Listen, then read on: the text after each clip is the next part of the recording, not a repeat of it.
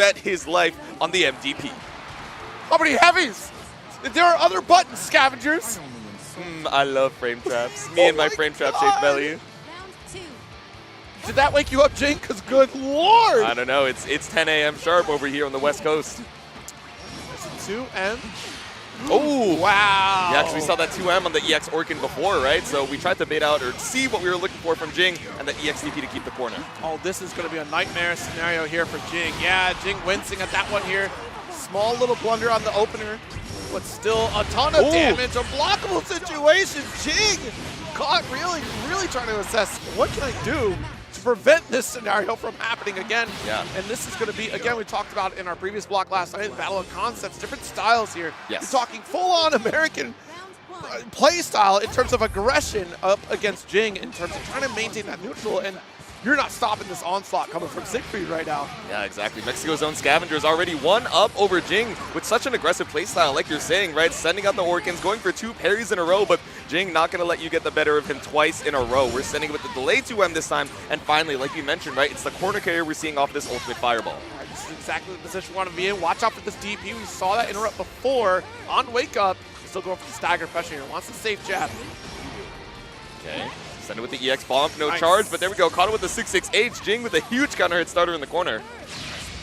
Yep, safe that jab. reversal was yeah, Jing. Unfortunately misses time that safe jab right there. Yeah. They're pretty even on the life lead right now, but still only 1 BP available for Jing. Huge meter deficit though from Scavengerz, so he gets sniped out with a 2M ultimate confirm. Very good stuff. And Jing, very quick to react here to get that whiff punish. Yep. Very pivotal to taking that round. Yeah, Scavengerz still 1 game up, but Jing 1 round closer to tying things back up here, just keeping you at bay with the fireball, but actually ends up swinging into the lightning as well, or into the frost. Went for the back special there, the EX edition coming from Scavengerz, just outside the range of White Wall, but wait a minute, spot dodge. Right, nice with the corner carry, and enough to get the wall bounce with the dash H pickup. There we go, Jing 1 round away from tying things back up. Okay, BC out from Scavengerz here. Spend the diamond early with a big counter hit, 2H coming out. BC out. Gonna hold that one. Yep. Nice with another back special, not able to get the full conversion here. And the far heavy does get the crumple. Ooh. And that's enough. Yeah, not quite getting the wall bounce until the full follow-up here. Great routing from Jing. Gonna take this round. It's 1-all in the set. There we go, 1 apiece with a pretty commanding last round coming out from Jing. I was scared. I was like, is this going to be enough to kill? But then I saw we had 2 BP left. That Raging Strike base damage just does so much. So now going into game number 3, Scavengerz, once again, just keeping the gas on the pedal, and the first command grab we've seen off the Orkin as well. I think Scavengerz has now used every single option off of Orkin. Including empty Orkin, right? To scout out what we're seeing from Jing. Back special here. Oh, no! And the 2M spaced out to low profile the DP as well. There we go. Now on set point, Scavengerz. Talk about those mid-screen buttons. Again, This is a matchup, battle of the titans here. That damage coming from Siegfried, the reach with far heavy, the reach with 2M. There it is. Yep. Send it with the M bonk. A couple fireballs into an L thrust. We're just looking for space over here in the mid-screen. Sends it. So smart. You got the hit. Forces the light wall to come through, the Orkin to follow up right after. You're fast enough to do it, and that spacing allows for it. Exactly. And we tried it again. Ooh, poking into the light wall, but ready for the multi-hits afterward to catch that follow-up. Smart from Scavengerz, knows what he's looking for against the Catalina, but that JM just barely at the tipper is able to reach, and a clean ultimate skill confirmed from Jing gets us the corner. And light wall again, goes for damage ender. Staggers, yeah, really wants to see if Scavengerz is willing to press for the ult DP here at this point. Yeah. And not once have we seen that happen. Nope. Scavengerz is confident in their wake-up defense. Blocking this crumple state here does get thrust on the approach. Yeah, it was a tricky situation. I think we baited out the Brave counter, but we were committed to the stagger, so we didn't quite get to confirm off close L-ing it. The dance begins because honestly, Jing does have a kill combo locked and loaded at this point in the screen here. All right, definitely has a kill combo now, no matter where we're at. Yeah, scary situation with no diamond hits. Oh, that is it! The long heavy buys a little bit more time to get the second crumple state. Jing cleaning up that round. There we go. You can see it. Jing lean forward in the chair, locking in to try and stay alive. You do not want to go to loser's side this early in the bracket. Dash L does get whip punished. Ooh, big whip on the far H, though. That was scary. as often as Jing has been able to get whip punishes and challenges this Orchid. Nice job. All right, MVP out from Jing. Seen a lot of good baits on the reversals from Scavengerz, but not ready for it in the mid-screen. Caught out here on the thrust with that ultimate firewall. That's the way to do it, right? Denying that space. We'll watch that 2M. Nice spot dodge. Okay, poking out with the 2M, there we go. but a 2M of your own. Beautiful whip punish from Jing. You see it. We're locking in like a hawk on each one of these normals. And that's why I'm telling you the difference of Battle of Concepts here, North American style, the Rushdown style of Mexico and Central America. Hold out by some of this whip punish, but the parry coming from the Orchid. Scavengerz has something to say about it. Yeah, spot dodge the initial hits of the Orchid, but still able to find the close out after, and it's the ultimate fireball to do the job. Finishes with a 2-1 for Jing, staying alive in the winner's side. You know what? And great to review this set, honestly, because going the distance makes a ton of sense. Yeah. Not quite used to that burst of aggression in that first game, right? Yes. Where it took a little bit for Jing to kind of get comfortable throughout that set and go, all right, I know what ranges you're feeling comfortable at. You want to fish for this 2M. Yes. I'm also going to fish for a 2M of my own to get these whip punishes and carry over to the corner. And it was with tactical precision for each interaction coming from Jing here, calling these out, making these whip punishes happen, and even we weren't quite sure if we could get the whip punish, especially on those far heavy interactions. Yes. It's like, I'd rather not risk it, and I'm just going to try to assume like at least a step further to close the gap and get you ever closer to the corner. Yeah, exactly. Especially on these whiffs with far heavy, like you're saying, from the Siegfried, we were like, okay, there's a lot of recovery on this, but we're not doing them back to back, like, you know, that sequence of the 2M that got you whiff punished by the Catalina 2M afterwards and ended up sealing that corner position to put you in that game-winning scenario. I mean, especially towards the end of the set, like Scavengerz, once we were in this awkward, you know, neutral situation, we were like, oh, let me stick out some of my best buttons. Let me stick out some of my best pokes, but almost ended up, you know, kind of wishing to look for it rather than being like, oh, okay, I'm going to put out this 2M, wait for the reaction and see what we're going to see. You know, compared to the beginning of the set where you're like, okay, let me do empty Orchid, see how Jing is reacting, and then respond accordingly. Yeah, I mean, it's always beautiful to see high-level competition like that because it is a constant conversation back and forth between the players of exchange of information, what you're willing to react to, what you're not willing to, and it was really great. Just put on display by Scavengerz. Still another opportunity here in this top 192 to try to make a further run. I certainly hope for it. Central American competition is always a spectacular sight to behold, especially South American competition. So hopefully we get a few more of those folks out here because, man, we have some heavy competitors out in those regions, and they deserve so much more time in the spotlight. But we're going to get the spotlight moved on to a little more local competition in Rowlet versus Incendiate. Yeah, so this is a little bit of a Northeast team kill. I saw Rowlet tweeting about, all right, everyone, I made it out of pools in winners. Like, I'm really excited to see you guys for day number 2. She checks where she's ending up, and she's like, all right, so my first match in winner's side, top 192, is Incendiate. So I'll see you guys shortly in the loser's side. But I mean, a pretty stellar run, right? Rowlet is someone that you can never count out, especially for some of these upsets. I mean, he's been playing the game for so long and has those fundamentals ready, so can never quite counter out. And I'm counting how much Siegfried merch you have. That's not Siegfried, that's Love and Deep Space. I love that the camera just zoomed in for each and every time she flipped, it was one further zoom. Yeah, exactly. And then another zoom. I think we're actually at like 5, 6. There's more? There's more? That's not Siegfried. They told me Fukunaga wasn't here, bro. Oh my god, now we're zooming out? Yo, pay this camera, like, you got the whole deck, bro. individual more. This camera operator needs more money for these shots. Are you kidding me? I didn't realize we were TCG, bro. We like actually have the side deck on standby. That is crazy. I've activated my trap card, and now my instant, and then my instant. And then my Fukuhara, and then my second Siegfried. Yes, but Incendiate pulling up here, hot after a victory at Boston Blue Bee, got some of those gold qualification points, and a very emotional victory for that one. Well deserved, but Rowlet was also at Boston Blue Bee. She was. So I don't remember if they crossed paths. I don't think they did. I don't believe so, no. I think they were on separate sides of the bracket. So running into each other now. No beach episode to be seen, but like you said, Incendiate taking it over Zane, someone who's been so dominant in so many of these, you know, regionals and majors so far. So hot off of a big victory here. Incendiate pulling up. Yes. We have that Lwane, which, you know, again, has been the talk of the town, right, as a top-tier kind of character because he does interact with the game so differently. As you saw, we got the parfait, so we're going to get a full, not a full stock, but a good chunk of meter available. We can heal ourselves with the items in the unique action. Yep. Lots of mix potential. And then, of course, you know, Sammy and Tomi summons here to kind of like mix things up. We already saw like a little that sort of Damocles. We're just we're breaking the sand right now. That won a set for Fitison, okay? Don't you forget about that, JU. Oh, true. Don't you forget about that, JU. Shout out. I ain't never seen a JU win like that before, though. It's a tricky little air stall. Yeah. I will say one more thing that you have to worry about with Siegfried when, you know, his grounded options are so good, right? Whether it's sending out a really solid fireball, you know, the H version to try and clash with some of these normal projectiles as well, and also that 2M, which we saw a lot of in the previous set, just a really solid poke, and then all of a sudden he's taken to the skies, you're like, oh, it's Siegfried, let me just go for the anti-air. Like, life is so good, life is so easy. You're like, wait, why is he JUing me?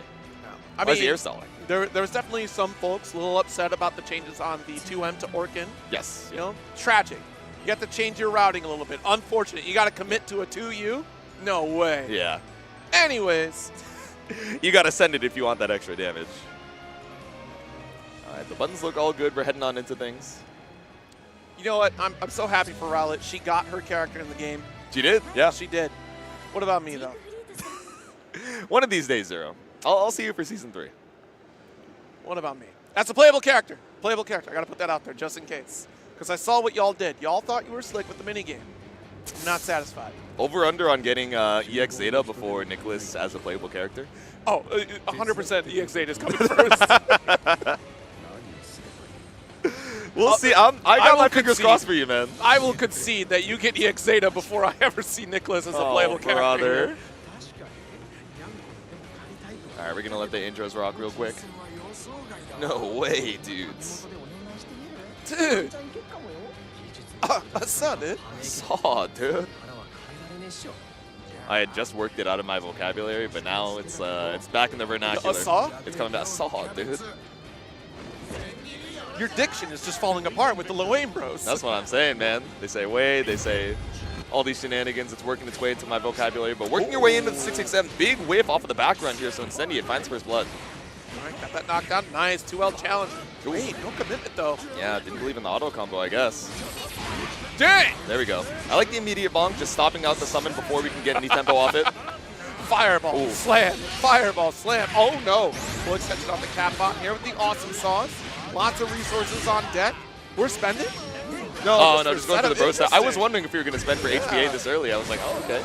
But we want that threat of the meter, right? Loain with some of the, you know, best ult skills in the game. We think the ultimate bro wheel immediate. As you were saying, the gift of foresight. Life is so good. All right, but toss him to the corner here. Rowlet trying to take control of the situation. Whip on the bonk for the frame kill. Oh, I like the idea on the ultimate firewall. Yeah. I mean, quite clear up at the second bro, though. And the fear of the close heavy. We saw that with Scavengerz. Rowlet taking it open. That nice challenge on the 2L. Very beneficial here for Rowlet to advance. Yeah, Miss Masher pulling up here says, I don't believe in the sanctity of this setup. I'm going to check you with the 2L real quick, even if my life is on the line. Round up here, aggressive start. The 2M whiffing just outside, but what a well-timed 5L. Yeah, right? Stopped the bros in their tracks and was able to find the 2M afterwards. Oh, went for the early spot dodge thinking the L fireball, but really not eating a lot for it. There we go, finally blocking the 668. Oh, the throat. Yeah, I got caught looking at Sammy or Tony, whichever one it was. Yeah, one of the two. Now they're both on the screen here, catching you out, and it's an EX Awesome Sauce pickup here. I wonder if we spent for the HPA. No, still holding on to the super. That was a brave jab. Again, Rowlet's been representing that so often. I'm willing to press. I'm going to check those gaps. And again, that legacy knowledge you were talking about, right? That is something that she's had to deal with since Vanilla. What?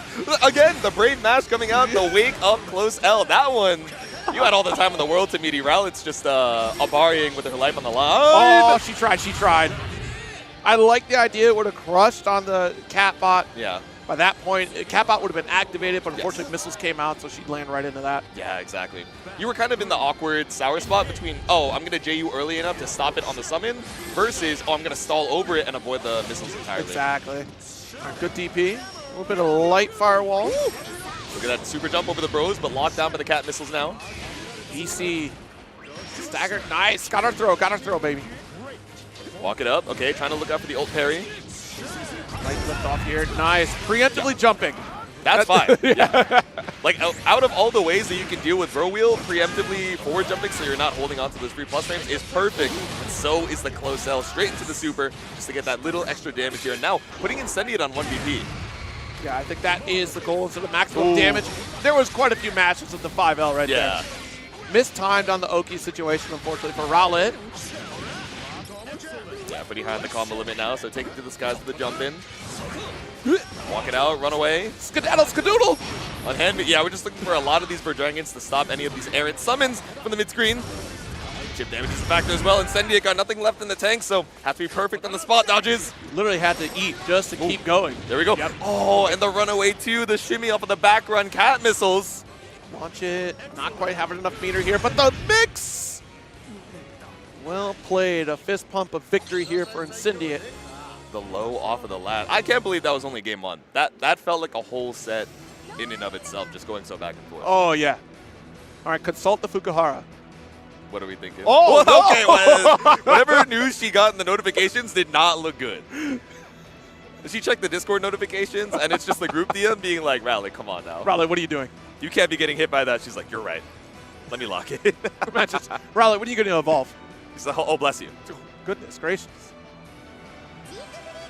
Maybe that's what it was the whole time. That's we what it just had was. to get that one out.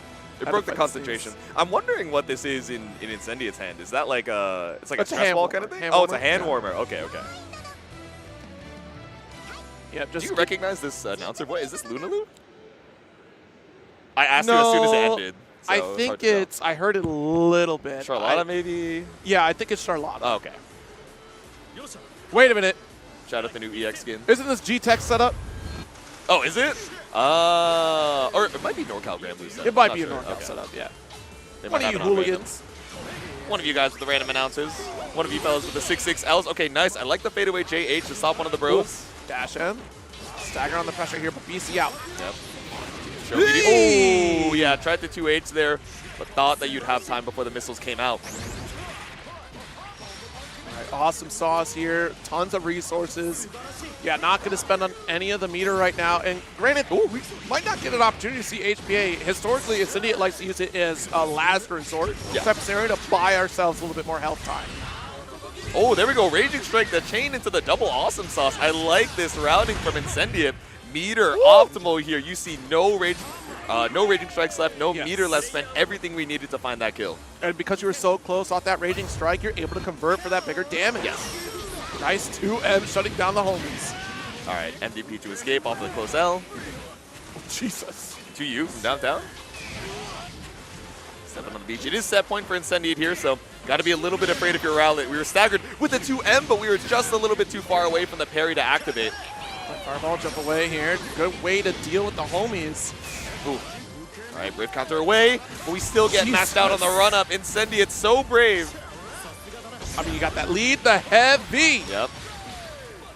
Up against the corner now with this counter hit, close heavy. What can we do to try and escape? We tried the mash out once again, but Incendiate keeping you locked down. It's a poke with a 2L, but we can see the fear. Tried to skid our way, and the Raging Strike in the chain. The final break point off the table. Incendiate advancing one more round closer to top 48. There we go. And as a reminder for the bracket layout, it is going to be if you win 2 in the winner's side, you guarantee that top 48 winner's side placement moving on to the next phase. So Incendiate, like you said, one step closer. Unfortunately, Rowlet couldn't hold on in the winner's side for her Oshi Silas, but I'm sure she'll be tearing it up in the loser's side as we go. Yes, indeed. Yeah, we'll see how far she goes. And again, you know, great competition on both sides here. Yeah. Both extremely brave in a lot of their wake-up We saw a lot of matches. Like, we were calling it brave throughout the set, but I was like, this is getting, look, it's going from brave to confident to deranged. I was like, down backing is optional, I suppose. It's, you know, like in Dragon Ball, they just don't block. They just keep taking hits. Yeah. That's what we just saw. We kept rotate, reflect, and 2L, such is life.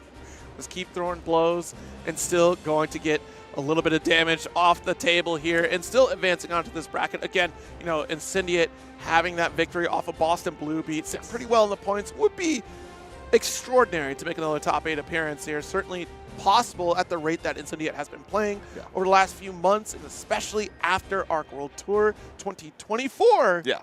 That performance certainly lit a fire in Incendiate's heart.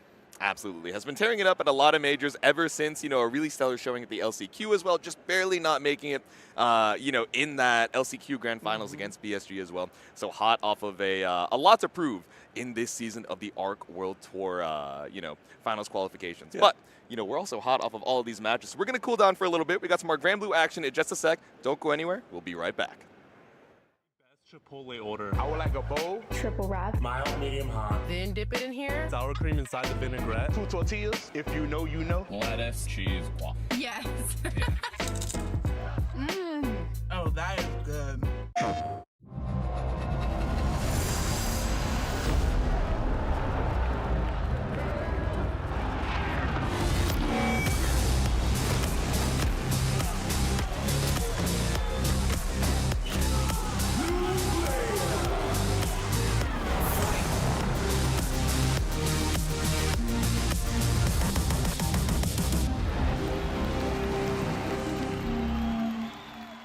PlayStation. I got my hands on my back. No, I don't want show me. You can't keep that. I make it pop like bubblegum. I'm hot now, wait till the summer come. Shake some. Those who have lost their lives will never return. Nothing can bring them back. So where we going, old man? A hotbed for demons, the entertainment district. We've killed off anyone who's ever crossed us. Anyone who's ever slighted us. We're going to slash through your gullets. Just like we did to all who came before you.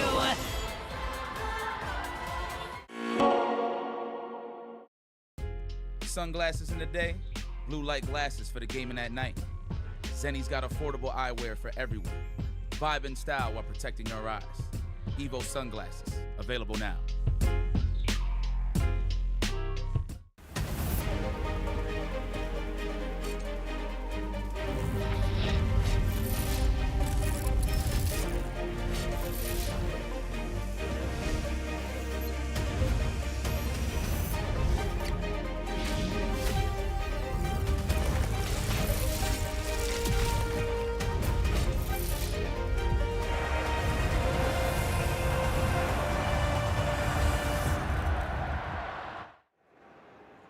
Gamers, what's good, what's poppin'? We're back at EVO 2025 for some more Granblue Top 192 action. Once again, I'm J2, this is Zero, and how are we doing this fine morning? It wouldn't be a Granblue block if I didn't hear your catchphrase on the open of another block.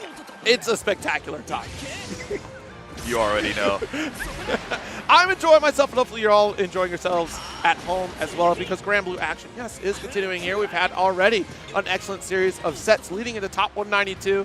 And look, it has been popping throughout these brackets here. It has been aggression coming from a lot of North American competitors. We've had a good spread too. Yeah. So Mexico, US, Japan already in our first few matches. Yeah. We'll see what else is in store for the rest of this bracket, huh? Yeah, exactly. We got a couple gamers on the stand already, button checking. So it looks like up next we're going to be having Labyrinth versus Fukunaga. So this should be. So a lot of us know Fukunaga for the Lancelot, especially in that previous ARC World Tour. But what I've been told is now that he's on the Versusia, has been tearing it up. Took a little bit of a break in the previous ARC World Tour final season, but is back now to try and reclaim his throne. So Labyrinth, let's see how we can hold on. Yeah, Labyrinth is, again, we've seen Labyrinth, and Paragon's own Labyrinth. Yes, exactly. Has been on Paragon Line for quite a while. Yes. With this Materia here, but Versusia, right? A big change for Fukunaga, right? Again, a strong competitor within his own right with Lancelot, but Lance kind of sits in a different tier of his own in terms of like Japan competition. Over here stateside, we know how y'all play. You don't care about Lance pressure. I know this as a former Lance player. Exactly. Y'all don't care. So showing up for Versusia, though, that's guaranteed conversions, massive damage, but it's going to be a battle of zoning in this matchup. Exactly. Even with some changes to the orb, right, where it just advances across the screen instead of being kind of this lingering hitbox, now, we just have so many more opportunities to send it with the 5U. The routing for the corner carry is still there, and off of the pillar, we're running ourselves down. We're trying to push Labyrinth down into this corner. All right, send up the single arrow. Dash up with the 5L. I dare you to stand. Go ahead. Push back a little bit here. Nice spot dodge from the ult. Yep. All right, we're just sending out a few stray 5Hs. Okay, I like the EX arrow to go through the orb, but gets caught up with a slow version this time and a beautiful side swap. That is huge. Getting that ult pillar, but oh, that ult DP, get off the Labyrinth, getting a little bit more room. Ooh, what a spot dodge. I would have fell for the throw. Yeah, immediate spot dodge on the throw bait. Me, I'm mashing there. All right, now we send it with a meaty orb. Ultimate pillar to buy ourselves a little bit more room on the screen. Woo! But no bites on the shimmy. He had nothing. 2M was way out there. BCOA, another one. Fukunaga off on all Brave points. That's okay because we're at a situation where any combo would have killed anyways. Yep. Ult, not ult rather, but the extra button input off of the install.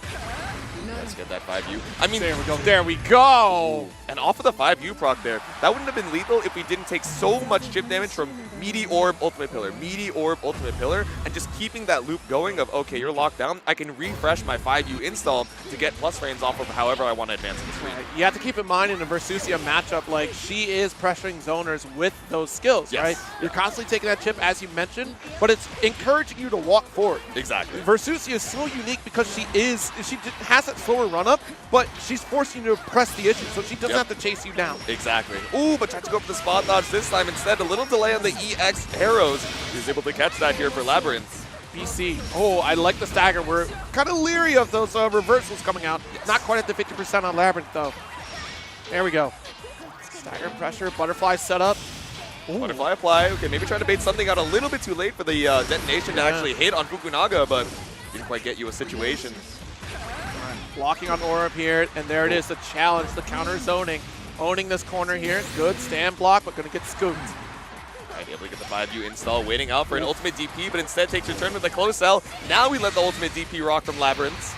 We can take that here. Really chill interactions for Fukunaga right now, because we know for a fact it's going to be a single hit, convert into whatever I feel like. The damage will be there, especially back to this SSBA. Ooh, ooh. Oh. Okay, there we go. Ended up trading at the full screen here because the ultimate butterflies were still able to trigger, even though we got caught by that ultimate pillar. You sly dog, Fukunaga. Caught you looking at the orb, huh? Yeah. Would be a shame if I slowed down your startup with an ult skill. Exactly. Well played. Yeah, because we've been conditioning that fireball ward throughout that first game, right? So just that micro dash behind, just thinking, oh, okay, we're going to run up and try and hold this space. Let me 5H, then cancel into an arrow to stop your approach. Bam, ultimate pillar really is just the difference maker in this set right now. 5U install here. We're all the more threatening. Dash L. Ooh, a little bit shallow, actually. But yeah, we're using the L and M versions, I think, on Fukunaga's side because we really want to keep the threat of Pillar, like you said, that counter zoning tool available. Once we use the EX, that's a big dead zone where Labyrinth is going to feel confident just sending out a lot of these arrows and butterflies. And especially with the changes on this version of Versus, you don't get to rely on EX Pillar as much as you used to anymore. Granted, like in the previous version, it used to be just you spend the heavy version no matter what. You're going to track and be fine. Now you have to pick and choose your zonings here. Yes. And Fukunaga is excelling tremendously throughout the set with that. Yeah. All right, now we got the 5U activated. Once again, a little bit of a slow start here from Labyrinth. Ooh, there we go. 5H to stop that jump in. Not a ton of damage, but we bought ourselves a little bit of screen space here. Stops you on the startup of EX Pillar, too. Whoa. This is a great situation for Labyrinth. Yeah, beautiful step back here from Labyrinth there. Able to shut down that orb. Nice. Actually, the grounded normal. Able to get the unblockable scenario. Yep. Ooh. H, the 1H. It's a directional. Yeah. But again, these whiffs on the 5L just baiting out a reaction from Fukunaga. Such a good move. Now we got the double, the EX Butterfly. 2 detonations in a row, threatening chip damage, but unafraid. It's close L auto combo into SSBA. At least resetting that neutral, stripping away those Brave points. Here's the comeback opportunity. Looking for a BC. And I don't think Labyrinth is going to spend that. All right, never mind. Definitely did spend it. I thought for sure we'd hold on to it. Woo! You're looking at this massive life lead. Yeah. Fukunaga with 3 BP. I'm surprised we did. Pressuring away. Ooh, that was a scary low arrow, especially off of the jump in. Trying to go for the air-to-air, but just a little bit too down-angled. But we send it with the DP to snipe Fukunaga out of the skies. That's 1 round for Labyrinth. That was very scary. The fact that we spent right there is just like, that was your extra safety net if you got pushed back in the corner like you did. Yeah. If we didn't jump, that would have been a very different scenario here. Fukunaga could have continued that pressure, but yeah, Labyrinth still got out by the skin of their teeth. And literally, we had that life lead, but that was very much a favorable situation for Versusia. And there it is right there, expecting the jump, which we saw last round. 2U interaction. Yeah, look how much damage we're eating off of the attempt of the hard call-out. Now we have 5U install, but Throw is going to do the job. Drifting into the corner, Fukunaga takes the set 2-0. It's a calm, calculated individual. Cool as a cucumber, as expected of a former Lancelot player. Yes. The intensity is there in the play. Versusia coming out on top. And again, we saw the ability of trying to counter zone as Versusia. She is so unique, again, that she's forcing you to move forward. And we saw Labyrinth really try to counter zone out, try to play outside the ranges of the pillar setup, but sometimes, you know, that orb really kind of coaxes you into bad positions, or you're trying to interact with the wrong thing, not recognizing the additional support that Versusia has with her install to close those gaps. And Fukunaga expertly navigated that full screen space with Versusia and was able to convert to victories here. Yeah, I think a lot of the play from Labyrinth ended up being kind of reactive, right? Yeah. Where normally, you know, as Matera, you feel like you kind of have the upper hand. You backdash, or you just threaten, like, you know, arrow around start. And now your opponent is thinking, okay, are they going to go for Butterfly, where I have to kind of charge through and react so they're not getting free, you know, tempo on the screen? Or do I have to try and, you know, play this RPS of jumping over or crossing over through the arrows? But we're seeing a lot of, you know, round start backdash into the 5U. And now Fukunaga is already starting off the round 5 seconds in with kind of this advantage in neutral, right? We can send out some of these pillars, we can send out the Lariat, and then we have the 5U follow-ups to keep our turn. And then we were playing this projectile war. I liked what we saw towards the end from Labyrinth, where we were immediately sending out the EX arrow to go through the light and the medium versions of the orb and try and take some early tempo. But again, pillar, whether it was the EX version or the ultimate version to go for a lot of chip in game 1, you know, just ended up really being a decider of this matchup. Yeah, it's a quick call out here. If you can get your opponent to commit as the Versusia player to a projectile, it's just, oh great, here's a pillar, you're locked in now, and I get to make my approach or install. Really, the world's my oyster at that point once you start blocking an alt pillar. But yeah, that was excellent play from Fukunaga. I'm looking forward to seeing more Versusia, but also let's get our next players up here. It's Yulkub versus Toruro stepping into the arena, our last year's runner-up for EVO. And again, you know, a big threat for this top 8 run, potentially here. We still have a few more matches leading into that, right? Because we got to get into top 48 and then top 24, and then finally tonight's top 8. Yeah, it's going to be quite a long journey for Granblue here, so hopefully you guys are strapped in for all of the action throughout the day. We're going from top 192 to crowning our #1. And like you mentioned for Toruro, right? Previous EVO, you know, kind of this title that followed him for so long, kind of the bridesmaid but never the bride, right? Never able to take home that #1. But in the previous, or in our most recent Arc World Tour Finals, finally taking that championship home. So now instead of fighting for that title that he's been looking for so long, it's defending the throne in a lot of ways, right? And trying to show that he still has that momentum from the Arc World Tour Finals here in Las Vegas at EVO 2025. But Yulkub, let's see what we're going to be able to bring to the table here to try and knock Toruro into the loser side a little bit earlier than you might expect. Yeah, we'll see if she has what it takes to take on this Arc World Tour champion, who's going to be rounding up this Percival, of course. Looks like we might get... Okay, hold on, wait a minute. I saw Charlotta originally. I know. And you know what? That new costume for Charlotta looking pretty good. Yeah, the preview for the Battle Pass That was game. really it's sick. Pretty sick. She's royal. She's regal. I'm surprised we have a Galleon outfit so fast, too. So, yeah, it'll be really fun to see like these costumes pull through, to see that new Galleon costume already. It's going to be a fun time. They always do an excellent job with these costumes, and it's very refreshing to see, because generally in a lot of these like artist-verse games, or even just like these anime games in general, we don't get a lot of costumes. So Granblue has this wide swath of costumes. I don't know if you've seen all the costumes for like the main character, Gran and Gita, but like that's always fun. And I hope dude, we the get more evil of that. like what's it called? Is it the Belial skin that they have? skins? No, that one is sick. I hope Goth we get Gran some and of Goth Gita is really that cool. is really I'm not cool. gonna lie. I'm a big fan. I don't know if we'll ever see it in the game, Right, but right. that one's like a, oh, I don't play this character, but I would pick them up for a few weeks just because this skin is sick. I'm still championing Summer Eustace. Oh, really true. bad. Because it's a That'd be sick. look, Side Games, slam dunk, water gun weapon. Yeah. He's in his summer outfit. Come on, let's just do it. Pull up with the shorts, yeah. I'll buy it. Down Just by like the I beach? bought that Dash Light Attack shirt that I demanded showed up. And Okubo pulled me aside at Combo Breaker and said, don't you ever talk about this again. Which is funny because shortly after they announced it, that it was true, he's like, hey, stop talking about it because it's already in production. Don't worry, buddy. Your crusade has worked. So you mentioned the shirt, huh? I did, sir. Please So, don't yes, sir. worry. He's like, you'll be rewarded, but I need you to keep it down. You need Don't worry. Yamaguchi-san had to flex and also showed me the shirt.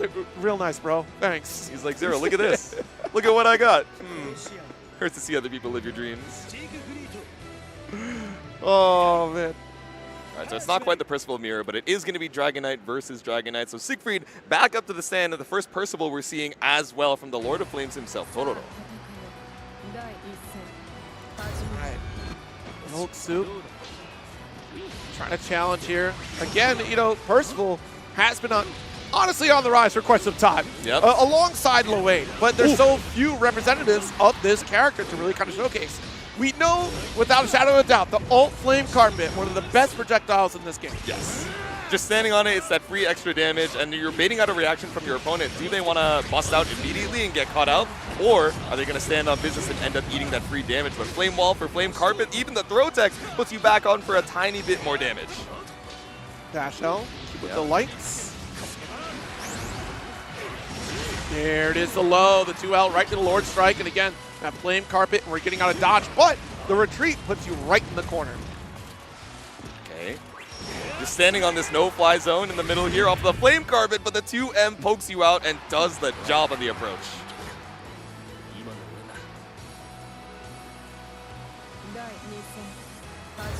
Here we go. Second round, big swing. Good Yeah, God. that was a big whip on the far H, but still able to recover in time off of the super jump. Ooh. You see that though, Toruro sitting within that max range of 2M, trying to coax Yulkub into pressing into that. Yeah. Then we get the whip punish again. Like, that is something that is just integral to the playstyle of Japan as well, and just EU really gets into this too in terms of whip punishing, playing that strong neutral. Yeah. There we go. We send it with the EXDP to try and escape, but again, another Flame Carpet coming up from Toruro. The shotgun. There it is! And the the shimmy. Complete control coming from Toruro. Yeah. Able to find a couple openings here for Yulkub, but Yeah. in general, right, just waiting for the block string to end and thinking, oh, okay, as soon as we're a little bit spaced out, eventually you're going to be pushed back, and I'm looking for Flame Carpet. I'm not going to bust out with Ultimate DP. I'm not even going to send the EX. I'm just going to put this DOT in between you and me and look for these boss frames. And you have a hard decision, right? Like, the same way that Versusia kind of coaxes you to make that forward approach, Yeah. Percival makes you make a hard decision. Will you approach me or will you give up ground? Exactly. How long will you linger in here before you realize I have diminishing returns at this point? I need to do something. Exactly. Got to do something here, so we bust out with the MVP. We got whip punish from the far H with a 5H of Tororo's own, sniped out of the sky with the same button that brought you back down to earth. There it is. Nice little spot dodge. But again, that control is sitting right outside the range of that Flame Carpet. Yep. There's Dash M really trying to reach for an opening here. And Toruro not going to willingly stand up. Oh, okay, trading the Flame Carpet's not too bad. Yeah, we lost a little bit of meter, but we got it right back. Poke out with the 2M, and again, with punish on these far H attempts from Yulkub. There it is. We can just let you chill. I have the game. I have the high ground. There's nothing you can do. Just give up. Gotta be careful of a Lord Strike. Now we're sending it with the install super. Okay, that does give a little bit of damage. Yeah, I was going to say, like, a little bit of damage boost. It's nice. Yeah. Comeback factor imminent off of that, but you got to play a better neutral than Toruro, and so far, Yulkub has not been representing that. Not for lack of trying either. Yeah. It's difficult. We're trying to look for these far H's at the ranges where normally it's a great button to just like try and hold some space, but Toruro just ready and waiting for the whiff. Again, another DP to try and stop the bleeding. Fireball away. Oh, yeah. Miscalculated the distance the fireball would reach. It's all right, though. Back against the wall. Still opportunity to get out. Okay, full charge on the EX bonk. So waiting out the plus frames, but as soon as we see an opportunity, it's mash out. Close L Flame Carpet. Spot dodge again. We're still unable to get out of this corner. This is excellent positioning here for Yulkub. The delay, the Orkin, great opportunity for Toruro to go for that dash L. Yeah. Get the counter hit, so we get that 2M link as well.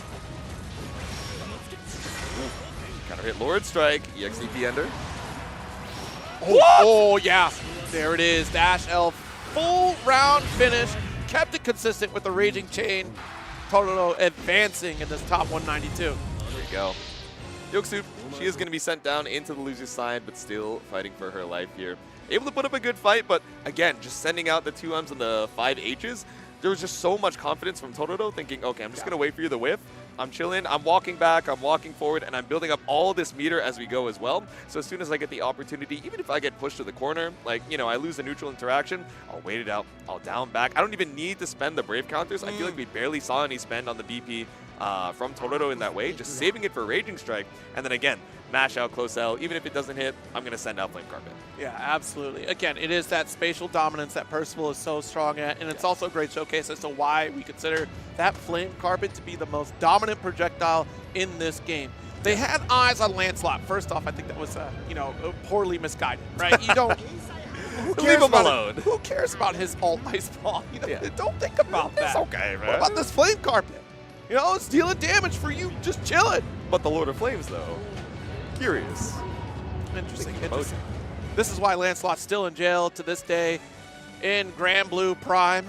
One day we'll let him out. Fukunaga from that previous set, he's like, man, they're still punishing Lancelot, so I'll hang out on the Versusia for a little bit. I'll come back when the time is right. Oh boy, and the time is right for our next competitor is coming up in just a moment. Insurgent versus Tenured Mule. Ooh, okay. Wait a minute, where are we at? This is a TNS or Paragon Line? Yeah, right? Oh, this is a matchup that we run into quite a bit in the North American online Granblue scene. These gamers running into each other quite some time. Gatekeepers in their own right, and of course, folks that are constantly contending for that top 8. Still fighting it out here in winner's side, top 192, so it's going to be Eustace versus the 6. Eustace. I hear things are changing for Eustace, allegedly. I hear the public perception on this character is changing rapidly. Elsa's strongest soldier for, Eustace's loudest auntie. Don't trust her. Don't trust her. It's true. It's true.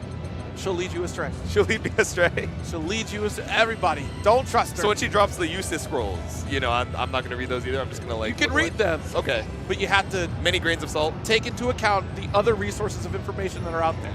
Okay. Right? I'll ask Insurgent how he feels about that. Insurgent, of course, the strongest soldier of Eustace out there in the wilds for sure. Has been playing even for this iteration of it. And I can't wait to see how far Insurgent goes. It is remember that period for at least that was 2-3 months where Insurgent was just championing every online bracket? Yes. That was absurd. Well done, and it's high time to see Insurgent make this offline top 8. Yeah. I would love to see Eustace in an EVO top 8 for sure. Yeah, so I'm curious. I know there are also some Eustace reps in EU, if I'm not mistaken. Took one of the majors over there pretty recently. I forget the name off the top of my head. But in Japan, I actually don't know if this character has a ton of representation. So just looking at Insurgent's path, I think if he makes it far enough in the winner's side, there are a lot of opportunities for him to run into the JP players. So I'm curious what their kind of knowledge base is against this character when I feel like I don't see him super often over in Japan. Yeah, I would have to agree. I don't recall seeing too many Eustace players. Then again, I do have to check in on some of those online brackets. We saw a Lancelot recently take it. There was a Gran on a top 8. It was the most insane character spread I'd ever seen. Yeah. You know what? They're preparing for EX Gran. That's what it is. It's true. They're training up.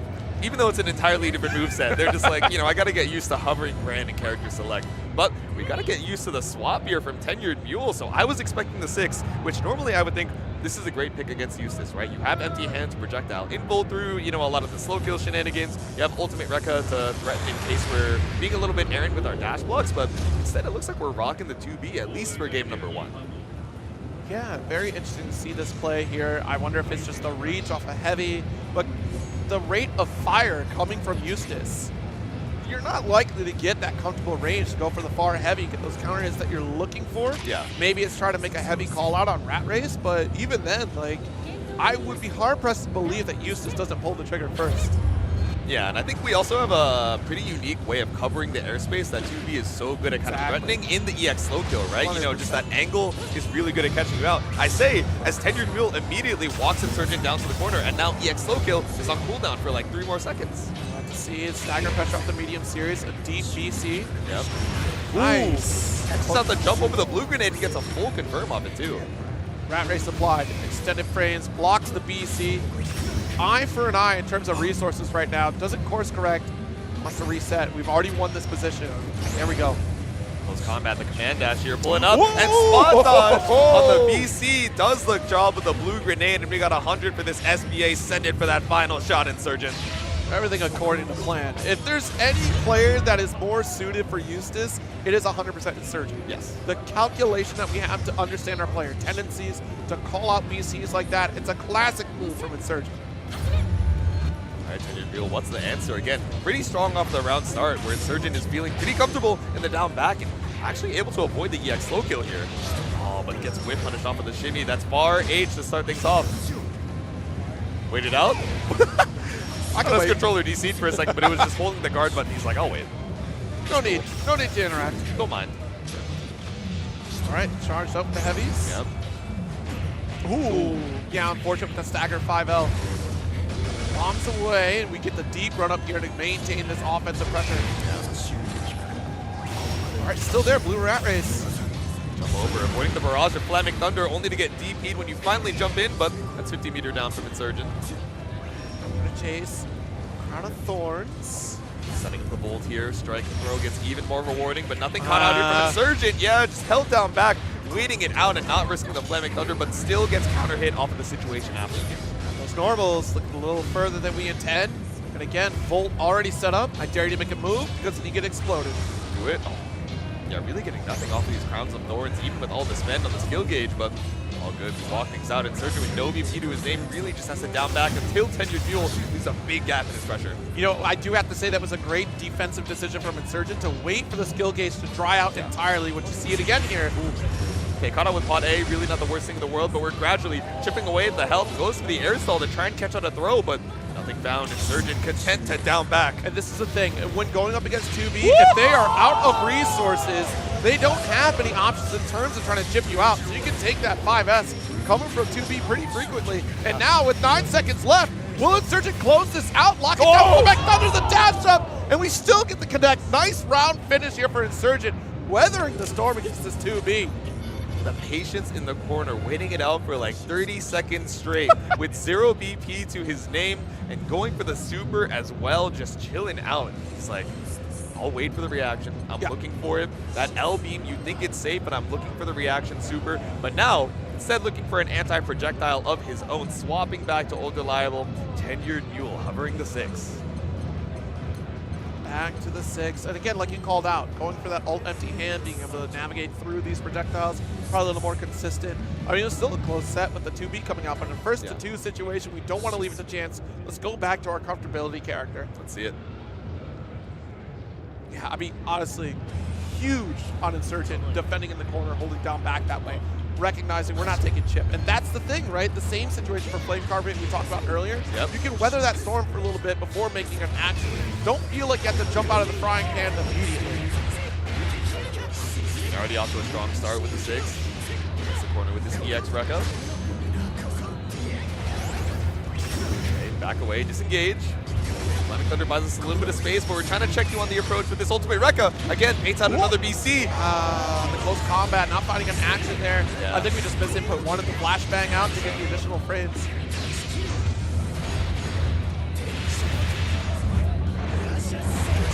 Super here, down and out. First round, going to Tenured. Right, the character swap already doing wonders right now. Again, like you mentioned, right, a lot of these ways to not only refresh plus range, but also threaten a lot of the projectiles that Insurgent's sending out. Educated Demons, 5U. There it is. We do get the slow kill to get the interrupt. Another rat race to make the approach. Great attack.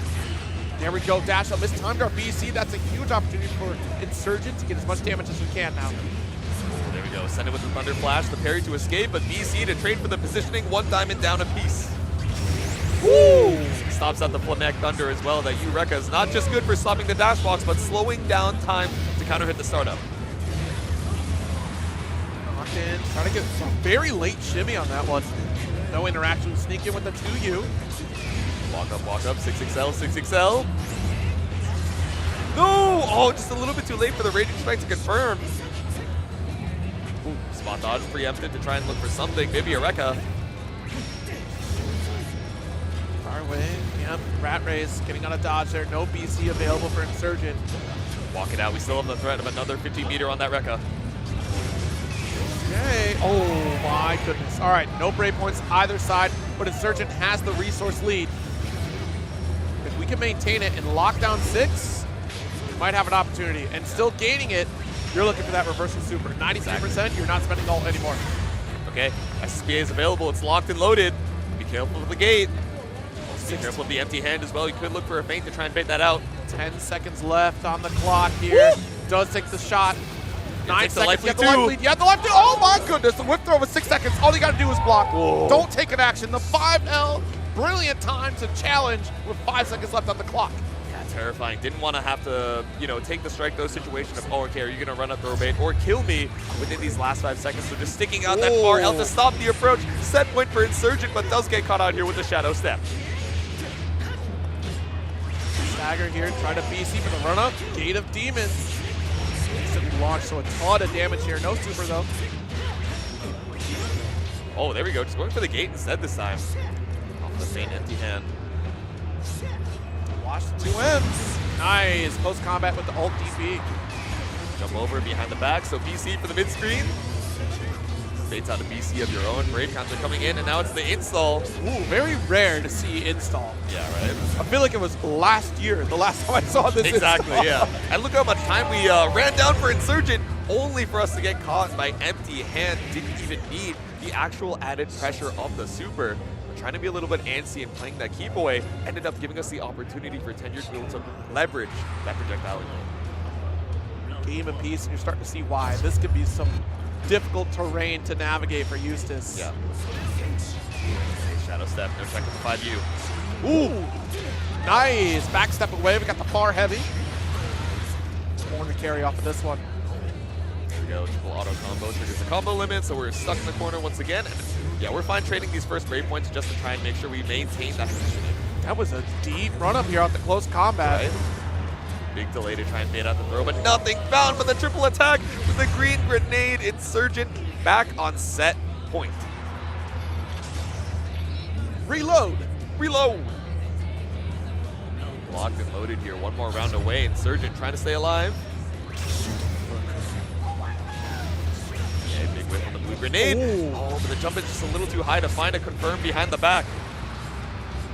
Stagger pressure again, and Insurgent has been so stoic on defense, not willing to open up. All right, blocks out the BC. Just gets the ult fireball for corner. Calls out the parry with the far heavy. Oh, there we go. We still got the grenade. Yep. BC to steal it out. Nice. Look out, we broke the mask. That's SBA range. Actually able to trade with the ultimate Rekka. We still get the meter back for it, but Tenured Mule one touch away. Run up here, not gonna fall for it. One BC left, working on the chip. You BC the wrong shot. Flamek Thunder is the finish, the ultimate addition. Good round, good set, and great plays from Insurgent. The patience. Yeah, these multi-hits just get so tricky, but when the chips are down and your life is on the line, Insurgent locking in to stay in the winner's side. Tenured Mule, now another Shark to join the Shark-infested waters of loser's side. Really well played again. Just having the gumption to sit back, relax during that 2B sequence, recognizing the amount of resources available, and understanding the matchup of, look, I'm a useless player. Yeah. I understand I'm getting bullied a lot, but don't worry, I'm going to do the bullying in just a moment when you lose out on all your resources. When I challenge out a rat race applied, I call you out with slow kill, you name it, I'm going to be able to CQC my way out. But we're going to CQC our way out of this one for just a moment. We'll be back with more Granblue Fantasy versus Rising action right after this.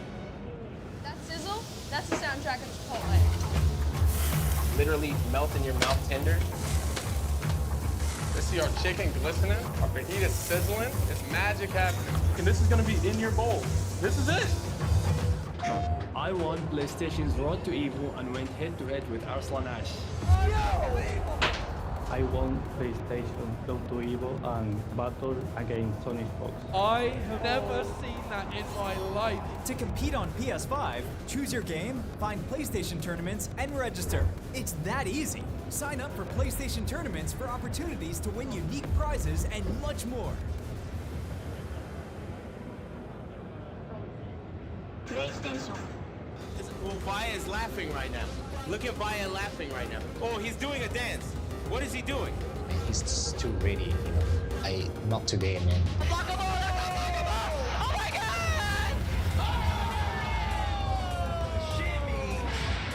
And 参加して、でその時また賞金額が上がって、気持ちは調子良かったですね。So it's much more than just playing. It's being a part of this community.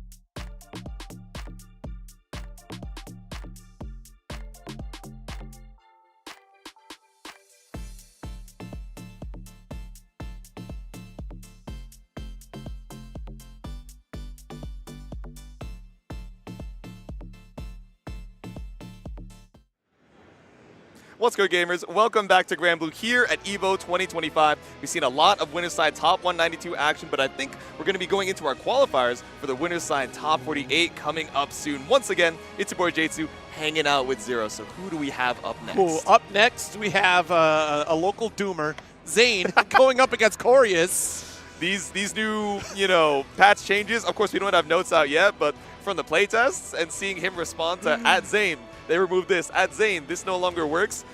Dude, if you scroll Zane FGC's replies on Twitter, it's actually a wasteland, bro. He's heartbroken. You can see it in his face once we tune into the player cam. Like, he's like, this might be my last time with the Grimnir I know and love, bro. But look, that's the thing of it. It's a whole new year of Granblue ahead of us. It's always great to see this reprisal, the refreshing changes that come into the game, and the test bed of EX character potential. We'll see what this entire roster looks like when the earth shatters at the power of Willness. Nothing but muscle power and cooking. Actually, this Willness fella, I don't know a lot about him. Yeah. He's a dragon. He cooks. I kind of like this guy. He's a big dude. He's very red, too. I'm a big fan. As my favorite color, I got to try him out. Samesies? Life is good, but no red to be seen over here. It looks like we got the blue Beatrix and, of course, that cyan Grimnir on the side of Zane. So it's going to be a SoCal versus Japan matchup as we head on into things. Yeah. Corus on this Beatrix. I'm really curious to see how we navigate this matchup, because this is a difficult one, at least for me personally, to deal with the corner situations, because some of those lingering hurt boxes that Beatrix has makes it difficult for her to challenge. So, like, on a far heavy, going to get duffed quite a bit here, especially with Tornado setup. You don't get the Star Chaser. You do have some great tools of Thunderbird, and again, like, Star Chaser can, at a max range, really challenge Grimnir, but hey, at this offensive round start, Corus has been good. Here we go already, just keeping the pressure on with these super jumps post throw. Now we find it with the L, riding free. Not able to find a full counter conversion these days with the most recent changes, but still keeping you locked down on two. It's a big whip on the ultimate fireball, and now the seals gives you a big confirm here for Zane. Yeah, try to go for that medium version of riding free. And the challenge, right? Sitting on top of that seal, not going to let you forget it. And this is the death threat here. There's nothing Beatrix can do. Yeah, I mean, there's nothing a lot of characters can really do, but like for Beatrix, it is a just locked cage. Yeah, she doesn't have any character-specific shenanigans to try and get around that. Ooh, okay, stopped on the ultimate, so we trade. We still have a lot of meter on both sides. And that's exactly what I was saying there. That Star Chaser comes out, you don't get to deny it once that hurt box is lingering. SSBA. There we go. The immediate confirm into the super is smart, right? You start the combo limit really early off the airborne hit, so just stabilize it to your biggest damage possible. Don't even worry about the combo limit. Off here. Yep, we set up a barrier between us and Project Zane. Holy smokes! Anti-air bait off of the Z jump, said see you later behind the back. Ooh, and set up into the meaty tornado too. I got the heavy, the threat. Oh my goodness. And again, that's one of those situations. If you put out a button, the heavy startup will get duffed by that. Yep. You could try to medium, but the lingering hurt box will mess you up here, and we do get caught by the Gale Dash. Yeah. And all these seals just give you so much extra damage, right? So these are pre-combo limit. Now we got the full launch confirmed. We have 100 meter in tow. And it should be a clean kill for Zane after the cinematic. Send it with a spear. The perfect, no less. A great show from Zane, who has honestly thus far had a complete 180 difference of performance in terms of Arc World Tour qualification. Yes. Sitting pretty top heavy with points right now. Guaranteeing an invite here this weekend would be astronomical for Zane. You can relax, but no relaxing throughout the rest of the set so far. Overhead comes through. Hooked out with the 6-6M. The lingering tornado actually eating the hits of the EX Star Chaser. Oh, but a big drop on the close end. We left a lot of damage on the table, but still in the corner against Grimnir. It's a scary situation, even without the seal set. Oh, I fell for it. I fell for it. That could have been a close heavy. Yeah. Keep it grounded, but no whip normal coming out. Corus, a great patience, but still going to get put back in this corner. Another throw. It's a final touch scenario. We're chipping. Yep, that's the stop sign. If you try to challenge it. Oh! Stayed alive after the spot touch. I didn't think he'd be able to recover in time, but still has to worry about chip damage when Zane has all the specials in the world. That's game number 1. Good on Zane to stay a couple steps ahead, because that is like the retaliatory response coming from Corus. So just, I got the spacing. I know that your next interaction is going to be to chip me out. Yeah. And what better answer than an invulnerable super? But Zane's just ready for it. Locked in, and Corus trying to seek an answer in this matchup against Grimnir. Ooh, with the Psycho Crusher. Now we got the Thunderbird from downtown. Immediate Brave counter out. Zane trying to hold on to momentum, but all those seals are right behind you. H, there we go, trying to challenge the 5L. Swift normal for Beatrix, but not swift enough to keep up this wind individual. Okay, we made our way back towards the seals, but it's going to be a little while. Brave counter to make sure we have that spacing available to utilize. Right, Tornado, yeah. Brave close L right there. But see, that's the unfortunate fact. If you try to challenge the top of that Tornado, it's going to trade not in your favor. It's going to be Grimnir. Yep. Send the super. And now we're evened up in the Brave Point situation as well. A lot of these jump-ins just air stalling with the seals. Probably the anti-air just waiting for that meaty JH, but instead it's SSBA coming out from Corus. All right, comeback factor, it has been initiated here. Yep. We have all our BP back. Also stole the rest of the BP available from Zane. Ooh, trying to get the shimmy, but Zane locked in on the guard. 5H, so fast. Yeah, locked in with that second hit. Didn't have the ultimate available for the U Psycho Crusher, but we still have the seals jump forward, jump back in to catch the approach from Corus. And that's the thing of it. You get a little antsy in that position because of the life lead, and you also don't want to let Grimnir set out a projectile. Yeah. You're in the sweet spot to counter a lot of those Gale dashes, but you can't ride free through this. No. Especially when he's taken to the skies, you might end up getting whiff punished on the other side if he ends up dashing back to catch your approach as well. So nice. Send it with the meaty Tornado, BC, EXDP, all the resources there it is. to try and catch. That's what I was talking about at the top. The Thunderbird is also a great tool to shut down the Z dashing, but not enough to follow up to get through the corner. BC blocks. 5U leap to escape, he's still up one seal. Super looking for the reapply, but scared of that 50-meter, nice. right? That ultimate riding free, that ultimate fireball is so tricky. Trying to get the cross under, it's a guard check, and Zane has been holding that guard button. Go open, Raging Chain. That's an expensive position to be in for Corus right now. Yeah, we spent it just for a little extra base damage. Now we're chipping away, threatening a kill with a throw. Tried to interrupt with the JL. Fortunately, not going to get a full conversion of the 2H. We wanted the 5H. That's what I fall for it, Corus. I understand. Ooh, and off of the ultimate seal, somehow ended up stealing the corner. Maybe we held forward to look for a DP, but either way, behind the back, Zane moves on with a 2-0. That 2H was supposed to be the close head. Yes. Happens all the time. You're holding down back, and you don't let go of the down fast enough to press the H. You're trying to get that quick reaction to punish. And you're looking for the auto combo as well, so we're thinking, oh, why is there no special follow-up? We're looking for the other two hits of that triple attack. Goodness. Corus, you know, valiant effort here, but excellent show from Zane. Yeah. Still showcasing why they're one of the top competitors on this character. We saw Zenith yesterday make their run towards top 192. Yeah. Likely still making the run through today. I haven't seen them quite yet, but we're going to get a little bit of an extra treat for y'all here in just a moment. This glorious matchup here coming up next.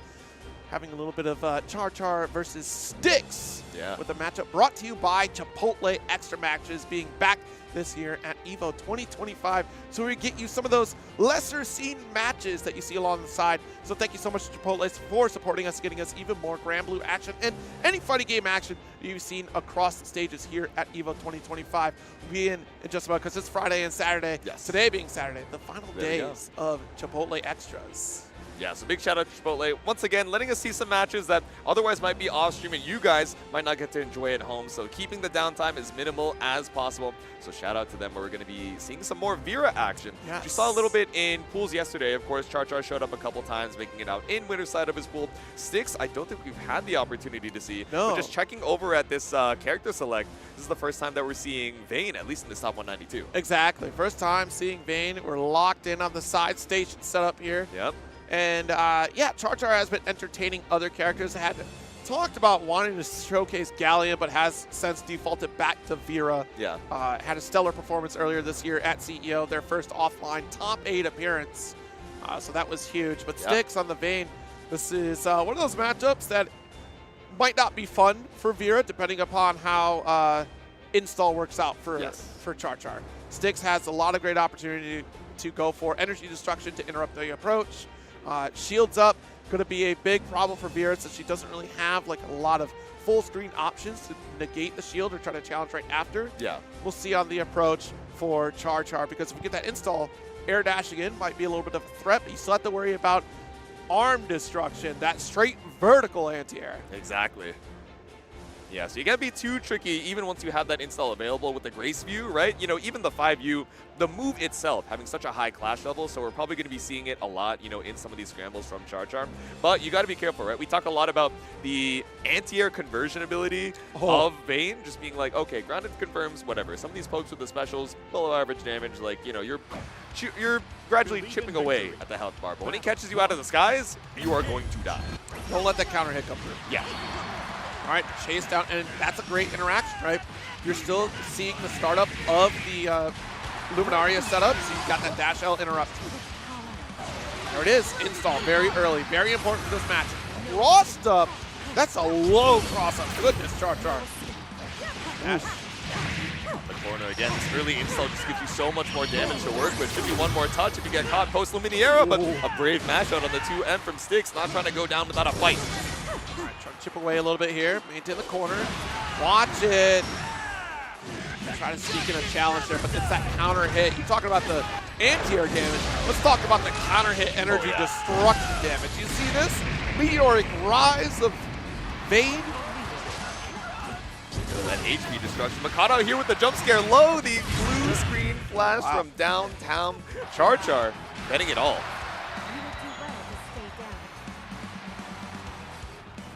Char with that early install, very important for this matchup here. Yep. Save us like 6M. Another flurry here off the special interrupts DP. Very sneaky 5U interaction come from Char. Tricky, yeah. I mean, it worked out previously, so we're going to send it again until it stops working. It's an early way to get into this win condition. Dash H not going to work out here, so quick 5L off the wall, full conversion coming from Styx. Yeah. And send up the one for all, but running right past the shield, we send out the Luminaire instead. That's the thing, in a full screen situation for this matchup alone, a medium shield setup would be ideal because you get that bigger range, and wow, what a whip throw. Yeah, just a little bit too far. Tossed up once again. We set up the mini area off of the jump. It's empty low. We have all the damage in the world to kill with the SVA. We send it with the lasers for Char in game number 1. It's a tough scenario. So you're thinking that you're going to be able to stand block the jump in, but Char has a safety net of Luminaria, so we can go for the empty jump. Luminaria will take the block stun for us, and you have to hold on to down back, and timing that can be a little tricky, but game up for Char. Yeah, we show the Charmeleon real quick for the stream. In between the games is crazy. It's like, all right, I got time for the player cam. I got my my game advantage. Oh, double down with the DP. Woo! 5U. Nice roll. Okay, poking through with the close L's. Try to get the cross up there. Excellent throw bait from Char initially, but going to get our install. Quick interrupt with the medium. Yeah, we're 3 for 3 on 5Us as well, and 2 for 3 on the 2-1-4Us. Again, this jump scare low from downtown is, you know, one thing you really have to watch out for when Char has that 50. Great patience from Char to lift off the round. Yep. Close L, close M. Char 3 rounds in a row, now 1 away from advancing. Battle 2. Engage. Let's go for a second round here. Jesus Christ. Yeah, right? Back special round start. It's looking dire for Styx right now. Yeah. Just letting a lot of these 5Us go rampant, right? So early on, doesn't even need to spend 100 or fish for a counter hit to get into the install. So now, running free with all of this meter, that's allowing you to get jump scared with the lows. That's allowing you to refresh your turn here on the corner. The finish. One more touch, and it's empty low. That should do. Char 2-0 victory over Styx, finishing it up with a perfect. There you go, the Chipotle extra match, keeping things moving and moving through the bracket. Still rocking with the Charmeleon, but it's all smiles from Styx. He's like, all right, you know what? You got me. The Vera was clean. The Charmeleon was cheering you on.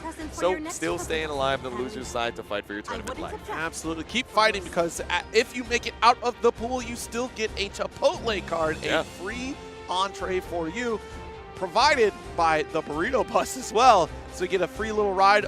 Hop on over to that Chipotle if you won out of your pool, or you have one of those cards. You're able to get your meal. And back here to check out the action in the arena today for some of the top 8s and so much more going on. Exactly.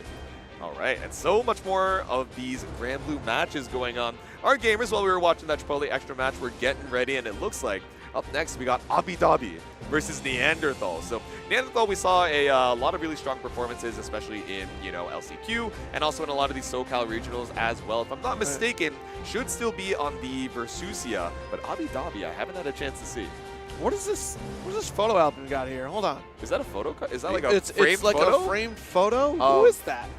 Yeah, he's trying to like get into focus. Get it in frame. Is that Galleon? I know Neanderthal is a Galleon. It is Galleon.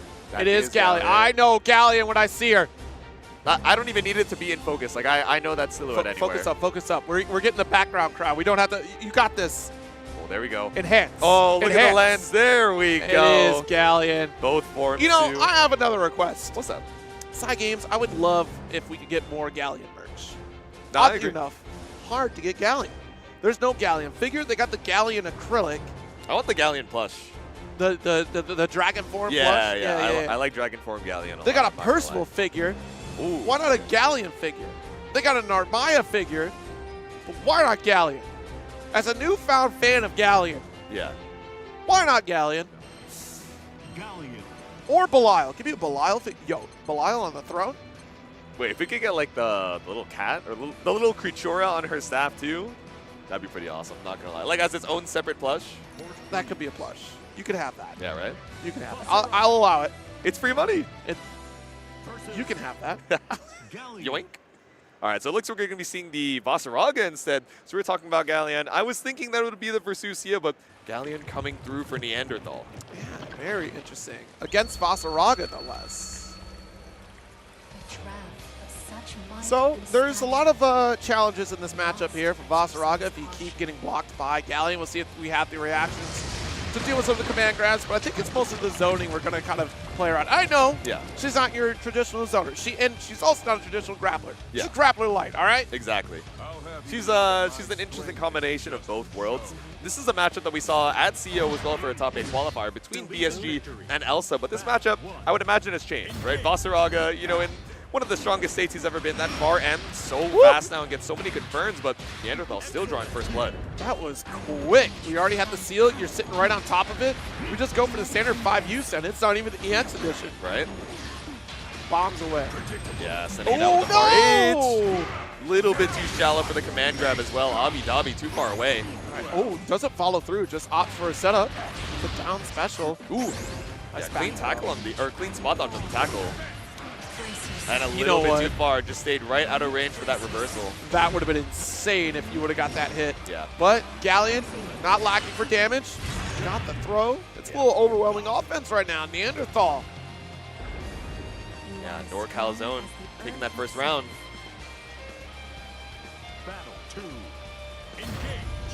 We'll see if Dhabi has some answer. And as I said at the top, like, it's an interesting matchup because you're denying some of this positioning. Quick change here, going for down special to make sure that we have the bomb ready and set up on top of Dhabi, not losing it on the full side of the screen. Yeah. Oh, but this rock is so far away, you're not going to get any chance to reapply until we BC out. Now we're just holding on to the down back.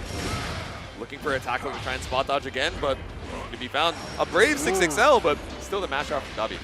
2M, drops the rock and the heavy.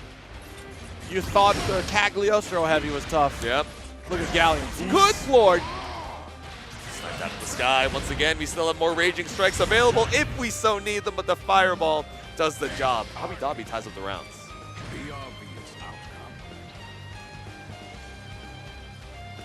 Tying it all up here, and again, you know, great spatial control coming from Neanderthal, but now the Instinction denying that starter. Shoulder check, but still going to get punished. Yeah, too close to that spacing. Immediate throw punish here from Neanderthal. Not a back throw, though, so still has our back up against the wall. I'm kind of shocked that we went for the down special again from Neanderthal. That Yeah. could have just been 5 units, some of the rock, and bring Dhabi back down to the earth. Yeah, exactly. All right, the threat of the rock, hopefully what's going to be able to make us get our way through. Ooh. The jump back, I wonder if we were looking for the ultimate command grab from Dhabi. Great round. Loops. Let's hit the dash H, set up with another rock here, plus frames. Yep. Nice. Keep you thinking about the command grabs. Too far, too far. I thought that would have reached. It's a little wonky at that spacing. Yeah. You already got the ground bounce at a pretty maximum range that was brought on by that gauntlet too. All right, so we do get the ult Instinction. That is a game for Dhabi. A small blunder coming from Neanderthal. And yeah, go right back into it. I wouldn't sweat that necessarily. Like Yeah. it is tricky spacing, but it wasn't a loss of you like just not having an answer. You just made a slight miscalculation. Exactly. But one that really snowballed things into Abidabi's favor. So gotta clear the mental here. We have the level 2 rock available. All right, there it is. Another down special setup. Great spot dodge. Very tricky timing on that, but that is often the answer against Galleon. Yeah, that's a quick rock. You got to be ready for it. Takes a lot of the mental stack as well, sending it with the ultimate tackle, but nothing found off the 5U. Tossed. Scoop. Yeah, slow down the startup. Interesting off of 5U. Oh, ended up dropping the combo, but we call it a reset opportunity. The close cell finds another hit for Abidabi now on set point. Abidabi trying to deny Neanderthal this victory. Yep. And again, just once you have Soul Forge installed, which is often what we're kind of looking for, we go for that backdash and the Soul Forge. It's very difficult for Galleon to try to keep Vasaraga under control. Yeah. You just don't want to let him get that 5U because, you know, stopping that gameplay loop once it started is the most difficult, right? Now he has extra stacks on it as well to get multiple armored moves, but armor is no factor when we have the command grab poked out with the counter hit 2M. Very good here. Dash H to extend a little further. Aerial command grab. Yep. Ooh, 2H. Alright, some of the rocks, but using a lot of tempo and a lot of space here. Do we want to spend another Brave counter for Neanderthal, especially when you have such a big health lead, which makes it more volatile. Good block. 5H with the knockdown. Ooh. If it was EX, yeah, you would have gotten that. The L version just a little bit too shallow. Swinging through with the double far M's. Threaten the stance, but no low to be seen from Abidabi. And this is a threat. The trap all the way on the far side of the screen. Finally able to get a down special. Yeah. But nothing found off the rock. No, nothing applied this time. All right. Excellent position right now for Neanderthal, actually. Yeah. Yes. Down S. We lost a lot of health escaping the corner, but perfect positioning, I say. Didn't believe in the Raging Strike confirm off the far M a little bit too late. Now Neanderthal with the roundup. Huge call out here to follow through and commit to that Raging Strike. Yeah. 16 seconds left on the clock. As we go into this battle 3. Ooh, interesting. I thought for sure that Abi was going to opt for another backdash setup. Yeah. We've seen that so consistently now. Yeah, just backdash into the 5U, start that Soul Forge loop early, but you really find that counter hit in the corner. It's looking rough for Neanderthal. It's not going to be the kill, but especially with all the meter that we have, next hit should absolutely be lethal. Doesn't have Soul Forge yet.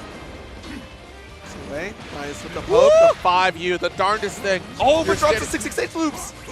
It's hard. It is actually kind of hard. It's a tricky link, but you needed extra damage, right? Because Moss just has so much to work with. Off of the whiff super, the double stomp, and the spot dodge back throw. Neanderthal still alive, but scooped out of the winner's side. That's Abidabi moving on. That's the unfortunate thing about Galleon Super is just on the flash, you have that opportunity to react. There's little to no reason unless if you just didn't know that you will get caught by that. And unfortunately, we don't see a lot of the orb setup, right? Like, that would be really cool to see. It's not as potent as, say, Fairy's orb setup off hard knockdown, but still very consistent in forcing a block stun, enforcing a linear progression across the screen. But yeah, that matchup here, Neanderthal unfortunately falling to Vasaraga, and I think it was just really Abidabi kind of getting comfortable throughout the set of this is what I need to react to, not really getting caught by command grabs throughout the set, just dealing with plus frames for the most fact. Yeah, it was a couple of these tiny playing at the right spacing for Galleon's buttons, right? But at, you know, a spacing that's just a little bit too far for super confirms, a little bit too far for the command grab that we're trying to threaten off of, you know, close cell stagger pressure as well. So, you know, Galleon being this best of both worlds can end up being tricky when you're actually piloting her because you're like, oh, I want to be as close as possible to threaten some of these command throws, but I also want to be at perfect far M and far H range. So, you know, managing going back and forth between those can be so tough. And the last note that I'll give out of it, like you hit the nail on the head with that dash H, like you need it for their combo extensions for the bigger damage, but that window is very tight and very difficult to make sure you get the guarantee hit. So in a high pressure moment, that might not be the go-to because it's so inconsistent sometimes, but you need it. That is a requirement of your arsenal. But that being said, we're going to take one more break before we get on to our next matches. Don't go away. More Granblue Fantasy versus Rising right after this. New Chipotle Honey Chicken brings a hint of pure honey and seared smoked peppers with fresh chicken hot off the grill. for Chipotle heat with a touch of sweet in a perfectly balanced sauce. Chipotle Honey Chicken takes heat and sweet to a whole new level.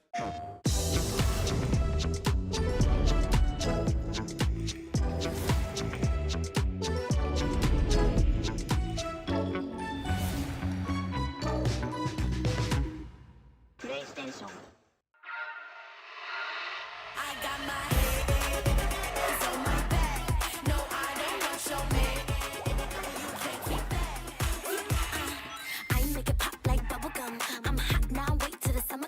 Shake some.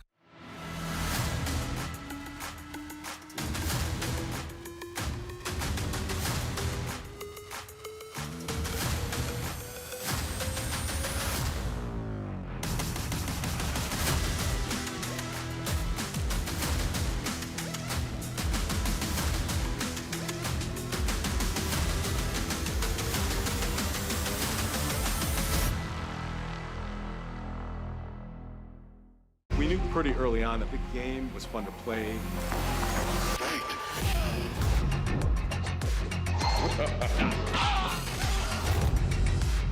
It became something that added to the mystique of Mortal Kombat.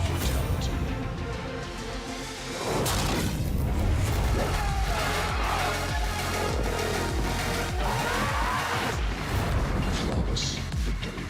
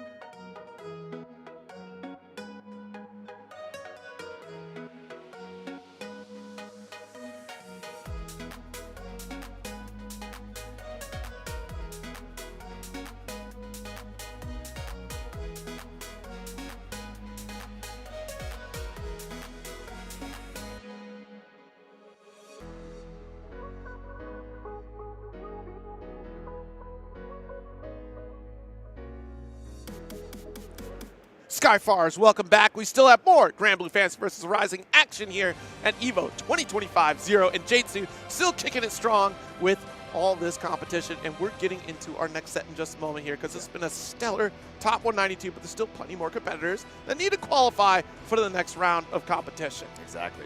Trying to stay alive for this top 48, whether it's in the winners or the losers side. And as we get later and later on, I assume we're going to be moving into some of these losers side qualifiers. So Kane versus Niantic looks like it's going to be our next set. So if I'm not mistaken, Kane, a Lord of Flames coming in from the Midwest, so we should be seeing some Percival.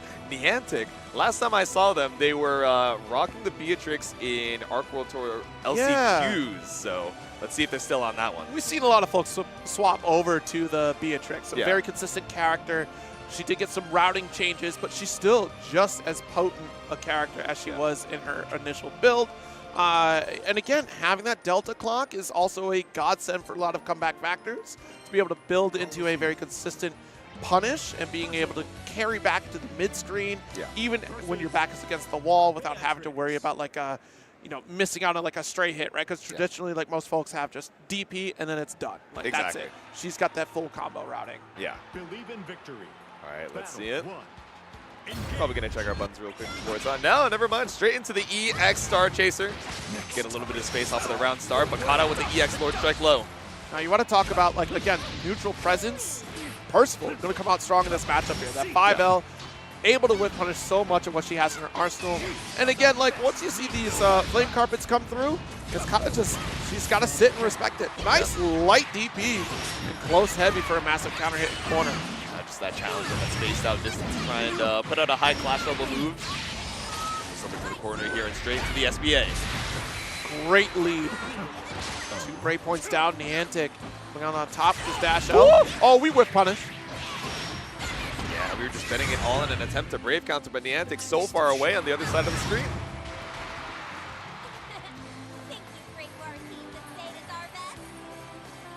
All right, going into this round 2. Great way to kick things off in an aggressive fashion for Niantic. Thunderbirds still stay safe. Block the overhead. All right, MVP. Niantic once again pushing Kane over to the corner. The L riding free, but stopped in your tracks with the far L, like you mentioned. Does block that over, or Lord Strike rather. Yeah. DP, the ultimate. Bring it back down. Charged up, ready to rock.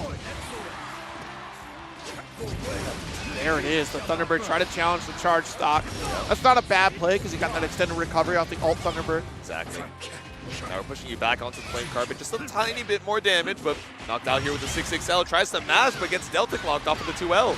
Oh, so close. We tried to get it with the 2U. The idea was there, but it was too far away. Yeah. That would have been a pickup into the SSBA. Exactly. Oh, they could have really swapped up the rounds as well, but just a tiny bit too far away from the corner. You can see the nerves on both sides, though, as we head into round number 3.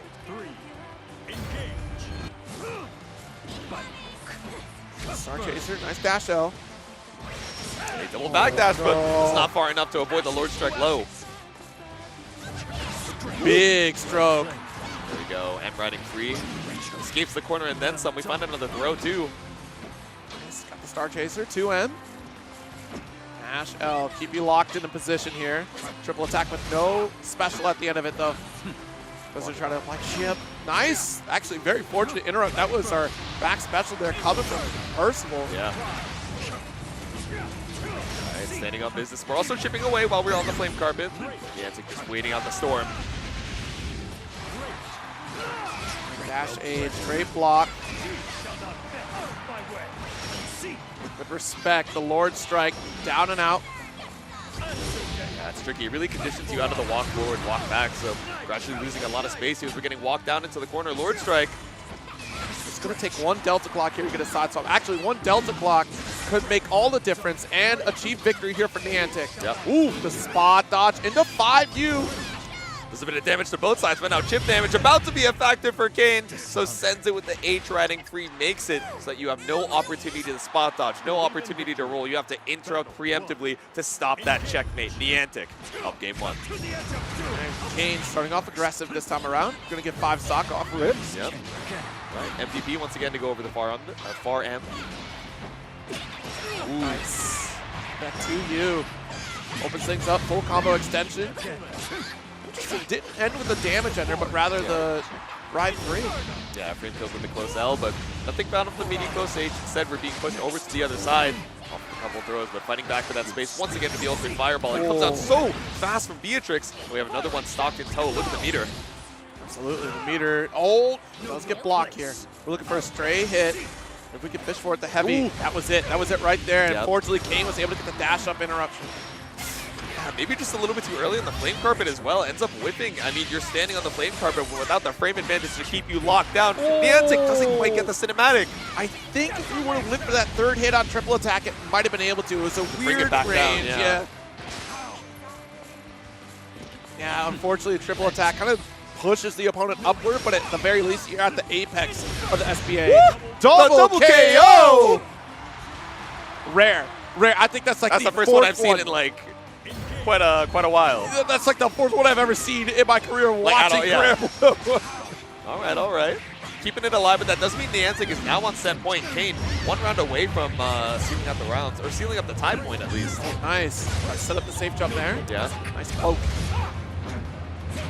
Dash. Oh my god. Ooh, plenty of meter here. Do we spend it? No, just goes. Okay, I see. We go for the damage routing here because we're going to refund in just a moment. Should be able to get SBA, and certainly will. But fireball to you, Link. No, just straight into the SBA for the kill. It does. It does get that kill. My goodness, Niantic, fortunate double KO situation to get ourselves in that game-winning position. And I think everything went all Niantic's way for that final round. That was absolutely intense. Yeah, exactly. And we got the style on the cloak as well. I wanted to call that out at the top of the set, but they went straight into the action. But I mean, Moving on, one more round. I can't tell if those are the winners of the Is that cloak or a poncho? I feel like that's a poncho. It might be a poncho. I'm not gonna lie. Either way, keeping the heat away. Yeah, Gotta stay cool, but also protected against the sun over here in the bright, sunny spaces of Las Vegas. Yes, indeed. The bright, sunny spaces, the heat. You gotta beat it, and we do succeed in beating the heat coming from Percival. That's for sure.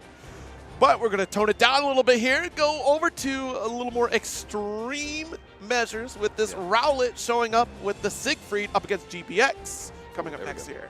So this should be, I'm assuming, a loser side qualifier for top 48. Rowlet got sent down a little bit earlier, but now still fighting to, you know, bring some honor to Silas's name. But GBX going to be running up in Rowlet's way. So GBX, I don't think I've gotten to see. Of course, Rowlet is going to be pulling up with the Siegfried. Yeah, GBX I've not seen all weekend. I've seen GBX compete in online brackets for sure. It eludes me what character this person plays, though. I forget. Yeah, we'll see in just a second as they're plugging on in. See, I tried to control it. I tried. I tried. He tried to hold it in. I was trying so hard, The Jack. demon in his left arm I told was just him, like, cough, no, cough please, right now. you got this. Nope, could not do You it. can do it. I'm not strong enough, man. Apologies I can't for the pregnant pause. It was me trying not to drown myself is what was happening. Good God. I gave you nothing to work with. I was like, yeah, Zero? Was it? Please change Yeah? to continue, What else? please. Nope. What else, This is bro? it. It's over. It's over. Yeah, I'm kind of Oh, liking man. the drip on GBX, though. You I guys are going to know. see that in just a second. I like the cap. We got the, is this a cape? No, I'm assuming that's a flag. That we'll see in a little bit, right? Versus what? Versus. It's not versus fighting. No, certainly not. Oh, yeah, show the crowd. What do we got? What do we got? Okay, Ooh, that's. there we go, a little regional pride. That's oh man, I don't know the I'm flag. not gonna get. I'm sorry, guys. I'm really bad with flags. Flags are my crux. Like I know. Oh, it's Argentina! Yes. Huge. All right, there we go. Show a little bit of love. Yes, South American representation finally stepping up to the arena. Huge. We were talking about it a little bit earlier in the top of the stream, how already we've gotten so much variety as far as regions goes, making it into this top 192. So let's see how varied we can make it in that top 48 as well. I'm telling y'all, South America is a force to be reckoned with. Yeah. Across every fighting game. Yeah. Y'all need to put some respect on that region. Almost dropped the controller. He's like, wait, where do I put the flag? Hold on now. In fact, cover the camera with the flag. It's fine. Yeah, exactly. We don't need the player cam anymore. Just show a little bit of regional pride in your chill. Don't actually do that. But oh, we're taking off the sunglasses too. He's like, I actually can't see the monitor. You know what? As a former sunglasses wearer while playing, mine had lights on it though. So mine was like European. Does that make it better or worse? It was, interesting. You don't see the lights. It was curious. But you know what? It was possible.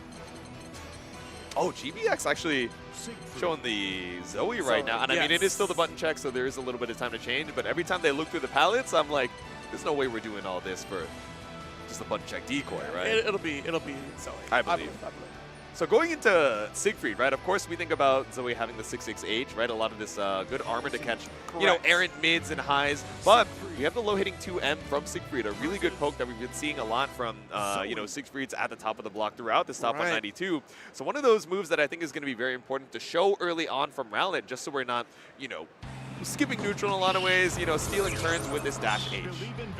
Yeah, dash H is certainly going to be a threat there. And again, just being able to control spacing with this dragon.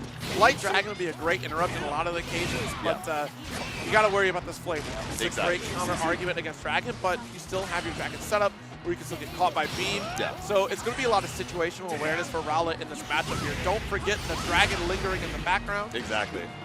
But yeah, like get caught by some of these sandwich setups as well. The lightning, you know, hard knockdown setups, not quite the threat that they used to be. Right. But still one more thing to watch out for. He said, stop comboing me, stop. I'm going back to characters like, please. It's fine, you don't have to do this. I believe is going beyond a button check. You have your BNB dog. You got it. You got to hard stop the B&B practice. Yep. Once it goes beyond the button check, you got to stop your opponent from doing that. Whoa! Exactly. Don't you practice. I want you to drop Hold on this. now. Yeah. As cold as is, you know, reasonably allowable. But GBX doing it for Argentina. Rowlet doing it for Silas. Down here in the loser's side, stay alive in top 48.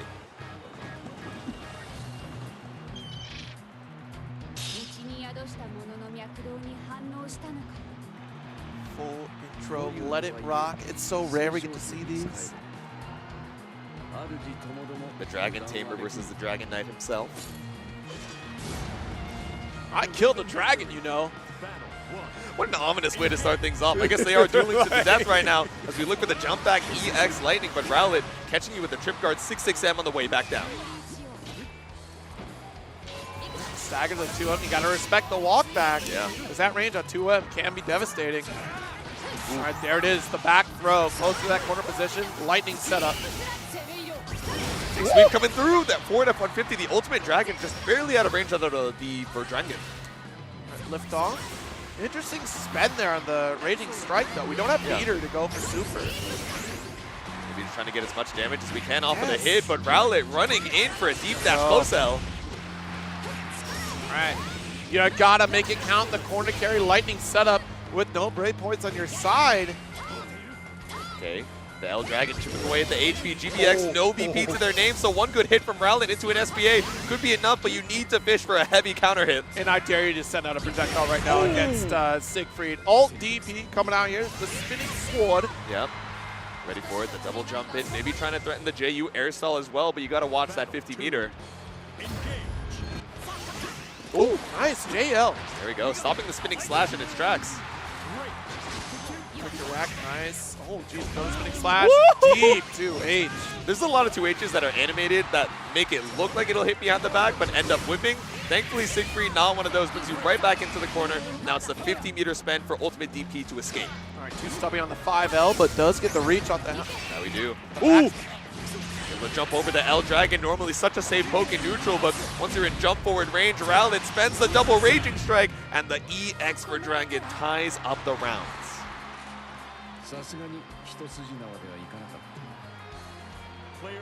The slight smile after I've broken every single one of your bones. Yeah, exactly. Raging Strike. The heavy bonk. He's got a smirk on his face. Oh, but 2M EX working. BC away. Dash L to keep chasing. Very good. Oh! Yeah, a little bit too far for the MDP, so actually going to combat the invul. Very unfortunate that the heavy beam does not catch the jumping from Rowlet, and you're down and out on Dragon for quite some time. Great position for Rowlet to spend the super and establish an even more dominant lead in this round. Yeah, we saw the jump back. I wonder if we were looking for up back EX Lightning from GBX to stop the approach, but just stopped at the firewall before you can even start. Whoa. There we go. Run up throw bait catches out the Brave counter attempt as well, so that's game 1 to Rowlet. Right back into it here. Let's start off as a very strong round for GBX. Definitely went in Rowlet's favor. She started locking in with some of these anti-airs, calling out interrupts on the spinning slash. Now we focus up, jump over the L Dragon. Sends it with the far H though, finds a hit. All right, nice neutral jump. But that gives up ground, right? You're not making forward approach. Clearly see that GBX willing to take those opportunities to gain back the ground they've lost. Ooh. Again, I like the idea of these air-to-airs, but there we go. Gonna be caught up by the EX Lightning. It's awkward straight hits from both of these two in the mid-screen. Working just to get further to the corner. See, and again, those far lows, right? The 2L, 2M, both able to come up strong, but Rowlet gonna finish another. No! Yes! No! Okay, no pickup off of the EX Lightning. That was an awkward scramble situation if I've ever seen one. I imagine, I don't know how we misinput 5U instead of a third Raging Strike, but sometimes the nerves just get you. You know, maybe it was just autopiloting for the usual combo. I had to listen, even the whoopsies off the JU that we saw from Rowlet, it was off screen, but Chad, I wish we had player cans because Rowlet's expression for that one. It was a big shrug. It was like, uh-oh. I might be in danger. Yeah. But now GBX in the danger of their tournament life right now. It's set point Rowlet. No anti-air with the spinning slash, content to hold down back. Nice R2L. This is the 5H though, really trying to hold the position. JU to interrupt time and time again off of these anti-air attempts coming from GBX. Exactly. The Sword of Damocles bringing you up just a little bit higher in the sky to avoid that spinning slash is so smart, but finally the throw bait off of the ultimate Lightning works out huge for GBX. Right, kept it short, the high this time around. Will get meter. Dust loop combo. Oh, but the drop on the Lightning is so huge. Would have been the kill because we might have built up the 100 for SPA as well. It's literally there. We needed that final hit. Okay, the block, respecting the frames. Well, ladies and gentlemen, Rowlet with the reversal super. Sending with the home run swing, but even the memory of the boys back home isn't enough to mash out 2L and the deep run in. Thought that you would try and catch out a fuzzy mash. Instead, the immediate 2L catches you out. Nothing but 5s from Rowlet right now. Trying to get, we do get the dash in. Yeah, we do. All right, Orchid locked down with the Flame Wall once again. Orchid. Run him 2H. They're trying to be preemptive about catching the jump, but instead command grab this time keeps GBX in the corner. Oh my god, Rowlet! Having too much fun. You're playing with your food. The ultimate firewall up against the wall gets you the wall bounce. Pick up with 2M. Nice spinning slash here. The ult addition to get out of this corner. BC Rowlet is in control right now in terms of life lead. Ooh, tried to roll through thinking it was the L Dragon, but instead gets caught up by the sweeping beam. Do we got the finish? Ooh, oh, very nice GBX. Dust loop action, still able to spot dodge the single lightning though. What did we catch? Maybe thought we'd commit with the 5U. Instead, got the spot dodge, SSBA. Go. Should be the kill for GBX with the dragon in tow, tying things up 1-1. These games are going toe-to-toe in our final stream match. So reason number 75 why Nicholas needs to be in Granblue Fantasy vs. Rising. Zoe is here. Simply Zoe. It's true. If we get her, we get Nicholas, but maybe in Season 3, but Game 3 now. Starting it off with the 6-6M again, sending out the L Dragon. Rowlet looking for a lot of these preemptive jump ins to go over what seems like a safe fireball in neutral.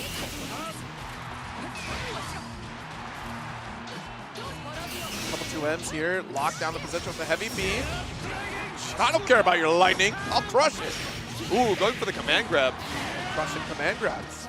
Nice. Spot dodge in the flame wall. Good spot dodge in the approach from Rowlet even. Uh-oh. Oh no! Uh-oh. Feeling a little bit of the panic. We saw that guard button just holding on strong to catch something out from GBX, but catches you with the scramble. Now it's a really good situation for GBX. Trying to put the 2L out there, and things are starting to fall apart for Rowlet. Yeah. It took one little blunder there, a moment of hesitation maybe. EDP gives you a moment to breathe now. Full charge on the H for Dragon, so that's a good point to BC, but now you're at 0 points as far as bravery goes. GBX, one touch apiece. Ooh, okay, good roll. Watch the Dragon. That was scary. That was a deep dash into the 6-6M. A pixel further, we might have been punishable. Ooh, but the anti-air spinning slash doesn't pick up on the late hits, but it gives you enough time to pick up on the ground and confirm. I think we've done one too many attempts to try to go for that JU right there. We are too ready on the side of GBX to challenge. Right, now it's set point. GBX caught you with the counter hit 6XL. Slow things down. DP. Again, clean spot dodge on the lightning, spot dodge on the 6-6H. Block. Jumping away though. Nice spot dodge again. Dash M, the farthest reach we could. Doesn't have to commit to any long distance dash. Alt DP gets blocked. Big forward carry opportunity here for GBX, who spends yet again on Raging Strike. It's been really fascinating to see the opportunities we spent it without any sort of super to back it up. We're not going to need it though. Full conversion with the Raging Chain, and that means GBX will be your victor in this match. 2-1 over Rowlet. There we go. Should be moving on to that loser side. Top 48. Oh, what a close set to end Rowlet's run here, but doing it for Argentina, the team on his back. Of course, GBX moving on to that next round. Absolutely, GBX representing that Zoe, and what was fascinating, you mentioned at the top, it's just like Dash H being a factor in this matchup. I think we got to see one. Yeah, exactly. I think going into it probably prepared thinking, okay, I'm going to be seeing Rowlet down in this loser's finals. Rowlet with his Siegfried has a really strong low poke into M. So 6-6H, you know, risking myself getting counter hit 2M started just because I'm trying to armor my way through, it's not even worth it. Let me show a lot more of these L Dragons rotated with the sweeping beam to try and play this, oh, how are you going to jump over? What's the anti-air kind of game? And then lean into spinning slash when we were feeling so comfortable taking to the skies and just entirely forego that 6-6H like you're saying. Yeah, and honestly, the fact that we did get as many JUs coming from Rowlet to interrupt the spinning slashes was huge, but the fact that GBX did not abandon spinning slash at all throughout the set is kind of key, right? Because you're still not denying yourself a tool to counter against Siegfried. You're using it as a reversal, you're using it as anti-air, as intended, and still catching Rowlet on some of these jump-ins, though. Despite her excellent navigation throughout that set, I mean, it really could have gone either way, but I think it really started to slip out of Rowlet's control. We had, again, that one blunder where we were caught kind of staring into the headlights a little bit. It just, I don't know what to do next, or maybe just finger slip on the leverless and just ended up not being able to make the correct decision in the next interactions thereafter. Either way, GBX advancing onward, and still we're advancing onward in this bracket here at EVO 2025. It does it for us for a little bit. We'll be moving over to Lennox and Vero for our next block, but Jitsu, it's been fun. Let's go get some lunch, huh? Yeah, let's go get some food. We'll see you guys in a little bit. Don't go anywhere. More Granblue action when we're back. I would like a bowl. Triple wrap. Mild, medium, hot. Then dip it in here. Sour cream inside the vinaigrette. 2 tortillas. If you know, you know. Lettuce, cheese, waffle. Yes. Oh, that is good. Well, Vaya is laughing right now. Look at Vaya laughing right now. Oh, he's doing a dance. What is he doing? Man, he's just too ready, you know. Not today, man. Oh my God!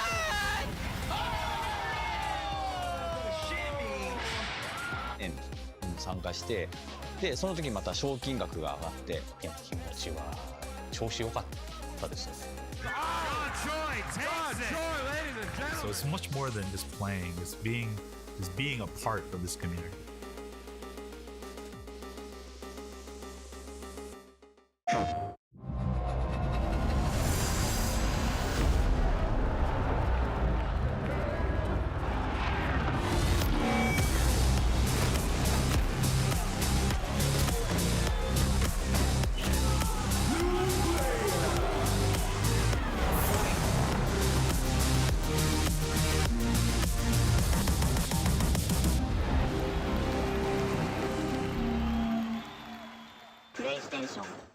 Alright, Jay, you ready for this block? You already know. I feel like we've been killing it lately, and everyone's been loving it, but we gotta let the people know where we're gonna be at. Let's just do the meme real fast. You know, my heart meme, get the engagements and everything like that. Yipes! So, you understand me. It's not about the engagement. I'm just always thirsty for a drink, especially for this White Claw Zero Proof. Yeah, but that was corny as hell. But I'll drink to that. Cheers! Cheers! Yeah, I'm thirsty.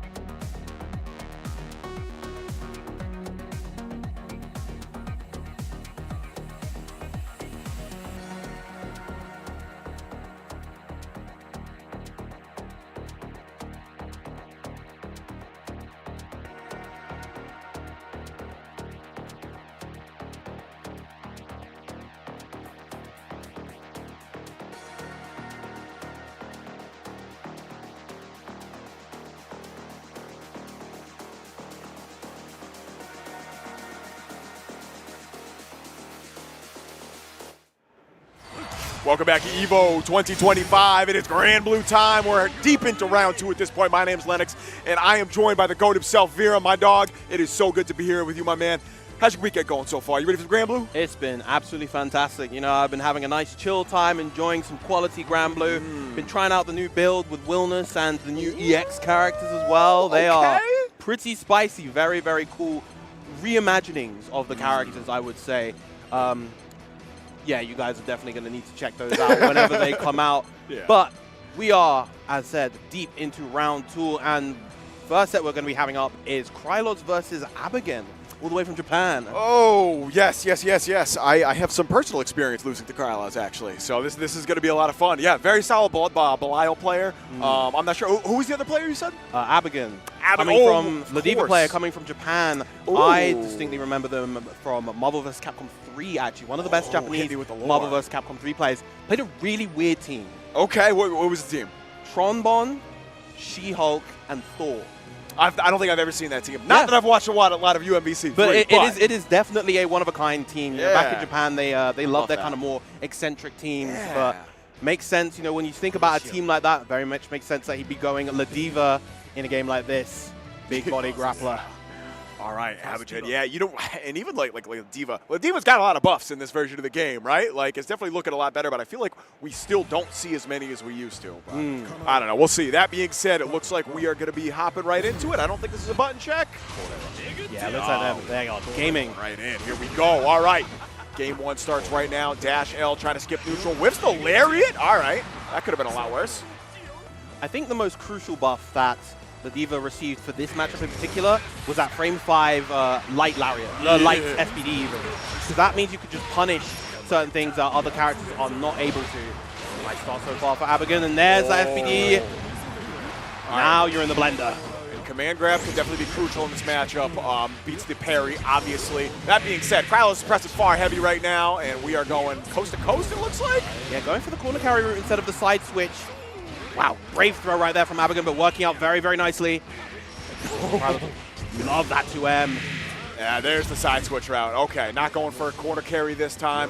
Life lead, slight advantage toward Abigan, but that's going to do it right there. SBA should be more than enough to kill, and there it is. Abigan going to take that first round here against Kryloss. Yeah, you normally have to be very careful against Ladiva. Characters like Ladiva and Bubs who have those command grab SBAs, because a lot of your normal safe pressure actually doesn't work against those. Yeah, characters that rely on safe jumps hate this matchup for sure. Oh, Dash L. All right, little frame trap. Side game sponsored, and that was an awkward interaction, but we are going to take that. Both players kind of taking a sigh of relief right there. Gets caught in the third headbutt, and this is where the party starts, Viram. Yep. Takes the mask off as well. That does power up the next SPD. That's a good DP from Kryloss to relieve the pressure. Nice U headbutt coming out from Abigan. And that's the punish. Ducking the Lariat right here. Kryloss should be able to move it to the corner here. Ooh, all right. Carry route again. Go a little meter. And just spending that BC. Yeah, not trying to deal with that Belial pressure. And I like that one to maintain the positioning. Good spot dodge on the fireball as well. Against his fireballs, it's also worth rolling them, because regardless of the cancel, if you're right in front of Belial, you can always get a throw punish there after you roll an H fireball. No diamonds left on Kryloss' side, but it is not going to matter. Here we go, spending the 50 right at the end. Kryloss tying the setup. 1 round apiece here. Yeah, it's very difficult to find your opportunities to challenge Belial's offense. It's gotten a little bit easier. There are more holes than there used to be, but even then, you know, the good Belials are so good at layering their offense to make it tricky. He's definitely still a solid character, not to be trifled with. Absolutely. There's the DP, busted right out of that Ladiva pressure. Kind of crucial in this matchup, but finally punishing the 2U. Here we go. Oh, just barely missed to confirm the far heavy, but Goetia is paying dividends once again. Wall bounce off Asmodeus, and there's the cash out. Okay, this is what we want. I like cashing out the SBA right there. Just drain that BP, get that advantage. Yeah, draining the BP especially is so huge. And you woke up with the buttons? Oh my god, Abigan has no fear right here. I kind of love that right now. Of course, we see the incredible corner carry coming out from Ladiva. Oh, that's a huge close heavy right there. This is going to do so much. Don't think he builds the meter to 100 with this, but... It's going to be close, though. Oh, no, he does. He got it. Yo! Link into the SBA. I think this is enough to get the kill. I think you're right. I think this is it. Oh, no, just barely. shy. But the overhead, the 6-6M. Sometimes you're just not ready for it. And that all came from that one mash that Abigan was so willing to do early on. Stuck in the corner. That turns the whole round, absolutely. But the reason why I think that was good was because Kryloss at that point didn't have his cooldown. So he couldn't actually pressure too heavily, couldn't get too much damage off the next hit. So Abigan noticed that and I think went for the hard call out with the mash. Slightly less risky. Okay, I see what you're saying. Here's utilizing that super armor off the ultimate headbutt. Run up SPT. Oh yeah, that's the mix right there. You have to guess on whether or not she's going to go for like an SPD or commit to a button, and Abigan chose neither. I like the whiff on the 6XL right there. Kind of tricks your opponent into thinking it's oh man, this is so much worse. Another baited DP, and Abigan should be able to get the round off this. Cash out with super. Yes, sir.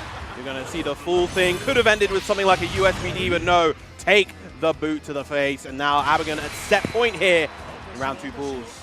Sometimes you just got to make your opponent watch that animation, you know what I'm saying? Like, you got to do that mental damage. Here we go. All right, Kryloss holding on for, is this winner side right here? I think this is winner side still. I believe so. So Kryloss holding on to that winner side life right now. Able to maintain a little bit of the corner right here. Oh, whiffing far heavy and then getting back thrown anyway. Yeah, there's the BC RPS, of course, going for the DP right afterwards. Oh, go to the 5U! Old man Kryloss getting snatched up. That's crazy. Yeah, Unk missed the Unk check right there. That's crazy. No, not again. The face it. Oh, and of course, if you don't know, because you don't see that often, the Diva's regular throw doesn't cause a knockdown. It actually restands you. And if you're not ready for that, you can get caught by all kinds of tricky stuff. And that's exactly what happened right there. Abigan going to take it 2-0 to advance forward here to the winners semis of this pool. I think getting hit by that 5U on Wake Up there was all the data that Abigan needed. Like, as soon as that hit, he was like, oh, okay, I'm going to hit you with the funny stuff. Watch this. And that's what you got to do to close out the round sometimes. Same thing in game 1. I mean, that's the only time you really see Dash M, right? Yeah. Close out the round in exactly that situation. Like, just kind of clinical diva play from Abigan right there. I'm very much looking forward to seeing them later. Yeah, that's such a good way to approach the first of 2 format, especially. You know, you're bringing out your tricks in that final game when there's no real time for the opponent to adapt. Start off relatively measured, you know, scout out your opponent, the kind of gameplay that they want to introduce, and then go from there. And that's exactly what we saw from Abigan. That's why 1st to 1 is my preferred format, so I can bring out that sauce first, you know what I'm saying? Next up, we are going to have 2 players that I know y'all have seen before. It is going to be Bpaw versus Semi. Both of these players, I believe, both made a pretty decent run at CEO most recently back in June or July or whenever that happened. I don't know. Time is but a flat circle, and I simply cannot keep track of it. But yeah, Bpaw, I think Bpaw made top 8. And I want to say Semi did too. I think Semi snuck in there on losers too. If it wasn't top 8, it was top 16 minimum though. But like, bro had a good run for sure. For sure. Yeah, and Bpaw obviously very well known for the ferry gameplay, one of the best ferries in North America. I'm a huge fan of that Snorlax shirt, by the way. Oh, that is so fun. Yeah, can we get the camera on Semi's hoodie right there? That is crisp. I didn't even see that was Snorlax at first. That looks like something your grandma bought you for Christmas. You know what I'm saying? But no, that's Snorlax right there. I love that. Yeah. He's so cozy, though. He's got the little smile on too. It looks like he's waving at you, he's bro. Living his best life. Goodness, that looks fuzzy as hell. Yo, bro, you must be warm in that thing. Oh, man. All right. Well, shout out to Semi for repping. All right. Bpaw obviously repping the Paragon gear. Recently sponsored by Paragon. Paragon FGC has a few players out here making waves. Obviously, Zane, one of the big hitters that we'll be seeing. And this reeks of a button check right here. Y'all can't see it, but both of these casts just picked the mouse girl. It is Vakala time. We are button checking for sure. Yeah, for the amount of times I've seen Semi, I really should know who they play. You know what I'm saying? But I am totally drawing a blank right now. As am I, unfortunately. I'm gonna see this. All right, so we are in. Man, we are deep into it. We got some killers left. Aaron DeMac is ready in this pool too. Gamera, Alesian. Okay, so this is this one with Dave. Monarch still alive, obviously. Monarch sending our boy J2 to losers. Everybody salute. Should see him a little bit later, I'm assuming, on screen. And it looks like it's, oh, that's right, Zoe, that's right. That's why I always get hyped for Semi, because we get some more Zoe. Okay. Yeah, we had Zoe not too long ago. GBX from South America just played against Rowlet and managed to take that set 2-0, 2-1, excuse me. But taking the homie Rowlet out, you hate to see it, Yeah. but she definitely had a good run. Like, no disrespect, you know? All right. Oh, yo, what song we thinking? All right. Oh, no, I missed it. Song of your boy. All right. All right. Oh, we got the Lance theme out. We got the Lance theme. Okay. Okay. Oh man, that's great. You know the funny part is I couldn't even tell you what that sounds like. I play this game with no sound most of the time. Pretty good. But I think you can say it's pretty good about most of the tracks in this game at the very least. Yes, I would have to agree with you on that. And we're hopping right into it. It is going to be Fairy versus Zoe. Two like definitely unique characters that you don't really see a whole ton in this version of the game. So definitely glad we're getting that variety. Bpaw just poke with that far medium, that real good stuff. Far heavy, I always forget what that button is. Yeah, and we're already seeing like that usage of the 623L from Semi. And there it is. An option to get over the whip, but people already adapting with the DP. And of course the U gets penched as well. Zoe, a character, as you mentioned, pretty underrepresented, but also just a character that a lot of people have kind of lost faith in. Which is crazy, because like when you see some of these higher level players, she still looks quite good. Ah, there's the fuzzy. Yeah, that's the stuff right there. Once you see GG out at that range, you gotta guess. That is straight up a guess. Yep.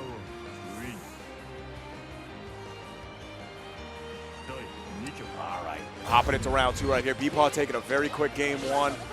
Yeah, there it is. It's playing a clinical zoning game, trying to force Fairy or Zoe back into GG here, and very happy to use that projectile invuln whip to get through any dragon sets that Semi's attempting. Lovely timing on the 63L right there, the aerial spinning slash. Use it to get in again. That's such a block right there. And the side switch from the light gets pent. Going to be meted by the U spinning slash, aerial spinning slash. Yeah, clinical zoning game right here, dog. Like this isn't. Bpaw doesn't really need the big hits. Very happy to kill you with the paper cuts. Yeah.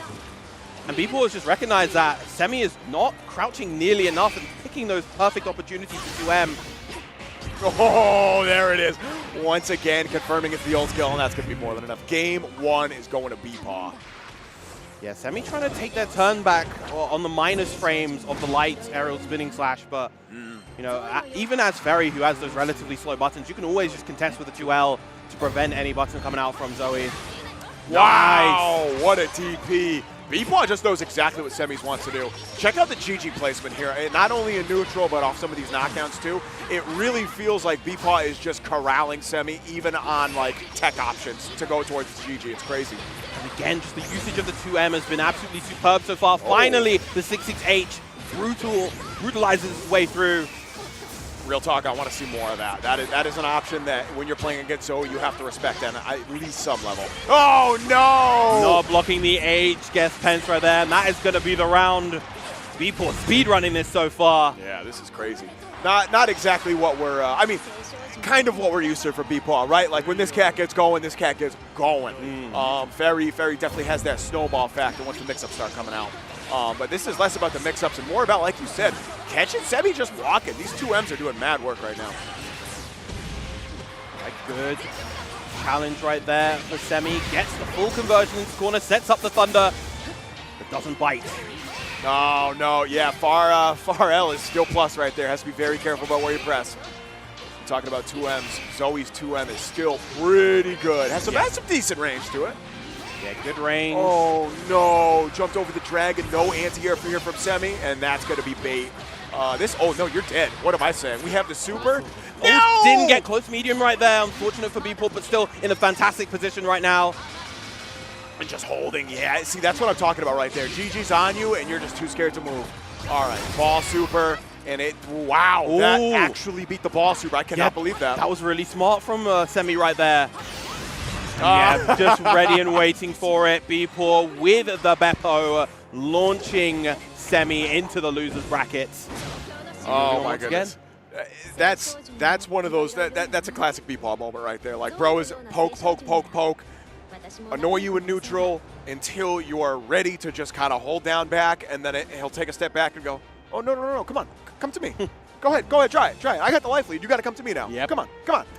It's such a hard play style to deal with, especially if you don't have a lot of those good get-in tools, or, like we saw, if Bpaw was ready for those ult skills. Like, it's so oppressive. We'll definitely be seeing Bpaw later. I have no doubt about it. Yeah, I'm sure Bpaw wants to try to make the push to top 8 this year. Definitely a player capable of doing so if locked in and properly loaded, especially with this version of Ferry. Ferry is definitely a character on a lot of people's radars right now, just especially after like Evo Japan, Kasasagi getting that huge win, very dominant win at Evo Japan. I think Ferry is being seen in a lot of top 5, top 10 territory for a lot of players. So yeah, it's definitely interesting to see, especially the loyalists, how they've been working the character and doing incredibly well with her. And Bpaw is nothing if not a character loyalist, at least in that respect right there. Like, bro has been putting in work for Ferry for years at this point. Next up, Vero. This is we got the king himself, the Blaze Blue champion. Monarch is coming in versus Proteius. This is a player I only pretty much see online, which I almost don't want to say that because that has a certain connotation to it that I do not want communicated right now, because Proteius is a very solid player. I am not trying to say this player is an onliner by any means. Wouldn't be here if they weren't a solid player. And that's exactly, like, we're well into round 2 at this point. You already made it out of pools, and this is ostensibly winners if we're seeing Monarch, right? So, like, had to beat some killers to get here. Indeed, indeed. Oh, yeah, you got the smile, like, yo, I see this guy play Blaze Blue, bro. He's pretty good. Yo, we got the stick, too? All right, what do you got? Show it off. Oh, and you got my boy? Oh, yo, Sin Kiske in the house. Okay, I like it. I like it. I'm a big Sin fan for back in Rev 2, so that's definitely that's close to home right there. Indeed, indeed. And, all right, obviously going to be Monarch here from Monarch. Wow, let's try that again. Obviously going to be Matera here for Monarch. Excuse me, Matera's not playing Monarch. Midwest's finest Matera Monarch. And it looks like we're going to see the Versusia here for Proteius, which doesn't surprise me. I've seen this cat play a few different kinds of characters, and the theme is he plays the good ones. You know what I'm saying? So this is definitely a character to do that. Being able to utilize the fact that this character does not really have a far light in the same sense that a lot of other characters do. You can confirm it's auto combo off max range off that thing. It is very versatile tool, and all her buttons are just utterly massive to begin with. So if you can actually lock down Matera, Proteius will have a chance here. But that is the test that most other players fail, is locking down Monarch's Matera. Indeed. And Versusia, a character who also this version of the game experienced some changes, mainly nerfs to that character. She was kind of a very easy, very strong character prior to this patch. And a lot of people have kind of fallen out of favor of the character, but a good handful of the strongest ones are still sticking with her. We see Proteius is here with the Versusia, as well as I believe Fukunaga is still on the character as well. And in this bracket too, so definitely another one to look out for. No button check from these two. Instead, we're going straight into it. And Monarch forcing Proteius to the corner already. All right. Punishable. Oh, just misses the punish. Oh, goodness. Monarch sometimes a little too patient. Doesn't typically come back to bite him, but this is one of the more patient players to play Blaze Blue for sure. There we go. Proteius taking a straight hit, happy to get back to neutral. And this is one of those weird matchups. Oh my goodness, I love the spot dodge. Good stuff. So ready right there, knowing that Proteius was out of zoning options right there to control the full screen, was still ready for the one other full screen option that he had available. A very fortunate trade for Monarch right there. We're going to see that a lot in this matchup. Both these players have some very good options to check each other's zoning attempts, like that right there, straight up. Monarch gonna have to start thinking about chip here, but gets the knockdown. All right, Butterfly is out. What do we got? You got to play it patient. And if there's any character that can make these sorts of comebacks with the right amount of space, it is Matera, but the far medium from Proteius gonna snuff that light out and allow Proteius the first round. Yeah, that's a button that Monarch is very familiar with, not only in this game, but Blaze Blue as well. Bro's basically got Ragnar's Jesus kick, you know what I'm saying? That 5B is still looking good. Oh, once again, smoked by the Lariat, and here we go, mix up. All right, just blocking the high. Little stagger pressure coming out. Monarch finally spends the BP. Okay, patient that time, wait for it. There's the punish, all right. Oh, and almost got the pick up of the butterfly that was off screen. That's why we saw the extension with the U arrow right there. Ooh. Yeah, just not allowing Proteius to press buttons right now, but locked down by the U Deadly Flare. There it is. All right. Matera has some really good anti-air buttons. You see Proteius doing a little bit of jumping right here, and that's why you don't want to do that too often. As soon as Monarch sees that that is an option, you are going to eat like, what do we got, 30% right here? Yeah, sit down. Yep, and stuck in the corner versus Matera pressure. She can play a very low commitment, oppressive pressure game in the corner, and you cannot roll through that low starry sky right there. Monarch now evening the rounds. That was crisp right there. Not only does Matera have that safe pressure in the corner too, you can wild out if you want to. Rush out Matera is a very real thing with the right resources, and Monarch is very good at switching that pace up when you're not ready for it. Punish again? No! Missed the timing. Oh, little strike throw action coming in clutch here. Proteius gonna try to get some staggers in, not able to bait out the Brave counter, and that's gonna let Monarch get the butterfly out. Good jump from Proteius.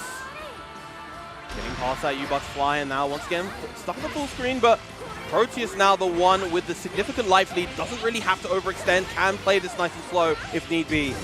And, oh, again! Okay, ready with the tech that time at least. Respect. Proteius starting to adjust. And yeah, you gotta make a play on that ultimate butterfly. One of the best ult skills in the game. You have to prove that you know how to play around that, or Monarch will just abuse it.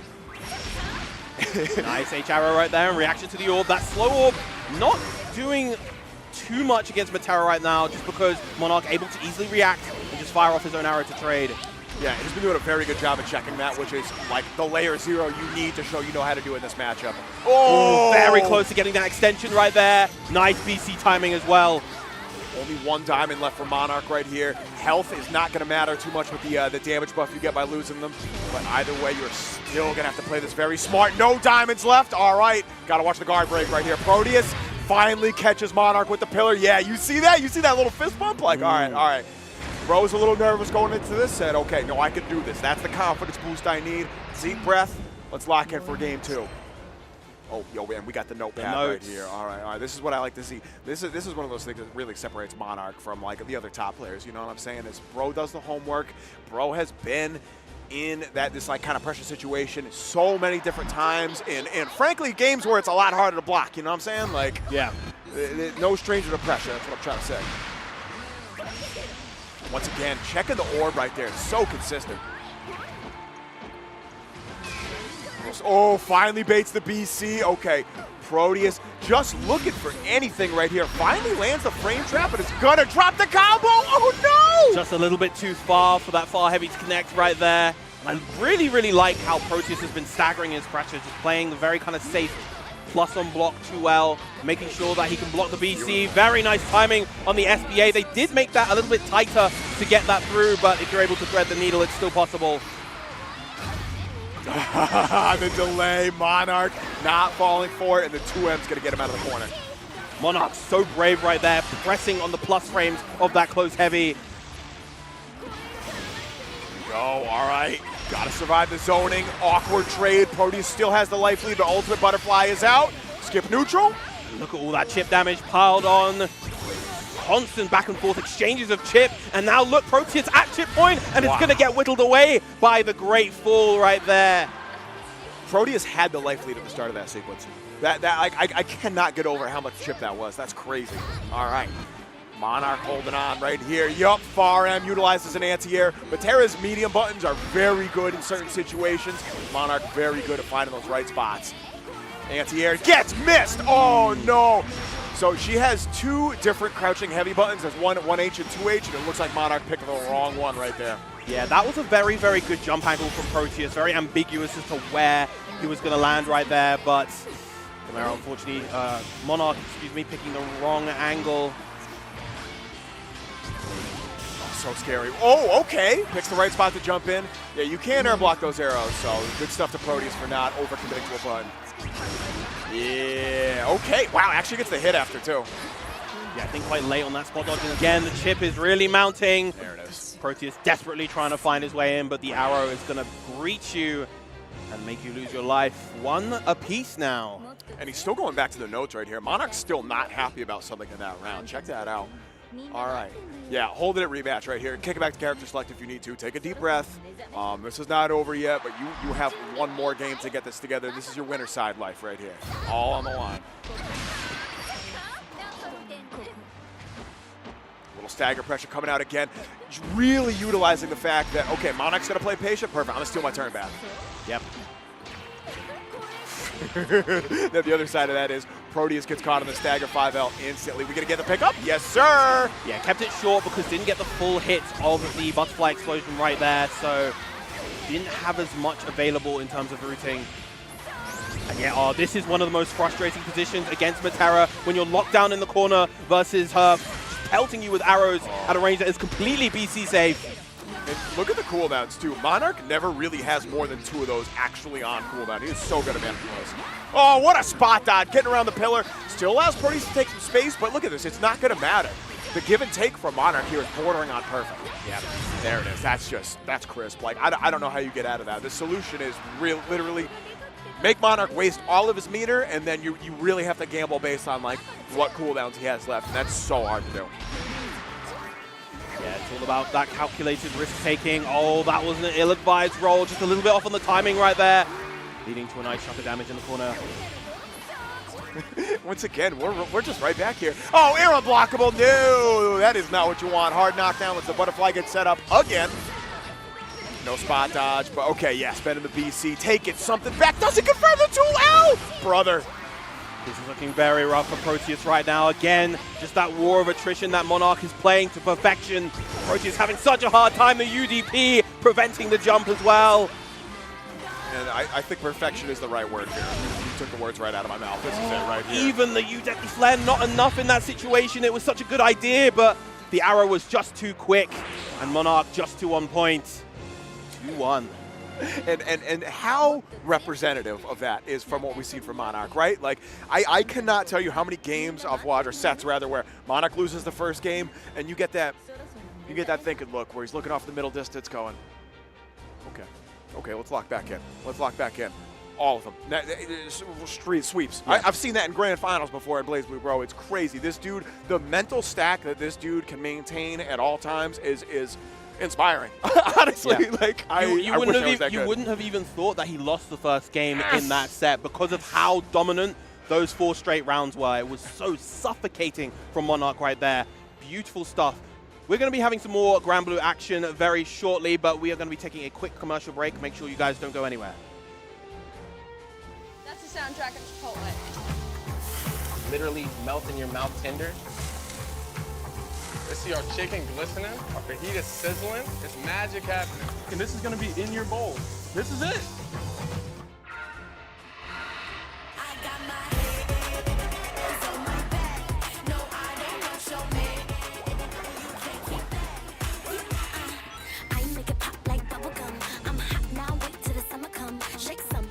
I won PlayStation's Road to Evo and went head-to-head with Arslan Ash. I won PlayStation Road to Evo and battled against Sonic Fox. I have never seen that in my life. To compete on PS5, choose your game, find PlayStation tournaments, and register. It's that easy. Sign up for PlayStation tournaments for opportunities to win unique prizes and much more. PlayStation. Whether it's sunglasses outside, blue light glasses inside, or night driving lenses in the dark, Zenny has affordable eyewear for everyone. Get 10% off at zenny.com.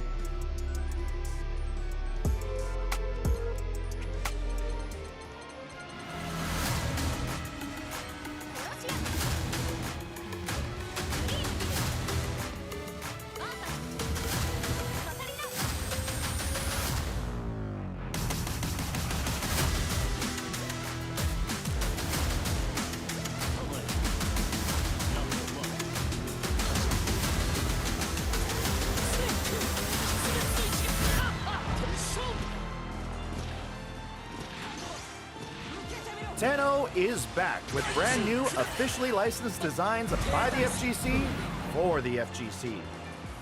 Our vendor booth will be open across all 3 event days, and if you won't be at EVO in person, the full range of products will be available online at merch.10-o.gg. That is merch.10-o.gg. Welcome back, everybody, to more Granblue Fantasy Versus Rising round 2 pools action here at EVO 2025. We've already had a couple of banger sets, and we are in store for even more, are we not, Lennox? Yeah, absolutely. I don't want to spoil the game we have after the one we're about to see. Y'all are going to have to stick around and wait for that one. But this next set is going to be Zenith versus Paid Actor. If y'all are not familiar with Paid Actor, one of my favorite Melty Blood type Lumina players to watch. Got 3rd place at EVO 3-4 years ago, I think, at that game. Was one of the only American players to really be able to contend with Jing. And now is on the stage right here, breaking out the Catalina, ready to give it to these Granblue players. Paid Actor, still, seriously, like one of the best Catalinas on the East Coast, for sure. Meanwhile, Zenith, of course, hailing from Japan, one of the best Grimnirs. You know, of course, Zane tends to be the topic of conversation for a lot of people when it comes to Grimnir due to his absolute dominance stateside. You know, he's got so many tournament wins, so many fantastic results. But Zenith, absolutely incredible, particularly throughout most of the previous Arc World Tour season, was getting constant top 8s, and he just fell short right near the end, wasn't quite able to make the points total. Oh no! He was just below Zerom in terms of those points, and fell short during the LCQ as well, just not playing in the best condition. But he did have a great run at Slashback earlier this year as well, so definitely not unfamiliar with American soil. Shout out to Slashback, too. Hell of an event. It's one of the ones I wanted to go to this year, but did not happen. But regardless, we're getting right into a button check habit off screen, so we're hopping right in. Right off the bat. Yeah, set him up, baby. Here we go. Wow, just smelled that fireball coming from a mile away and is just ready for the full confirm. This definitely feels like one of those matchups where you have to get in. Oh, no! There's the throw bait. Okay, let's play a game, chat. Does this kill? I'm saying yes. Oh, no. No, that does not kill. Oh, we're just shy now. But let's take a moment to realize that Paid Actor's been hit twice. Twice. It's on chip now. Yep. Oh, what a beautiful light wall right there, though. Oh, I love seeing light wall actually be useful. Man, really brings me back. Here we go. 6XL. Paid Actor going to have to play this so crisp. You can't even afford to block a DP. And there it is. All right. Had the reaction with the spot dodge, but unfortunately it was the wrong reaction. Yeah, a bit of a checkmate situation right there. Zenith setting that up. Yeah, the classic, set up the H-Fireball into the seals, and now you get to play Grimnir's Funhouse. And you really have to, like, commit to the trade right there or just hold that. It's such a hard position to be in. 6XL from downtown, and this is Catalina. We're going to the corner, baby. Magnificent chase right there. That is one of the best defensive options that Grimnir has in general. Nice punish on the seal set as well, but not able to get the H-Enchanted lands afterwards. Yeah, Paid Actor is definitely not going to be thrilled about that little executional error, and it's going to be less thrilled about this hit. Oh, you're going to have to block a mix-up now. What you got? Set on the 50. Hi. Oh, Zero unblocked, or Zero. I just called you Zero. Zero unblocked it, I'm sorry. Oh, wow. Could you tell I got Granblue on the mind? All right, playing the Granblue zone right here, and once again, it sniped the double and missed it again. Paid Actor. Yeah, these near misses really painful for Paid Actor right now. See, still stuck in the corner. The side switch. Oh, okay. Yeah, good hit confirm right there from Zenith, and that's going to be more than enough to kill. No meter required. Yeah, pump up a little bit. All right. Y'all couldn't see it, but Zenith is getting hyped up a little bit on the stage, whereas Paid Actor does not give away anything on stage. That's one of the things I've noticed. Even when, like, they've walked off stage and been like, yo, I'm so mad right now, you can't tell on the base of the face. It's crazy. Oh, no! Had the right idea there, but missed the timing by a hair.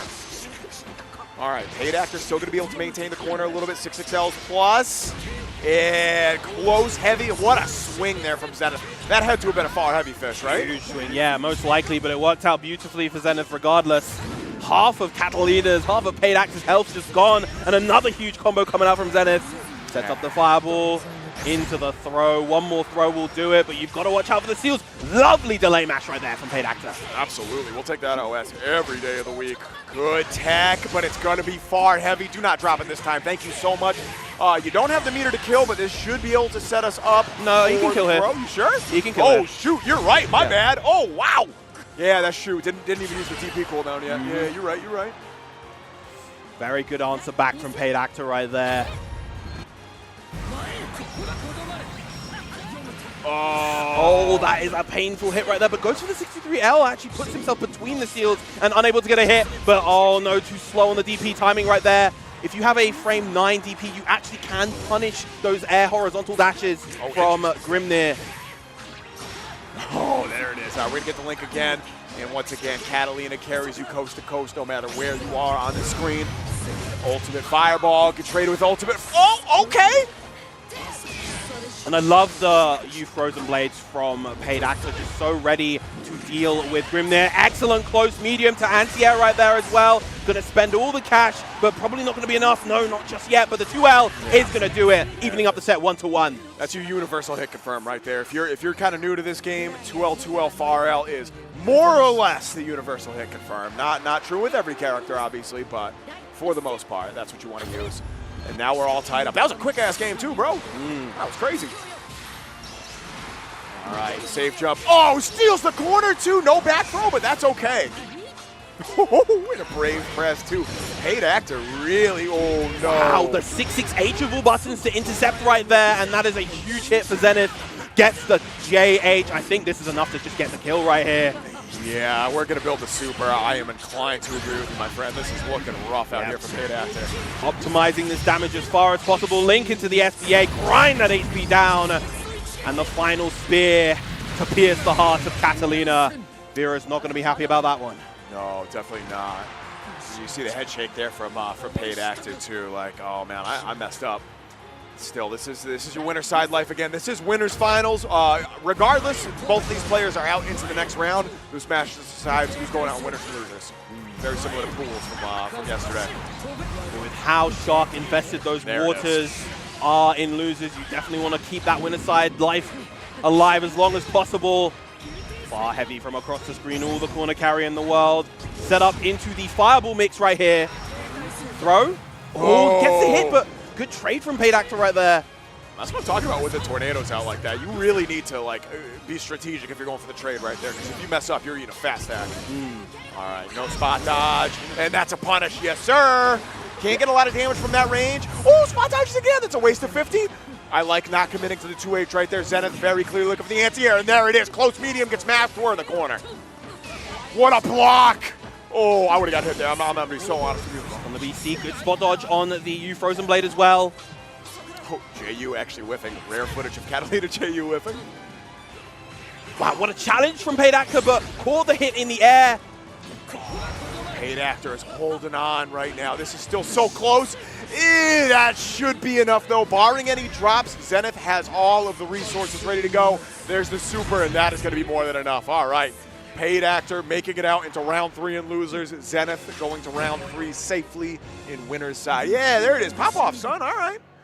Yeah, very, very nice from Zenith right there. Just going for the 2L, kind of making you focus on the seal so much, trying to walk back, get into that spacing where you're away from it, and then just catching that walk back with the 2L.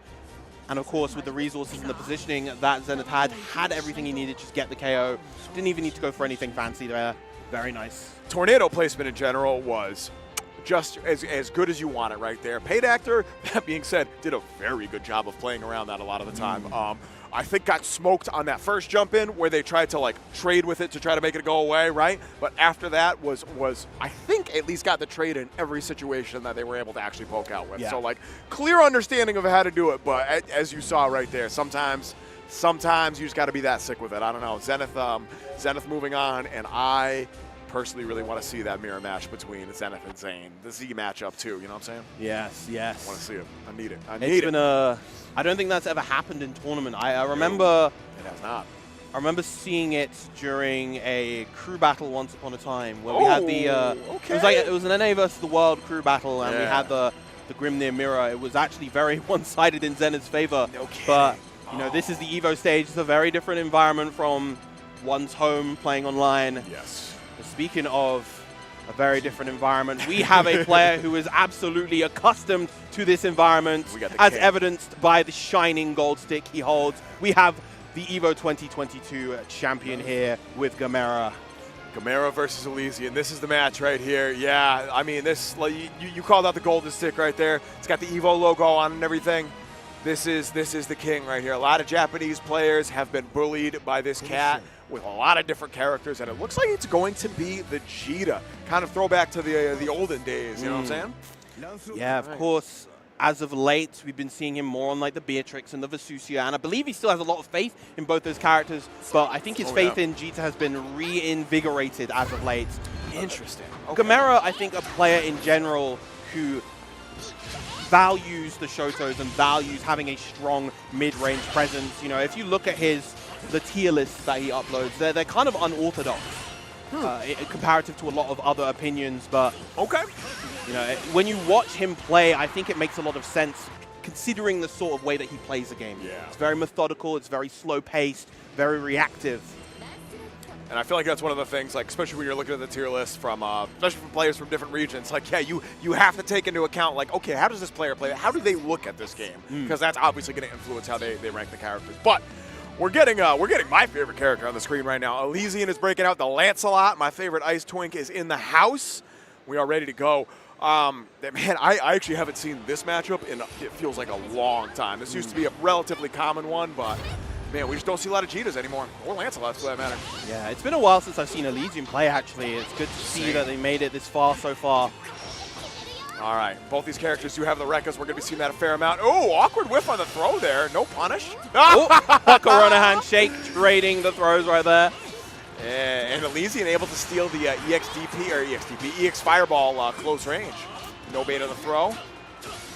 Little Rekka pressure. Yeah, steal your turn back, absolutely.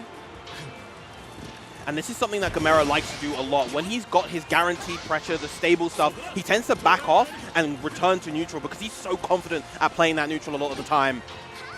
And it makes sense too, like Lance, for as strong as Lance could be, it's also like not uncommon for Lancelot players to hang themselves in neutral, you know what I'm saying? So like, I definitely understand that. What a whiff punish, there we go. 6XL beats the 6XL. Yeah, we get a swag round, all right, keep it easy. Give me the good one, give me the good one. Yeah, there it is. All right, that's actually like a harder link to do. You love to see that. I think BC doesn't want to hold that Lance pressure any longer. Oh, nice 6XL again. Probably has the resource to get the KO here. Oh, absolutely. Yeah. Gorilla Blade. No, Rekka. There's the super. Oh, that might be too high. No, we got it. All right. You'll see a lot of players going to the second hit of auto combo. It doesn't mess with the scaling, and it gives you that little bit extra damage before super. Didn't need it right there, but hey, you know what? Sometimes it's good to just make sure the muscle memory works. You know what I'm saying? Yeah, good first round from Alesian right there. Gamera not really answering any of the sort of Lance gimmicks. Yeah. Any of the, like, the JU, the 5U stuff. Just kind of playing this very patient, trying to look for these opportunities. Finally gets an answer right there with the 6XL. Yeah, as a Lance player, if you have to prove that you know how to deal with the 5U shenanigans early, otherwise Lance players will just try to stunt on you with it. Yep. And that's what I want to see more of. 2U from Lancelot, very good option for dealing with fireballs in that range. Nice Beautiful. backdash to shimmy against the throw. This could be a full damage combo. Probably going to keep the SBA though. Yeah, a little bit of charge. And the EU fireball. The delay on that is going to lead most likely to a KO here. No, just some of them, Yeah, that's one of those things you saw Have a Nice Day do a lot, was just run up, you fireball in your face. Okay, you got hit, sweet, I killed you. You blocked it, all right, I'm plus as hell, let's do it again. Yeah, Vegeta definitely a character, a little bit lacking in the damage department at times. Yeah, mid-screen mostly, right? Still has access to damage in the corner, but mid-screen definitely hurt a little bit. Although, same could be said from Lancelot. That's what I want to see, hard knockdown. Misses the throw there, oh, interesting. Nice timing of that throw coming out from Gamera right there. When Lance is close to you doing that Southern Cross Rekka, throw is generally a solid option to deal with it. Yeah, especially if your opponent's delaying it too much. Like there could be some hefty gaps in there. Yeah, there you go. Great whiff punish option in neutral's ultimate Rekka. Oh no!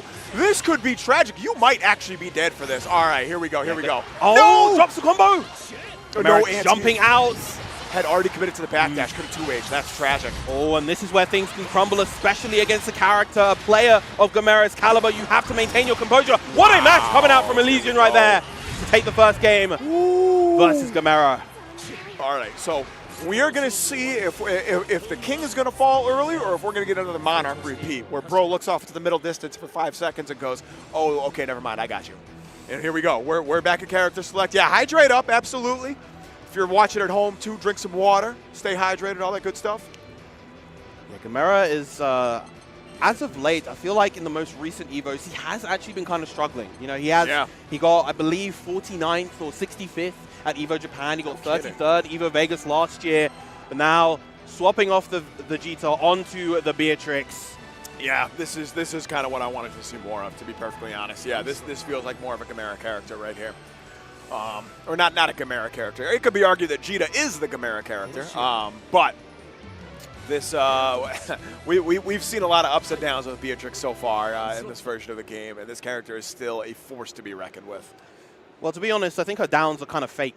Yeah, I think any time this character gets nerfed, it's not real. The character has remained top 5 for the entirety of the game's lifespan. And the thing is, the nerfs are significant, but the character is just so foundationally strong, and just having Delta Clock as a massive comeback factor, gets the hit with the wall jump, but actually doesn't convert. Oh, yeah, it's kind of harder now thanks to the Delta Leap shenanigans that got switched a couple patches ago. Yeah, Gamera having a hard time really establishing the pacing that he wants to right now. Alesian just on top of things. Hold on to the life lead right here. Alesian, like, happy to give up a little bit of space here because knows, yeah, I only need one whiff, but that might be spelling the beginning of the end here for Alesian. Gamera gonna get the full corner out. Spends the super 2. Yeah, absolutely. Yeah. I used to actually, like, hate spending meter this early, but being able to take a Brave, oh, no! Oh, goodness, and now we're going to get the refund right back at you. Yep, and that's a huge thing when it comes to Lancelot, right? There's one option you need to look out for at all times, and it's the wall jump out the corner. Yeah. But that option is so good and so layered, and the way that he can time it, the different angles of the wall jump, make it really tricky to deal with sometimes. The level of mind game you can make your opponent play off that just with your back to the corner is kind of absurd. Yeah. Hands down, one of the strongest things about this character, in my opinion. Oh, huge far heavy anti-air right there. Has the resources to get the kill with the triple attack. There it is. Oh my goodness. All right. So Gamera already looking a little better. Had to spend a lot of resources in that round, but they don't ask how, they ask how many, and that was a big W there for Gamera. Oh, dash L again. Yup. Catch the forward approach from Alesian. Now you're stuck in the corner right here. Oh, yeah. And that's the thing. If you could catch Lancelot up back and trying to wall bounce like that, you are going to get a fat combo off that. Yeah, did get an air hit right there, so I had to keep the combo short. I like the usage of the U Thunderbird, or the U Riding Free, excuse me, to get the extension right there. Ooh. Oh, yo. His far heavy presses have been really good. Like, you don't see a lot of Lance players really fishing for that. But here we are. Alesian gonna take the, your plus there. And there's the throw. Yep, do it again, do it again. Street Fighter 6, baby, do it again, do it again. One more time. Yeah, all right. Can we get a kill him with it? No, just the BC, but you have to be so careful here as Alesian. Any hit will lead to death. Real talk, with the BC, fourth would have done it. Here we go. All right, Alesian holding on. Gamera desperately trying to tie this up, and both players unwilling to really commit as of yet. 6XL, yup, spent the last diamond. Quick tech, we're plus, do it again, looking for the chip. And that's a punish, you got it! Alesian's on set point! Yeah, couldn't even go for the follow-up strike there, as it is a true block string. Had he gone for M Riding Free, would have been able to potentially get the chip KO right there. Oh. Nice punish with the throw. No escape. Got to be very careful how you use the Gorilla Blade in all matchups, to be honest. Not safe in most ranges. I cannot believe it. Oh my goodness. Here we are. Those are the worst kinds of raging strikes to get hit by. Gamera running up with a delayed throw. Oh, M Thunderbird counted. That is absolutely going to be the round and the game. Gamera evening this up 1-1. Wow. Back to the wall right there, dude. That was close. That was close. I almost called Alesian Zenith. Yikes. Alesian definitely has, can't get back to characters, like, take a deep breath.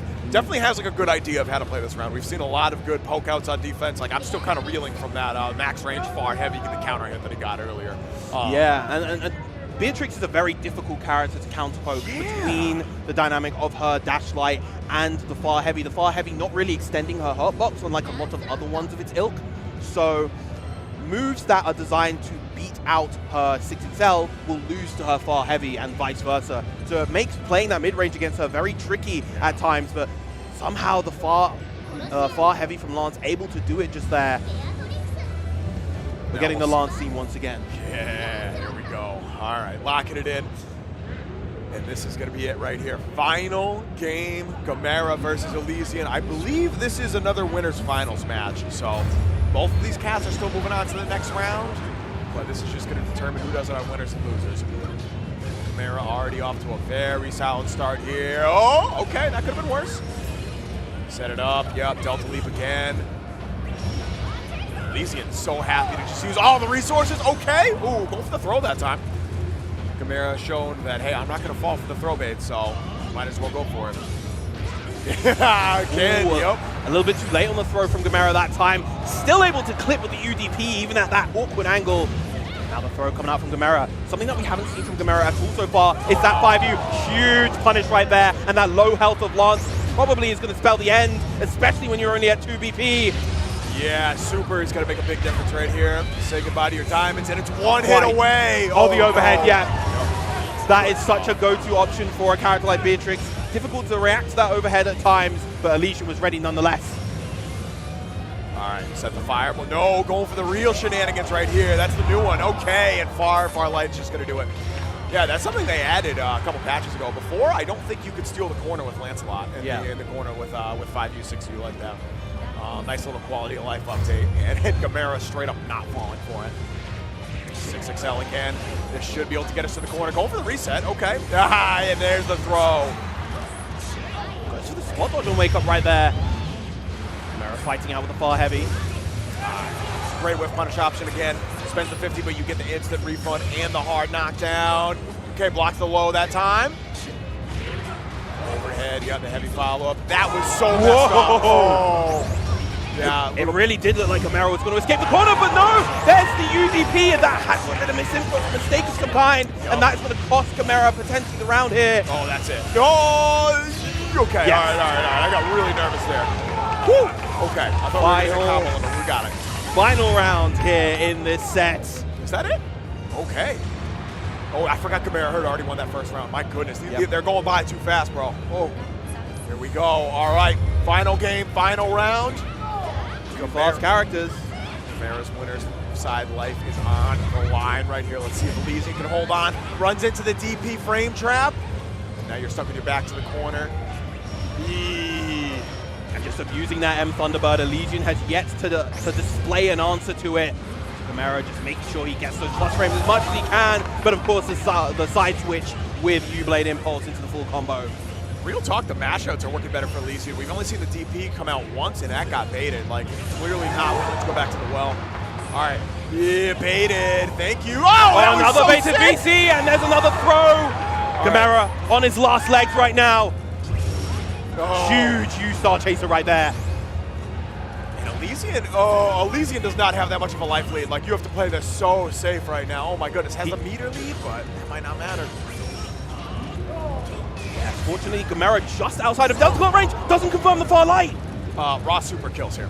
Raw Super straight up kills here. No diamonds on Gamera's. Got to be very careful about your whiff and neutral. Frozen as well. Has to be careful. Oh, PC. Okay, maintain the corner. There's the low. Able to block the mix-up. Strike the throw, and that's enough.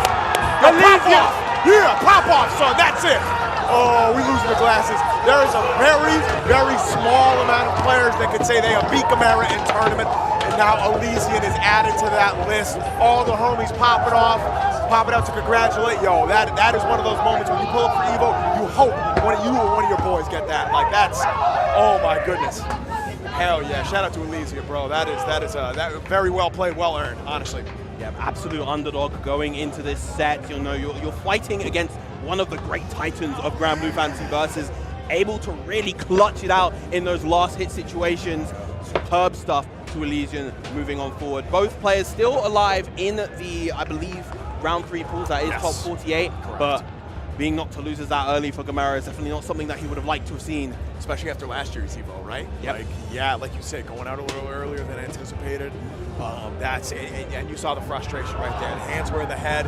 We don't see that a lot from Gamera. Like, I'm used to seeing this cat winner side grand finals. You know what I'm saying? Like, we don't see that very often. And it wasn't like he got like gimmicked out or he got like Lancelot, and you know what I mean? Like, that was solid play on both sides. Yes. Alesian just came out ahead. Like, I want to give full props to Alesian there though. That was That was crisp. I love every part of that.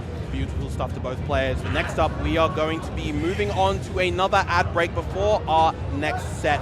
Make sure you guys don't go anywhere.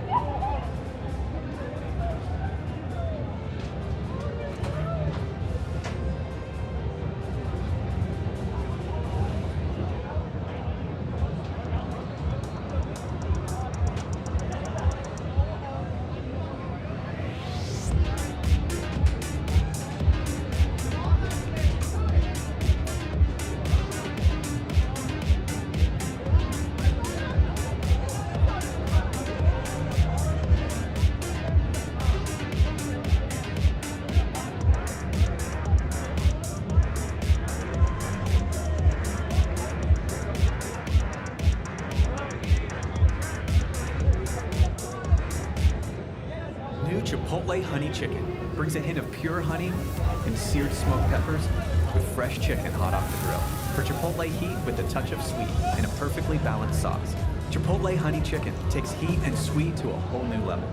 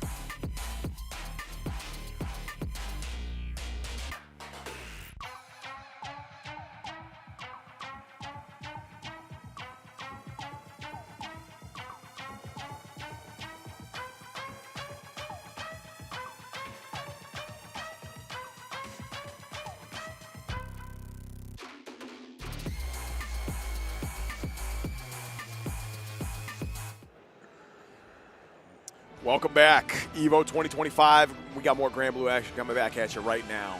Lennox and Virum on the mic, and we are about to have Blue Sky Guy, the crowd favorite, pulling up against Kiwi, representing my favorite fruit with fur on it, for sure. And the only UL I've seen this weekend. The only UL we've seen this weekend. We've seen a few Vasaragas, obviously Blue Sky Guy playing the new and buffed big body hero. But we have not seen a lot of ULs. And Kiwi, obviously this is winter side, right? Like, you beat some killers to get here already. Yep. This is going to be a real test, though. I'm not going to lie. Yeah, UL is a character that I feel like is more popular in like kind of the early pool stages of these big tournaments. Yeah. I saw 1 or 2 yesterday during one of my blocks, but yeah, definitely you'll see fewer and fewer as you get to the upper end of brackets. But Kiwi, definitely one of Japan's finest here, coming through with the UL. Definitely interested to see how BSG is able to deal with this brand of UL, and how Kiwi is able to deal with the behemoth that is the BSG Vasaraga. So to get out of pools, actually, Kiwi, I think I had to play a Vasaraga player. 2-0. Relatively well played, but like Kiwi had a very clear idea of what to do with this matchup. So I'll be very curious to see how BSG plays around this. Oh, all right, well, that's a good start. Soul Forge is up. Oh, caught by the low, no conversion. Have to respect the next RPS. The Soul Forge is back online. Catches the backflip. EX shoulder charge. Has the corner here. Yeah, there it is. The walk back for the throw bait. And it is going to be ultimate command grab that comes in clutch for BSG once again. Ah, there it is. All right. No answer here. Oh, we got it. That was so clean. I love the delay. Trying to check the JU as well. And this might be enough to kill. Yeah, with the far light of all options, just shy. All right, one more hit, throw, and then chip is about to be a factor. I don't know what you just got caught with doing her, but there it is. All right. Tried to be a little bit cheeky. Fool me once, shame on you. Fool me twice. Well, never that's fool me not again. Gonna happen. Yeah, that's how that saying goes, I think, right? Fool me once, shame on me. Fool me twice, never fool me again. All right. BSG armored up, yeah, going right through with the stance. Dash heavy is minus, and Soul Forge. Oh, actually get the hit on the hitbox there. Again, just Kiwi trying to establish some offense, but every time it's met with this armored behemoth. Huge jump out the corner, however. They're gonna actually spend a BP to maximize the damage on this combo. Man, look at that. We're still gonna get the animation. Another chunk coming through. Yeah, look at that. One more good hit like that, and it's all over. BSG only has 1 diamond left. Oh! 1 diamond, but he did have the meter to go for one of those ultimate skills. You have to be so respectful of those, and yeah, as soon as that Soul Forge armor is up, Savage Rampage becomes an absolute force of nature. BSG is really good with those ult skills too. He's very good at rotating which ones he uses. Typically, it's going to be like ultimate fireball in order to Soul Forge neutral if his opponent's doing a really good job of checking the pop. But right now, Kiwi is having some luck, just kind of running in and trying to smother BSG. Obviously taking the first game, but this is a rough start for game 2. That's a safe meaty with the low, but doesn't actually convert off of it. That could have been a full combo right there. Oh yeah, spaced out. Yeah. Oh! Okay. You can get a full punish here. Goes for the throw. As UL, you can definitely go for a close light to get a full combo, but unfortunately for Kiwi right there, goes for the delay, you extinction as well, but doesn't get the hit right there, and actually PCs. That could have been a punish for Kiwi. I don't know how BSG mind controls these cats to drop and everything, but it is absurd. Here it is. Oh, it finally went into the ultimate DP. Okay, sit down. Go. I love the micro walk, trying to bait out a reaction from Blue Sky Guy, and that should be the round. There it is. A couple mistakes here and there from both players, but Kiwi managing to hold it down. Yeah, definitely getting our scramble on. Vasaraga is definitely one of those characters that can force that if you're not necessarily used to it. Around this max range right here. Oh, I love it. Okay, ready with the tech too? Okay. Yeah. At range where that was still safe on block. If it's a little bit too close, it is punishable with throw. Dash out, catch it. Looks like a pass. Ah, there's the reversal. Reversal command throw coming in clutch from BSG. Yeah, beautiful timing on that. Made Kiwi waste the 50 meter as well. Soul Forge up, jumping over, has time to block. And yeah, happy to spend the diamond right here. Nice backdash shimmy right there. Going to get the extension all the way to the corner. Has access to the 236H, but doesn't actually get the follow-up afterwards. Wow, okay. We're still going to need at least one more big hit right here, I think. Yep. There's definitely the potential for some throw shenanigans. Yeah, there it is. There's one. Okay.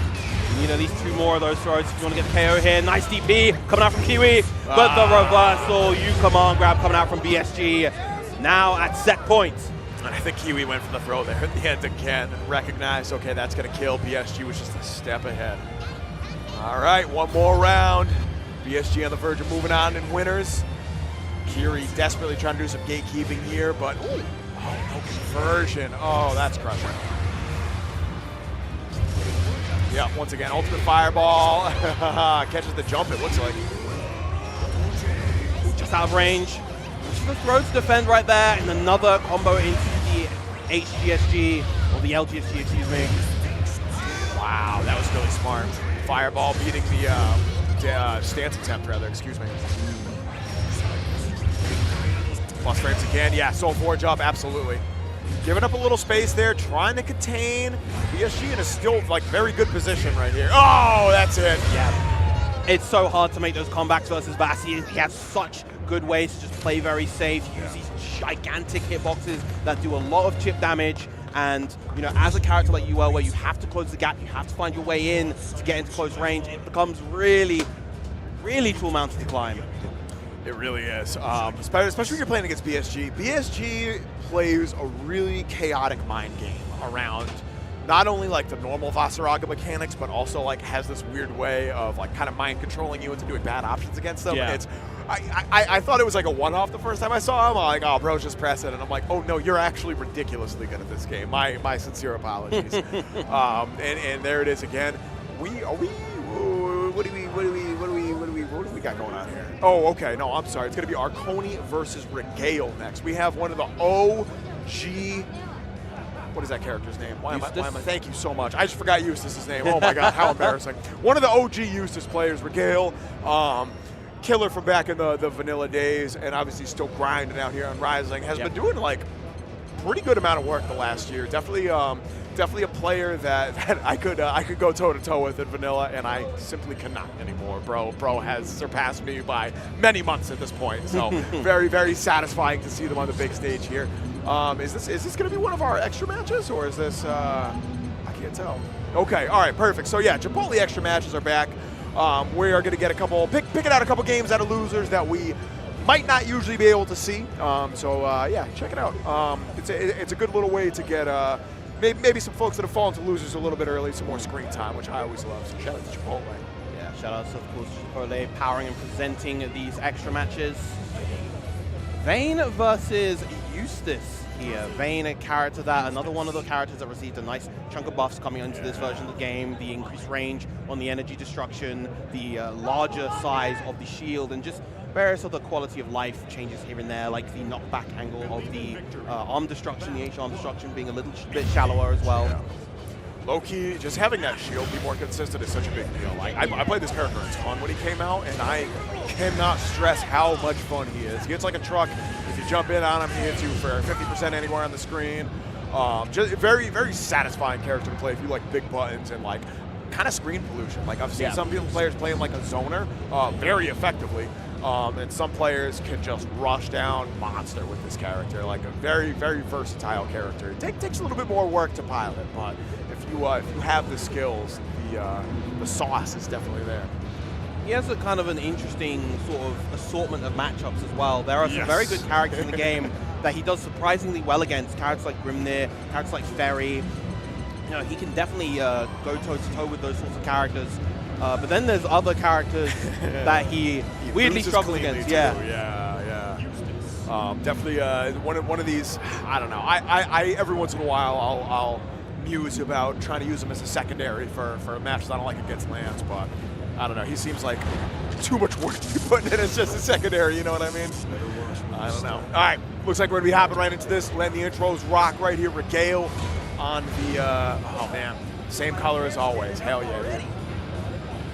Let's see. going to be the real test right here. I'm not familiar with Arconi, but if you've made it this far with Vayne, I am forced to believe you have the skills to do it. Rocking the God incoming weapon skin, the giant fish. Oh, wow. Okay, going over the fireball and actually utilizing the shield to hit the dash M. All right, good stuff. I am almost certain that that would have gone under previously, Yes. under the shield, and of course this version of the game, that is not the case. Oh, okay. Yeah, that could have been a lot worse. You see Eustace pick up a lot in those situations. Awkward angle. And we are going to get the full combo. Okay, I thought we had a drop there first. And there is the U-Rat race. Going to deal a nice chunk of chip, even if you don't get the opening hit. Oh, no, yeah.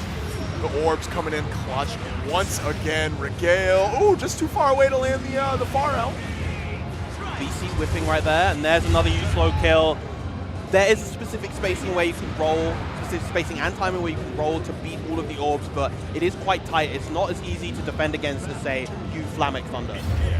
Yeah, that's a matchup you have to really practice, that's for sure. Eustace has some very potent options that if you're not ready for it, can kind of gap you. Yo, there it is! Ran straight in with the full confidence to get that anti-air 2H. Very nice from Regale. Good block from the DB coming out from Arconi. Using the U shield for the extension right there, wants that extra corner carry. And that's kind of useful. Like, Vayne does not have very good carry otherwise, right? So, oh, look at that.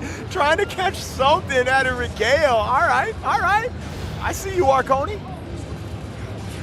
Oh, there it is. All right, Dash M is going to get the knockdown this time, and Regale allowed to get the offense. Grenade pops, keep it safe.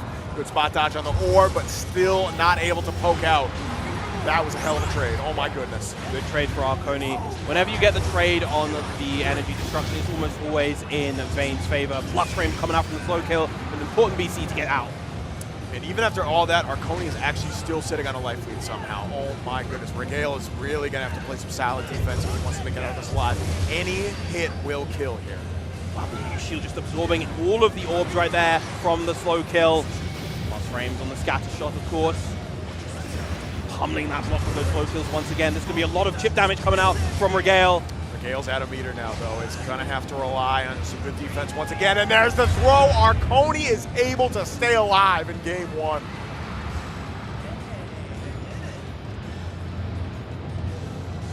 All right. And here we go. We're hopping right in. Game one is going to final round. Ooh, no, and Regale just catching Arconi straight up right there. Oh no, that could have been so much worse. Caught by the low, but no conversion. Still able to maintain some offense right here. Spaced out a little too far to really risk it on the Brave counter, and caught by the low again. Regale is looking so much better this round. Yeah, the Eustace offense really, really piling on. You can do so much chip damage while you're stuck in the corner like that. DP goes unbaited that time, and it is Regale's turn to party. He's finally spending the BP. Regale desperate to just kind of play the single player game, willing to go for the match right there. You know, Arconi's option is to get a big high reward comeback in that situation. Would have been something like the medium energy destruction, 214M, or just like a big close heavy. The light beats those nice and clean. Regale taking the first round right here. I am low-key, I'm seeing, whoa! Gets a whiff punish, but yeah, not counter hit, so I don't think you can get a combo there. I'm still loving the neutral from Arconi here so far. Has a very clear idea of how to use this. Nice offense coming out from Regale. Again, the plus frames with the slow kill charge all the way up. The BC to work his way out. And again, this time Arconi waiting for that DP.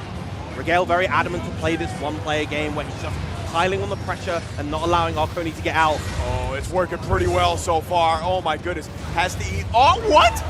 What did you get hit by? That caught the rat race, caught the extended hurt box from the energy destruction right there. Gonna get the extension into ULB, and that is gonna be the round for Arconi. All right. I wasn't sure if that was energy destruction or what. I wasn't sure what Vayne threw out. That's crazy, bro. Arconi is still gonna claw that round back, but my goodness, that was that could have had some devastating effects on your mental there if you let it. Ah, there it is. Yeah, 214M working in clutch, going over the fireball. And the shield. Okay, we're starting to see Arconi catch out some of these spots where Regale's challenging with shields out. Really like that. Gets clipped by the rat race right there. Dash M again, yeah. Gotta watch the toes. Strike throw action. Okay, there it is. Chip again. Just maintaining all of this offense. Oh no! Oh, that could be so much worse. Yeah, caught the airborne hit, so it's a bit more awkward to get the combo right there. Huge 68 from Regale. We're going to set up for another U-Rat race. No, you didn't believe that was it, Regale? Oh, okay, all right, yeah. Smart press right there, right? 2-1-4M, I believe all the 2-1-4 series is even on block. Yep. So yeah, you know what? You want to gamble right there. I've certainly seen worse places to challenge. And Regale sitting cleanly on set point right here. Another awkward extended hurtbox interaction with a grenade. Big counter hit, and Regale should be able to get a fat chunk off this. And oh no, reset into the U-Grenade. U-Grenade doesn't actually get you the combo after the throw, but it does get you a nice chunk of damage. PC to get out again. 2-1-4L just trying to check Regale in neutral. Yeah, there it is. All right, send it out. Not as good mid-screen like that, but still allowing Arconi to take some space back. And that spot dodge was unfortunately like, I like the vision, right? I like the vision. You're trying to stay alive.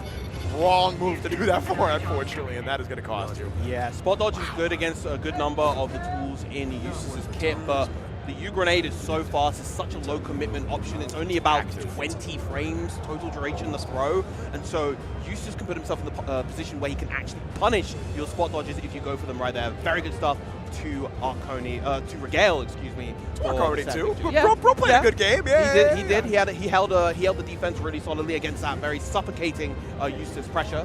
It chose those BC points well, but unfortunately not quite enough to get the victory right there. Coming up next, however, we are going to be having Shuabu versus dog. This is my dog right here. All right. This is when I first started playing Granblue back in the day. This is one of the first cats like who really like kind of grabbed me by the head and just rubbed my face right into the dirt. Really made me say like, I'm actually better than you, and I'm going to show you exactly why. Yep. This like one of the best 6 players of Vanilla, hands down. Had a very competent Enray, and as I learned the hard way, also had a really good swords. Unfortunately, knocked me out at 9th at ECT. I'm not salty about that at all. I'm not, I'm not holding on to that years later. It's okay. But I'm glad to see back on the big stage. Shuabu wasn't really too keen on Rising when it first came out, so like it didn't really come out as much as he did in Vanilla. So I am so glad to see my dog back on the big stage. It's gonna be good. Grim too. Grim is a name I have seen before, but I could not tell you to save my life who they play. I'm drawing a blank right now. Yeah, I'm unfamiliar as well. I believe Shuabu actually right now is on the Lwain. Oh, started off with the Siegfried, but has kind of shifted to Lwain as of late. A character is a menace. Yep. Character is evil. Yep, that character is evil. That's let me check my notes. Yep, that's true. That's true. Yep. We've seen a lot of good Lwain players out there. That's Scrub David, obviously making fools run for their lives left and right over in NYC. Incendiate. No, it looks like just we're not. Beast episode. Oh no, never mind. Okay, I was gonna say, I'm like, we had different players before, and okay, no, Shuabu is on screen right now. All right, yeah, you scared me there for a minute. I'm like, no, that's I'm pretty sure that's Shuabu. Rocking the Kitsune too, I like that. All right, bro. So Lwain, that's an interesting choice for Shuabu. I've been low-key, I've been trying to talk him into playing Lance for like 3 years now, and bro is not going for it. So I am happy he's playing a little bit of a silly goose character. You want to know the thing though? Hit me. Lwain is a character that masquerades as a silly goose character. In this version, yes. He draws the silly goose players in, but you realize that the character is fundamentally incredibly solid. Yes. And he can play a very strong, stable, lame game plan, and it just works. And it's incredibly difficult to contest. We were talking about Lwain, but actually it does look like Shuabu might be locking on to Siegfried. And I think that was Gran. Grim's playing the Siegfried, I think. Gran is, so okay, they might be a button check. Yeah, it's got to be a button check. Yeah, no, I'm 100% with you. And I think it was Incendiate, just one beach episode with Lwain. Like, bro played well. If y'all haven't seen that, highly recommend you go back and watch the VOD if you're a Lwain fan at all. You can really see it with players like Incendiate, of course, Shio in Japan, the lab monster of this game, but decided of all the characters that he could just smoke most of the world with, Lwain was the one that he decided to settle on, and for good reason as well. He's got some sauce. He's got some sauce. I mean, how many like whack setups have we seen just in the last year that made us go, oh, how are we doing this? And okay. Oh, we're getting whimsical here. Ooh, yeah. Give me my rat ears from Frosty's back. Let's rep the cat versus the rat. Is Lewayne a cat? Catboy, yeah, absolutely. Yeah. We had Catboys. Yeah, Catboys. Is he not a dog? I don't know. I've been saying me and Dormancy have been saying Catboy for years now, so I'm just gonna commit to that. And if I'm wrong, fair enough. So be it. Wouldn't be the first time I've been wrong on stream. At least I'm not getting my own character's frame data wrong on stream this time. Hey. Shout out to whoever called me out for not knowing close mediums plus, or even now, rather. All right, here we go. Once upon a time, it was plus. That was about 5 years ago. Yeah. I'm still living in the past. I thought it was -3 when it is. Nope, they changed it. It is even now. But we're getting right back into this one. Grim forcing Shubu into the corner. Is already off to a pretty decent life lead right here. But we're out. Here it is. You got the. Is this the bottle setup too? Yep. Oh yes. All right, never mind. We are in Vegas, of course. The bottles will be popping. Bottle service is out. Shubu able. Oh, okay. So Grim had the right idea. When you block Awesome Sauce, EX, light, medium, it doesn't matter. Typically, you want to throw after. Grim just straight up whiff. Shubu happy to get the punish. And there's the bro wheel. Such a strong trade tool for Lewayne. If you're aware as well, you can even convert off of it a lot of range. Goes to the 6XM, gets the overhead. Yeah, there the Catbots just got to forfeit the space. Just got to respect them. Iggy is available for Shubu if he so chooses. Grim is at very low HP, so it might be a decent idea to go for HPA or Iggy right here. But the throw timing from Grim, real nice. Yeah, Shubu, there's no reason for you to block any of this. You're playing Lewayne. Yeah, okay. I'm like, even if it's human pyramid, brother, give me something. All right, here we go. Yeah, there it is. Hit him with the rock. Absolutely. Yeah, when the opponent is at that sliver, Lewayne is probably the best, one of the best, if not the best character in the game at creating those checkmate situations with the supers. And it doesn't matter how much you practice the Mario Party game there, like, it is so hard to do in bracket, especially when you're on the big stage. Once again, Grim is really missing the spacing on these throws. Oh, no. Yo, got it that time. All right, yo, what up, Jay Wong?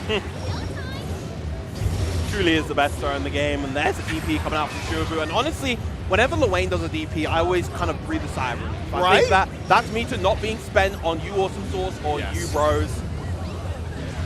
Yeah, anytime I don't have to deal with D-Wheel is a good day. Oh, base the BC, okay. Gets a parfait, that's pretty big for Shubu. Sends out the bros. Could have punished that with the dash L, and the bait on the DP is going to be enough. Shubu taking the first game. Even far L would have been enough right there, low key. Like, missed the timing, but still happy to take game one. All right, yeah, Shu locking in, instant rematch. Here we go. We're getting right back into it. Oh, full screen. Made the Catbot whiff too. We'll take that.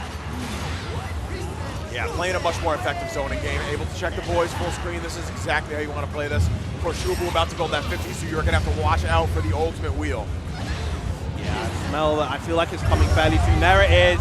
Just tears open a path for Lewayne, and now Shubu with corner control. Nice swift punish on 2L coming up from Grim. Spot dodged at that time. All right, we're ready. Still opens you up to a cat block string, though. Yep, that is a hell of a way to get into the corner. All right, little strike throw, two again. No! What a challenge from Grim right there. Bold with the 2U, and it's going to pay off beautifully to get the round. You know, that isn't the first time I've seen her Raging Chain animation, but I've seen it so few times, I always forget it's the full rainbow. Like, shout out. She's got some pretty good animations. I'll give that to her. All right, here we go. Oh, nice parry. All right, we still got the parry. Still the worst parry in the game, but it's a parry nonetheless. Worse in the fact that you can spot dodge after it, but that recovery on it is so low, it can be difficult to punish at times. That's true.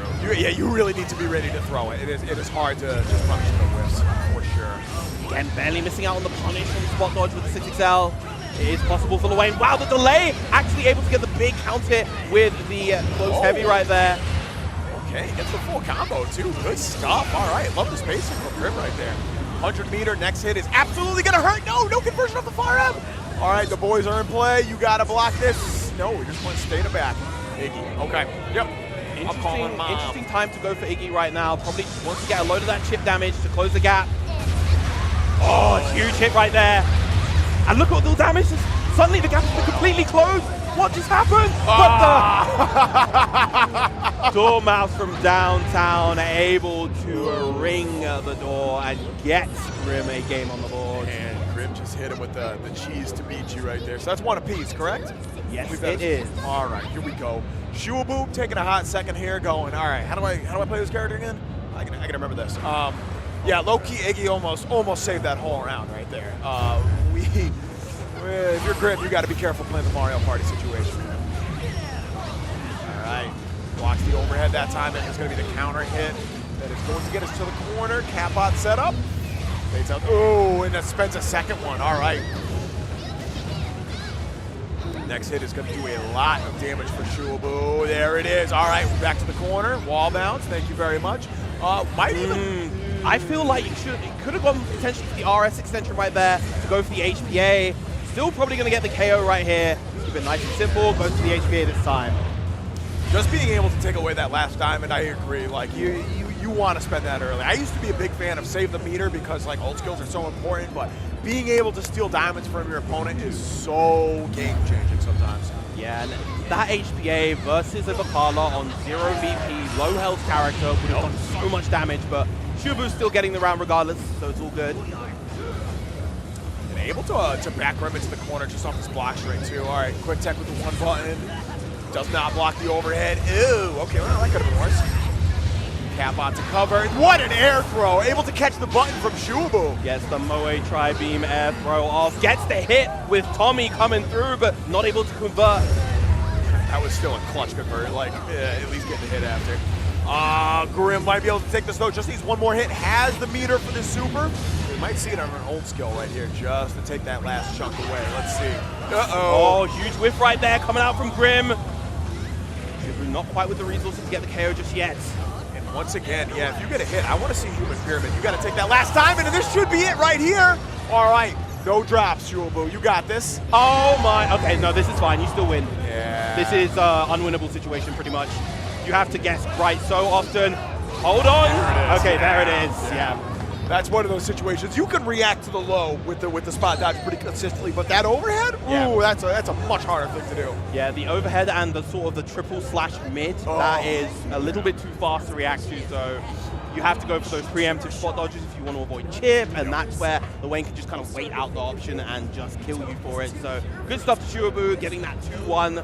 Bit of a wacky set between Lewayne versus Vakala, but a lot of solid fundamental play as well, nonetheless.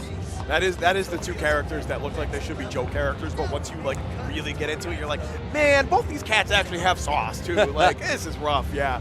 I don't know. I was a big Vakala hater when she came out, but like there's some good Vakala players out there now. Like I gotta give full credit to some of these cats. It looks like we will be right back. Actually, we're gonna go to a quick ad break, and there will be more Granblue Fantasy vs. Rising games coming at you from EVO 2025 in just a few minutes. I would like a bowl. Triple wrap. Mild, medium, hot. Then dip it in here. Sour cream inside the vinaigrette. 2 tortillas, if you know, you know. Lettuce, cheese, waffle. Yes. Oh, that is good.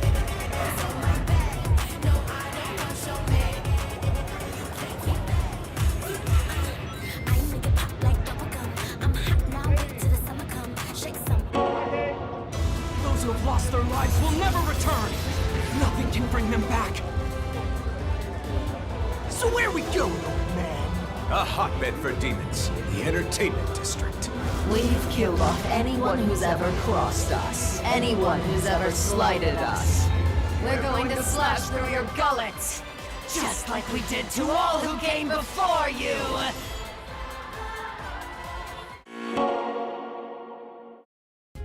Sunglasses in the day, blue light glasses for the gaming at night. Zenny's got affordable eyewear for everyone. Vibe and style while protecting your eyes. Evo sunglasses, available now.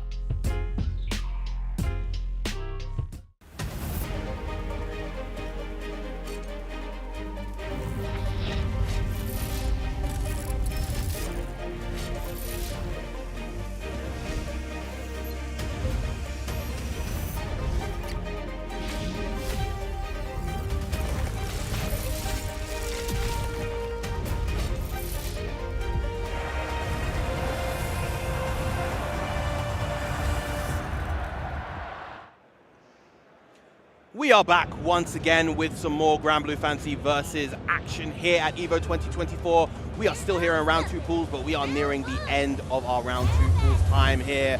Virum, Lennox, and it has been a doozy so far. Yeah, you could say that again. We've had some banger matches, and it looks like it's going to be almost all qualifiers coming up. Next up is going to be Dave versus Kalstaza. I hope I'm saying that right. And this is actually not going to be to qualify for the next round.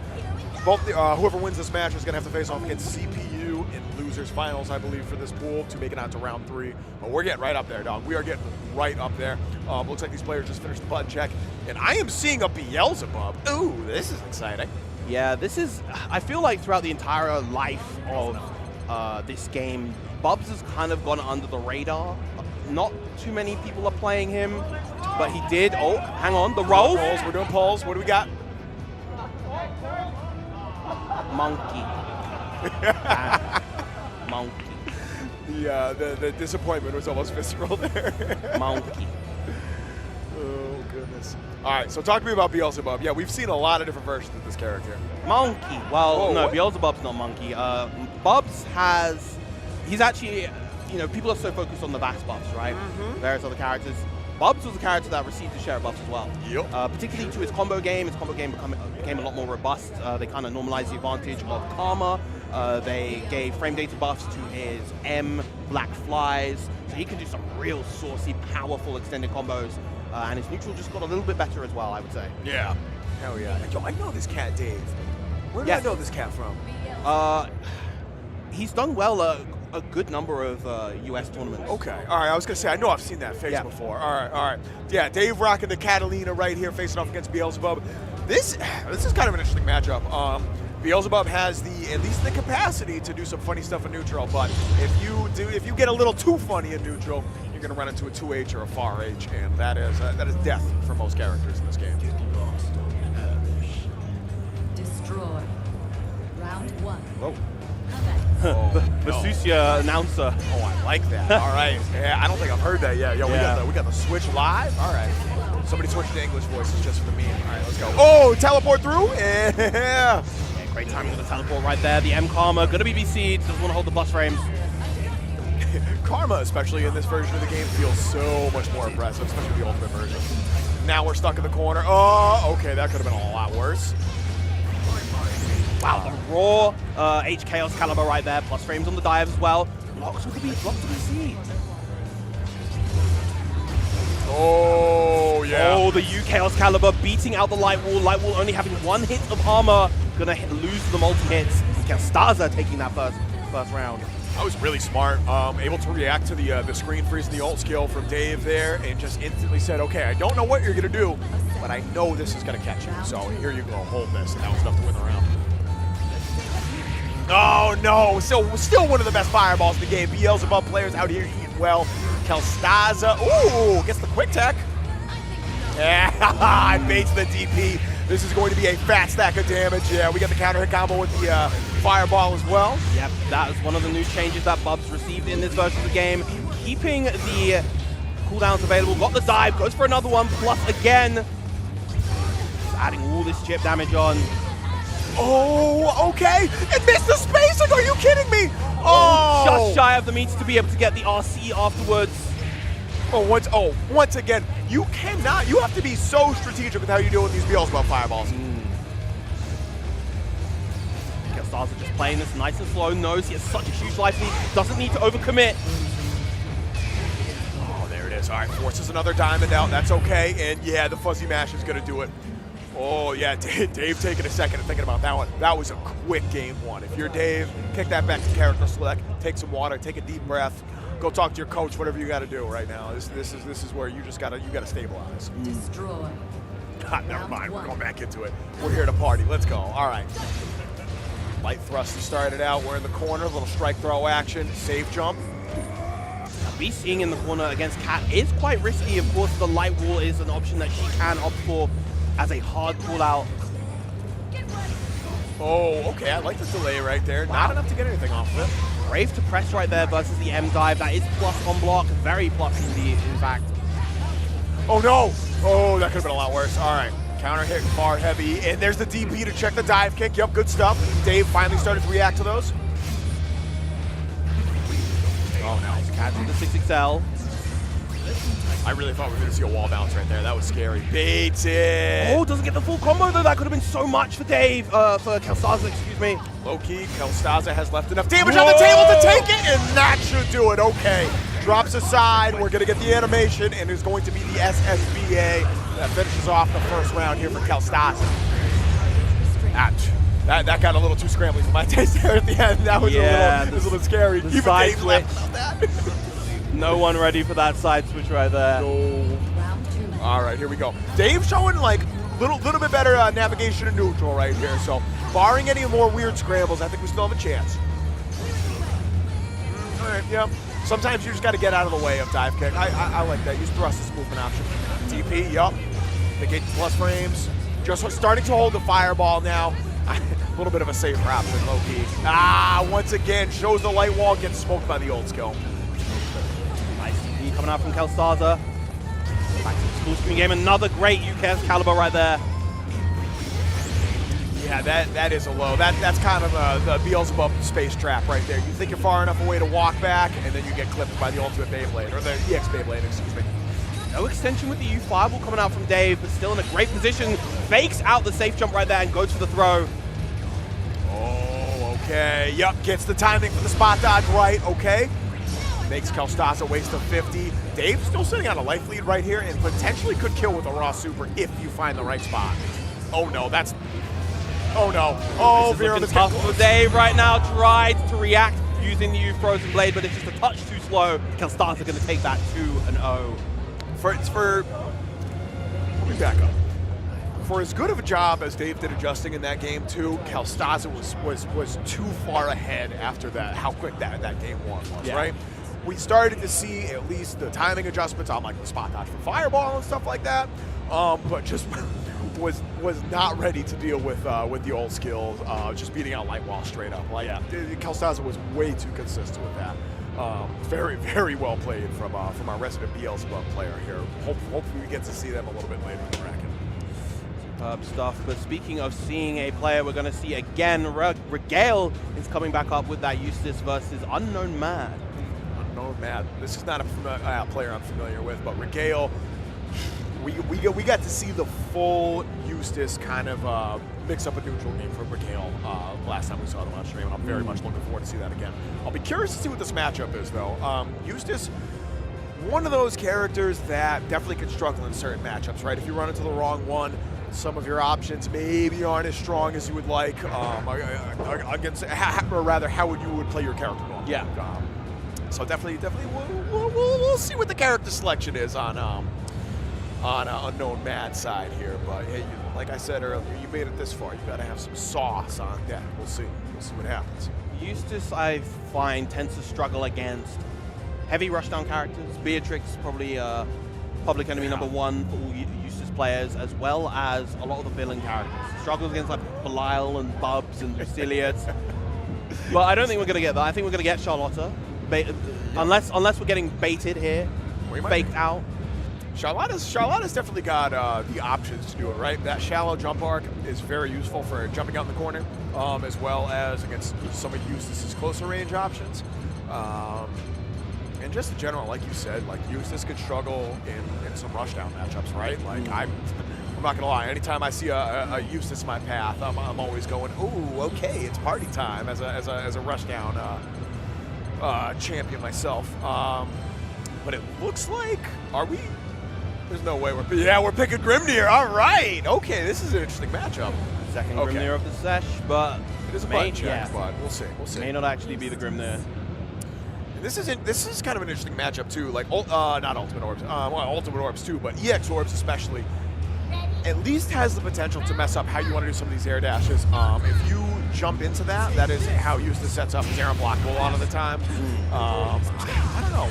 I don't think I've ever seen this matchup actually, so this will be really fun. Oh yeah. Oh. All right. I got the same idea. Yeah. This is the sauce right here. Shout out to Blacklight. I believe that's an Evo sponsor where the chairs that our competitors are in, as well we're in as well. We're playing with the recline feature right here, and let me tell you, This is pretty comfortable. For a guy that's 6'2", I have trouble figuring out good chairs, and this is meeting a lot of those requirements so far. All right. Button checks over. We're going to be hopping right into it. Regale versus Unknown Mad. And okay, it is going to be Charlotte. Yeah. All right. I'm always getting baited by these Charlotte players. Let the intros rock. Of course, you're on the big stage. You got to make it count. Yeah, kind of. It kind of is, Grimnir. That was one of those things. I underestimated how much that added to her hurt box when I first started playing this game.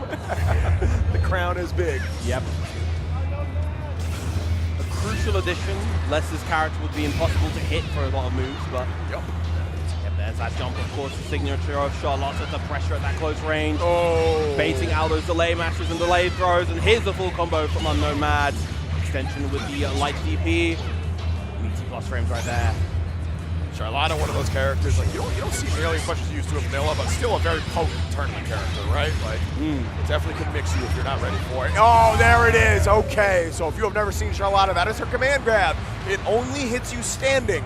If you see her demon flip at you, take the overhead, please. Take my word for it. That said, though, that position was particularly devious because Regale would have died to the overhead. And that's the flip side. That's what makes this character scary. Is you can only take that. It's like taking the throw. You can only do that for so long. Frames once again with these slow kills. Huge 2U right there. Come out from Regale, and this could be a full combo. Love that combo. Just shy of the meter to get the U rat race out. There it is. Once again, we're going to see the setup here. Spending the PC.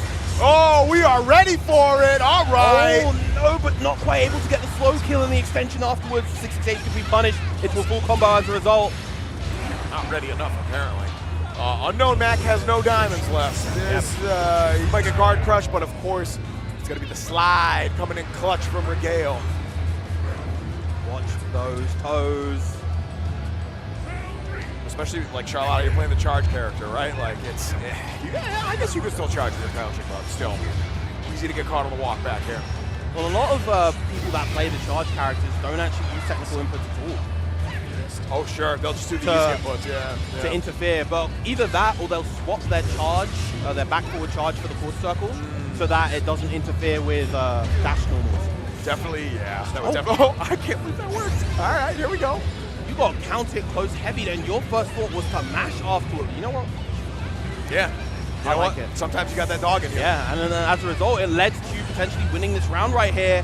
As long as this combo finishes into the brilliant moon. Unknown Mac taking the first game. Seeing a little bit of frustration come out of Regale there, right as that last hit, you kind of saw the controller go up, going like, man, this potato got me again, bro.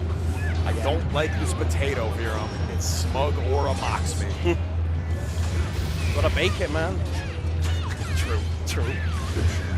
All right, like the counter poke. Ooh, that's unfortunate recovery of the parry actually getting caught right there. No, went for it again. No punish this time. Regale. Oh, no, not going to be able to hold on to this life lead. You're okay. No, that could have been worse. Yeah, didn't go for the far M into the U noble strategy right there. That would have carried Regale all the way to the corner, and now you're holding the Eustace offense once again. There it is. All right. The DP coming in clutch, going to give you a knockdown. Able to set up a little bit of this pressure and just waiting for the option, but it's the neutral jump coming in clutch for Unknown Mac.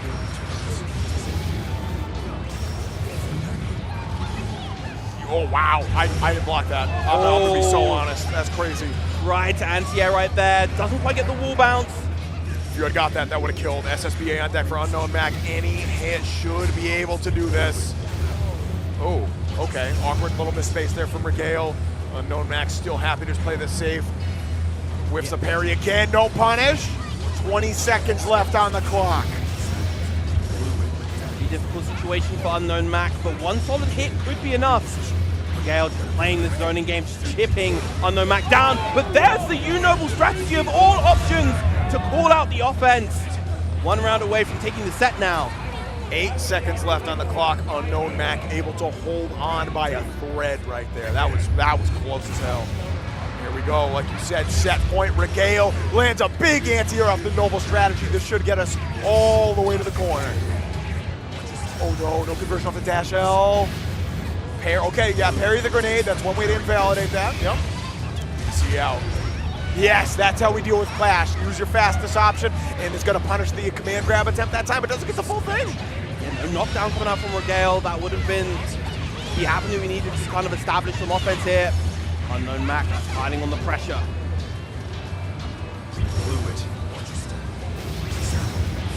I kind of like how Regale's using the grenade just to take space right here. Doesn't necessarily like need to get a strike throw mix-up going. Yeah, all right. Delayed it a little too much. Yo, you might be dead, brother. You might be dead. Let's see, do you have the route? 2-2-U right here. Yep, the extension, and that's going to be more than enough. Unknown Mac taking it with a clean 2-0 over Regale on the Charlotta. Yeah, you get the little fist bump. Yo, show the plushie. Yeah, all right. Yeah, isn't that an Omega Strikers character? No clue. I think so. I think I'm getting too old. I see all these kids racking the plushies out here, and I don't know where any of them come from, bro. Oh my goodness, my age is really getting to me. Yo, shout out to Regale though. Regale, and I can't stress this enough.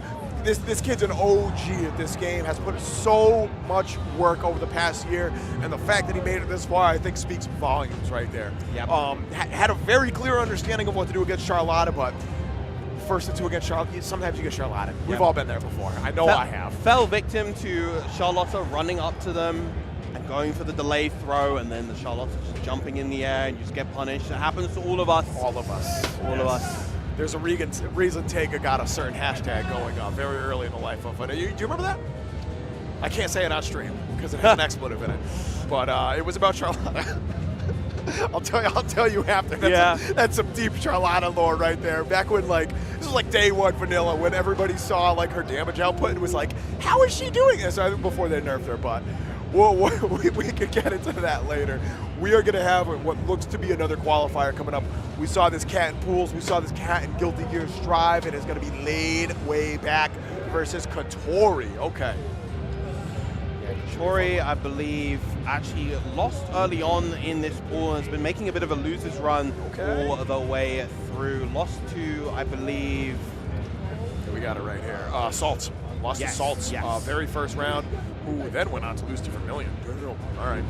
So this is a qualifier. Loser goes home with absolutely nothing except the stories and the friends we made along the way, and winner gets to keep fighting. Straight up. Indeed. That's it, man. That's it. It looks like we still have Monarch on deck too. Like this might be our last match of the block. I'm not 100% sure, but we have some. We got some people waiting in the wings in case it's not. Let's put it that way. That we do. I know Layboy back obviously still repping the 2B, I believe. Yes. One of the handfuls still holding that character down. Mentioned Vermilion as well. Also still on the 2B, I believe, and Yoru Sensei from Mexico. I don't think we've actually really seen Yoru come to a big offline event, but I've only seen them online. Yeah. Absolute menace in the online space. Oh yeah. The number of grand finals, I'll be up degenning it out at 3 a.m. watching some like a TNS or something, and I see Yoru Sensei top 4, top 3, top 2 almost every time. So of course, big shout outs to them. Players not quite arrived to the setup yet. On our end, we do see a chair. It is we have the empty chair. The beautiful profile of the empty chair. So it looks like, we talked about laid way back playing Strive. It sounds like one or both of these players are playing in another bracket. So we might have a little bit of a delay. Apologies. We will get these games going as soon as these players become available. But hey, so we're coming up on top 48. And obviously top 8 is tonight. Yep. What's your wish list for top 8? Who do you want to see, and what characters do you want to see? And it's always Toruro, man. Always. I want to see him win. I want to see BSG make top 8. Crowd favorite. Yeah, he's just such a just seeing the story of his gradual ascension throughout this game has been very, very charming, very endearing. Despite the loss earlier, I still want to see Gamera make that top 8. He's just such an icon of the game. Definitely want to see him there. I want to see Koji Coco.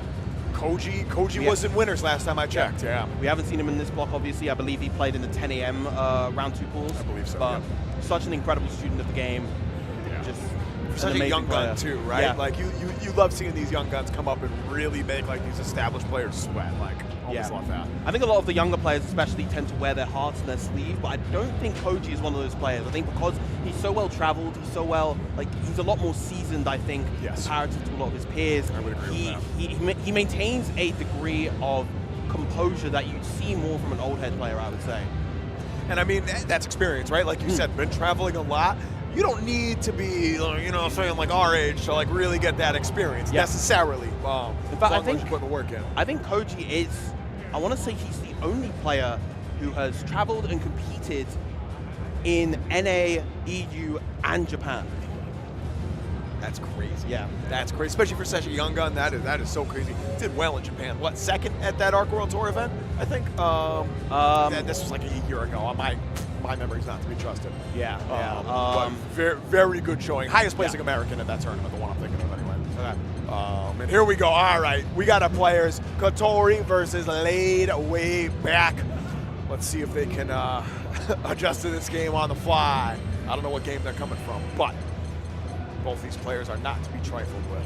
Who's Kotori playing these days? I saw them earlier, and I'm drawing a blank. Yeah, as am I. I don't quite remember who Kotori's on these days. I definitely need to remind myself. But, of course, he is going to remind us very, very soon. Actually looking in the This is the Sandal player. Yes. Okay. I saw Kotori in Pools. Yes. Very, very competent Sandalphon player. Really good at maximizing their hits, just making sure you get big damage. Just like however you want to play this character, like solid whiff punish game, this cat doesn't. Laid Way Back is definitely gonna have their work cut out for them, but they're very doable on both sides. This should be a really good match. Starting off, of course, with our button checks. So Sandalphon, I'm assuming you've played a little bit of Sandalphon, right, when he came out? A little bit. Wasn't a huge fan. So the reason being, on the other side, I love this character. The reason being, for me, having satisfying normals is a huge pull. His far heavy feels bad. I will say that. Yeah. It's the mediums for me as well. I'm not a super huge fan. I know like some people love them, but like I'm not super big on just like this is the standard sword normal. You know, that's what kind of Sandalphon is to me. But of course, not everybody agrees. Of course. It's part of the reason why I enjoyed Galleon a lot when she came out. Pressing that far heavy is just. Oh, that feels good, yeah. It is just such a nice button to press. And I mean, you're coming from Percival, too. You got some good buttons of your own. Yeah. I mean, that's the standard. That's the line I'm drawing with a far heavy. If it doesn't feel as good as Percival far heavy, I don't want to press it. Then what's the point? Yeah, 100%. I 100% agree with that. All right, here we go. Looks like we're going to be getting into it. Appreciate y'all being patient with us. This is going to be it right here. Kotori versus Laid Way Back. And this is a loser's side match. This is for all the marbles right here. Winner gets to go on to round 3. Loser gets to pack it up and say better luck next year, I guess. Indeed. And I love this character. Like, Sandalphon, man, he's a little bit too big brain for me to play, but like this character is sick. I'm a big fan. Oh, we're gonna jump in right off the cuff, Laid Way Back. Gonna be able to take the corner right here. Oh, yeah, that plus frames with P22L, the Corona handshake. There's such a delay on that as well. That was some next level mind control from Laid Way Back right there. That was sick. Oh, okay. So that is a button that is very good for Sandalphon though. That far light, keep an eye out for that. That's like shades of Belial far light. Yeah, the one hit confirm into the 2-1-4U. Such a classic for Sandalphon. That's Oha strike, so good. Oh, actually caught the jump out with 6XL. Oh, okay. Well, wow, the far M whiffing after the whiff BC as well. Oh, the dash in 2L. You got to keep your toes ready. Pickup, are you dead? No, not quite. Didn't have the skill gauge to convert any further, so had to just go for the final hit of the combo right there. So I like what we're seeing from Laid Way Back so far. Last time I saw Kotori on stream was playing like a very reactive game plan. Laid Way Back's going in and really just making the big decisions on defense, and I think that's the right call, at least at first. Yeah. See what the adjustment is. Absolutely, absolutely.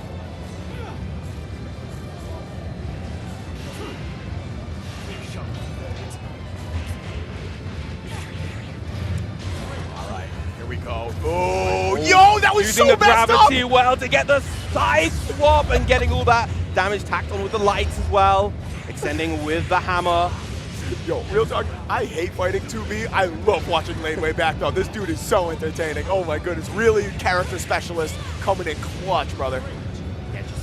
Using the minus frames, the side swap right there actually messing Kotori up, but it worked out in his favor. Now going to transform into the fire state.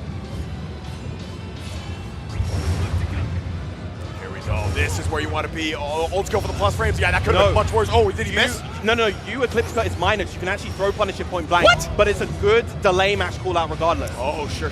Okay, all right. Well, big brain move from Kotori, then we'll take it.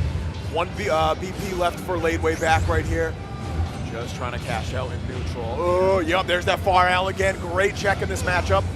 Oh, that's punishable. No punish coming out from late way back. That is also punishable, and no confirm into the Zohar strike. That would have been enough to confirm into a KO for Kotori. Players missing out on crucial stuff right here. Oh, okay. Able to spot dodge the BC, no punish. BC right back at you. There's one diamond left between both these players, and it's going to be the throw that does it for Kotori. Whew, all right. That got a little scrambly there at the end. This is what I like to see, and this is one of the things I like from laid way back. Laid way back has a way of forcing you into these like awkward scramble situations that you have to prove you understand. Wow, getting the anti-air with the 5H right there. Laid way back, solid combo in the corner.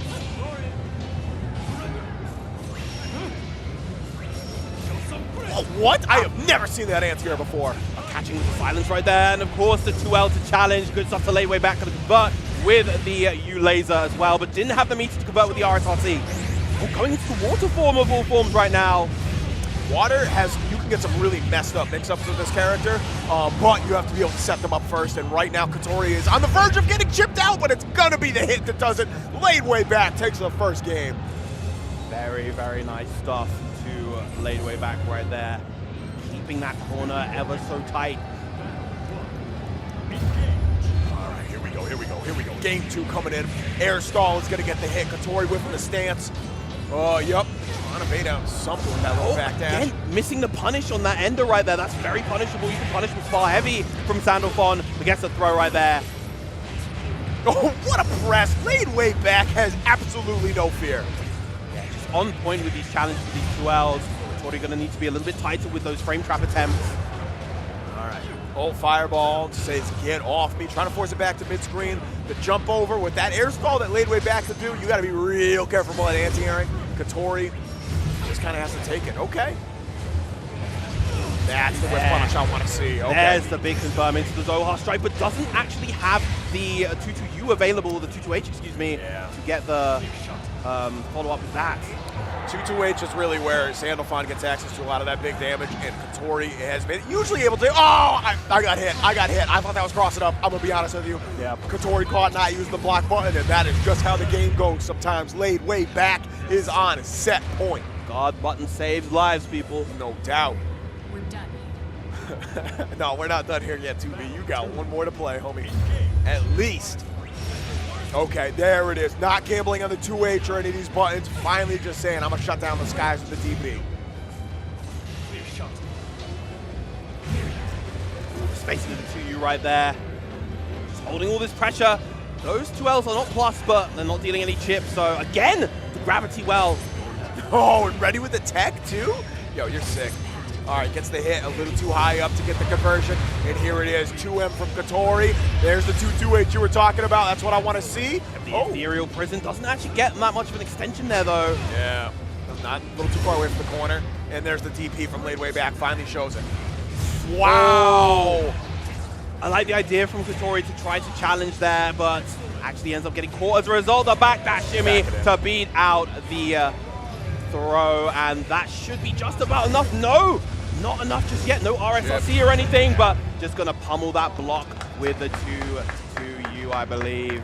Kotori laughing about that one, understanding like that was it. That's checkmate right there. There's nothing I can do. Laid way back is gonna be moving on. Eliminates Kotori. Part of me kind of sad because we don't get to see a little more Sandalphon later. But laid way back is still like we were talking about earlier, one of the most entertaining players in the game, and I am just over the moon that we will get to see them in the next round. Yes. We are going to take a very brief ad break, but we do have some more Granblue coming right back at you here at EVO 2025. Do not go anywhere. That sizzle, that's the soundtrack of Chipotle. Literally melt in your mouth tender.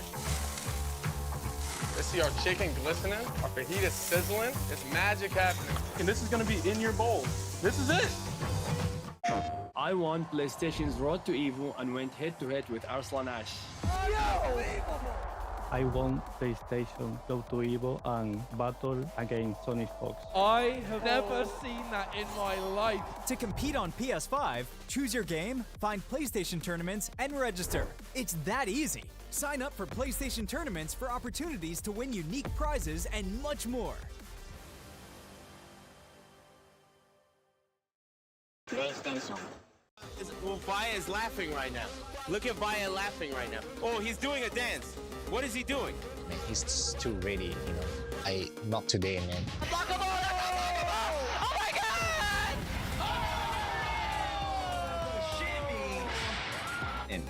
参加して、でその時また賞金額が上がって、気持ちは調子良かったですね。So it's much more than just playing. It's being a part of this community.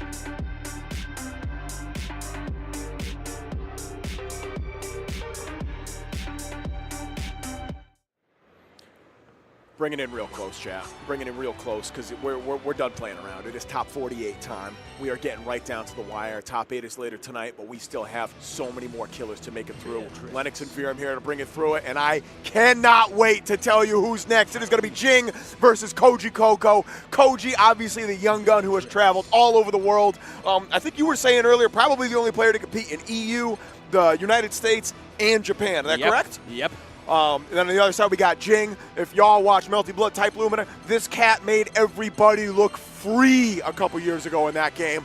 He is just an amazing player overall, and the fact that we get to watch him on Winners here is just an utter treat. Buckle up. This is going to be a banger, kids. And even if you don't watch Melty, Jing is still an absolute monster at this game as well. Definitely one of, if not the finest Catalina in Japan right now. It shouldn't surprise me he plays Cat either. That's so hype, bro. All right. Koji looks like he's about to lock in that Beatrix. Yeah, dude, this is, I don't even want to, like, hype this up too much. Y'all are just going to have to watch, because this is going to be a big deal. So, winner's side for top 48, you only need to win one to make it into top 40. Top 24. Top 24, excuse me. And actually, excuse me, both of these players have technically qualified for top 24 already. This match just determines whether you're going in on winners or losers. Yeah, you definitely want that path to winners top 8 to be all that little bit easier. Yeah. The path to top 8 in general. You know, if you win this set and then your next set, you're in winner's side top 8. Yeah, which in this bracket right now, especially with Gamera in losers, and yeah, I don't know. There are so many killers in the Shark Pit right now. You do not want to fall too early. Here we go. We're hopping right into it. Jing versus Koji Coco. Oh my goodness. Two of the strongest ladies in Granblue right now. Oh, and we got that wall bounce. Thank you. Koji gets the perfect spacing for the dash heavy too. You'd love to see it. It's for the maximum damage route right there. Willing to expend the cooldowns. Oh, what a backdash. Anticipating the throw right there. Koji gets another real solid hit. Gonna cash out even. All right. Little super hit. Takes second to last. Diamond away from Jing right here. Oh no, you are so dead. Kiss your life bar goodbye. Koji Coco takes that first round. Clinical one-sided round from Koji Coco. Got that opening gambit and just took it all the way. Beautiful stuff. Jing not really even getting to play. Not yet anyway. This is one of those cats you can never really count out though. Go. Just trying to navigate this neutral. Ooh, okay, the riding free, the EX riding free no less. Able to get some corner carry going. Jing spends the diamond. No pick up of the far heavy though. Nice delay with the close light right there. Beautiful trap from Koji Coco. Into the 2-1 for you. Yes, that you Thunderbird into the safe jump. There it is. All right, good tech on the throw. But loses to the 6XL again? Koji's got a lot of mileage from that button so far. And this might kill, bro. This is going to be so close. It's a lot, but not quite just yet. But all it's going to take is a throw. That was so crafty right there, using the 2-2L with that timing. That is the kind of thing that only someone like Koji Coco would go for there. I wasn't expecting the first game to be that quick. I'm going to be so real with you. Neither was I. It's crazy. All right, here we go. This is what I want to see a little bit more. A little bit of an answer back from Jing right here. And now we're going to see what Jing's offense looks like, or what Koji's defense looks like, to be honest. All right. 6XL again, keep it plus. Oh yeah, what plus all over the place. Light wall follow-up actually catches, and that is an awkward side switch. Possibly not exactly what you were looking for. Koji in a much better position now. Yeah, I think the counter hit on that light wall hit actually ended up launching Koji a little bit higher, and that sort of threw off the overall spacing of the combo. Definitely makes sense. Here we go, BC again. Jing happy to spend that. Koji Coco just trying to play that Granblue zone right now, but Jing, okay, that could have been worse. Nice with punish on the 2L. That's going to be full corner carry for Jing. Doubling it up, but I'm not sure if he actually needed it there. Either way, this is going to set you... you dead here? No, not yet. Oh, yeah, all right, not quite. Combo limit coming in. And the backdash into the corner. You simply do not see that a lot in this game. That is crazy. Good stuff from Koji Coco. Going to cash out with the super, and this should be enough to kill. Yeah, that is most certainly dead. The Savior unleashed, and we call these the organic comebacks in Europe. Beatrix, for as fundamentally sound as this character has, also has the strongest comeback mechanic in the game. Yes, yes, she does. I'm still reeling for that backdash, bro. You don't see that. That's like a That's a, oh man, I don't know. I could talk about that for too long, but either way, Koji Koko is on set point right here. Jing gets the whip punish, but isn't able to get the confirm. Poking out with the DP, Koji, 6-6L lands one more time. Full corner combo. All right, now we're gonna see what this pressure is after. Ooh, okay, I like the frame kill right there into the plus meaty close heavy right there. Yeah. Oh, awkward whiff far heavy, no whiff punish, but it's gonna be the ultimate fireball that wins Koji Nooch. Again, though, backdash just beating out the throw. Koji, unfortunately, not quite getting the whiff punish this time. Jing hasn't quite found the adaptation to beat out those backdashes from Koji Koko. He's not extending into the offense with the 6-6Ls. Oh, no, playing like really reactively, which I don't think is a bad thing in this matchup, but Koji has just been taking advantage of that a little too much, I think. The approach, very nice 2M. That's exactly the kind of hit you need as Catalina, and it's worth spending the double to guarantee the corner carry right here. Which is huge, too, because you have 1 diamond left. You do not want to spend too many more, or any more BC, honestly, at this point. Okay, here we go. Throw kills. Back throw into the corner. Koji Koko is too sick with it. One more hit from both sides. Look at all the chip damage. Crucial spot dodge right there from Jing. That's the last BP gone. And what do you do here as Jing goes for the Hail Mary jump out the corner, but there's the DP from Koji Koko to seal the set 2-0. 2-0? 2-0. How was that a 2-0, bro? That was so much faster than I thought we were going to get. My goodness, Koji Koko proving why they are still one of the best in the game right now. 2-0 is Jing. I thought for sure we were going to go into game 3 with that one. I was so sure.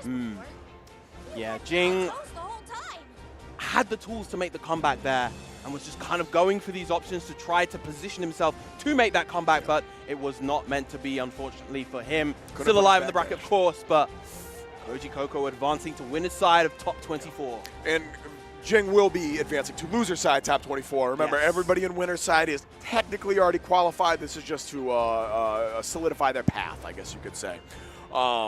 We have, I'm just going to read y'all what we have in winner's side so far for this block. There's 2 top 48 blocks. Unstart GG, exclamation point bracket in the chat if you want to follow along at home. Vermilion versus Monarch. Toruro versus Have a Nice Day.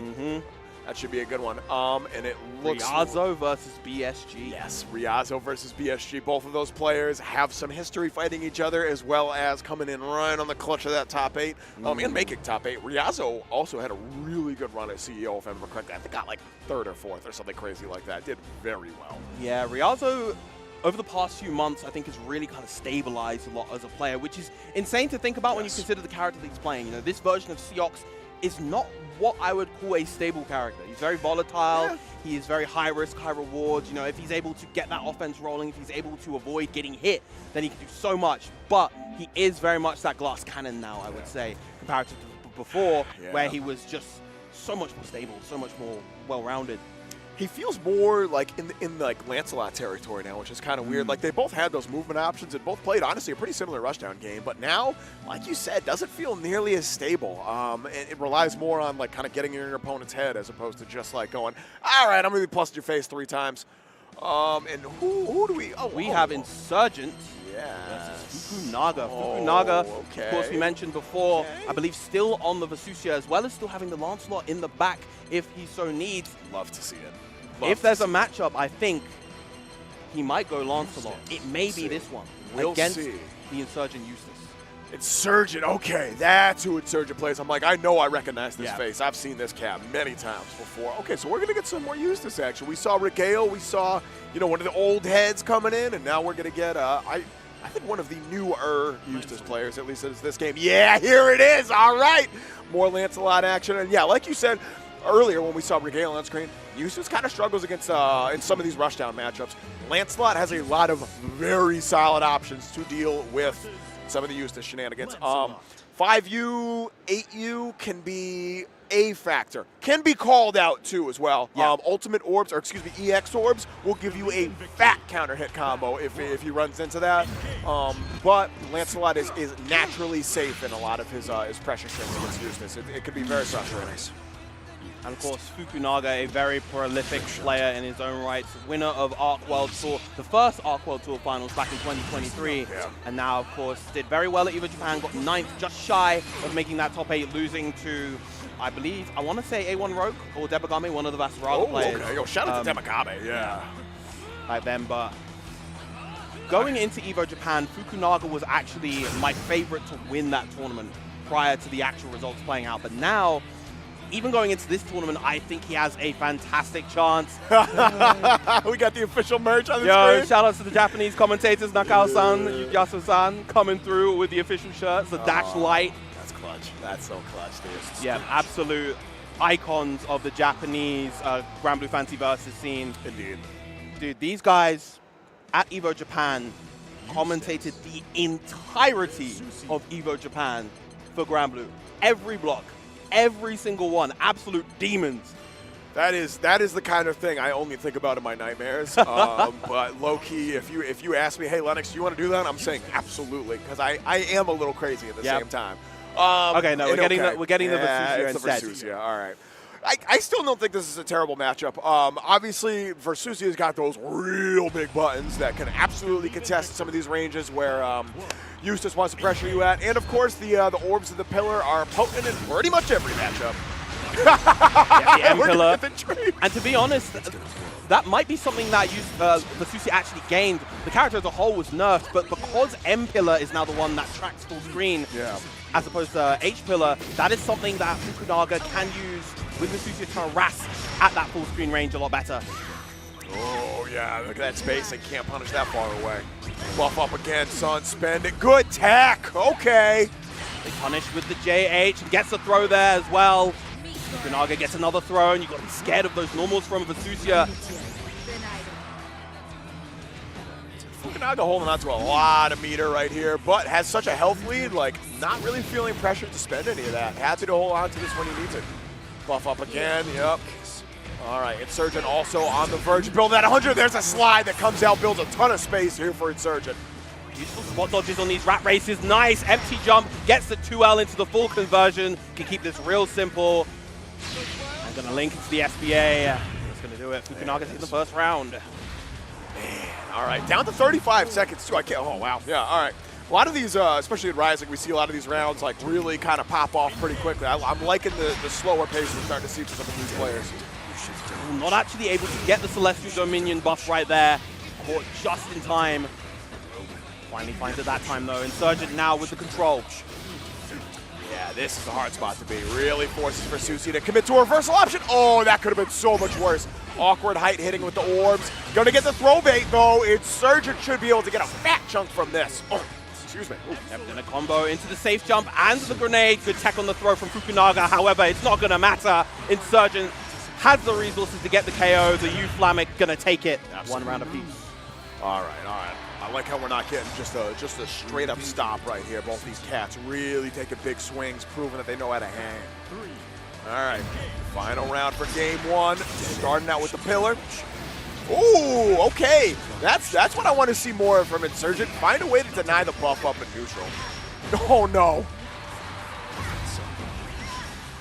Not actually able to connect that H-Nimbus right there to maintain the pressure. Tries to go for the delay mash. Right, all the cooldowns are back on the side of Fukunaga. This is your opportunity to apply that pressure.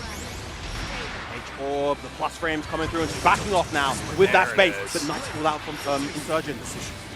I think that was a reaction, no less. Like, Insurgent was ready from that. Oh, no! Insurgent, I'm about to talk up your defense, and you start pressing like that? That's crazy. Here we go. Fukunaga gonna take a lot of damage with this SBA. Should be able to get a decent knockdown from it, too. All right. Yeah, you're gonna get buff your... up? No, it's gonna go for the safe jump. Do it again. Oh, baited. All right, it's still tech, yo. Insurgent's tech game is real nice. A little too nice, unfortunately. Able to get baited on the throw. And it looks like Fukunaga's going to take that first game.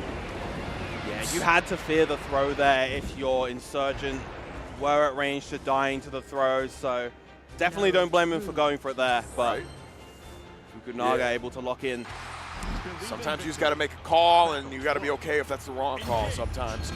Insurgent still on winner's side, obviously has technically already qualified for top 24, but we have talked a few times about how important that winner's side is for this bracket right now. Indeed. All right. Good defense coming out from Fukunaga. A good time to BC get rid of that rat race. Beautiful. Yeah, that's what I want to see. Yeah. So you see that third hit coming out. That happens when she's buffed up. She gets B+ off that as opposed to punishable. Huge crumple, and of course now in the crouching state, you get an even stronger confirm. You get to do the close light into the 6XL, excuse me, into close medium. Oh no! Oh no! Huge drop! Not quite in the range. You're gonna RPS with the DP. Fukunaga now 1 round away from taking the set. It's one of these deals where you have that much of a life lead, you're like, yeah, I'll gamble on the DP, who cares? That'll win. All right, one more. Fukunaga on a set point here on the verge of qualifying for top 24 on winner's side. What a press. We're going to the corner. Gets the full extension as well. All those cooldowns spent. Gonna get the 5U back as well. Celestial Dominion is online, and you gotta be scared for your life if you're Insurgent. Still just trying to find a way out of the corner. Good spot dodge on the grenade. Not dealing with that block stun. Delay DP is gonna hit. Ooh, the stanky leg coming in clutch. Nice spot dodge, but not gonna be the punish, unfortunately. I really thought that jump over was gonna work. Overhead connects, allows you to continue pressure. Run up throw, tech with the one button. Uh-oh, okay, that could have been worse. Oh, and now you're 1 hit away from death. Another crucial DP from Insurgent. But how does he make this comeback? It's going real hard. Beautiful patience on the DP. Very good stuff. Insurgent has a big chance right here, but it's gonna have to capitalize on this next interaction. Okay, spends the meter, the jump out. Wasn't ready for it. No, you're gonna get chipped out now, bro. Still has a little bit of health before chip point. He's on chip point now, and there's the DP to do it. Fukunaga going to advance to the winner's side at top 24. Woo! All right, that was a nail biter at the end there. My goodness, having the wherewithal to be minus on the BC right there, and then go, oh, you have meter. I need to bait this DP, even though I'm close enough where this might chip me out. The confidence there was perfect. Unfortunately, not able to capitalize on the next interaction, but still showing some very good stuff there.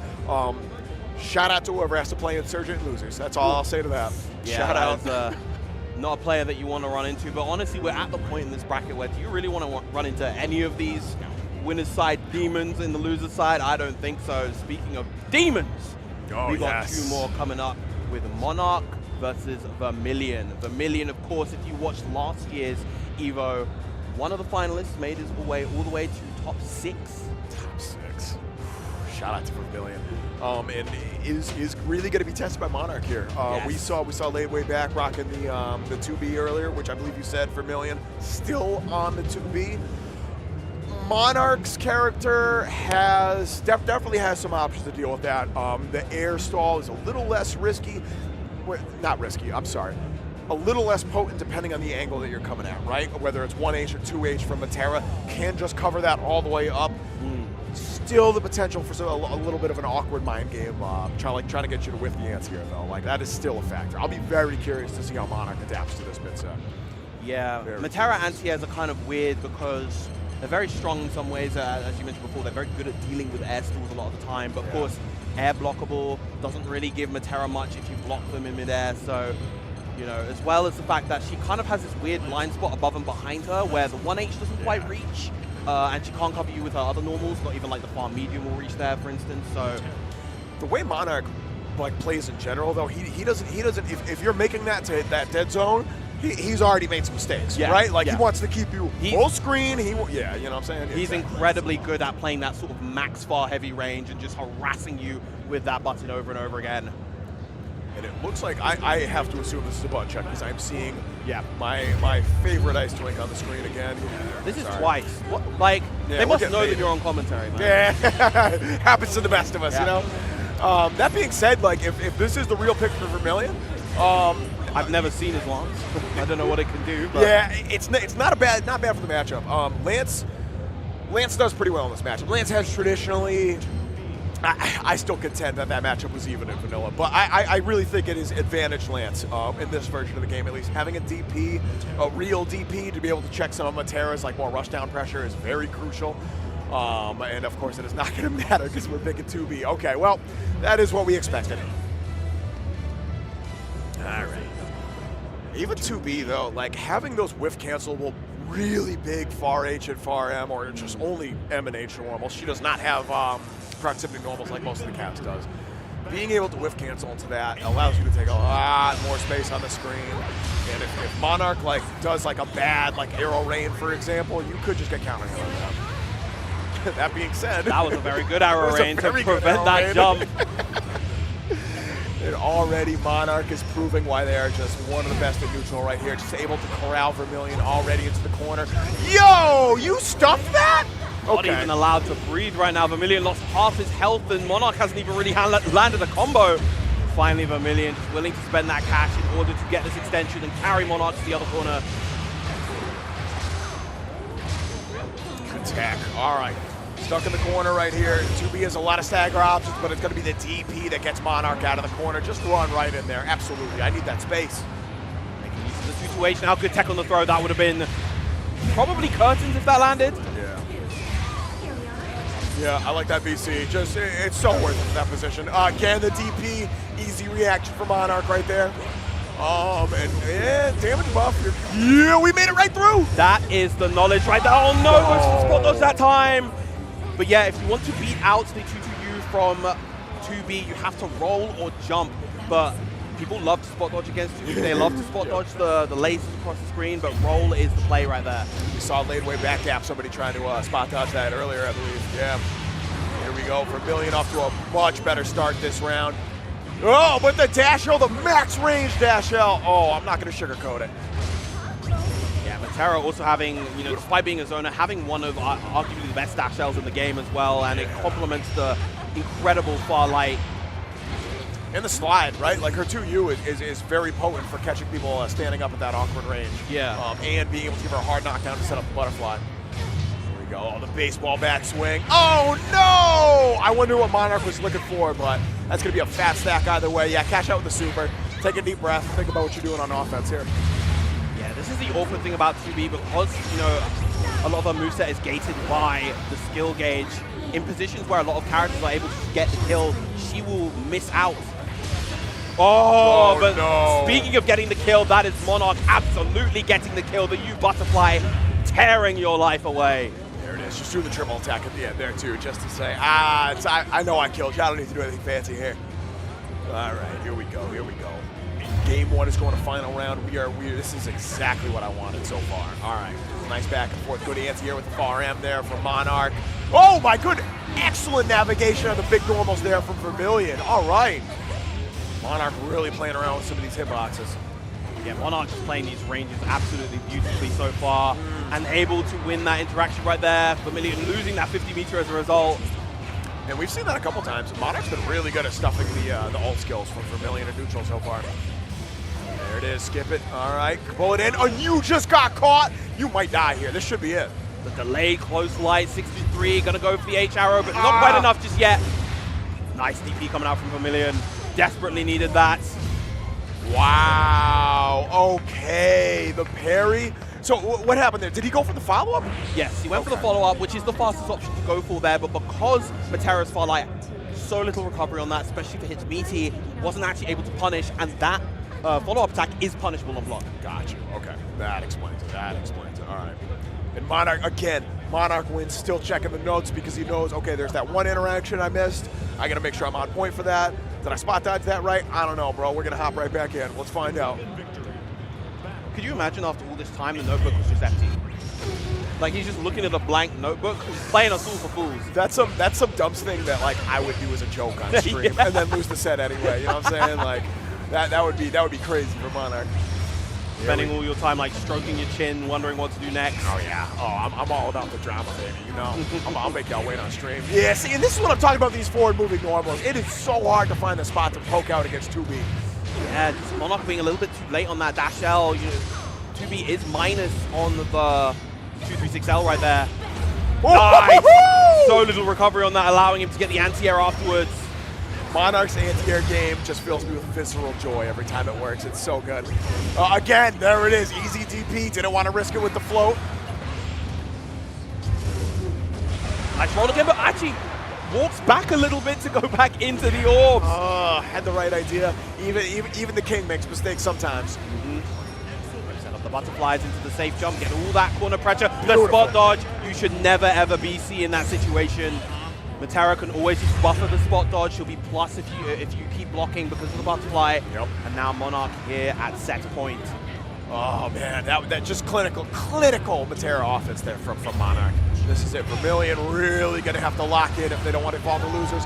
That is a hard way to do it, my friend. Oh no. Monarch's so confident right now. The run-up hop to bait out the BC and the delay match gets the hit with the close light right here, just completely penetrating Vermilion's defense. No options on the side of Vermilion, and this is going to end with a perfect as long as he closes this out.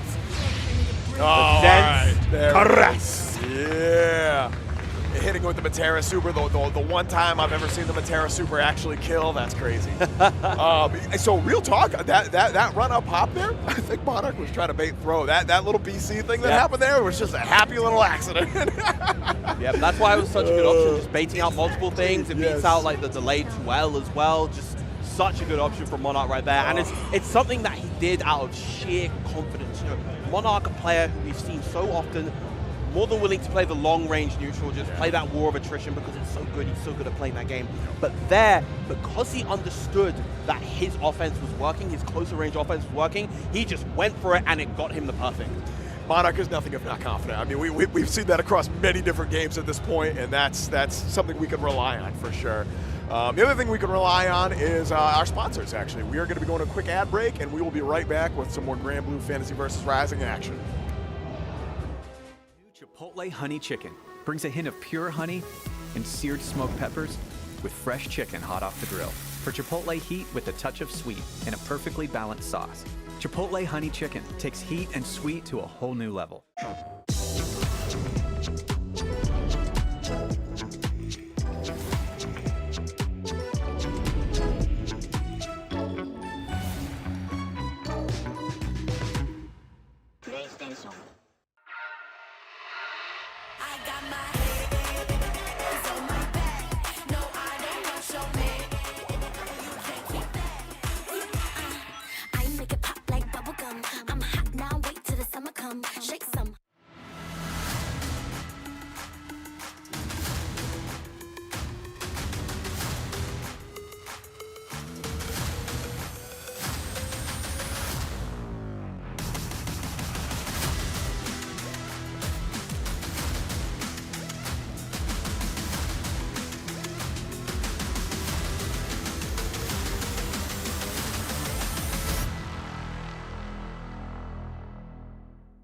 We knew pretty early on that the game was fun to play.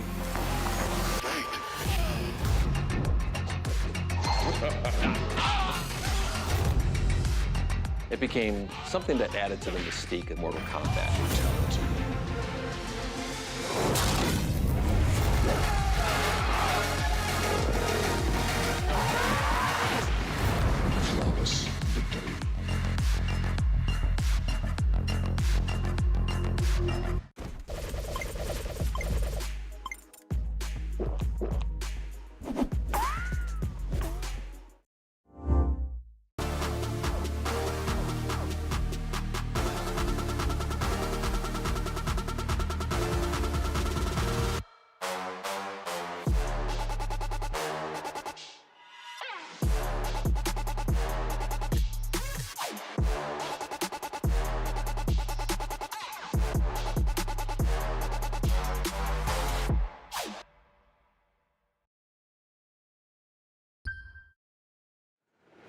We are here once again with more top 48 action here at EVO 2025 for Granblue Fantasy vs. Rising.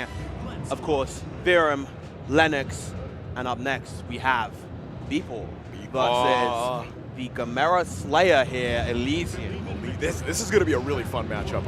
Bpaw, always a crowd favorite, right? Always a crowd favorite. One of Midwest's finest, making a really like elevating the Chicago scene with his play in general. But like you said, this is the Gamera Slayer. That wasn't on my bingo card, bro. And we get it in a little bit of an awkward matchup. So they're button checking right now, and it looks like Bpaw is button checking with Matera. For those of you that don't know, deep lore here, back when Bpaw went by Flower Man, Bpaw played Matera. This was back like season 1, I think, or season 2, I think, of Granblue. This was way back in the day. And we'll still occasionally use that as a counter pick. I don't know if that's what we're going to see here. We were, before we came on, we were making some jokes about the Fairy Lancelot matchup. At least in vanilla, both players really hated that matchup. Yeah. It had a very awkward RPS to it. So it wouldn't surprise me to see the Matera counter pick, but I don't know if that's a better matchup. Like we said earlier, I really think Lance wins that matchup. It's worth noting, though, in that particular instance, that was just Bpaw picking the character that was there. He was obviously coming off of Monarch slot. Yep. Even had the color and the weapon skin all the same. True. Okay, it is going to be Fairy. All right, we're getting it. Still, this is one of these deals. You got to be really careful throwing out Fireball in neutral, right? That's one of Lance's favorite ways to get in. You throw like L or M Fireball, covers a bunch of space. Bpaw can react with EX Whip to that and just straight up punish you for it. So that, at least in neutral, should be a non-factor unless Bpaw is like super not locked in. Well, the EX Whip doesn't pierce through projectiles. Does that not do that anymore? No. Oh! That's been a thing for like 3 years. Has it really? Yeah, it's been a while. I'm the U one, however, does. And the other thing to keep in mind is that really good low profile on Fairy's 2M. She can go under a lot of projectiles with that move. And you could definitely go under Lance's projectile. That's a key aspect of the mirror for sure. No kidding. EX Whip doesn't pierce that anymore. I am living in the past, bro. My goodness. No pierce on EX Whip, EX Setsuna, EX Infinite Wonders from Zeta. All of them lost their pierces on the EX moves, but they got them on the U skills. Makes sense, I suppose. All right. Already. Oh, that is not a good position to start in for Alesian. Here we go. Lovely DP right there. Got a combo into the GG as a result of that. Chunky damage coming out from Bpaw. To the low. Good block coming out from Alesian, though. The 6-6L. All right, we saw that a lot in Alesian set against Gamera. Let's see if Bpaw can contend double overhead, or the not double overhead anymore. That got changed too. Yep. R.I.P. Lance's double overhead. Pour one out later, gang. Again, just these 2Ms. Oh, looking for the BC right there. All right, Alesian, I see you. Frame kill with the light Gorilla Blade. Plus frames again. Yeah, there it is. All right, that slowdown that Lance puts on you is so hard to deal with. You almost always want to take the throw right there. If you do anything, you open yourself up to a big punish. Speaking of big punishes. Almost so close. Didn't have the meter to RSRC. I like what Alesian went for there. And yeah, very nice using the L Blade Impulse to counter hit the whip. Low-key, that's one of your best whip punish options in this matchup. Doesn't give you a hard knockdown, obviously, but it gives you space, which is so crucial.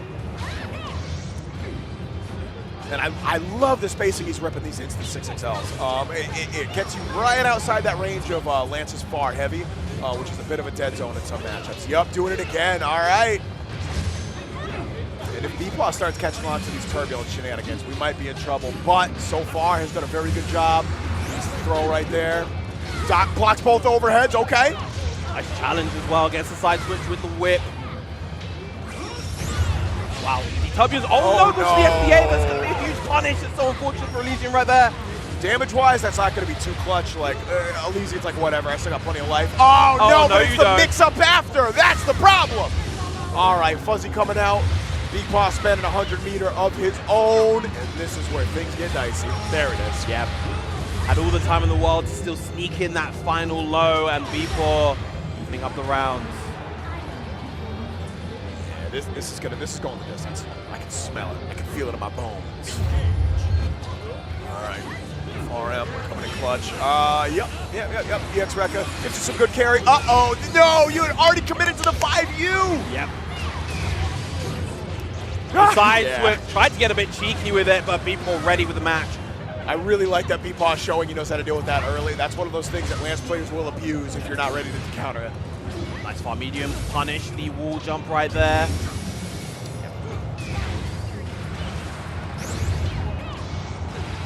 Yeah, there it is. Probably gonna get a hit into this. No, not quite. Still a lot of chip though. And got the initial hit, so that still takes a diamond off the board for Alesian. All right, it's out again. Yeah, and that's exactly what you're looking for there. You need to check Lancelot's Delta Leap, so the best best consistent way to do that, rising buttons. Chances are you're going to get a counter hit, which means a full combo, even more so with GG right there. I love that call from Bpaw. Yeah, Lance, his air normal is definitely designed to not be very good at air-to-airing. You know, he's meant to kind of initiate pressure with his jump-ins, but in those air-to-air situations, he very often loses, and especially when you're fighting against something like, Ferry JM, which hits across the screen. Yeah, you're not challenging with like Lance JM on that. You know what I'm saying? No. Like, no that way. dinky little cross-up button. No, absolutely not. And even if you do get a JH, like chances are the second hit's gonna hit them out of it anyway, so you won't even get a full combo for it. Yep. Oh, okay. Oh no! Tried to take too much space. And Alesian running right into the overhead is now going to be stuck in the corner. Yeah, and that's what I want to see a little more from Alesian. Just that neutral jump in the corner to threaten Delta Leap, try to take some space back. So late on that cancel right there. Gonna go for the jet. Wow, still caught with the downward hit on the DP. Yeah, it was already airborne. You can't air block that. That's not going to matter, dog. That is straight up not going to matter. Bpaw is going to get the side switch. The fuzzy connects. Not even the fuzzy. That was the throw bait, and this should be enough. No, just shy. Okay. Yeah, there it is. There it is. All right, far medium from Bpaw, putting him on to set point. And this is winner side, right? Yeah, this is winner side. Yeah. Right. Okay. Oh! Counter hit on that as well. Not quite close enough to get the wall bounce though. The medium Gorilla Blade bringing us back to the good old days where regular Gorilla Blade would give you a full combo mid-screen. Hell yeah. Side switch, all right. Oh, okay, you don't see this route very often. All right, yeah, we'll take that. It is a cool route. I love the usage of the 6-6H during it.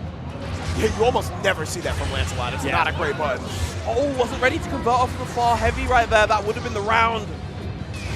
And now you've given Bpaw an inch. Don't let them take the mile. To you. Oh, no, you're going to get meaty. Oh, the side switch as well. Trying to set up GG. I really like that decision. Okay, yep, good BC. Alesian, okay, doesn't matter. All right. We're out here. We're still alive. Alesian holding on by a thread there. The ultimate Gorilla Blade is able to take that round. Shout out to Team Spooky, by the way. I have not called that Blade Impulse a single time in my life. It's always Gorilla Blade. The classic all the way from base game, man. Yeah, absolutely. Spooky really ran the hell out of those day one setups. Oh, I love the spacing on that. Oh no, and you still got it. That was so sick. Gets the extension, of course, with the U-Blade Impulse as well, the U-Fireball even. Wogan Storm, I think it's called. Oh, God. Yeah, don't ask me to pronounce the German names. Oh, my God. Yo, and this should be enough. You have the meter to do it. There it is. Might need to spend. Are you going to get the super? What am I saying? Just super. Easy money. Yeah, sit down. All right. What'd I say, Vera? What'd I say? We're going the distance. We're going the distance. We're going to final game. Yeah. Bpaw. Going to be forced to lock in right here. Are we going to replay? Yeah, no, Bpaw usually takes a hot second. Yeah, you see the eyes closed. It's going to be like, all right. Yeah, controller's down. Check the notes real quick. What do we got on Lancelot? Decent chance that the answer to that is not that much. Feels like this character's fallen a little bit more by the wayside in the eyes of many, so not all that represented. I mean, which is crazy. I remember looking at the usage rates for the characters relatively recently. I think Lance is bottom 5 at the moment. I think he is, which is crazy because like even with the slight nerfs he got, I still think he is a very, very complete character. Bring back his Delta Leap though, you know. Bring back 5L close heavy. Yeah, now we're talking. All right. Oh goodness. All right. Bpaw. Actually, this life is pretty much even right here. Yeah, you want to BC that. You don't want to be. Oh, yeah. Oh, all right. We're going to get a full combo here. Thank you. If you BC the U Trombe, the 214U from Ferry on the first hit, you can actually get a guaranteed counter BC, but the empty low is going to snatch the game away for Alesian. Oh, we're going now, swag. Alesian the one at set point. Alesian has sent Gamera to losers. Can Alesian send Bpaw to losers? That's the real question right now. Oh, yo, the K-Pow? You started with the K-Pow and absolutely. Oh, I haven't seen that in years. Thank you so much. Thank you so much, Alesian. Got the count hit as well, but actually didn't convert off of it. Nice dodge right there. People now ready for those. And Yeah, there's that U Trombe coming out. Such a good tool for Ferry. Such a good conversion tool. Just lets her get good reward off of even the far light. Oh no, full conversion with GG right here though. This is not going to be enough to kill, but Bpaw is going to be able to set up the guess for game. Blocks the low. Yeah, didn't actually have the GG cooldown available, so couldn't set that up. Just went for the safe jump instead. Oh, and just a couple more straight hits with those far mediums are going to do a lot of work, okay? Yeah, EX Fireball does not go full screen, but you're happy to take the space. Watch out for GG. No way! He pressed! No way! He pressed! All right, this is not going to kill. And this low-key does not give you as good OP as the regular SBA, but it's going to give you enough. There's the 5U. It is still time. Alesian holding out by a thread, but it's going to be the 5U from Bpaw that brings us to final game, final round. Crucial button press right there for Bpaw. Could not allow that momentum to completely slip away. Alesian went for that huge call out with the SSBA. Yo, if we get Lance on winner's side top 24, I might lose my mind. I might lose it. Even though you take out Bpaw, I don't know. This ain't over yet. Let's see. Throw bait goes unbaited, and it's going to be the 6XL. Got to get the full conversion into the side switch. Swag route again. All right. Into the far medium. There we go. Gets the extension. There's the safe jump into the throw. Street Fighter 6. Do it again. Oh, this time Bpaw wanted to go for that run-up throw. Plus frames on the HGS Pence. Oh, no. Oh, you have to spend it. And that's actually massive. This next knockdown. Next hit's going to kill you. The damage buff is going to be too big for Bpaw right here. Alesian has to play this super safe. Oh, that's a punish. Yeah, you can't catch that. He probably wanted to try to get conversion, but no kill right there. TP, okay. One more hit. Spot touch. Ah, back at DP you. right back. Oh, that's crazy. Yo, what is sequence right there, right? So that is something you can't convert. If you visually confirm that, okay, Fireball's gonna hit, you can do Ultimate Gorilla Blade from full screen. Or actually, excuse me, you can't visually confirm it. You have to know it's gonna hit. If you've seen it hit already, it's too late. And I think that's what happened there to Alesian.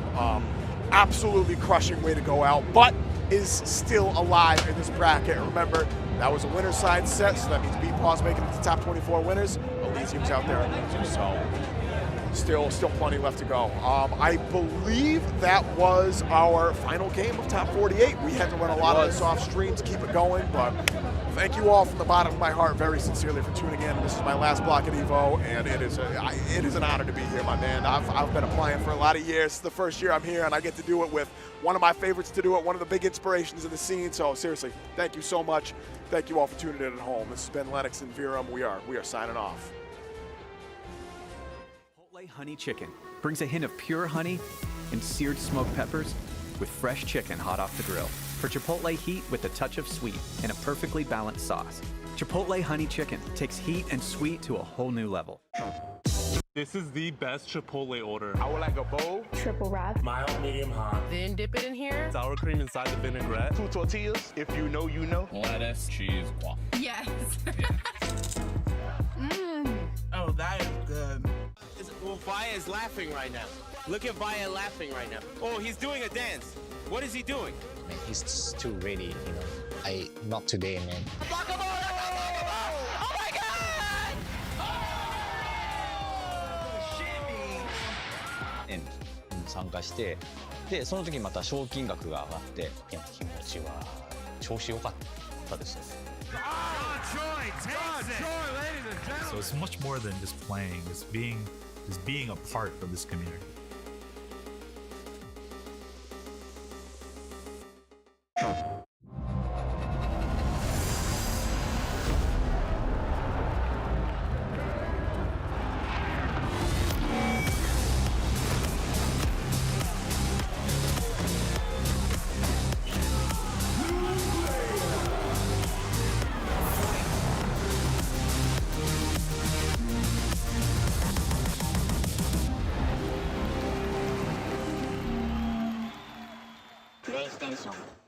All right, Jay, you ready for this block? You already know. I feel like we've been killing it lately, and everyone's been loving it, but we gotta let the people know where we're gonna be at. Let's just do the meme real fast. You know, my heart meme, get the engagements and everything like that. Yipes. So, you understand me. It's not about the engagement. I'm just always thirsty for a drink, especially for this White Claw Zero Proof. Yeah, but that was corny as hell. But I'll drink to that. Cheers. Cheers. I'm thirsty.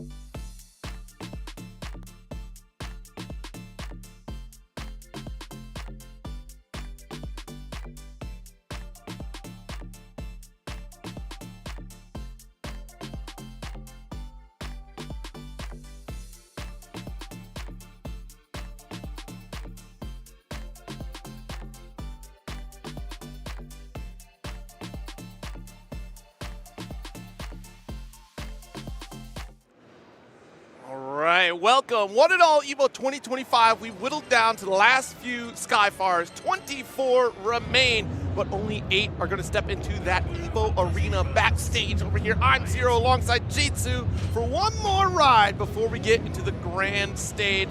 How are we doing tonight, Jitsu? I'm doing good. Yeah. There are a lot of bangers both in the winners and the losers side. A couple of upsets that I'm sure you guys have been seeing throughout that top 192 and of course that top 48 was an absolute bloodbath just to make it here into the qualifiers for top 8. So the action is only going to get more and more insane cross-regional in the winners and the losers side. So let's see it. Yeah, absolutely. Lunch was great. I know y'all didn't ask, It was but delicious. we had a delicious lunch. I had orange chicken. I also had orange chicken with the spicy cauliflower on the side. Spicy It was cauliflower? You did General Tao cauliflower? life is so good, I just man. did stir-fried veggies. You know, that Oh, was okay, my that was veggie also pretty good too. All right, so I got a little bit of iced that tea on the side. It was pretty good. No one asked, but we thought we'd share. Sesame Felt on the like it's rice, you know, just trying to make sure that you guys are also quite, you know, full up because we got a lot of Granblue action coming in the next, you know, what, 6 hours, right? So it's going to be this in top 24, and then a little bit of a break, and then at 8 p.m. Pacific time, we're going to be starting it off with the top 8 live from the arena back there. Absolutely. And speaking of those upsets, Gamera on loser side. Yes. Brought down by Alesian, as we saw earlier. Yes. Stepping up here for their attempt at the path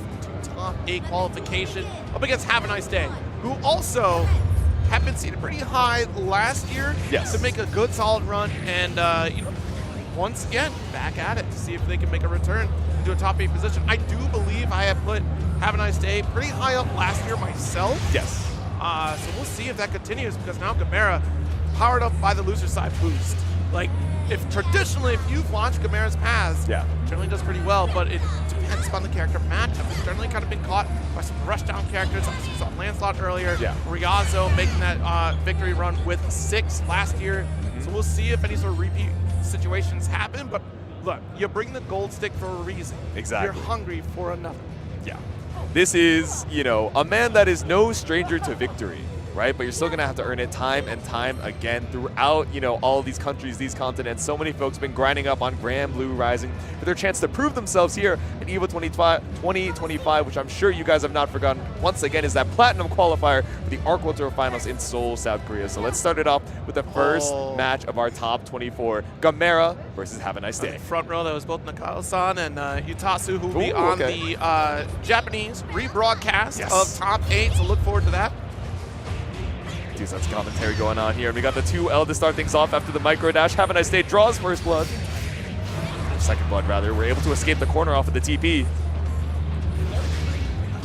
Have to be a little careful on the zoning game. We're going to see a lot of that ult Star Chaser to interrupt a lot of those black flies. Or just get a classic 6XL to push the issue. Exactly. Yeah, that fireball from Beatrix, especially the ultimate version, just comes out so fast. And there we go, the H riding free up against the wall here with the corner wall bounce. We're not quite going to have enough for 100 to cash out on SBA, but we still get the ultimate Thunderbird refund routes. All right, 5L trying to get a quick interrupt. The H not going to find a mark here. Great defense from Have a Nice Day with this last little bit of life left over. Yeah, it was deep dash on the dive kick. So while we avoided it, still, let's fight your way back out of the corner here. Dash light still coming through, and yet Have a Nice Day with the spin. Let's get that throw for corner. Yep. BC away. No shimmy action coming here. Looking for reversal opportunity. BC out for Hava. Yeah, does want to get the positive bonus here, or positive frames rather, from the Thunderbird. Exactly. Don't have to hold the plus if we don't want to. We still have one more diamond in the tank, and we're going to send it, especially at that 1 HP. The extra damage doesn't matter, but the L riding free does the job. Quickly sneaking in there with the low profile. You go, Beatrix. You never back down, you. She's got the energy of a star. Wait, the makings of an idol. I think the announcer is also Beatrix right now. You got to cheer yourself up. You got to be your #1 fan. That's called schizophrenia. You know? A little bit, right? Like the voice is going a little crazy right now. That mushroom talk going to be crazy. There we go. But how are we going to leverage the Inoki to escape the corner? The ultimate Thunderbird just barely under a lot of these dive kicks, crossing up on both sides. Yeah, really good neutral jump there coming from Hava. Yes. Side swap, dash a little bit too far. That would have been a whip punish opportunity for Hava. Yes. Star Chaser locking in. Got the plus frames on the EX version. Good throw. Ooh, yeah, trying to go for the far H, trying to counterpoke something. But again, the threat of that jump back dive is so potent from Have a Nice Day. And it's really cool that you're going for that back ult special here. The moment you see spot dodge, you're committed. So that back special is going to guarantee hit. Absolutely. Oh my goodness, a heavy full conversion because it's the EX edition. Light in the corner. That's a game for Gamera. Yeah, direct into the super. Don't even go for the rest of the combo. Just seal it out clean for game #1. One game closer to potentially ending Have a Nice Day's run here in top 24. Wow, round start, EX, Star Chaser. Oh, nice. Not close enough to the wall, so close. A hair away from quite a bit more damage there, but still this corner situation, keeping Hava locked down with the far H's. But again, that far H puts us back into, okay, now I'm looking for a jump back dive to, you know, counterpoke you. This dash L goes to the max range off the wall. We get a little bit of extra time for this combo route because it was an early hit. As for the damage.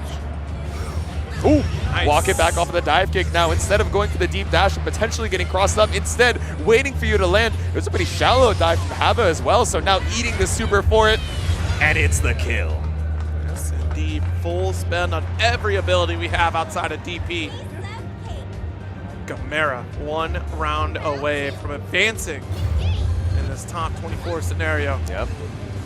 Still coming in from the loser's side, right? Has to win 3 sets in a row just to make it to the loser's side of that arena finals, but take it one round, one game at a time, and one LDP to once again put Hava into the corner, caught up with the airborne 6-6L. Close up to the corner, we're gonna get the bounce off that Thunderbird. Yes. All right, goes for the medium Star Chaser, just wants a little bit of positive scenario, and Dash Light to interrupt the run. Actually, Jade-Su, with these resources, it'll be darn close. There we go, we spent the Raging Strike. We have the SBA. It's not going to drain an extra BP, so we just barely live with a sliver. Have a nice day playing with his tournament life on the line. Nothing found on the 6-6M.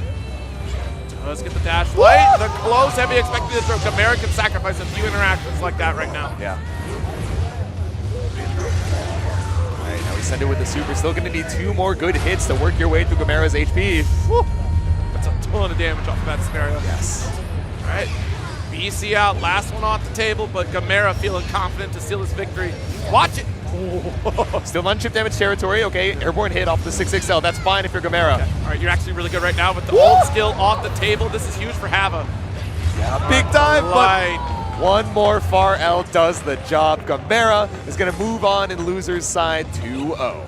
Yeah, you can't rest too easy, honestly, when you see those black flies come out. The one thing we were looking for there was the amount of resources Gamera had. We're on the cusp of 50%.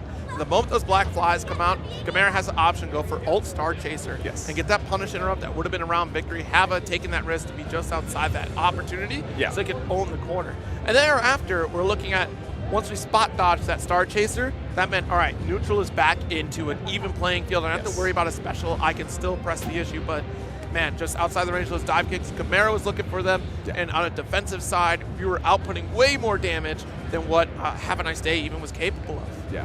Especially towards you know, the first 2-3 rounds of the set, Gamera was thinking, oh, okay, I can just rush down, worst case scenario, I cross under on the dive. I'm really just not trying to take the hit or take the plus frame situation. Right. Like, I can at least hit you on the other side. But then, you know, going into that final round saying, okay, I'm a little bit more comfortable now. I have a feeling, I have a read, an understanding on your habits on when you're going to go for this up back dive kick. So instead, just backing up at the perfect range for it to whiff and just chunking away the HP with that counter hit close H starter. It's terrifying. Yeah, absolutely. A terrifying interaction dealing with Beatrix at close range presence and understanding the fact that she can very quickly cover the ground to get close to you and then make that corner carry is absurd.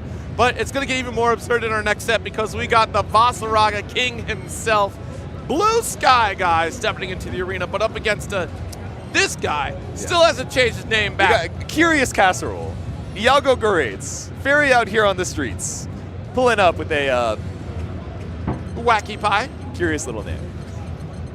So I'm excited. Speaking of, this is one of SoCal's finest, pulling up here with the Fairy. When are you changing your name again? Nah, I'd stay much gunning for guitar for the foreseeable future. Just had to ask, just in case. It's the sin we're used to, right? I can't be swapping over to you know, different horse girl every 3 months. These TOs are gonna get me, man. Yes, BSG, and this is another loser side qualifier here. Yes. Not quite qualifier, still a couple more. Yeah, exactly. In the Still path, a few more but matches before you make it out, but BSG, you know, again, feeling very confident going into this Evo, you know, saying this is going to be my time, right? Like, this is, I have something to prove here, and you know what? Especially coming hot after that Arc World Tour performance, we've seen nothing but great success coming from BSG, but it's one of those things, right? We need one of these, like, for your own vindication, just I need to make sure I get to this next level, to this top 8. This is the stage of Platinum Qualifier that I don't want to lock in my position. Exactly. I know I'm going to make close to qualification here for Arc World Tour, but I want it guaranteed. I want it in writing. I want the contract now. Yeah. I want to have that off the top of my mind. I want to qualify so that everything throughout the rest of the year is just staying sharp, as one needs to do in the months leading up to the Arc World Tour Finals, once again taking place in Seoul, South Korea. But shout out Blue Sky Guy and shout out Jesse X as well. If you guys you know, can see on the start.gg, there's one extra initial on this BSGX spell's name. So was actually flown out by the you know, I believe a Vasaraga homie himself, Jesse X. So, you know, here on the good graces of the rest of the Vasaraga bros and carrying on that legacy down here in Losers Top 24. Heck yeah. All right, well, Wacky Pie stepping in with a Fairy. As per usual. Yeah. I mean, this is a matchup that we've seen before. We saw it in the, what's it called, the grand finals of Arc World Tour LCQs. Oh, yeah, we saw it all right. Yeah. Oh, man. But this is a changed man. We were front row seats for that one. Yeah, we saw the experienced the I was in debacle? tears. I was darn near bawling. You weren't the only one. I was so glad. Meant best, but anyways. BSG. Shout out the Battle Pass skin. It is so good. Coinciding with the strongest version of Vasaraga that we've seen in quite some time, right? The stances all around just looking so much better. The far M in particular, right? Just enabling a lot of really good mid-screen damage if we're able to find that hit. Another medium pressure here, trying to go for that 2M. Yep. It's 2M, it's far M, something to try and check the tackle preemptively, but ducking under the L follow-up. Another one here with the low. GG set up here, and you're going to have to hold this one. Yep. Familiar position, caught low.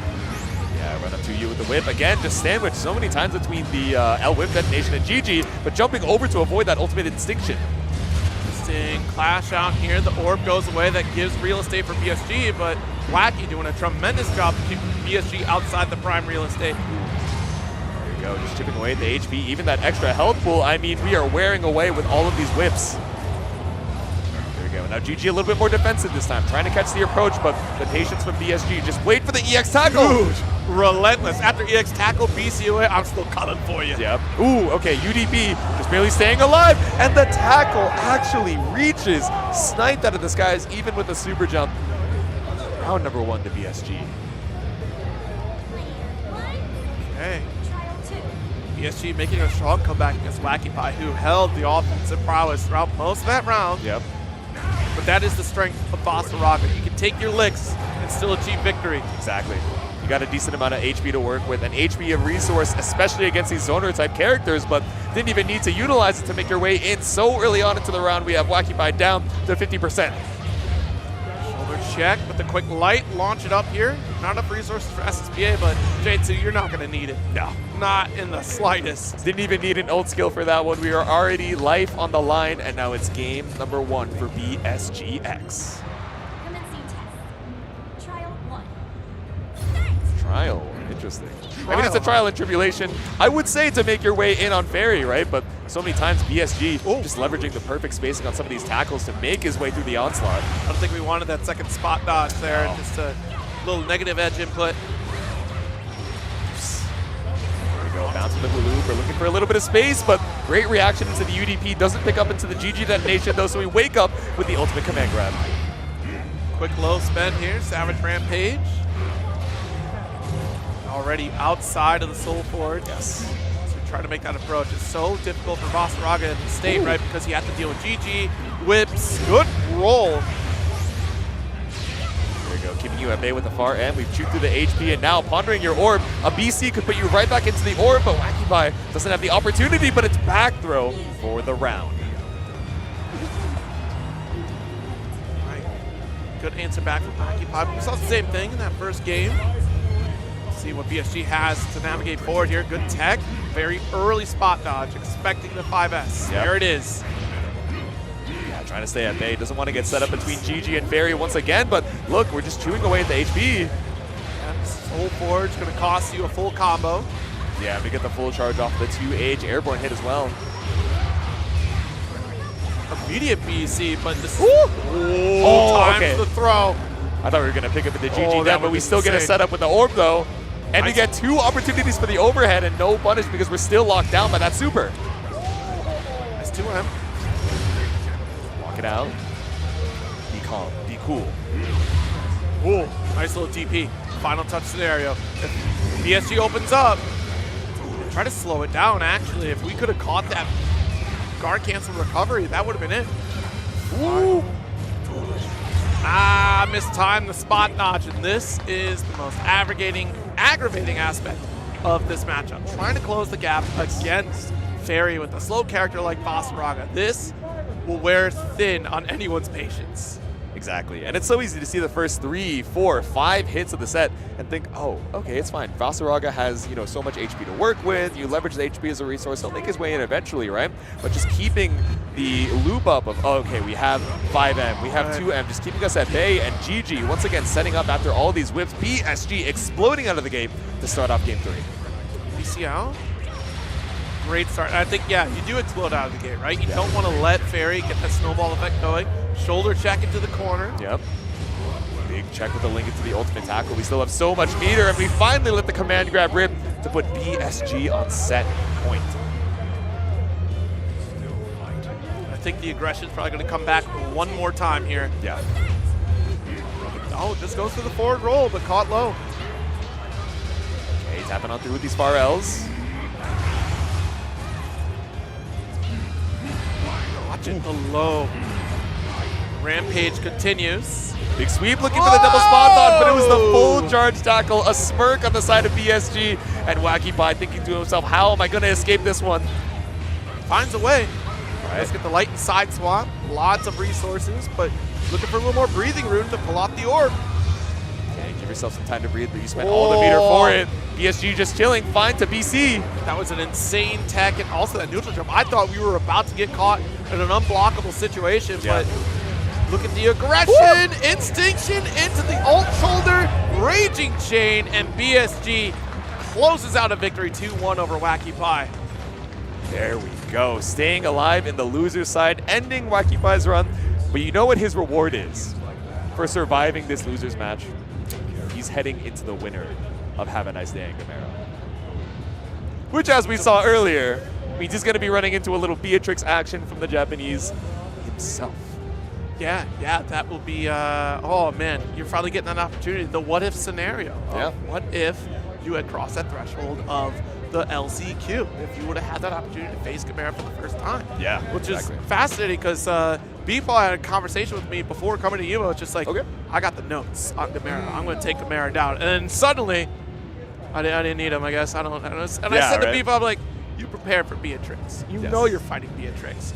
And you know that this next set is going to have a Beatrix. Because lo and behold, and maybe we got a couple characters on the side because Koji Coco does have that. Koji Coco pulling up with the Beatrix, hanging out with the rest of us out here, saying, you know what, I like stability. I like taking dubs out here with some massive damage, and I like riding free. Up against Monarch, though. You want to talk about note takers. This guy got the notes on the entire crew. I wonder if he has the notebook of it. Oh, it's in his lap right now. You guys can see it as soon as we pan on over. Is this the same polo? It's the same fit. It's the exact same fit. For finals day, manifesting that he makes it into the winner's side of that top 8. You guys can see it off to the side. There we go, just in the lap, the notebook, matching the same pattern as the polo. We are locked in once again. It's that knowledge base that keeps us alive. You know what? I think it's safe to say Monarch is the Batman of the Granblue community. So you give Monarch with prep time, you think he can beat anyone? I'm just saying, you know, Batman knows how to defeat the entire Justice League. That is true. He has the notes. He's got his back computer. Monarch has notes on how to defeat himself? Notice the notebook, black and white. Curious. I've never seen Batman and Monarch in the same room, but looking suspicious here. Yeah. All right, smiles on both of these gamers. As they try to get this button check in here. Again, Koji Gozo doing a little bit of soul searching, having a good vacation time in Japan. Yeah. Which, gorgeous photos, by the way. Exactly. But yeah, I feel like you're coming into this tournament feeling pretty well refreshed, a new perspective on the game. We'll see how we compete here with Beatrix. Again, Koji Coco likes to have certainty, likes to have like things that make sense in the game, and also just that stability really is what we kind of go for in a lot of our character picks. We saw that with Nier. There's guaranteed stability there. There was, and then over to Belial, and now here with Beatrix, guaranteed stability. Again, though, like nerfed a little bit, but you know, just in terms of routing, so similar type of fashion like Siegfried and other characters. Exactly.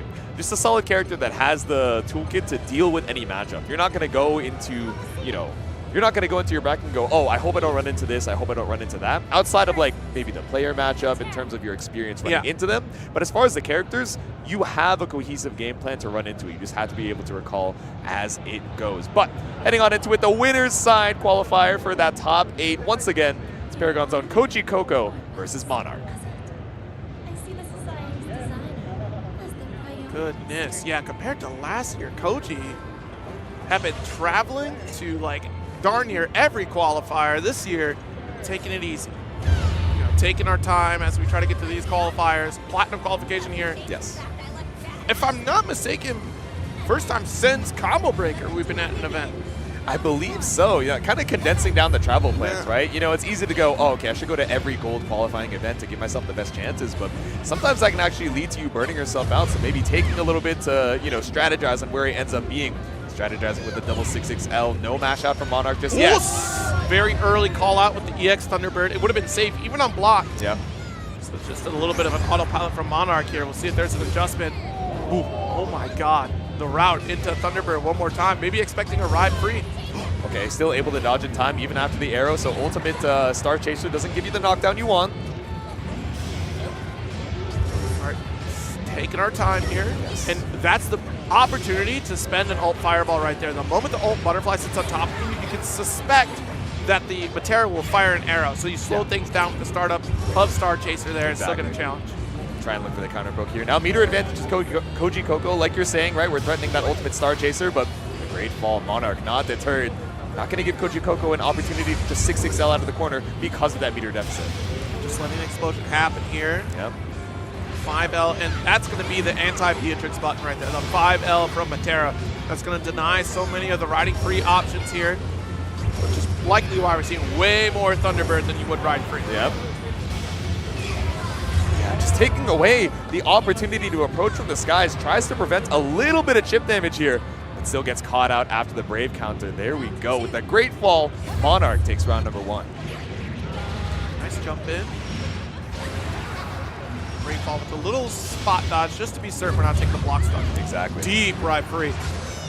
Gets a slash follow-up as well. Trying to go for a big swing. I wonder if that was the startup of 6XH to try and reinforce that you know, spacing on the ground, but Monarch just shoots on through. Couple DPs, no big deal. 2M, full conversion here. Just goes for the damage ender. Take to the skies, back it up. Oh, missed the run-up throw. Yeah, maybe we buffered the dash a little bit too early. Ended up coming out when we needed it. Now that throw tech, that throw whiff rather, gave Monarch so much room to wrestle back out of the corner. And that's the thing of it, you can't stand up at that spacing here. The way that Monarch is shimmying, alt Fireball does work right there.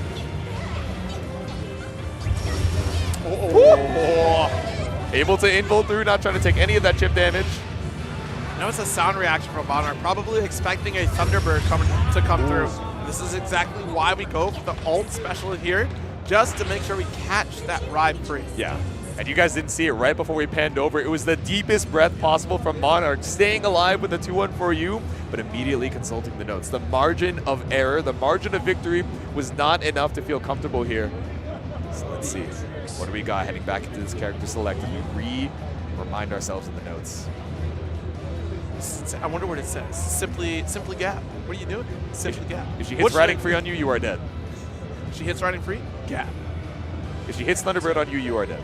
Goodbye forever. But no character swap coming out from Koji Coco here, right? Not going back to the Belial, still feeling pretty comfortable with the Beatrix. Again, a character that, like you mentioned, Zero, has that air mobility, that ground mobility to be able to traverse and make Monarch think, okay, what am I going to cover in this given situation against Koji Coco? And you notice so often has been Monarch trying to react through audio cues as opposed to making a correct read. Yeah. So we're going for the low arrow shot to try to catch those Thunderbirds, or excuse me, the riding freeze. Yeah. But, you know, Koji opting for more Thunderbird throughout the set. So here it is, JU is the slide swap here. Okay, spaced out, enter turn off the L Fireball. Did we just air throw the Thunderbird? Yeah, right? Unhand me? I blinked and like, wait a minute, why'd you get thrown after I heard Thunderbird? That's what I'm saying, man. We just got caught out with such a fast interaction. Easy to miss. Blink and you miss it. Blink and the damage is going to be done. Oh, yeah. And the 5L, again, just to threaten that space, which means literally she can't throw out Star Chaser. She cannot do ride free. She has to commit with a Thunderbird. Yeah. We committed with the far H and got the counter hit, but so spaced out we weren't expecting, so we didn't get the hit confirmed. Now no BP available for Koji Coco. You gotta bet it all to avoid this chip damage, but we dropped on the Delta clock. It's the anti-Beatrix button, I'm telling you, every time. Alt ride free, not close enough. Ooh. There we go, caught up with the 6XL here. Monarch on set point, 1 round away from securing that top 8 qualification.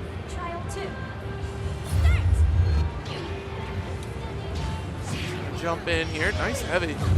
Woo. Now, scared we're gonna get caught on the way back down after that air arrow, but not quite able to punish. Dash M does connect here.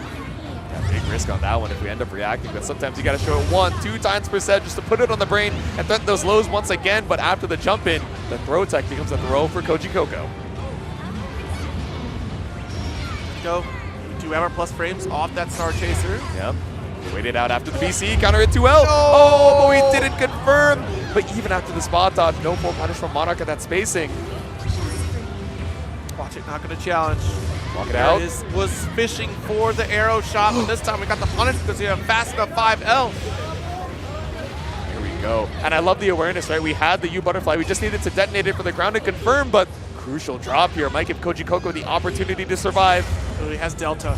Just didn't get a single hit, and that will do. That's not the option that Monarch was looking for. Yeah. Wanted the ult DP. Definitely not the back special there. Exactly.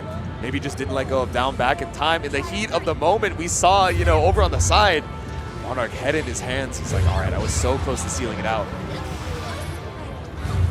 All right, there it is. Counter hit, the medium version. Yep. Coast to coast we go. Downtown with the riding free. Now we find another low check with the 2L. Damage ender here.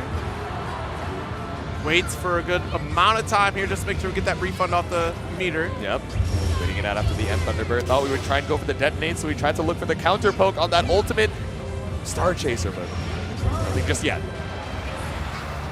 Spot dodge here, and there it is. That ult interrupt looking for those arrow shots to deny that butterfly. The 5U locking in a Delta clock, but we're just going to commit for full chip, and that's a game for Koji Coco. That's a heartbreaker that you got to be able to clear off the mental immediately, right? The misinput on that ultimate DP that might have been enough to kill and take the not only the round, but the set. Yeah, that really should have been the anti-air. I have to imagine that was just that misinput, a lingering input was still there. Yeah. Koji Coco tying it up. But Monarch taking back to the notes here. Yep. All right, Koji Coco, can we take this momentum all the way back to the bank? There's the heavy. Anti-air with the 5H, so we're actually getting moved over to the other side. Yeah, got to be careful. The detonation on the way over that stops that riding free. BC does get blocked out of here. Monarch. Disengage. Good spot dodge. Explosion here. Whoa. Yeah, it catches up to 2-1 for you. Turning this corner. 5H still keep you blocking, so you can't interact with the butterfly. Poke out. Oh no, the 2L coming from Monarch. That's about all that we're gonna get though. Life lead still maintaining. Oh no, no punish. I thought we were looking for the 6XL. Ooh, do you recover in time? I think you were just a little bit too late on the SSBA.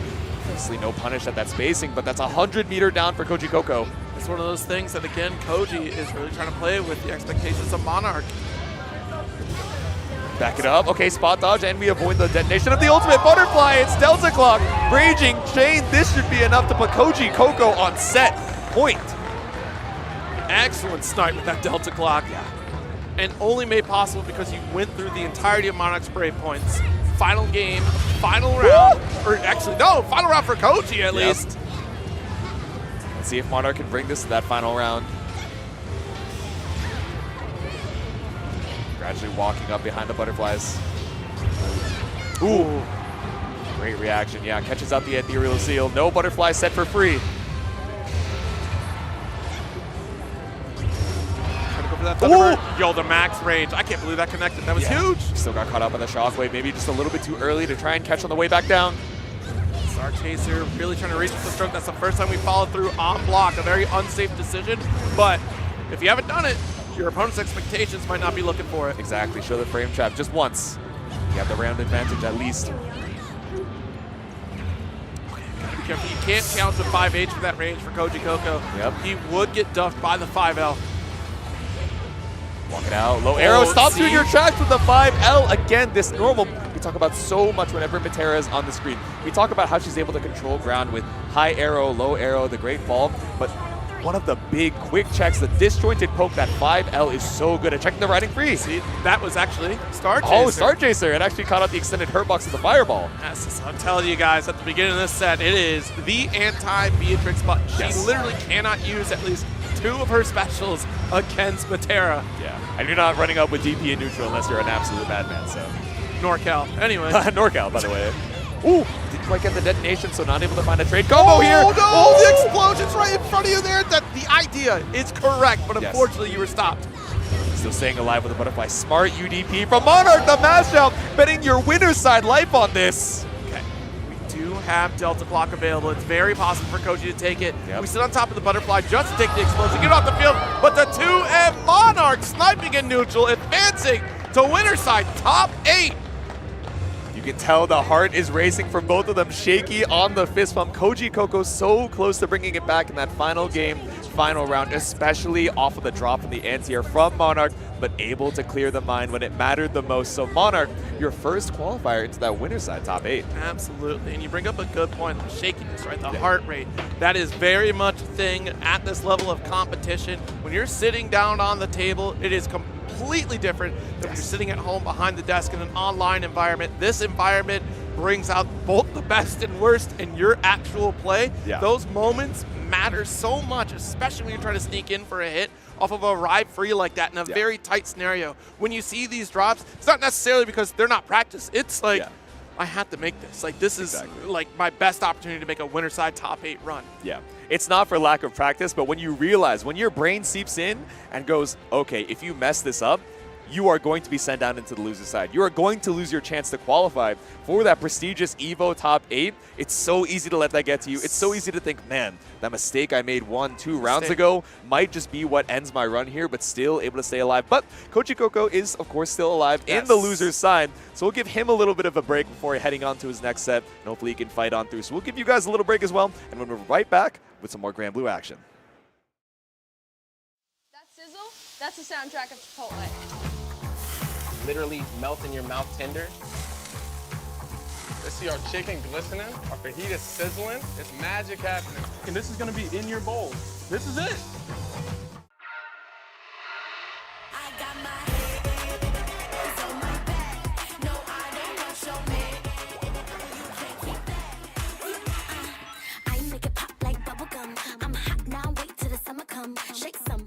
I won PlayStation's Road to Evo and went head-to-head with Arslan Ash. I won PlayStation Road to Evo and battle against Sonic Fox. I have never seen that in my life. To compete on PS5, choose your game, find PlayStation tournaments, and register. It's that easy. Sign up for PlayStation tournaments for opportunities to win unique prizes and much more. PlayStation. Whether it's sunglasses outside, blue light glasses inside, or night driving lenses in the dark, Zenny has affordable eyewear for everyone. Get 10% off at zenny.com.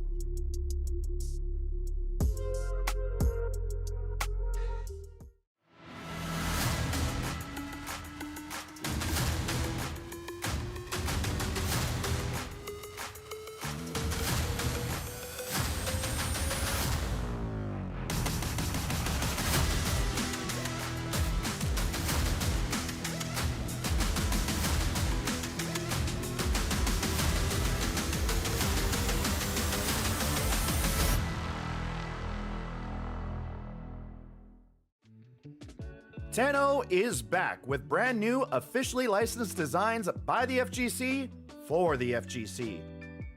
Our vendor booth will be open across all 3 event days, and if you won't be at EVO in person, the full range of products will be available online at merch.10-o.gg. That is merch.10-o.gg. Welcome back, gamers. It's time for more top 24 action here for Granblue Fantasy vs. Rising. Platinum qualification on the line here at EVO 2025 with Zero and J2 taking you through the rest of this run before we get in the top 8. And man, we're getting down to it. Some of the high hopefuls, this is nothing but bloodbaths going forward. Yeah, and the fact that in this top 24, we're seeing a run back of, pretty late into that Arc World Tour Finals top 8 as well. Up next, we're going to be seeing Toruro versus Ryazo. So Ryazo, I think looking at this bracket path pretty early on was, he had a single comment on this projected match, and he was like, I'm going to get my revenge. So we shall see. How much prep could you have put into the Percival matchup, and specifically against Toruro, to be able to try and make it into that winner's side top 8? And is it going to be enough when there's a good amount of 6 representation over in Japan as well? Yeah, that's the funny thing about just watching Ryazo play. Again, like the aggression, it turns on and off on a dime. Yes. You can't quite count Ryazo out at any given moment throughout the set here, because that's... Anytime Ryazo feels like it's going to be, it's my turn. That's what Ryazo will say to himself, and then we'll just up the ante against their opponent. And I wonder if that type of playstyle is going to be able to be tamed by Toruro.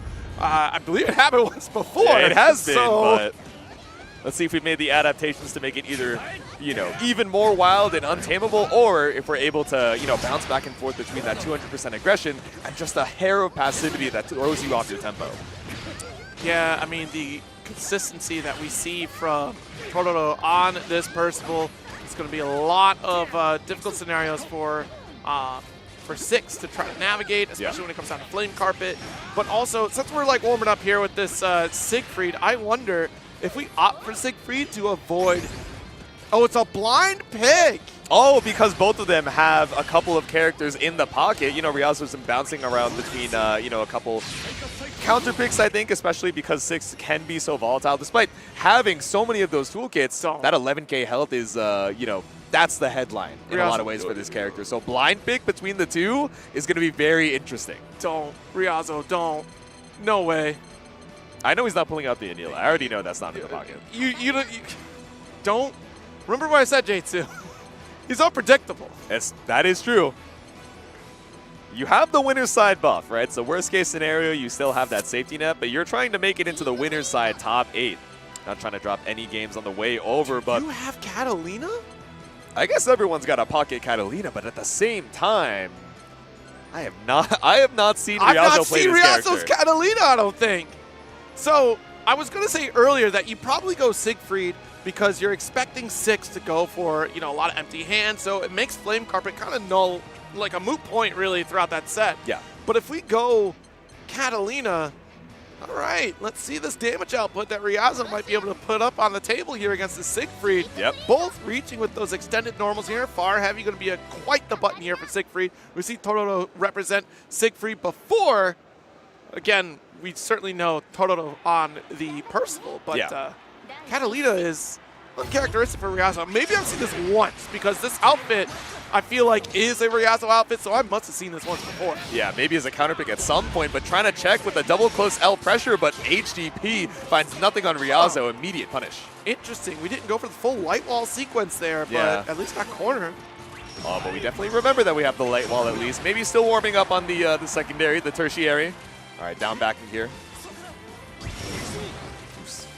Ultimate Flame Ball, trying to keep Ryazo at bay. Yeah, max range thrust, denying the dash light here, coming from Toruro. There we go, Stagger does challenge right after the back special. Block it up, EX Fireball. That cooldown's down for quite some time, so all you have are your normals and the thrust, so looking for the whiff punish here on Tororo's side. Got to be careful with that far button press here because that is whiff punish territory for Toruro. Yes. But now we got there it is, the light wall carry. All right, Ryazo got it. Let's see it. Oh, you definitely got this round. There we go. Tapping on the glass with a close L's and finds the confirmed Ryazo with round number 1. No BP to his name, by the way, but playing on that razor's edge, even if it is 60% HP. That cheeky smile showing up on Ryazo's face. It's always just a treat to see. Because you know Ryazo's up to no good. Exactly. A devious smile. Mischievous creature. But this is such a strange character pick for Ryazo because of the explosivity we're used to from 6. Exactly. This is a character that requires a solid neutral, great patience, and also being able to capitalize on whip punishes. Very different playstyle showcased here from Ryazo. I'm impressed. This is not a character that you can just run your game plan and then make your opponent deal with that pace, right? You are playing that back and forth so well with the counter hit. Walk back off of the far M, and now we get the ultimate fireballs to make sure that we can go all the way over coast to coast and pick up with that light wall. Corner combo, and look at the damage. Establishing a good round start. The shimmy. That's a game for Ryazo. All right, so it looks like the blind pick worked out. So Toruro, what are we thinking? Damn, we're doing the head nods over here, trying to make sure our next stays mobile. This is the scary part. No cramps. So if Toruro decides to go for a counter pick here, he's locked in. You potentially go to Percival, and if you go Percival, then we go back to 6. We go back to 6. Yes. And then we go vice versa again. Like, Yeah. all right, cool. If I lost that, then I go back to Sieg. Yeah. Then if you lose, the back and forth, we've already set the groundwork here. Yeah. Riazo can commit, and at the end of it, it's going to be Catalina that takes a dub if we switch. And I guarantee that's exactly what's going through Tororo's head right now. If I switch here, it's going to be back and forth, and Riazo might come out on top. Yeah, you have to think to yourself, there it goes. Not what character can beat the Catalina, what character can beat both the Catalina and the potential 6 swap, right? And if we're feeling more confident on Percival just to make it through that first character, that's fine. But how are we feeling going into the 6? I mean, it would be a run back of that previous set, but he's still thinking. He don't like this. I wouldn't like to be forced into a situation like this either. I don't like my opponent forcing my hand. But here we are, Riazo forcing the hand of Toruro to go back to this Percival. Yes. Percival, all right. So the prediction, unless if Riazo pulls all the stops to this character, Toruro takes this. Yeah. And then we're going to 6 in this next round. But let's see. That's in the future. Let's play in the now. Round start opening gambit here for Toruro on this Percival. Flint Carpet shut down with thrust. Yeah, just looking for that fireball, but nothing to be found. Either way, able to find quite a few stocks here from Toruro in the mid-screen. No anti-air, just lets the jump approach. Yep. Send it with the EX fireball. Catches out the fireball again. Go dash L. Nice. 2-up conversion. Big heavy swing. All right, the buffer, the fear, right? We're sitting right on top of the ult flame carpet. Yes. Just to guarantee we're going to get some usage out of it, because if Riazo presses the issue, well, you're sitting right in the flame carpet any closer. There you go. A little bit of extra damage goes a long way, especially when you're already down to that 1 BP. There it is.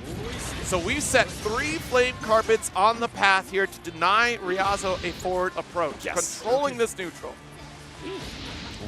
Walk it out, send it with the fireballs. There we go, there we go. Speaking of, we got the flame carpet as well to find the kill in the corner. Toruro already playing so much better on that Percival.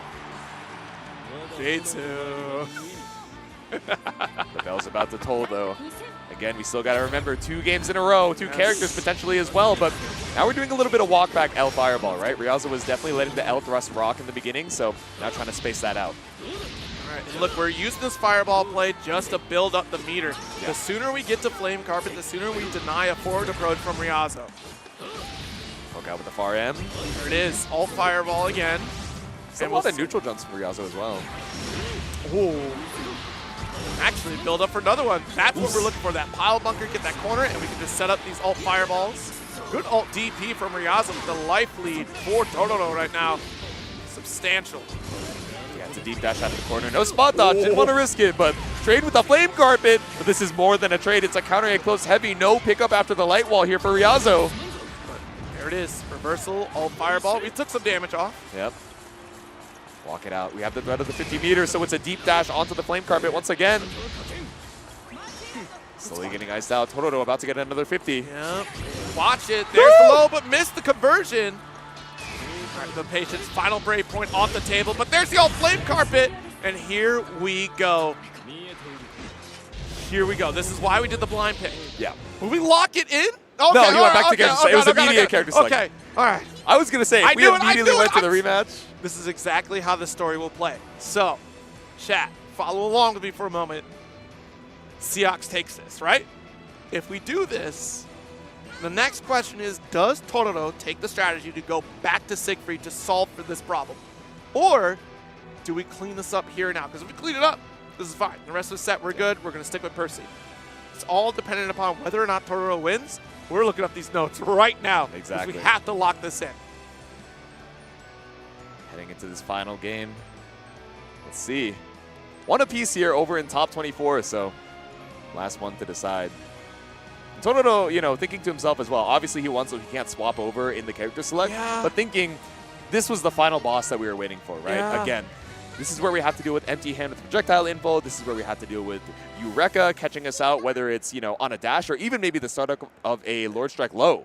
You prefer this in the first to 3 scenario. You would prefer this in first to 3, but we got first to 2. You are committed to Percival here, and this is the reason why you picked Siegfried, to avoid this matchup, but things are looking gravy right now for Toruro. Exactly.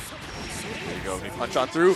Tricky reset off of the Rekka instead. Just going for the side swap, but not going to let you get away with clean plus frames twice in a row. That's like close out interrupt. Huge. And looking at the TP, waiting for the ult Rekka. Wait a minute. Toruro, what were you so afraid of? Maybe you weren't afraid at all. That's what I'm saying. It's scary in the blue flash, right? I feel like the ultimate empty hand might also bait that out. So I wonder if we're going to see that from Ryazo now that we have a little bit more meter. Yeah, and we lost a Brave point there. Probably looking for a BC, but instead got Strike. Ooh, end it. Yeah, just wait on that second part of the Rekka and look for a double down on that Thunder Flash. Final Brave point off the table, but look, we're got chip situation. I'm going to take it. You come near me when you are on chip, I'm ripping the DP. Exactly. And I know parry is off the table.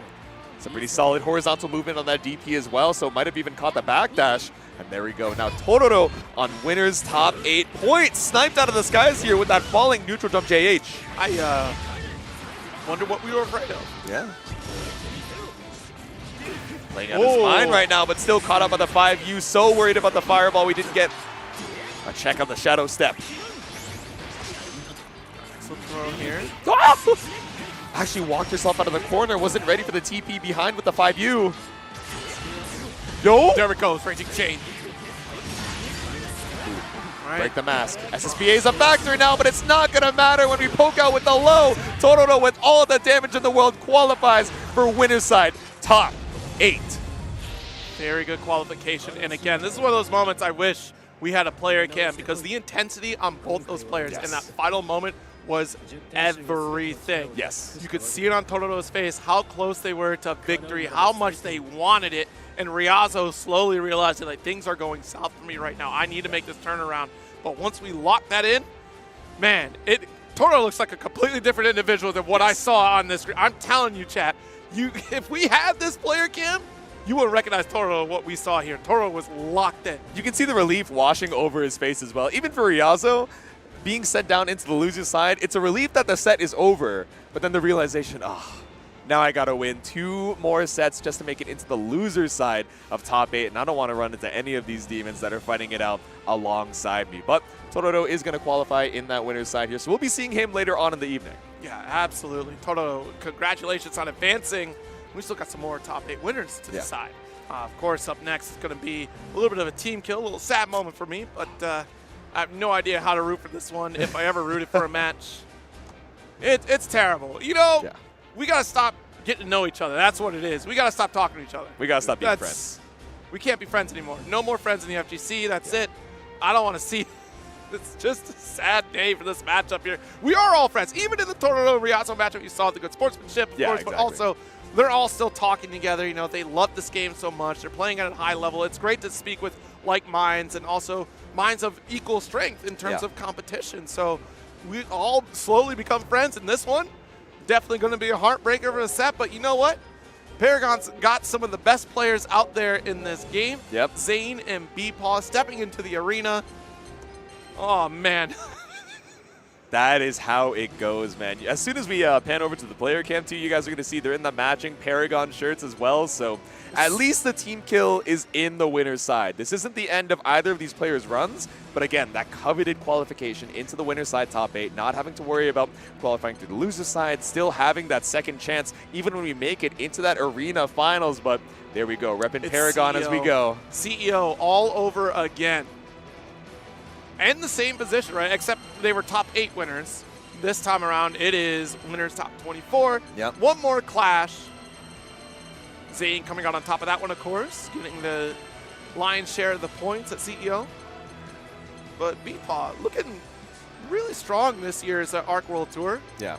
Has been traveling to every single gold qualifying event, at least stateside, except for Beach Episode. Beach Episode was the exception there. But most of like the major events, right? So we got the Combo Breaker, of course, his hometown, and then CEO. Now here at EVO, competing for platinum points or just a free invite. Yeah, of course, that coveted first place spot to secure your place in, ARC World Tour Finals in Seoul, South Korea. You can see the stress on both of their sides. Like, oh man, I gotta knock my teammate down into losers. I gotta make sure my buttons are all good before things head on into it. But and what's crazy, Zane at this point qualified in terms of points. Yeah. Like he has set a very early and solid lead. Yes, especially with the way this works. You're keeping your 3 best scores from gold qualifiers, and I believe 2 best scores from platinum. think so. I feel like it's 2, but it also could be the chat. I might be wrong, but I know for sure it's 3 golds. And Zane is pretty high up there on the leaderboard, probably pretty comfortable and well set. Yeah. But all the better to have some platinum points.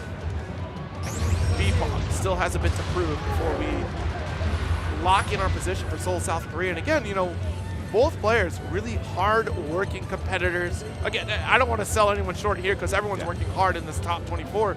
But I mean, when you talk about players with their hearts on their sleeves, that is these 2 individuals for sure. Exactly. Absolute grinders, making sure they can get as much experience as they can. I really wish that we could see the Galleon top 24, but I think it's a 99% chance we're going to be starting it off with the Fairy. Yeah,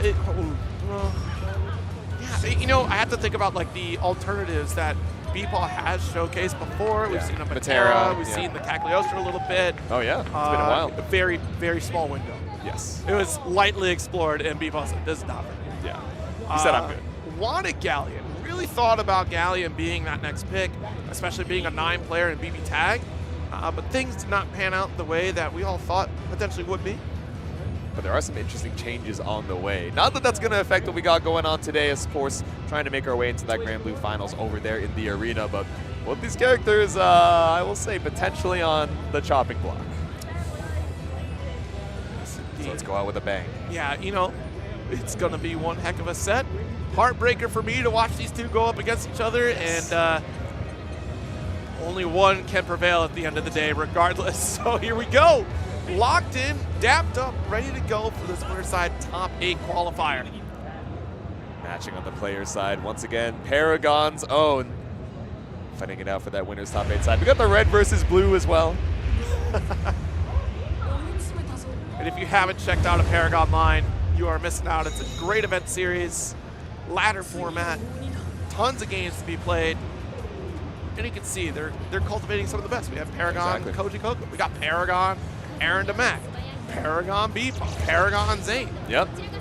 Might just have 3 or 4 Paragon representatives in that top 8 if we could be so lucky. Heading on into it. Game number 1. A couple micro dashes coming out from Bpaw, just trying to measure Zane's response. Back in here, denying some of the seal play. Micro dash GG set, but instead the Psycho Crusher on Wake Up. And that's fair enough since GG is already active. It's a great way to close the gap. Yep. Potentially get a hit. Ooh. Risky business there. Able to sneak it up with the light. Yeah, caught up with that UDP. Just standing on top of the seals to try and bait out an approach, but yeah, a little bit too late on that fairy whip. Ooh. Okay, counter poke there on the far end. Caught you with the ultimate tornado. Little bit too far for the throw in, but Zane not looking for a punish there. Good tech. See again, another one. Sniped out here again. We got the multi-seal set. How do you navigate? Oh, that's how you navigate. Never mind, I don't have to ask. Yeah. Finds a B- in Bpaw's face. We just really wanted to avoid the forced interaction of the orbs, but caught out here by that far end. Yeah, that was a really sneaky trade right there. You take that, especially with GG set up on there. Yep. You deny that tornado. You deny his seal setup, most important. Yes. So we're going to back things up. Yeah, that tornado actually ended up getting cleared by GG, right? So didn't get caught on the way back down. And Bpaw sniped you from the top rope, too. I think it was the hit that denied that tornado, too. All right, got the heavy.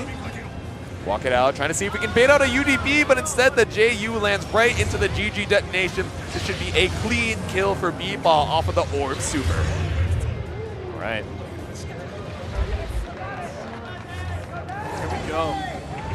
First game for Bpaw. Feeling really strong in this one. Yeah, and we can hear it from across the curtain, at least on our end. Folks in the crowd going, let's go, Zane. It's hard. You want to cheer for both of these players. You want to see that Grimnir in the winner's side. We want to see Fairy representing as well. So taking a second at the rematch screen to clear the mental. It's not even just Fairy. Yeah. I'm glad cameraman's zooming in on Bpaw right now because listen, this is mid-best right here. We're talking the heart of Illinois, right? We're talking Chicago. We're talking just a young buck rising through the ranks of Granblue Fantasy versus Rising here on Fairy through thick and thin, trying to make an extraordinary entrance here at EVO 2025. Yep. It's been around the game for so long, but really trying to put that extra pin on the accolades. Again, another spot dodge on the whip. Big jump in though, the seal for the top rope. That's the scary thing about trying to charge up the M whip, right? You're trying to switch up the spot dodge timings, but especially when we have that air dash to threaten, able to avoid the 50-50. You know, as Zane says, 50-50 is reactable. You can deal with it. It's true. It's true. You just gotta pay attention. You gotta watch. Ooh, deep dash. I thought we were gonna go for a late close heavy. I gotta go. I'm sorry, y'all. It's late. See you later. All right, 668 should be able to side correct. No, instead we go for another charge whip. Oh my God, the deep combo? Yeah, we need to leave. We need to leave right now. We're in danger. This is a dangerous zone. Woo! Caught you out of the air dash too. I beg your pardon. Bpaw, you saved it for nationals. All right, got our tech. Can we finish the job? BC. Look at the health though. One more touch, all that Bpaw needs. Yep. GG goes out. 2 dashes. Be careful, that's the threatening zone. That's why we're not approaching any further. Yes. I want to stay right out of range of that second seal dash. Nice spot dodge, ult GG, the neutral jump. Bpaw doing everything they can to try to get this final strike to air. Could be, oh my gosh. Air dash down the triangle jump. One more, just being minus in Bpaw's space, but we're trying to hold on to a little bit of space. That's it. Oh my goodness, that was it. I was gonna say we're fishing for time at 14 seconds, but all it took was that final strike, and great confirm from Zane to get that wall bounce and victory. All right, Zane, can we tie it up? Ooh, far edge from the round start instead this time. It's all right. Let me pull you in. Get over here. Kind of. Backdash action here. Nice LGG stopping the approach, and not only that, find to a full confirm off of this air-to-air. Good combo limit. GG setup. That's a strike. Ooh. Great setup for Bpaw. Trying to bait out a BC. Not going to work. Good spot dodge. But again, these two have played set so many times before. You're talking about tight errors of margin that are going to be available throughout the set. Yes, exactly. And we got the seal setup available as well, so we go for the J22U off screen. Oh, wait it out. So we were looking for that UDP, but it was a big delay from Bpaw. So smart on the defense. The trade, again, we saw that earlier in the last game. Willing to trade on Tornado. It's in favor for Bpaw here. We're able to get the 5S. It's a round apiece here. Bpaw is on match point. Big jump in. Yeah, able to avoid the meaty tornado. With a lingering tornado, rather a single seal set. GG. Yeah, you gotta be worried about 5U seal dash as well, so staying right at range to catch you with a whip, but ultimate Psycho Crusher brings us all the way over to that West Coast side. Got the BC out, respects the 5H, but watch the low. Ooh, nice, the ult slows down the 5S. Oh, and behind the back, at least we escaped to the mid-screen here. We're looking for an air-to-air off of these dashes with jump back JM. One more strike. We're looking for GG, goes way downtown. Yeah, that was a terrifying GG set. If we were just a pixel closer, Zane might have been able to find the jump in. Watch it, the overhead. Nice. Ooh. No, not nice. Behind the back with the seal dash. Now it's wall bounce up the 2-1 for you. This should be enough base damage to kill with the Raging Strike, but the Raging Chain just barely triggers the combo limit. That was such a well interrupted there. We are in chip situation, and yes, Zane, by the skin of his teeth, makes it into this next round, surviving into the final game. My God, Bpaw just barely on the cusp of qualifying, but we're going to that final game. The stickers going crazy in the crowd. Shout out the Golden Shrimp. I am absolutely on the edge of my seat. This crowd loving this Granblue action, but this is it. One will survive, and there is quite a story to be shared no matter which direction we go. Exactly. Okay, air dash, the double strike. Let's get the drill. Corner position, nice throw here coming from Zane. Okay, guard jump, looking for the throw to ban out a BC, but instead that backdash finds a full back throw punish here for Bpaw. Oh, nice. Challenge grounded normal here. Yep.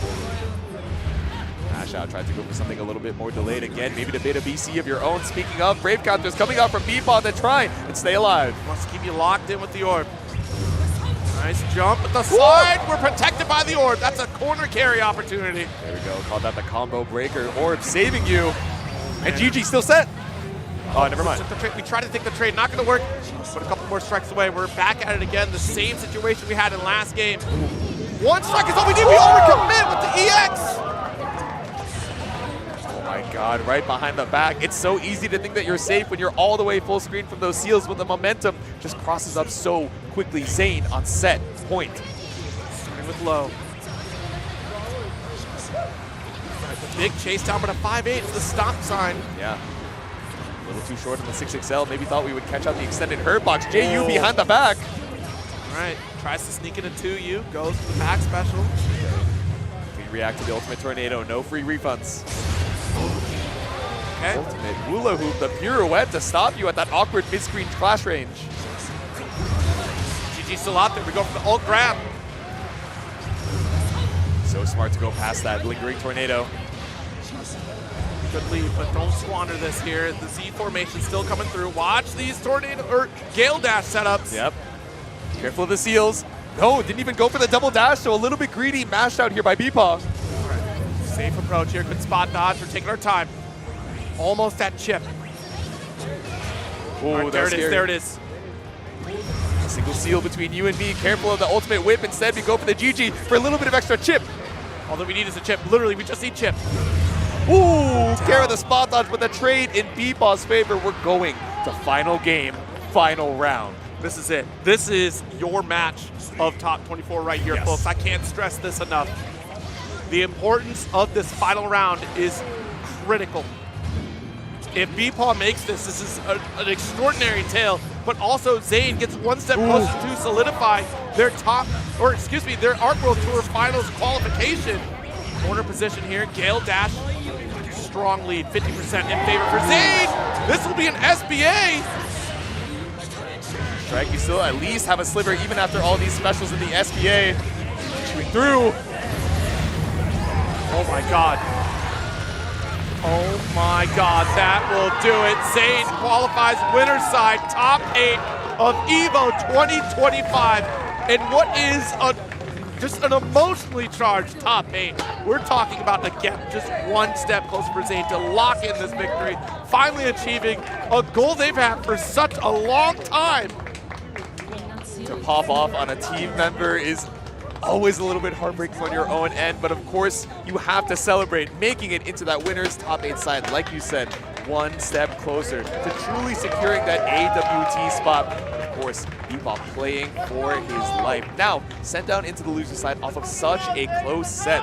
It's hard to think, is that going to be something that's going to stick on the mental heavy, or is it going to be, wow, I played my heart out against Zane, and now that I know that I can reach my peak potential on stage, stream nerves be damned, that top 8 qualifier nerves be damned, I can lock in this loser's run. I know players are hungry in this top 24, but this is by far one of the most hungriest matches you're going to watch for a winner's side top 8. Yeah. These two have been constantly at it, trying to better themselves, trying to prove them what on the side of Zane, trying to prove themselves outside of Dragon Ball. I'm not just a Dragon Ball player. I am a Granblue player as well, trying to prove themselves on the winner's side of top 8. Lock in their position to qualify outside of just points. I don't care about the last minute qualifications that we had and trying to travel and scramble to get these qualifications, but also on the same side of the coin.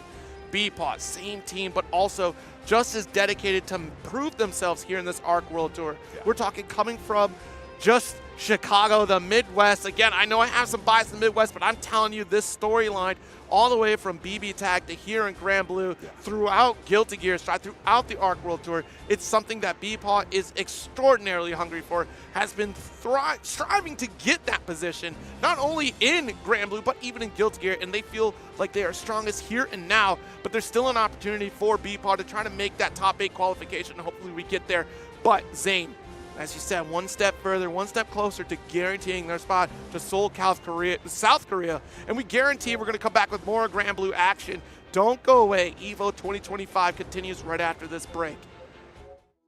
New Chipotle Honey Chicken brings a hint of pure honey and seared smoked peppers with fresh chicken hot off the grill. For Chipotle heat with a touch of sweet and a perfectly balanced sauce. Chipotle Honey Chicken takes heat and sweet to a whole new level.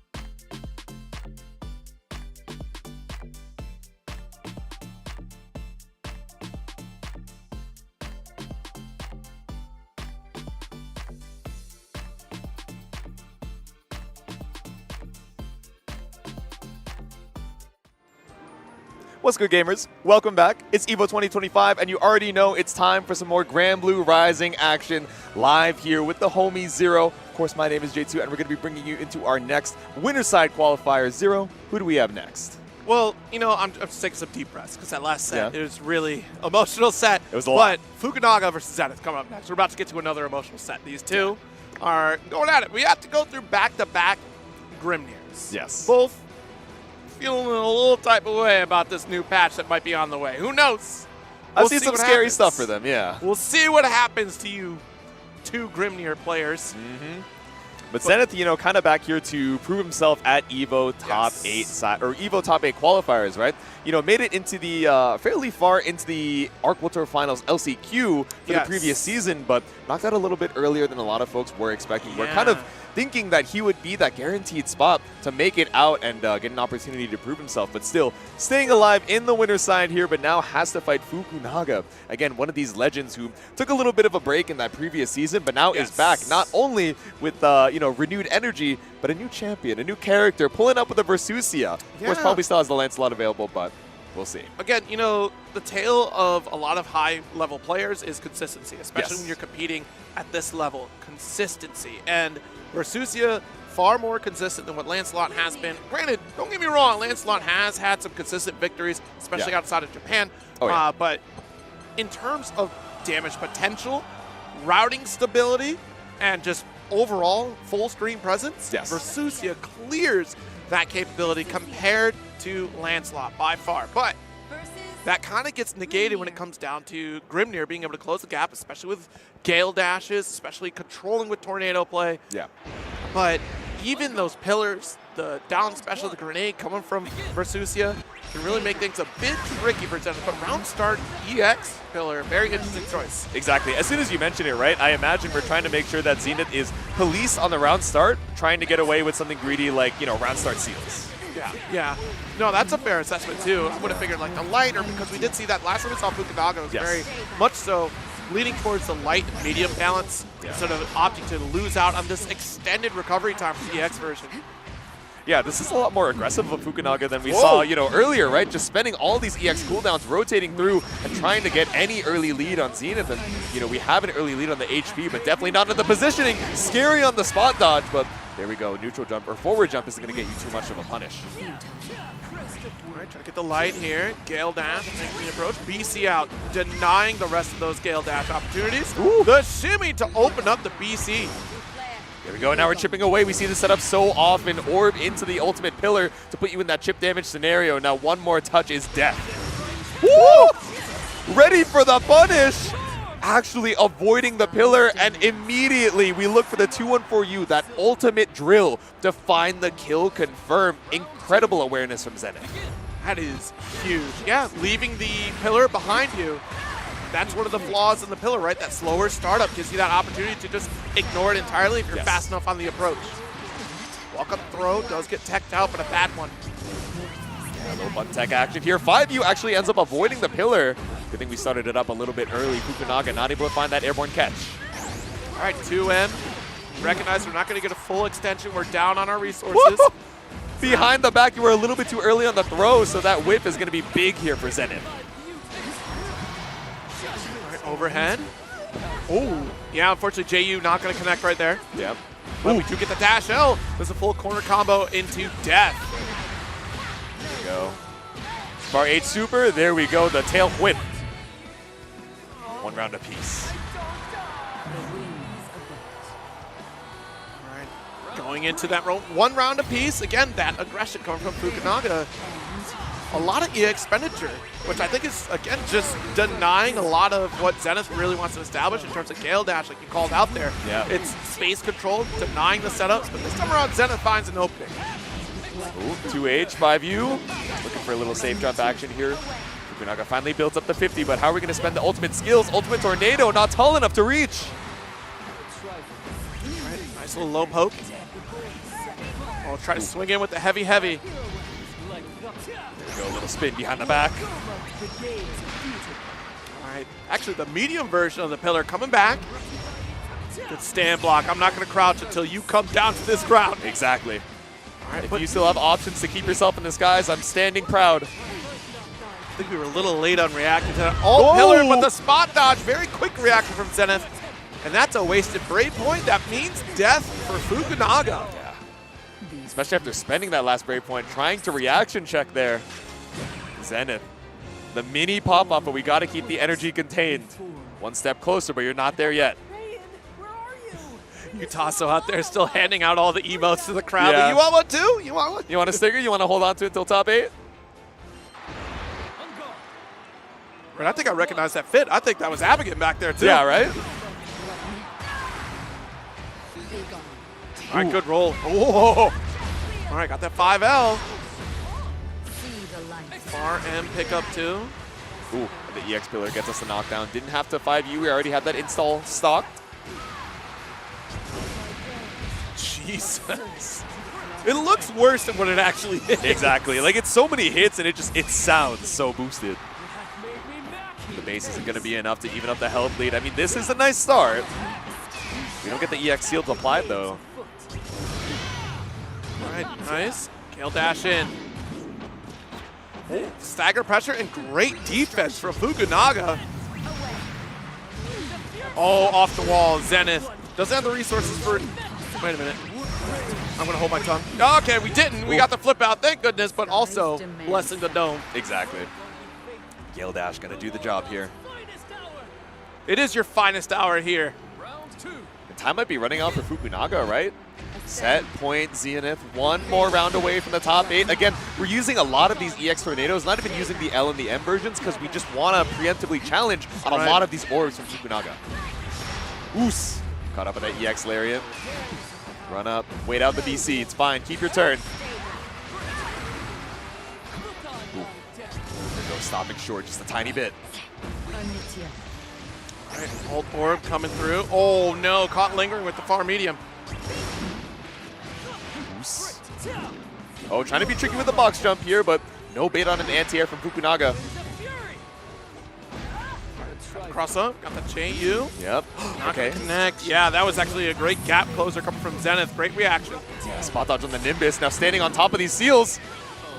No anti-air out. Spend 1 BP. It's okay. You still got 2 diamonds left. Right up though. Nice. Stagger pressure does open up Zenith.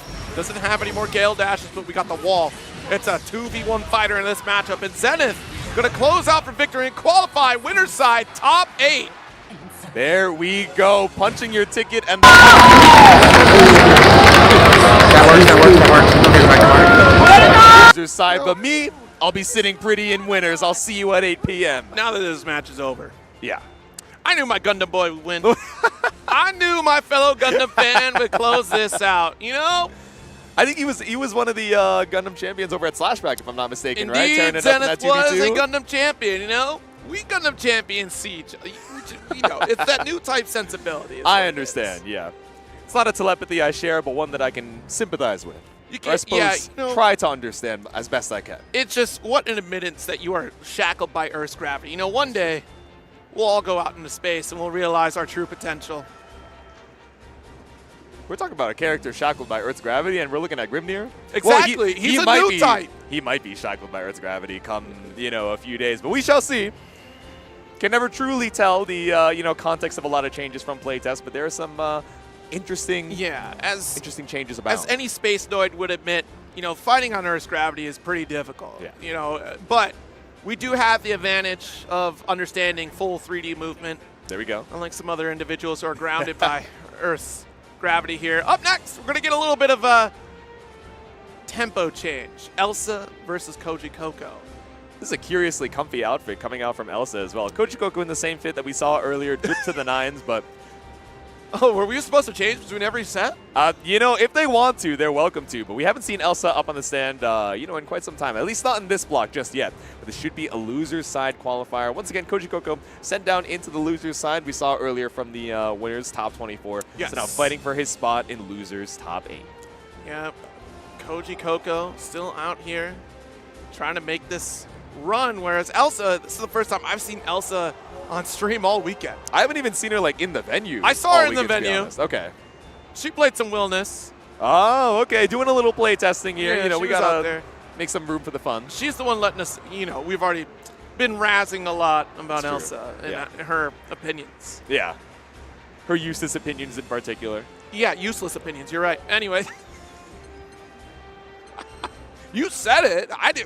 I'm surprised you would say that. That's crazy. Why did Jinsu say that, bro? I can't believe he let that air on the radio. What? Who just lets this Jinsu guy get away with this stuff, man? Swap the nameplates, whatever, Whoa, man. whoa, whoa, whoa, whoa. Hey, we have that happening way too much to do that. We cannot joke about It does happen more than once, but we've got more than one Granblue supporter over here in the crowd. Big shout out to all you guys watching this Granblue Top 24. This is the one thing about the Granblue community I love the most. Yeah. It doesn't matter what region you're from. All of us universally do this. We have our emoji cards ready to go no matter what event, and we're cheering in the top 8s. All the love in the world, but let's make sure these buttons are all good before you head on into things. I like the Minnie Mouse bow. I'm a fan. The Minnie Mouse. It's a whole Minnie Mouse fit. I was gonna say, is this like a kigurumi? But no, I think it's more so like an almost hoodie pajama style, like not overcoat. Yeah, like a parka. Yeah, exactly. Because it's not a full onesie, right? And it's just like a cozy and outer it's- layer. And it's not a poncho, right? What's the difference between a poncho and a parka? We called that's out. a great question. Because I called that out. You said a cloak earlier, but I think that's a poncho. But now I think about it, it could be a parka. Because I was going to say cloaks don't have hoods, but I think some of them do. I think not quite often. A cloak could have a hood. I mean, like... Does a Mimi have a mouse? So, it's a cloak. You know, Harry Potter wears a cloak. He does. Or he does. is it a robe? No, they say it's a robe. Oh, wizard. Yeah, no one Wizarding says wizard's cloak. Yeah, that's true. So, okay, well, Frodo wore a cloak. Harry Potter wears an invisibility cloak. So it's like wand versus ring? But Let's check the hands. The invisibility cloak doesn't have a hood, but the cloak that Frodo wears has a hood. Huh. I'm gonna have to ask Elsa about this one in a little bit. Is it a cloak? Is it a poncho? Or is it a parka? And isn't it also insane that they're button checking on the near? A year ago, this was the real game. This is what we would have been seeing. We've gone back in time? That's what I'm saying. We have a little flashback over here in our losers side top 8 qualifier. Where's Zippy? Where is it? I think Zippy's playing City of the Wolves. I believe so.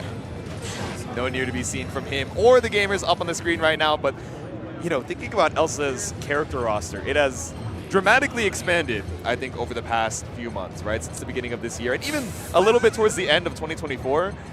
We had the Catalina for quite some time. Yes. You know, tried out a little bit of the Galleon as well. I'm definitely forgetting another one. Cagliostro was a big pick as well. Oh, wait a minute. I did not see this. I think I did see this skin. I forgot it existed. The 10. Oh, yeah. For Galleon, that's cool. That's Like cool. the It gives me Senko that skin. Undertale. Yeah. Yeah. Like the Undine kind of vibes, yeah. Yeah, I've not played Undertale yet. I've not either. I I was was waiting for actually it to just finish. talking about Yeah. like not playing Undertale. Not that I didn't want to. I was talking about it being in my backlog just Yeah, recently. it's in mine too. Yeah. I think I was holding out for all parts to be out. Now I have see. no excuse There we except go. for I don't have time. There's never enough time in the world. There's never enough slots in this loser side. Top 8, of course, one of these competitors' runs ends here. But we're starting it off strong. Once again, it's Cagliostro versus Beatrix. It's Elsa versus Paragon's own Koji Coco. I'm not sure I agree with the Cagliostro. Yeah? There's so much in Beatrix's toolkit that denies the potential of what Cagliostro has. Okay. You set up these low hexes, I ride free. Yeah. You try to teleport, I'm going to Thunderbird, or I just stand there with a button. I have the button press and challenge. Or I ult ride free and you don't get to teleport. Exactly. Ride free is the bane of Cagliostro's existence in this matchup. Yeah. It's going to be really tricky to actually leverage anything off of these low hexes, but still setting it out early on. Trying to see if we can bait out that commitment here from Koji Coco. I wonder how much we're going to be seeing that far H as well to try and both stop the Thunderbird and the riding free. We don't have the space to even utilize it. Yeah, and that's the thing of it with the 5H. Yeah, it's a great button for tag, but we also have a pretty good 5H in our own right. Exactly. And the moment you recover from 5H, ride free. Like, this is ride free the matchup for Beatrix. All right, now we poke out with the 2L, gets a awkward airborne confirm off of the backdash, so Koji Coco still the master of this corner right now. Yeah, look at this, dash L. There is a 2L challenge that Elsa could do, and Elsa, she is waiting for this timing off these dash Ls. Yes. She tends to watch the rhythm. Again, she's a rhythm game player, so she's watching. It's true. Shout out my.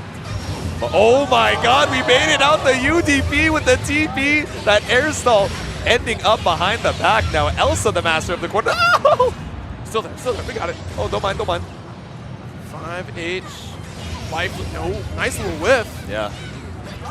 Able to set the seals, but it's not enough. We got one more Raging Strike in tow, but not that we needed.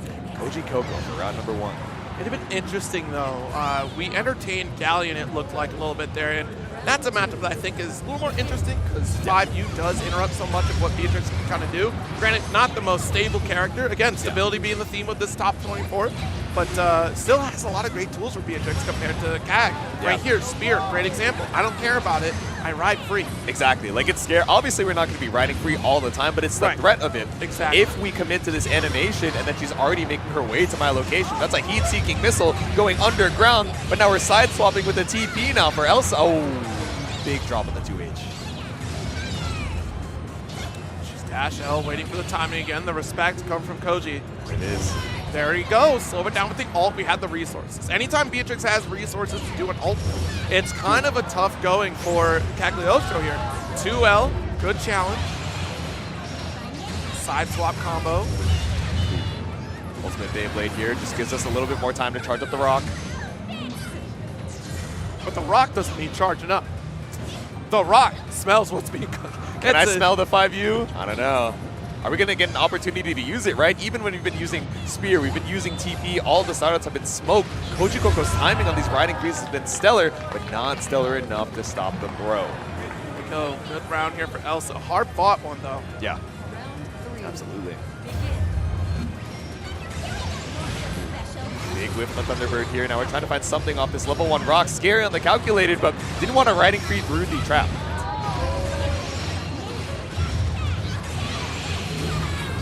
This is where it gets a little scary here for Beatrix when you get put in this corner. That's why we're going to see this all DP. Big jump. Should have committed to combo. I think we were too high up, though, unfortunately. Yeah. Oh, there we go. 668 in the corner. Catch you with the fireball. Not going to be enough for 100, so I wonder if we refund it to Thunderbird? No, it's just LDP Ender. Good BC. Walk it out. And you got to be careful with those far heavies that can get interrupted by the 5H of Cagliostro. Dash L got right through the BC. Yeah, right? All right, Ultimate Thunderbird. You get the guaranteed Brave counterpoint. Already at 1 HP. The extra damage doesn't matter, but the 6-6L finishes the round. That's game number 1 to Koji Coco.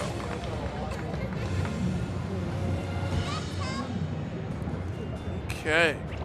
That was game number 1. Holy smokes. Yeah, right? So back and forth. It felt like a whole set in and of itself, but let's hydrate before we head to game number 2. What are we thinking? Are we going to stick on the Cagliostro? I think is the big question for Elsa right now, right? Yeah. At this point, you're really kind of thinking about it here. The comfortability is there, so let's go. In this matchup, I'm surprised we don't have Catalina here. Yeah. Like, this is a Catalina matchup for sure. Exactly. Where 2M, you know, can kind of be this good spacing tool to preemptively try and stop that riding free, and far M, we want to cover a little bit more ground space, but still trying to stay with the trickster herself. Oh, the stagger pressure calls out the BC attempt. Yeah. That's the thing, right? The block stun on some of these light normals when you're staggering just puts so much time where your Brave counter just ends up coming out as a Raging Strike. So Elsa down to 20% in the corner, but a Brave 6-6L buys you just a second of respite. Oof. There's the ult fireball, calls out the Golden Throne. Quick challenge, Koji Coco. Quickly falling apart in the corner right now. Elsa with the head scratcher, 1 round away from the end of her run. Player 2 victorious. All right. Round 2. Let's get into this next one. Immediate ride free. Thunderbird from downtown again, another guaranteed BC point, but spending those diamonds. Damage Ender here. There we go. Got the refund off the Thunderbird. Ooh! Little shimmy action off the far H. Ooh, with the 2U conversion, no less. Yeah, didn't quite have the 100 yet for the SBA confirmed, but now 1 throw might be enough, especially if we get 1 more bad tech. Hold on strong. We're chipping away with the ultimate Thunderbird, or with the ultimate Star Chaser rather. It's all ult skills to chip away. Elsa has to play perfect on the chip damage. No DP coming out from Koji just yet, but YOLO'd it off the EX Beyblade. Koji Coco qualifies to loser's side top 8. Yeah, I don't think we wanted that back special to come out instead, because that is extremely unsafe for Elsa to do, and unfortunately this is where she falls, just shy of top 8 here at EVO 2025, but Koji Coco making another qualification. This is the victory pose here. Koji Coco advancing. Getting another opportunity to face off in this top 8 to seal their fate, to lock in their name in the annals of history of EVO glory. All loving the sportsmanship here. I was like, why is Elsa grabbing onto his hand like that? And they got up out of the seat. And then I realized she was like, no, give it up for Koji Coco, moving on to top 8. So, again, it's all love. Even when the emotions are high between these competitors, it's like, wait, I gotta... I'm going to grapple you. You know what's going to happen? I'm going to grab you, I'm going to grapple you, and I'm going to throw you over to our extra match brought to you by Chipotle. Because guess what? We have Ladiva and Abigan pulling up on this one today. Be in my extra match, Shade Belly. And we're also going to be seeing a little bit more grappler action. Haven't seen any Ladiva, I believe, in this top 24, but Abigan was waiting pretty in the loser's side to show his stuff. But now up against Riazo, right? This is for this top 8 qualifier side, like you said. Yeah, Riazo also going to be stepping into the arena. We have Catalina locked in on the side of Riazo, so that is very curious. We saw it in our match earlier up against Toruro. See if that still comes into play against Ladiva. Not a bad pick. It's definitely practiced, right? We have that muscle memory down, even if it takes, one combo, one interaction to try and warm up. But I think especially the thought process I would assume from Riazo is, okay, my best character, the 6, right? Not only does he have the 11k health that can be such a swing in momentum, especially against Ladiva, someone with really good mid-screen damage confirms and corner carry with the resources, but also his effective range is exactly where I don't want to be against Abigan's character, this Ladiva, right? So let me swap over to a character where I feel so much more comfortable playing at this 2M, this far M range, and then looking for a corner carry to, run strike throw once I have that corner. Absolutely. Thank you so much to Chipotle for allowing us these extra matches that may have been missed otherwise. So getting us some extra opportunities here, both on Friday and Saturday today. To get these extra matches and additional players, additional faces, additional stories leading up into our top 8 action later today. As we lock in for our set here, already had our button check go on the side. Abigan, of course, running a local out in Japan as well. Abigan, a story player, Marvel player too. Yeah. So, fighting game history in the making right now. We're kind of matching on the skins as well. We got the gold on both sides, but immediately we flash the gold here with the EXDP on Riazo. Yeah, this is going to be interesting. It is the battle of the young gun versus the old school. That's which is unfortunate. I have to say it's old school. It's like why. I'm pretty sure Abigan and I are like very close to age. It's the self-report. I'm taking you down with you, but I'm taking you over to this corner with the ultimate fireball. Oh wow, 2U, the reversal classic of Ladiva. Yeah. Trying to catch out maybe a walk back from Riazo, but really betting your all on it. Betting the majority of your life, even after getting caught up in the match the last time, we're still going to match with close out this time. Oh, the stare down. Yeah, neither wants to move. Nope. Ooh, run a spot dodge. You had to play perfect to avoid the chip damage scenario, and now we're sending it with the SSBA, even at this HP, and even taking all the way the BP. It's still not going to kill, but it's going to put you in just a sliver of life. Hey, wait a minute, chip is, imminent there. Quite the strike coming from Riazo. That could have gone south real fast. Let's see if the fundamentals come out on top here on the side of Abigan. Yeah. Does get counter poked a couple times though. Yeah, I mean, Riazo, they're doing really well, right? Spacing out, forcing Abigan to think, oh, I have to commit to this forward jump, and being ready for the 2H immediately. Nice, got the triple attack low. Nice throw. Ooh. Okay, caught out here with the unblockable headbutt. SPD back down into the ground. No buff, consume. Nice little alt DP, the run up light, didn't believe, and great spot dodge and jump away. Does not want to get scooped. Oh, do not leave negative frames in front of Ladiva. Oh, do not try and reaction check me with that ultimate lariat. Beautiful spot dodge coming out from Riazo. Should seal the set. Didn't even need, or seal the game rather. Didn't even need that last raging strike to put one game on the board. Locked in, the gamer lean coming from Riazo. Yes. Oh, missed the 2H. Good call though. Showcase that you got it. Sometimes it's worthwhile DPing. I've been telling myself that for weeks. Sometimes you just gotta show it, right? Be a little brave in the reversal options. Copium. Nice. Let's get the wall bounce. Not a full extension, but we do get this opener with the launch. Should build up enough for SPA. There you go. This evens out the breakpoint situation very nicely after the Raging Strike spend. So still 2 diamonds available for Abigan to try and escape. Stagger. No, really scared of a command grab by the looks. Yeah, especially now that we have that SSBA, right? That frame 0. Good miss. Oh, big jump in, and I'm running away. Don't touch me. Unhand me. Playing at far end range. So counter poke there. Jump. That was a challenge right there. Couldn't do well, but didn't believe. Does get the DP. Round finish here for Ryaza. Here we go. Knew that it would be lethal, not even waiting for the full confirm off of crouching, or spot dodging rather, the ultimate lariat. Reduce the mental stack. It's what you need to do to secure your loser side. Top 8 onset point here for Ryaza. Abigan, can we get 1 round on the board? Poke out. 5L, 6XL. We're dashing on through and keeping you locked down with the lights. Frozen in time, frozen in the corner, but the mash out on the close L once again buys Abigan a little bit more time. Woo! Oh my goodness. Come on and slam. And welcome to the corner. We're still trying to escape here with the VC, fighting for this mid-screen dominance. Ooh. Off the corner, Abigan. You guys can't see it. Abigan like bounced out of his chair. Here we go.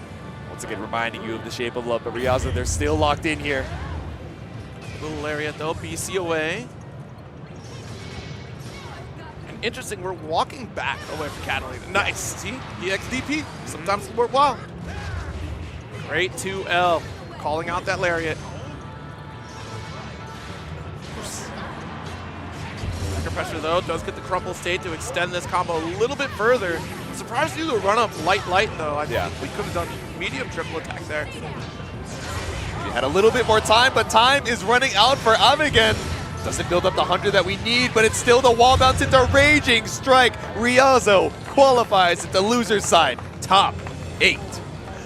Well played here in Abigan. Of course, a great show, but a great community member in the fighting game community. Of course, helping to run out the locals. I don't want to say it's Tatakai Tuesday. I know he's a regular there. I forget if he's like actually running it. Yeah. I think he is the TO for Granblue. I know he is a TO for a Granblue event. Yes. I'm so sorry, Obama and Giuna. I am so sorry I'm failing you on this information. I don't have it in front of me. The internet has died here in this venue. I know. But I apologize. I should know this because I watch it. I watch it. I don't know. There's so much to keep up with as far as Granblue gamers, especially across the world, even just in the US, let alone across the seas. But of course, I'm sure you guys in the chat can fill in a little bit of that extra context. I'm forgetting off the top of my head. I know it's the Red Bull Sphere. I know they're playing Granblue out of there. I got it. It's got to be Tatakai though. But I don't know. Is it Tuesday? I don't know. I need my calendar. I need my internet. This is what happens when we don't have the internet. We lose all information. We used to know phone numbers by memory. Now we don't. I remember my immediate families, but off the top of my head, if you ask me my best friend's phone number, I'd be like, let me look it up. So let me give you guys a little bit of a second to look it up on your ends as well. We'll be right back with some more Granblue action right after this.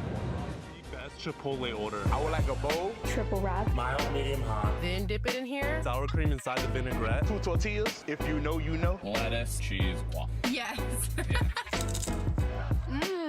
Oh, that is good.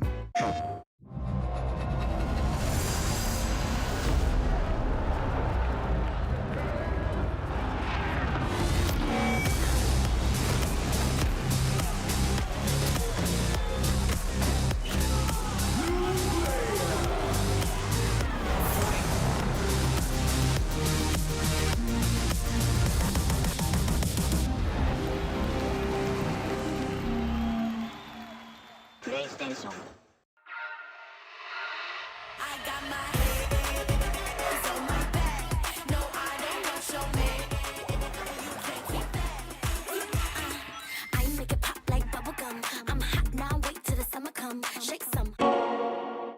Those who have lost their lives will never return. Nothing can bring them back. So where we going, old man? A hotbed for demons. The entertainment district. We've killed off anyone who's ever crossed us. Anyone who's ever slighted us. We're going to slash through your gullets. Just like we did to all who came before you.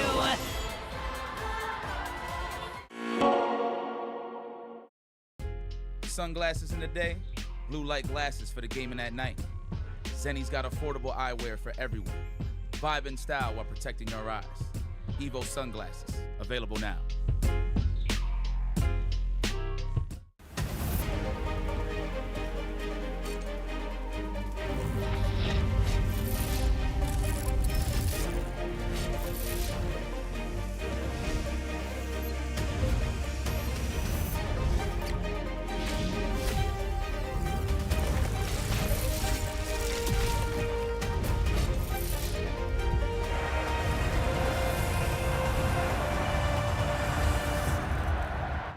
All right, everybody, welcome back to EVO 2025. We're down to our last few competitors before we lock in our full top 8 bracket here for Granblue Fantasy vs. Rising, a Platinum Arc World Tour qualifier. And I'm excited to see how the rest of it goes down. But our next set, Jade-Su, who do we got?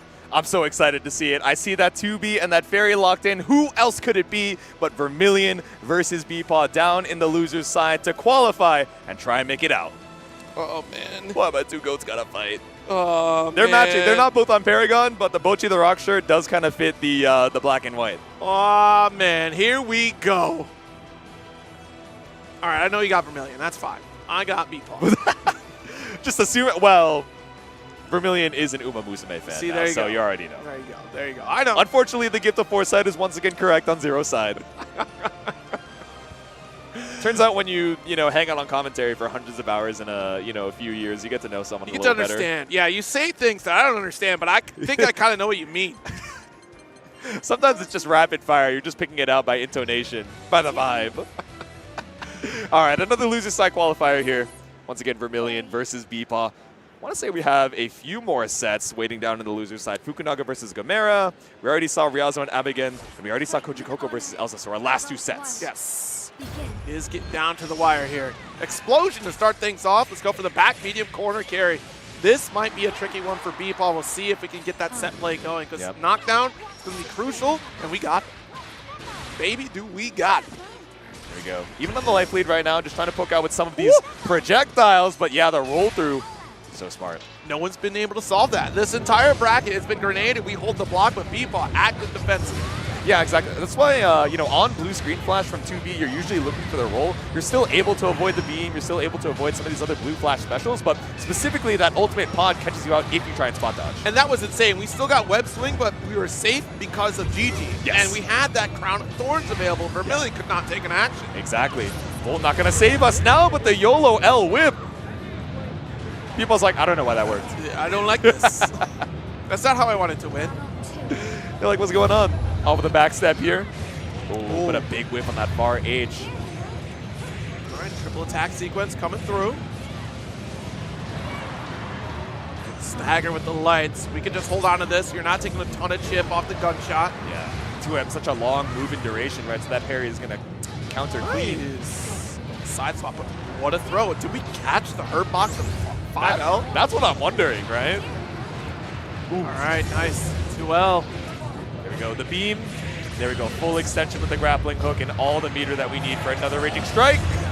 Tie up the rounds.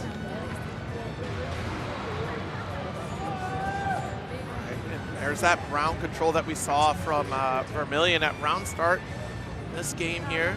Still anyone's battle. Oh, backing away. That was the back special coming from Vermilion. Yeah, L tackle. I wonder what we're looking for there. Maybe to try and, quote-unquote whip punish the far L at round start. Slow things down a little bit, let that start up, just run the timer down, but snipe from the back screen. A big jump in here. The 2L opens up the crumple state. Wait a minute now. 2U does get the stagger. BC out of here. Deep drill, looking for that throw attempt. Oh. DP, I'm out of here. Double cartwheel, but it's still not enough to escape. Bpaw with a clean confirm into that ultimate pirouette puts Vermilion in one touch. Whoop! Okay, go locking down every interaction. The uppercut, Bpaw. I know you like to press. You're a 2B player. You're just going to swing. 3 stray swipes caught up by GG, the whip, and that ultimate Bpaw, or just the normal up dog. Either way. Now Bpaw thinking, all right, 1 game closer. I still got to stay locked in. A 1-game advantage isn't enough. I believe Shout in out Fairy too. Send the energy. Nothing but Fairy. You already know. See, like I said, Bpaw is a player. Wears their heart on their sleeve. Wears their main character on their shirt. Yep. And stickers in the crowd trying to cheer on all the homies here as we head into our next game. Oh, we believe in victory here. Yep. All right, good back throw. Ooh, actually, I don't think we got the blocks done off that. Very interesting. Yeah, right. Ending it clean with the pod A, looking for a response here from Bpaw, but tries to take their turn as Vermilion gets a clean jump in. Yep, standing up. Get that 2L. Nice finish here from Vermilion.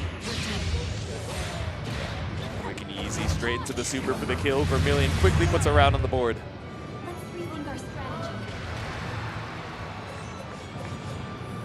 Okay, so getting into this next round, Vermilion looked a little more comfortable, looking more like a traditional 2B round. Yeah. Oh, palms away. Good spot dodge. The spodge has been achieved. Oh, missed the bounce. Yeah, awkward conversion in the corner off of that. Airborne hit, tries to go for a JH, but instead Bpaw finally catching the jumps out. Nice. Whoa, the spodge on the Mirage. Here we go, finding the perfect spot to challenge. Not going to let it drop off of the GG either. Wait for the detonation to pick up. Didn't even need the 100-meter, but we need one more round for losers top 8. Yo, I think Bpaw might be locked in. Wait a minute now. That's what I'm saying. They heard the cheers from the crowd. They said, I got to do it for them just as much as me. We send it with the pod A, but it's a big whiff on the backdash. Yeah, trying to get the far medium. It's the reaction on far medium that's too little too late. By the time Bpaw decides to press, Vermilion's already taken to the skies. Exactly. Oh, almost. Good just blocks, though. Denying some resources. Yep. Trying to take a throw here. Hard knockdown off of the UDP, but it doesn't let you escape the corner. It's sandwich pressure, but off of the throw tech, able to escape GG dead. DC one more time. It's the last one we get for the rest of this round, unless we get a super. There we go. Held back just a little bit to avoid that throw range, but no punishes on either of these whiffs. Oh my god. All right, so we're out of resources. Yeah. Bpaw has to play perfect. Oh, that will do. Very unfortunate here as we come out on top. The heavy swings, game apiece. The last game for both players here. This is it. Unless you win, this is it. Yep. Crushing Onslaught with the 5H. Just a full confirm with that pod ultimate version. And you can hear the NorCal crowd cheering in the background for Vermilion. Oh, the backdash, Bpaw. No way! The cross through to avoid the GG. Thought you'd have been checkmated or at least locked down with the detonation, but beautiful response from Vermilion. Not only to escape the corner, but to put the round up on the board. It's set. Point for NorCal. That was the most insane forward roll I've ever seen. Are you kidding me? Didn't believe in the UDP. Said I've seen this setup before. See if Bpaw can tie it back up once again for a final game, final round. Oh, gets the space away for the combination strikes of Vermilion. Yep. All right, set up the GG between you and me. I love the beam as a quick check. Yes, that is key. It's almost instantaneous. It'll deny GG even if it's blocked. Gauntlet swing, full extension. Let's see. All right, Bpaw just wants a breather and calls out the DP from Vermilion. Here we go, back whip just to put you back up against the corner here. We have a lot of diamonds to look for the BC, but it's a punish with the parry. Gotta watch out for those. Vermilion's certainly looking for him. Match up with the 2L, and there it is, the opener. Trumbull State, we do have enough resources to finish the job, but unfortunately this is where Bpaw falls. Vermilion 2-1 over Bpaw, advancing to loser side top 8. NorCal securing their spot in that arena finals once again. Vermilion back for another year, but it's the handshakes off to Bpaw. A heartbreaking 9th place finish once again. Both of those losses being so down to the wire in that final game, but the heart wasn't enough. It's so unfortunate, you know, for me to watch this run for sure, but even throughout that story, right, of just Bpaw getting this far, just being on the cusp of a top 8 appearance at EVO. I know Bpaw really wanted that position there, but it's so difficult to fight against a 2B who's got that forward advancing normal presence with the combination strikes, trying to win the neutral space with those 5Ls, or even just like a 5S coming from Fairy, but it's going to be denied by 5H. You also had to deal with the fact that Wire, the medium special, going to shut down GG, so you lose a lot of your set play at a full screen, where normally Bpaw is just comfortable.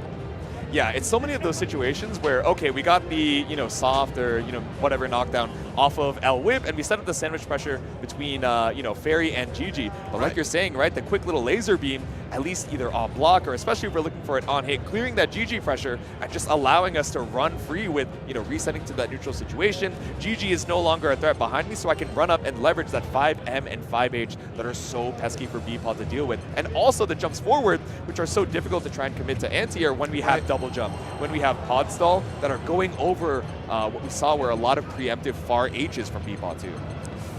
Yes, indeed. I mean, it was a hard fought run for Bpaw to try to make it in this top 8, but unfortunately falls here. Vermilion making another return.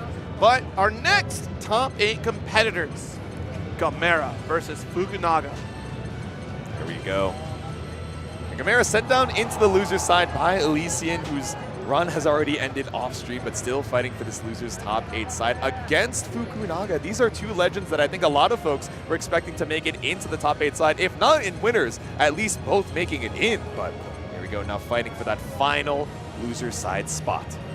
Indeed, and man, I know the power-up that Gamera got at Arc World Tour Finals, being sent to losers so early on, was pretty devastating. Yeah. I mean, that was Riazo delivering the loss to Gamera, and then Gamera with a run back to clean up house and then come back going up against Toruro, which we know the story know how there. that went, yeah. But this time around, potentially Gamera going for the exact same run, loser side top 8, but this time not being knocked out of winner, so no more chances. Yeah.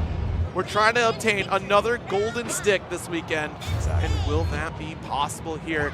Does Fukunaga have something to say about it, making, as you said, an extended hiatus, now returning with this Versusia, and stability on both sides here. We're talking about, again, just very consistent pickup routing. You can darn well near pick up anything off of a straight hit for Versusia. Yeah. Then we have Beatrix on the side of Gamera. Of course, Gamera has a full slew of characters to choose from in this matchup, but Beatrix, a very strong pick in this matchup.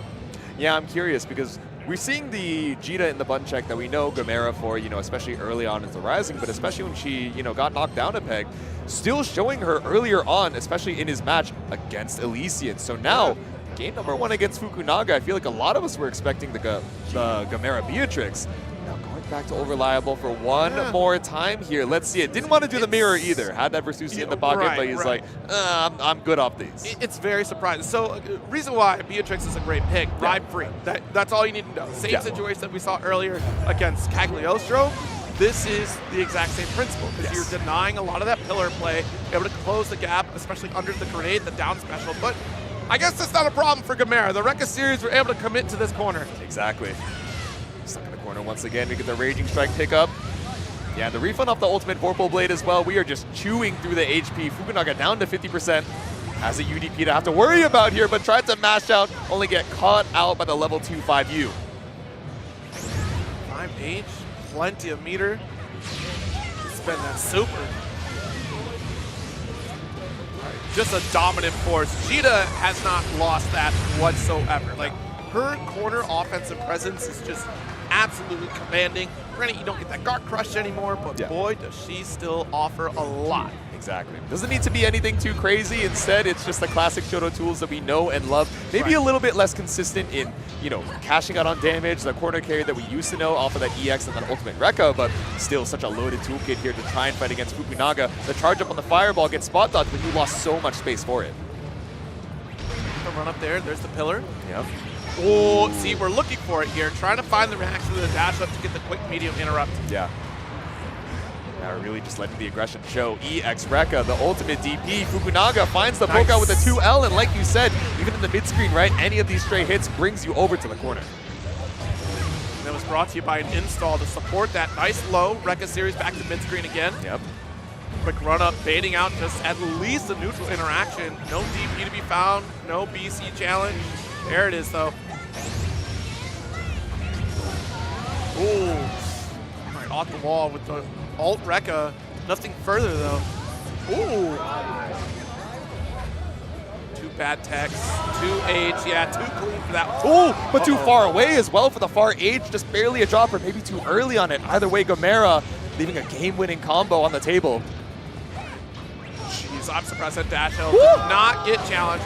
DP out, the pillar to lock Gamera. Chip is a potential. Exactly. No more glow on that HP, so we send it with the Lariat. Gamera committed to the deep dash, maybe looking for a YOLO EXDP with a slightly longer delay. Fukunaga ready to stop the approach. Back into it we go. Oh, try to go for the down special, but we have a dash M to start things off for Gamera. Yep. Ooh. There we go. Sniped out with a 2M there. Stops the approach here. This corner we go. Does get that extra install, but a cross up. Big sequence opportunity here for Gamera. Yeah. Fully committed to the jump out there. Able to escape the walk-up throw from Fukunaga. All right. Walk. Yeah, no consume off the EX Nimbus either. Still holding on to this 5U buff. Nice. Got the dash light. Yep. There's our BC. Walk it out. Yeah, baits out the spot dodge. A little bit too early on that one there. Gamera has all the resources in the world to go for SBA. This kills. We took that last BP, and the cinematic should do that extra 150%. Will you just barely live? Oh my goodness. Well, not chip out yet. Oh, the cross up! That's it, actually. This is gonna kill. Spend that 100 in the bank. It still drops with Fukunaga. This one should be the kill. Take away that BP for game number 1. Say it with your chest for Susia. Unbelievable. Missed it. I thought for sure. Hello? It was just a single frame of the flashback, too. I was like, oh, that's the end of our tournament. Secret ending unlocked. I guess I've killed the main character. It's over. Oh my god, but that's main character privilege and Versusia HP privilege in particular from Fukunaga, right? Any other character in the cast would have straight up died there, but just barely 2-3 HP left in that tank. Gave Fukunaga the opportunity to fight back, and now we're going to game 2. And we've already seen that Gamera is willing to 2H, willing to anti-air, just for whatever reason opted not to here. Yeah. Hold on to it with the L pillar, just clashing with the fireballs. Nimbus and so many cooldowns ready for Fukunaga, but still threatening that pillar. Doesn't want to spend the EX just yet until the other cooldowns are back up. Protect dash L. Oh my goodness. Fukunaga? I want to know the match history between these two, actually. Yeah, I'm curious. What that match count is. Yeah, especially as Fukunaga's been warming back up. I wonder if this has been a dominant force or something that he's truly just been studying up for. Coming up into this loser side match, the overhead snipes Gamera, but EC brings us back to mid-screen. What? Tech. Another one. Bad, though. That's free damage from Fukunaga. I'll take the bad text. Yeah, woo! Yeah, that'll connect. You can't install that close to Jita. No more brave points, but have all this health. Exactly. Your base HP pool saving you. Still need 2 more good touches here because Gamera already spent that SBA counter hit close cell. Still not going to be enough here, but chewing through the HP, Fukunaga is going to be in throw range after this. All right. Oh my goodness, opened up. It's Rekka time. I'm gonna Rekka it. Send it with the slashing swords here. We got Vorpal Blade to take that round, but is it going to be enough to tie things up as we walk up with the cross through on that lingering orb? Into the corner we go. Nice low. Not a ton of damage, but enough to send the message here to build up for meter. Ooh. Catches you out with the ultimate fireball as well. That 2-3-6 is still so strong, even on block, just chips away a chunk of the HP. Nice, got the 5U interaction. Yeah. Just the pump fakes, and that's terrifying. Every time you see a pump fake 5U, it's just, are you gonna pull the trigger or not? Like, I'm scared. Am I gonna get throw baited? Scary situation. Let's see if we actually let it rock. Gamera with such a big health lead right now. Whoa. Big punish on the Lariat, stops it with the far end. We've already spent so many alt skills, no other SBA, but there it is, the anti-air. That's what we should have seen in that first game. Yes. It should have been a game up already for Gamera, but Fukunaga is still going to take advantage of that previous game. This time around, Gamera, I'm locked. I'm not missing another anti-air again. Yeah. Not like that. He's trying to show you he earned that golden Vitrix. There's a reason that he's got it, rocking it in this loser's top 8 qualifier, but 1 game away for that top 8 spot. 1 game away to end one of these gamers' journeys at number 9. Time again, Gamera just stopped shy of getting a repeat golden stick. Wants another one. Yep. There we go. We got the 5U buff ready, so any of these specials gives us even more plus frames. Stopped in your tracks off of the startup of Galeria. Gamera fights back.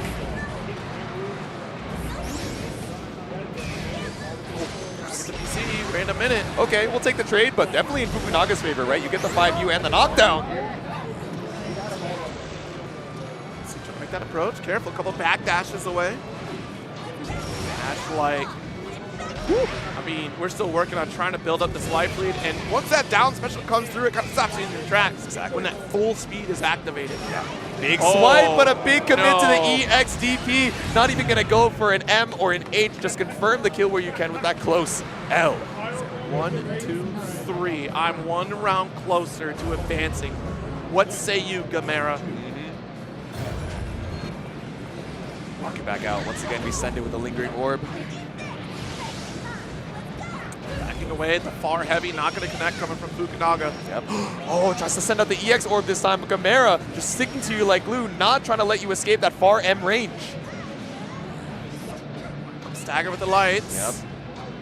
Loaded pump fake as well. Scared to try and look for a throw. Scarier to look for a UDP. It's tough. That range is really tricky. That DP is not going to connect there. The further you get pushed out by Jita, the Gamera's preying on that. RL dash, run up for a throw. And a bad tech. Let's see. Ult Rekka series does sneak in with the throw punish. Ooh, take to the skies, but behind the back with the lariat, the spin cycle. Yeah, the 5U activation just saved Fukunaga right there. There we go. Oh, but a little bit too early. That charge on the fireball ends up catching the spot dodge. Oh my goodness, the final hit too early to dodge. Oh my goodness, final game, final round to see who is our last competitor to qualify for top 8. The charges on these fireballs have been so crucial, just barely giving us a sliver of health to work with towards the end. Final game, final round, but once again, we delay the spot dodge. Yeah, got that double layered offense with the orb and the pillar. Triple attack, does get the laundry here with that extra install. Back to the corner we go, the far medium. Woo! Oh, I thought we were too early. Run up spot dodge, saw the glow. Hedging your bets against a DP or a fireball. Huge, just get the plus frames. Yeah. So that's our install. Down on all abilities except for our back special. Yeah, Gamera looking worse for wear on the HP right now. Not going to be a kill confirmed even if Fukunaga busts out of the corner, but still got to be afraid. 2 diamonds apiece. Evening up and then some. Gamera with 3 diamonds to your name. Fukunaga taking a little bit of extra damage at this 1 BP. But you gotta be careful of UDP, but no fear to be seen. The tap with the shoulders, the double close L, but no meter to back it up. Has to be careful here. Next interaction is death. But you put Fukunaga into SSBA. Yeah, that's scary. Late tech. Oh my god! Oh my goodness, spot dodges the BC. If we get the corner, oh my goodness, one last touch. If you get crumple state, as the block started, calls out the jump. I can't believe it. The EX pillar shutting down Gamera's approach. Fukunaga taking down a titan of Granblue and achieving victory to seal their spot in top 8 EVO 2025 for Granblue. Fantasy versus Rising, one step closer to platinum points, one step closer to platinum qualification. There we go. The king has returned. The Gold Bitrix just sitting on the seat. A heartbreaker for Gamera, right? This EVO was a big chance to reprove himself after last year, kind of getting knocked out a little bit earlier. Of course, the placing a little bit better this time, but knows that we were so close. 1 round away from making it into that coveted top 8. But Fukunaga going to be holding on the story, holding on the faith for both of these gamers as we see you in arena finals in just about 3 hours. Yeah, absolutely. Let's take a look at what this top 8 bracket actually looks like before we head off, because man, it is quite the story we have here on winner's side. Monarch versus Riazo, and then Zane, I can't believe it, versus Zenith. The Grimnir mirror in the winner's side. I'm sure you guys are going to be excited to see who makes it into that winner's finals and which Gale Master gets sent down into the loser's quarter side. All right. And then, of course, on the loser side, we do have Vermilion versus Fukunaga. And it's not Riazo versus Koji Coco. Yeah, Give me we're a going to do a second quick here. double check over here. It's, yeah, it's Riazo versus Koji Coco on loser side. The winner's side, Oh, Toruro versus Monarch. There we go. That's who we're missing. Yeah. The Lord of Flash. I was thinking, where was Toruro? We Toruro saw him was have a up there. pretty commanding victory in the winner's side. But yes, we're going to be seeing him against Monarch, Zane versus Zenith, Ryazo Kojikoko, and Vermilion Fukunaga. So I hope you guys are so excited for the action. Once again, we're going to be taking a little bit of a break for Granblue, and then we'll see you guys on the main stage for that top 8. So I hope you guys are excited. Absolutely. So up next, we will have Samurai Showdown top 8, but that's going to do for both myself and J2 for this block. We'll see you very soon. J2, thank you so much. Always Until enjoy. next time, everybody, stay happy, stay healthy in the later days. That sizzle, that's the soundtrack of Chipotle. Literally melt in your mouth tender. Let's see our chicken glistening, our fajita sizzling. It's magic happening. And this is gonna be in your bowl. This is it. I won PlayStation's Road to Evo and went head-to-head with Arslan Ash. I won PlayStation Go to Evo and battle against Sonic Fox. I have never seen that in my life. To compete on PS5, choose your game, find PlayStation tournaments, and register. It's that easy. Sign up for PlayStation tournaments for opportunities to win unique prizes and much more. PlayStation. Bpaw is laughing right now. Look at Bpaw laughing right now. Oh, he's doing a dance. What is he doing? Man, he's too ready, you know. Not today, man. Oh my god! And 参加して、でその時また賞金額が上がって、いや気持ちは調子良かったですよ。 So it's much more than just playing. It's being a part of this community.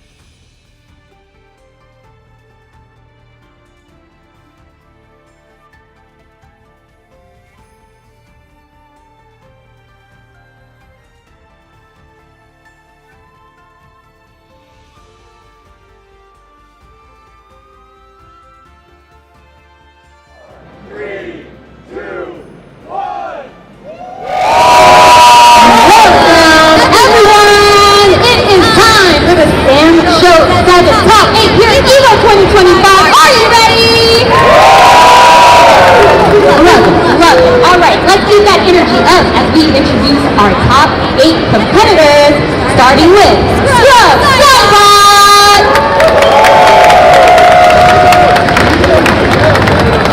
up next, we've got Monkey!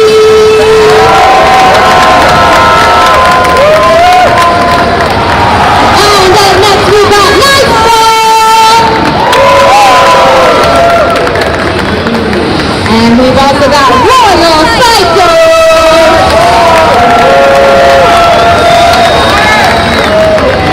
And we've got the CEO himself, Watanabe!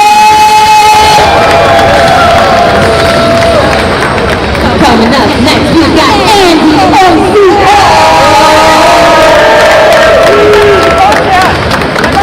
And then we've got Boy Sonic X!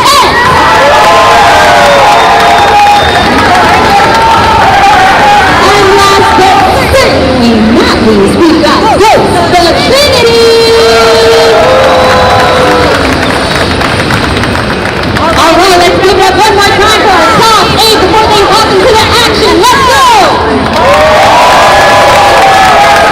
With that said, let's go ahead and pass it to our commentator, Ron, POS Industries. Take it away, boys. Hello.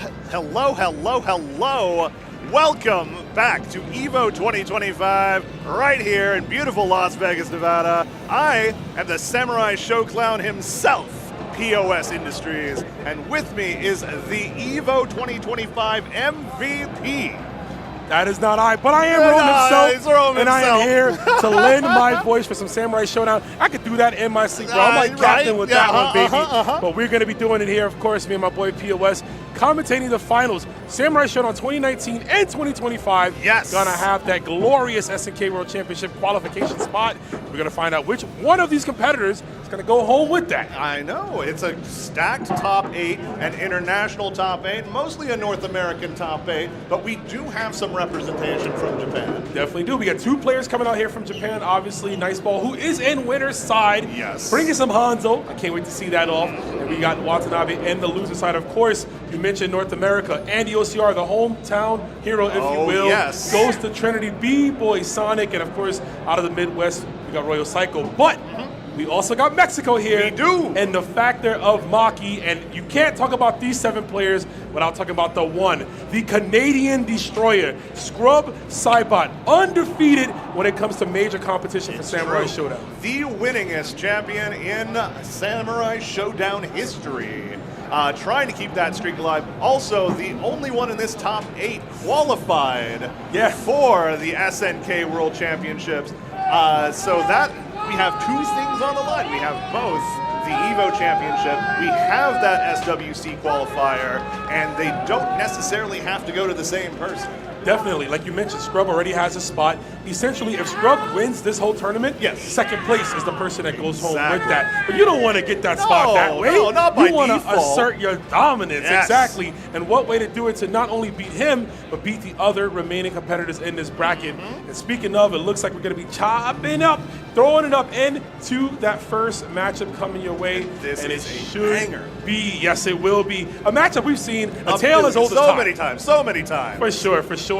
Scrub Cybot on the play on one side, you see him there checking it out, getting ready, and of course, Maki, you see them with the same jerseys on, representing something I can't talk about because we are at EVO, but they are going to be playing each other. Good friends. These guys are always running events in the Discords, trying to help new players play the game, and of course, when it comes down to just who is like neck and neck with each other, it's definitely Maki and Scrub. Oh yeah, absolutely. Like Maki is probably the biggest threat in this top 8, and I do not say that lightly because there are everybody's a threat. I mean, and you know, even down in losers, we have guys like Andy. We've got Ghost. We've got B-Boy Sonic. We've got Watanabe. It's incredible.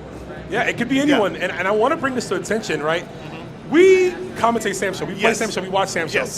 We know how strong Biking is. But there is only one Biking in this top 8, and that is Scrub Cybot. Exactly. The only repeat character is Jubei. We're going to have a lot of characters on display. Galford, we got Hanzo, we got Ukyo, and we have Wu Ringzhan, who is literally one of the worst characters in the game, but she made it to top 8 because B-Boy is just that damn good.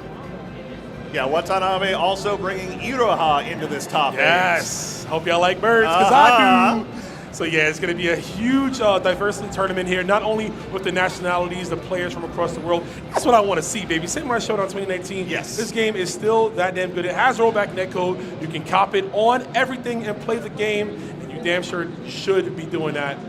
You can get it on any console that you want to play it on. You want to get it on the Sony PlayStation, you got that. Yeah. And there's some other consoles, of got course. Some others. You can even get it on Netflix. Get it on Netflix. Yeah, oh yeah, and it was Google Stadia at some point. That was really funny. But yeah, I mean, listen, Samurai Shodown was everywhere. We're right back here in Las Vegas, in a convention center. And man, I just cannot wait to get into this matchup here. Should be Jubei versus Baiken, of course. We do know, though, that Maki has a Hamaru, and that could potentially come out if he feels threatened enough. That is true. Scrub also has a litany of characters at his disposal, depending on if he doesn't want to take the risk. Yes, Baiken is his strongest character. However, he has been known to counterpick when necessary, especially against somebody like Maki that is going to know that matchup. But it looks like we're going into a button check right now. Very possible here, of course. Make sure you got that winning button set, baby. That's the last thing you want to do is come here incorrect and have to go home correct it up. So you don't need that, man. This is the biggest stage. And again, I mean, there's that SWC spot on the line. Sure, there's going to be other events coming up. But this is the World Championships, baby. I'm trying to win that joint right now. Give me that. I want it. Absolutely. This is going to be as well our first official EVO champion in 6 years. Yeah. I mean, Sam Show was here, right, in a side tournament capacity. Scrub Cybot winning EVO 2023, which was held at the SNK booth. So while it wasn't a part of the EVO lineup, it's still EVO champion. Yeah, and they had a lot of money behind the line on that. Oh yeah. But yeah, you're right. Let's go. For Maki, Maki's going to need all that nationality power they can get. Yes, also someone who, even though as strong as he is and after winning everything, has something to prove here about winning the official Samurai Shodown tournament. Yes. Absolutely. Yeah. This. All right. Looks like it's time, baby. With the classic. Oh. Hey, can they hear us out there? I think they can. Yes, they can. Yo, if y'all can hear us, make some noise, man. What's up? They hear us. Yo, sorry, Steve, I had to borrow that one, but listen, it's all good, baby. That's all right. He's having fun over at the AT&T booth. I'm sure he is, man. Shout outs to this match. Let's get it. Scrub going up against Maki, XBF. The homie's about to throw down. And let's see how it goes. Right. Right off the bat, just trying to get that space. Maki has some of the best Bs in the business, right? We saw him last night just landing literally everyone. That was a nice jump B, though, from also Scrub. B for Viking. Yeah, B for Viking, that's right. He's about to, he's trying to cross under there, yeah. Using the old man legs to just skedaddle across the screen. And again, I've said it before, I'll say it again, how active both players are. I was going to say Scrub, but honestly, this is very active play from both Scrub and Maki. Yeah, it is. I mean, you have to be. Viking has so many different layers of offense, right? And you want to kind of press for control. There's that layer right there, the instant overhead, if you will. Titanic Not gets quite destroyed. enough to kill, but one last poke, and there it is with the overhead. Maki takes round one, drawing first blood. And that was scary, too. That was a real close overhead, right? Yes. So had he landed, that would have been a punish for Scrub. So Maki getting a little lucky on that one, but we take the first round. Of course, and the rage as well. Jubei used to have one of the better weapon flips. It's still really good at anti-air. Yes. We might see Maki trying to get in powerful position. Looks like it's going to run out right about now. Here we go. Scrub just keeping that space there about 3/4 screen. Not really giving Maki any attempts to do just that with that stand B. Maki's like, you are not crossing this line, bro. The range on this 5B, and every single one just stabbed you in the face. Yeah, look at the range meter gone almost instantly. As soon as Scrub Cybot got it. Yep. Yeah. He is slowing down the pace here. Scrub is 25 seconds into this round. Maki still got more health. Trade for Maki, though, especially just hanging on to that life lead. Ryan. Ooh, that slide was a little dangerous. That was out of range there. 18 seconds. I mean, Scrub's going to have to explode real soon here, POS. Oh, absolutely. Yeah, we're definitely going to have to see a burst here shortly. Oh, we're going to go get the damage while we can. There's a dust confirmed. the first time in this set. Oh, and now Scrub with a narrow lead. Ooh, there we go. Scrub hanging on, not actually going for the Rage Explosion. Had the confidence and the wherewithal to take the round without it. I mean, it was the right decision to do. You have another game to play. This Rage Explosion essentially is a burst, right? You get to hold on to that and use it to get out of certain situations. Oh, now both players in rage. Maki about to run out. But yeah, as you can see, Scrub's rage meter is running out also very fast. Yeah, rage is tied to the character personality, right? Yeah. So I guess they don't get mad as often. Jubei's an old man. He can't afford to get mad, right? The blood pressure's going to go crazy. He's trying to make sure he can just get through. Try to go for a counter. Hold the phone. You're wild for that one, but I like the idea. Maki looking to exercise every option. Of course, he's going to try to inch over. Okay, this throw. Oh, we're going to burst out of that. Smart Rage Explosion, going to Rage Explode as well out of that, because that could have been the game. Oh! And that will be the game. Maki taking game 1. The game of chicken. The state that it puts you in when Rage Explosion is allowed for both players. All you got to hit is that 3 buttons, baby. That Eason, the lightning strike, and You Maki can set it to 1. You said I the haven't one, set it to 1. That one macro. Just the one button Eason. And that's what Samurai Shodown is known for, man. Just that high damage, high stressful situations right there. Maki, you see him breathing deeply. This means so much. I mean, not only to send Scrub possibly to losers, but to also be closer and closer to that spot as we go into the second game. Yes.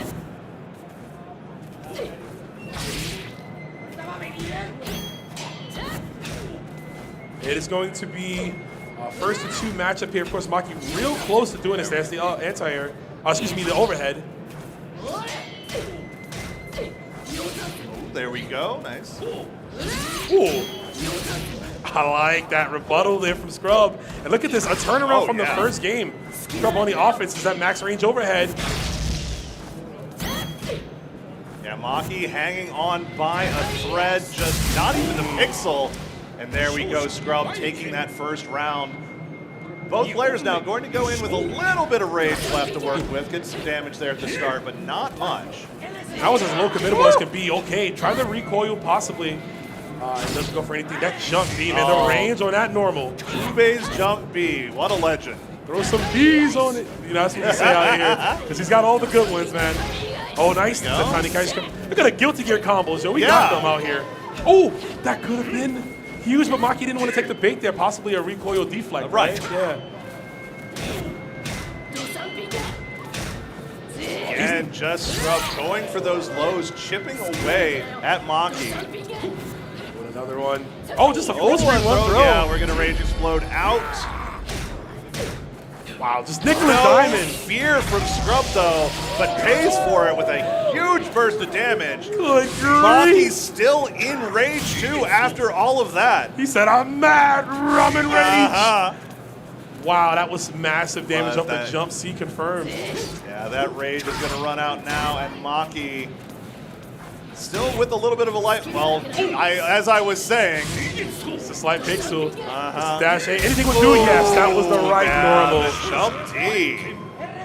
She's having a good time with that one. You see her face? Oh, this is we've talked about this before, but it's so incredible to see Baiken so happy. Beautiful lady. I love to see a smile on her. Look at her. She's so mad and guilty. I don't want to be here. Yeah. I want to be with my samurai I want to friends. go back to the Tokugawa Shogun. Oh, I want to be top tier. Yeah.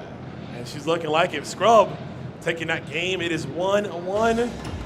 And Maki, we're going to go to character select, just deep breathing. I love the exercises. Yeah, Maki is probably not going to switch up, obviously. Yeah, I don't think we need to. No, I don't think we need to at all. I think we're holding on. Yeah, I just think there's a matter of just that tug and pull, right? Yes. The first match started out with Scrub being really reserved, and that's kind of what's his downfall. He turned up the gas in the second game, started to take more of the initiative, and Maki was the one on the back end. So now if he can find that energy, kind of match Scrub's freak, as they say, right? Exactly. Let's see. Either way, we can some glorious samurai showdown. Ooh, Scrub going right in there. I remember when I used to knock down back in the day. You know? Back in 2019, you used to knock back down. in my day. That's how Jubei talks. Oh. Okay. Good cross under, eh? I like that. Viking approaching Rage Meter right now. See again, Scrub just maintaining that distance, not afraid to be in the corner, and never stop. Max APM player. Oh, this is delicious right here. Goes under the jump B. I was gonna say I love the patient play from both. Another cross under there. Very good from Maki. He's weathering the storm, right? Oh, what a whiff punish. Wow. Yeah, Scrub's got those, man. Former Tam Tam player, so you know he was always looking for that range to whiff punish you. Another jump C. Oh, another. Okay, there we go. Yeah, we take Bringing those. it back around, evening up the life. Oh my God! The balls! Whiffing the Hail Mary throw, giving Scrub Cybot an opportunity to kill with that jump C. Scrub Cybot, bro. He waited. The hesitation, knew Maki was going to look for some type of a throw, and just let him watch himself go down. And that was beautiful. Oh, that jump C put in so much work. Massive hitbox on it, man. And it's hard to contest from that angle that you're trying to jump at. Oh, absolutely. Now combo. we're seeing Scrub just keeping Maki locked down here. Yeah. Yeah, we're gonna have to Rage Explode out, try to make something happen. Yeah. But Scrub, again, no fear whatsoever. Oh, but nice chunk there, not enough to catch it back up. Max range, 660. Oh, another throw. Yeah, big damage. Still don't need to burst here. Maki looking for the last hit to possibly keep himself alive. That rage meter is just about done. And there it goes. Maki still at a slight life deficit. Has to be careful here.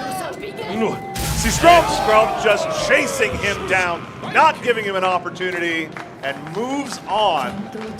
The 660, finding the right option there. Goes for the low.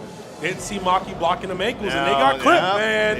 He can't see it underneath the samurai gi. You know, you gotta lift your legs up, Ju, basically, we can see. Show a little ankle. Get There's a little Bit. risque. There's a little bit. Maki's gonna go down to the loser's side for now. Obviously, still has another chance to move things up. But listen, if you're gonna talk about absolutes, right? Scrub Cybot, top 3 winner side. What do you expect? Exactly. Honestly, you know, just with the way the brackets were laid out, that could have been a winners finals match just by itself. But we got it a little bit early. A little bit early, which goes to show the amount of talent and level of players we have here in this top 8. Of course, moving on to the next one, this is going to be a very interesting match. We actually have a Ninja Showdown and Samurai Showdown. We have Royal Cycle, Midwest craziest player. It's in his name. He's one of the hypest players you'll ever see. And he's coming up against the Japanese anomaly, man. Nice ball, bringing that Hanzo. That Hanzo Hattori against our dude Galford. No, the original palette swap. When I was a young Rome himself playing Samurai Showdown on the Sega, I thought they were brothers because it was the same palette. And, you know, lo and behold, they're not brothers. No. But they are both ninjas. So they're brothers in code, I guess. I don't know. Brothers from another mother. Yeah, there it is. Yeah. Another mother indeed. But yeah, this is going to be a fun matchup here. Both are zoning specialists. Obviously, Hanzo having some more wicked, having more wicked mix-ups. And of course, I just want to correct myself. Taiwanese. We have another Taiwanese player actually here, which makes it even more diverse. Shout outs to Nice Ball. Let me put some respect on you and your flag and who you are. But yes, like I was saying, Hanzo. Having like more unique tools to deal with zoning, right? The 660 is a cross-up, the different teleport slashes from the highs and the lows, and obviously that big slinky, fireball. Man. Oh yeah, like, and it's going to be an incredible zoning game just between the two.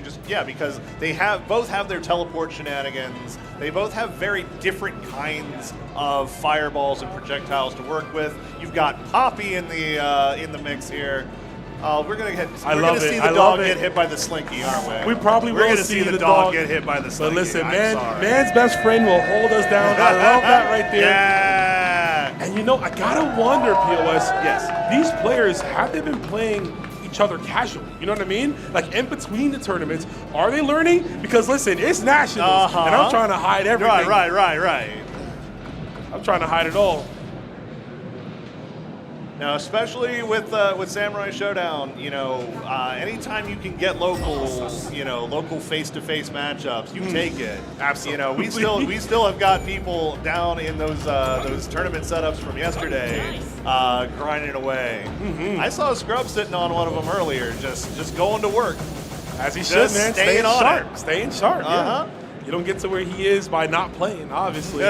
So yeah, big implications here. Of course, Royal Cycle. We talk about Scrub side by Royal Cycle sending Scrub to losers back at Combo Breaker. Yes. But unfortunately unable. Not Combo Breaker. Sorry. Was that Frosty? That was Frosty. Frosty yes. Faustings, yes. Yeah. Frosty Faustings, unable to seal the deal, losing to him in Grand Finals. You know that has been on his mind since then. Yes. And he was so close. He could almost taste the qualifying spot, but he's back in prime position here again.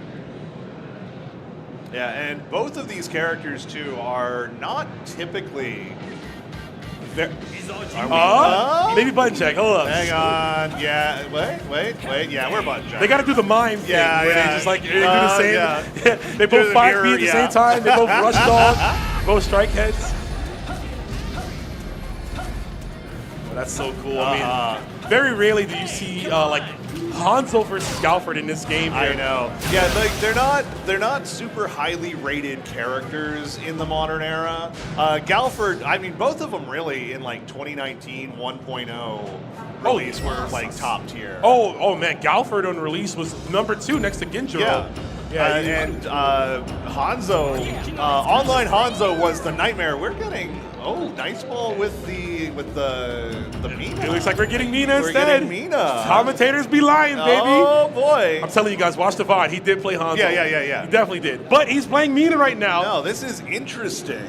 Yeah, I wonder what the mindset is. Obviously, has to do with the arrows. I think more of the zoning game. Perhaps that big jump C normal you might want to use to get over Galfa. She's got that very fast run speed too, which can allow her to get away from a lot of the teleport moves. Totally. Here we go. Taiwan versus America on display. Royal Cycle. And there we go. Just those quick arrows. Cycle's he's gonna take his time with this matchup too. He likes to pepper in those strike hits, though. We might see some command grabs. But yeah, already Royal Psycho taking a little bit of a lead. Not a huge one, but just getting like a death by 1,000 cuts, which is putting the onus on to Niceball to try to get in to do that damage, which is a tough position for Mina to be in. It's looking rough already. Yeah, we talked about this last night with a different Mina. Oh yeah, it was Daflunk. Yeah. Yeah, Daflunk playing Mina. Interesting to see two Minas this time. Absolutely. Whoa, now look at the damage! Yeah, you get that level 3 arrow, and that can tie things up very fast. It's just your opponent really has to give you the opportunity to charge that up. Yeah. And you got to guess right when you're firing it. Nice stance break right there. You're gonna have to have those in spades. Obviously, if you're playing a zone character strike, heads. Yep, Doggo coming through, and I love that. Psycho always popping up when he hits the strike heads. Whoa, the crash dog, the up dog. That's been working since 2019, bro. Hitting it with the classics, playing them all. Oh, nice ball hitting with a low arrow, but paying for it as Poppy jumps in. And again, yeah, this is the tough position to be in. This is a 5 special situation, trying to zone out Galford. You fire off your arrow, here comes Poppy. I can tell you straight up though, Nice Ball, he's glad it's not 5 special. Mina has like no help in that game. She was vaporized. one heavy slash in range to just do her in, but... Oh, I am so thankful for this version of Mina in this game. Ooh, okay, trading with the anti-air overhead actually got the spike down property. And again, Poppy just... Yeah, these are trades I don't think, Nice Ball wants to take, actually. No, it's... Like, he's got that lead, but it's Royal Psycho has been whittling him down just like that. Gets it tied up. That was scary. That was some recovery on that 6-6C, and he's trying to force probably a burst to come very soon from Nice Ball. He's going to have to. Patience, no fireball there. Gonna block the jump C. 13 seconds on the clock. Oh, yeah, just a little bit of damage off of that. Great activation. And gets the arrow with that rage damage to take the round. That's all you need, but it's a lot for a little. We're still alive in this game, but now Mina with no resources to speak of. And we have an SSM. That's all we can do. Woo! We can land that one right there. Okay, anti-air arrow. She's going to go. Another for the charge, goes for the low arrow. I mean, at least when you have the arrows out, you can kind of like force Galford to not throw out a plasma blade, right? And I think that might be the mindset that Nice Ball's trying to go for. I do want to see that's we're seeing a lot of the grounded arrows, but Nice Ball may want to go for more of the jump forward arrows as well. Try to avoid Poppy altogether. Look at that jump. C gets the cross under, and Royal Psycho bursting out of that situation. This is huge. She can't throw arrows here. Easton will clip her full screen. He tried to bet on it. Goes for the DP. Tried to bet on that Easton, but the patience. There we go. Nice Ball bringing it back around. Yeah, just like you were saying, Rome, that patience, taking his time. I love it. He knows, he knows. Psycho was like, I tried to get you. I tried to get you to flinch, man. And same when I showed on a game that you very much like live your heart on your sleeve, right? Because of how fast things can turn on the flip of a dime. But the patience from Nice Ball, he's looking good and potentially might be in our winners finals. Absolutely. Keeping it going. Go, Puppy. Go, Puppy. Justice. I love, like, my dog never does this stuff. No. Man. My dog was never this cool. My dog will just run up and try to play with them. She's not doing any of that. Supposed to jump up and command grab though. Well, capping the knee right there, literally with the arrow. See the blood spurt here, and now look at the approach here. Just like that last round, it's very much Nice Ball with a narrow lead, Royal Psycho whittling it down, catching up, just bit by bit as we go. Oh, jumps through the double jump. Yeah. Oh, there's that high arrow I'm talking about, but it whiffs. Oh, great jumping. And I like that immediately backdashing, knowing that they're not deep enough for a combo.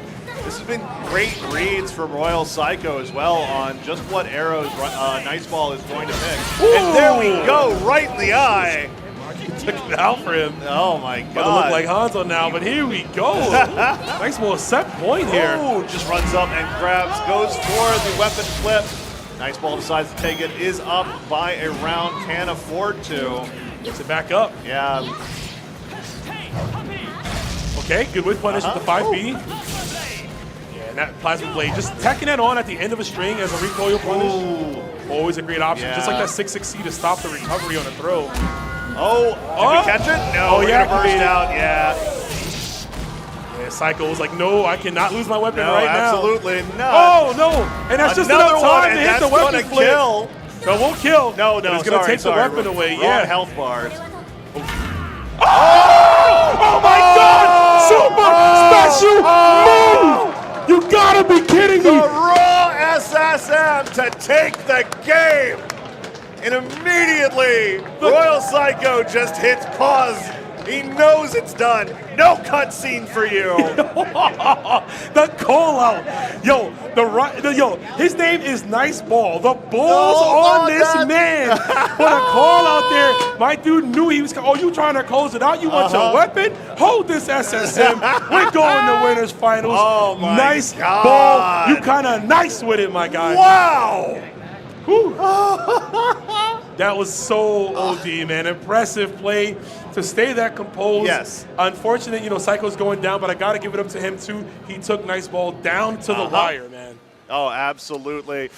Just a battle of attrition between both players. I don't get to see Mina versus Galford that often these days. And that was an incredible way to play it. Just, the fortitude, the emotional fortitude between both players. Hit it with that line. No, seriously, bro. I mean, that was amazing stuff right there. But I will tell you this. Yes. Going to be right back, guys. We're going to take a little bit of a break to come down from that amazing matchup. We'll be right back. One more Samurai Showdown 2025. See you then. Best Chipotle order. I would like a bowl. Triple wrap. Mild, medium, hot. Then dip it in here. Sour cream inside the vinaigrette. 2 tortillas. If you know, you know. Lettuce, cheese, waffle. Yes. Oh, that is good.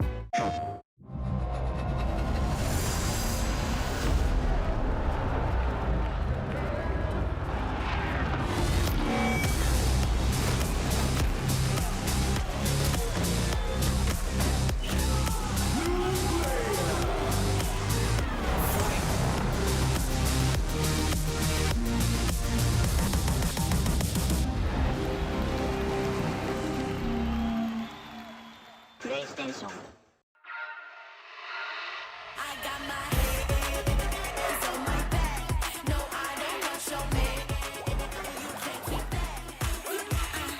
I make it pop like bubblegum. I'm hot now, wait till the summer come. Shake some. Those who have lost their lives will never return. Nothing can bring them back. So where we going, old man? A hotbed for demons. The entertainment district. We've killed off anyone who's ever crossed us. Anyone who's ever slighted us. We're going to slash through your gullets. Just like we did to all who came before you.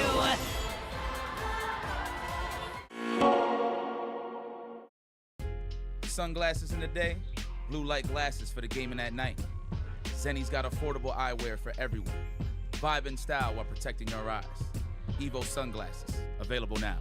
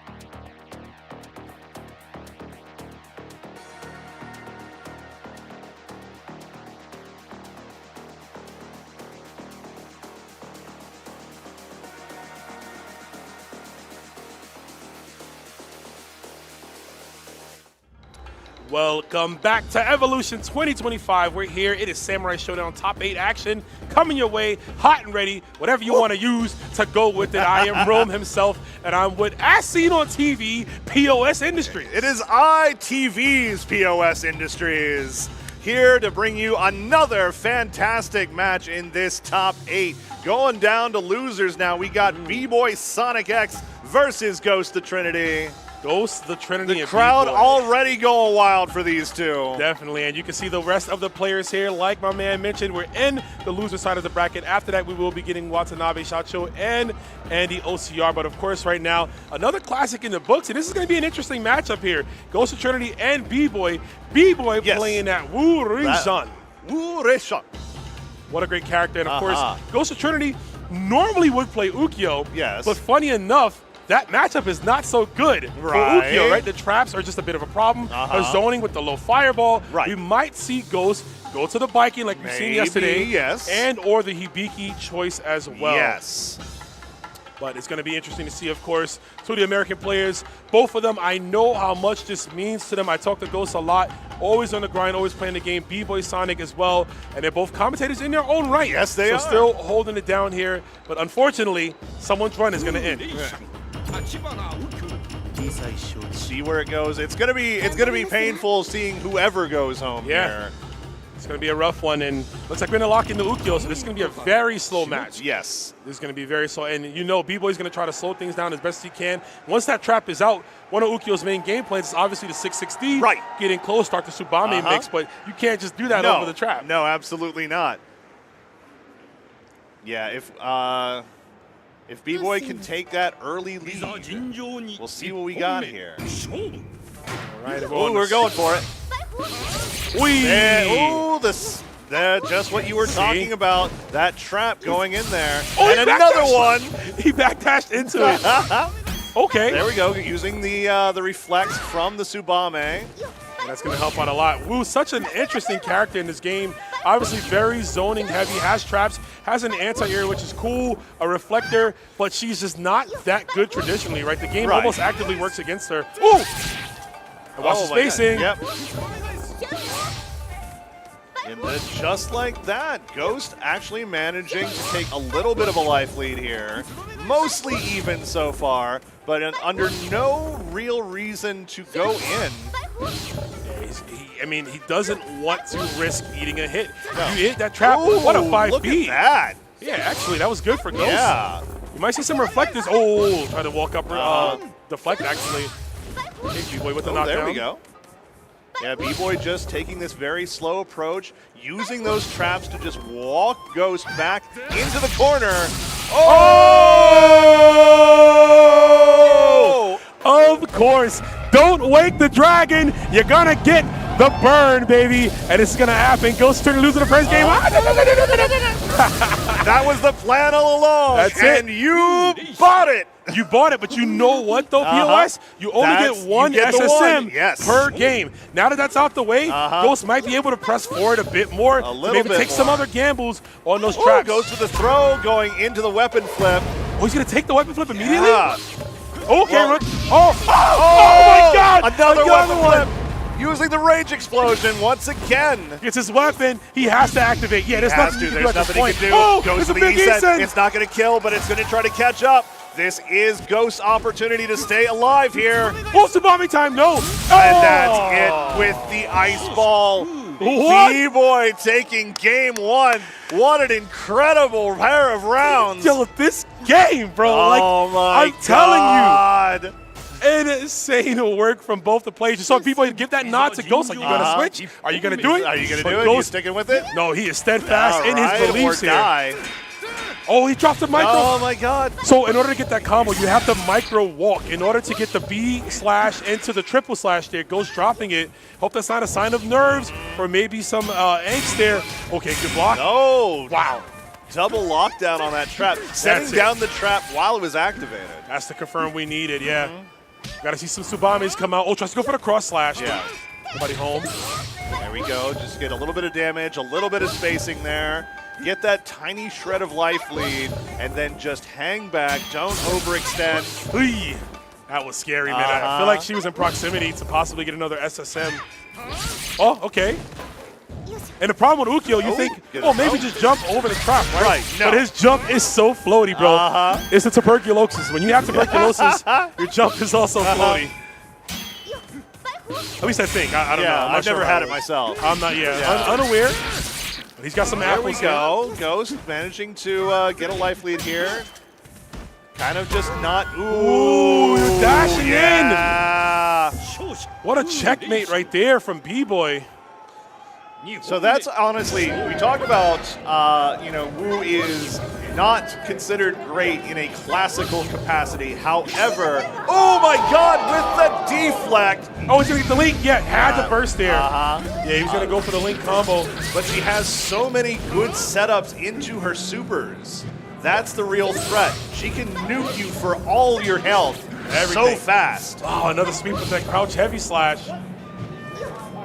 Ghost is going to run out of bar. It's going to get even harder, POS. We can just defend, but we get nothing off it. No more rage meter, run up throw. Going to go ahead. Okay. Oh, all right, ties it up. Good block. Still alive.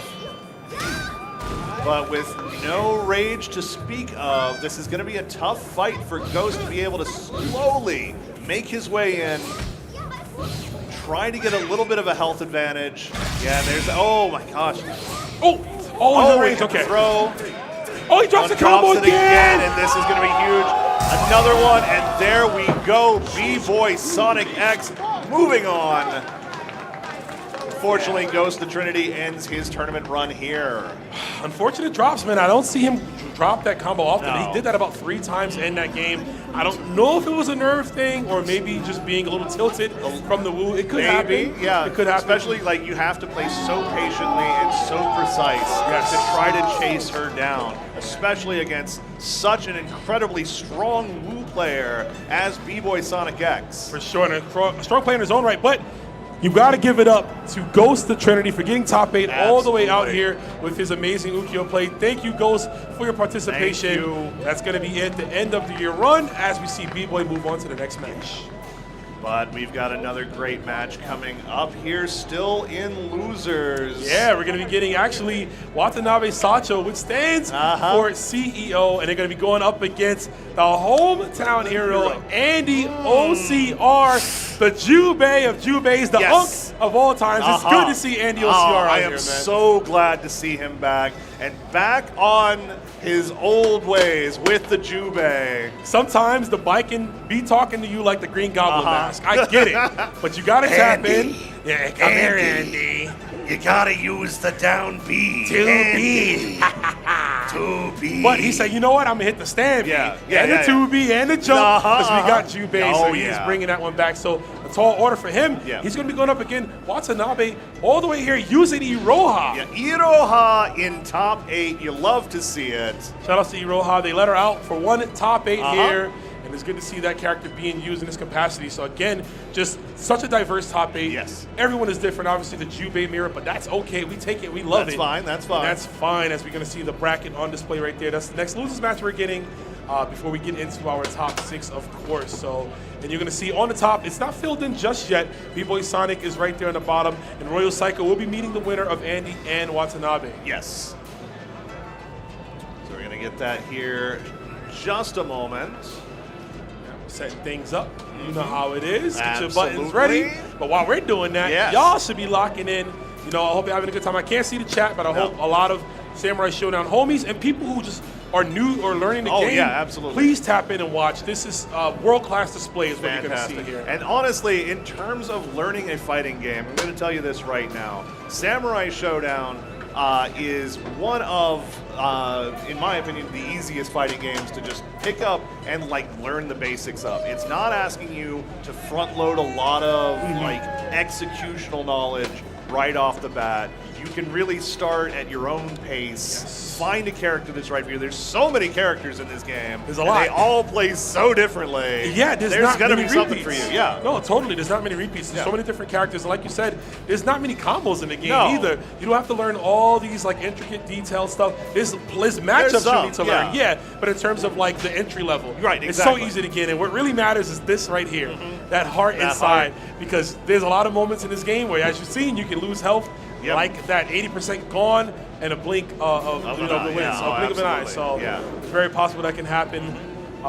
But yeah, we're just taking care of a few things. So again, thank y'all for hanging out and vibing. But yeah, man, this has been amazing. What's been one of your favorite sets so far, just in general this whole weekend? So far, I mean, honestly, like it's hard for me to say no to a Wu match as like gonna be my favorite thing to watch. Like everything up to that, you know, like the Hanzo Galford, you know, the classic.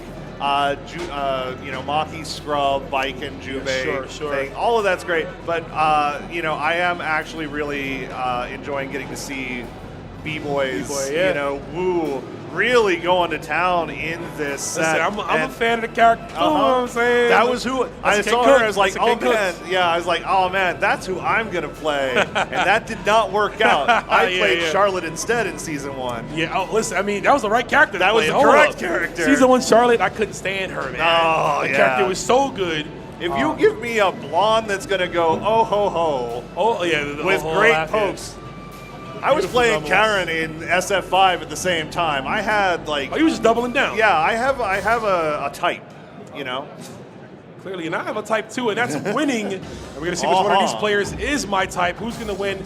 Come on the other side, and you'll see. It is good to see him. Andy, I'm so happy. The father himself, man. This guy took time. He said, "Son, I have to go and cook."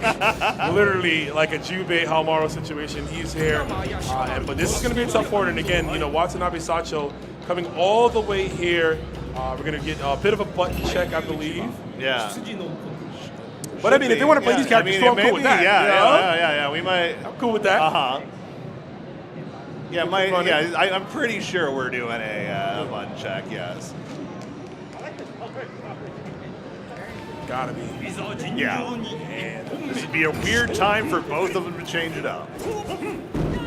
Yo, you get to Evo, get top 8. Yeah. SWC you want to learn a new character. Yeah, I'm just gonna learn a new character. Yeah. Let me bust out the Cham real quick. Let me hit random select. But Cypher was here. Shout out to Cypher, by the way. Oh, yeah. Winning S Factor. If he was here, we definitely see Cypher just throw darts at a wall, and whoever's like portrait that it lands on, he's like, all right, I'm gonna play that character. I'm gonna play this character. Yeah, that is somebody who plays the 2019 Samurai Showdown.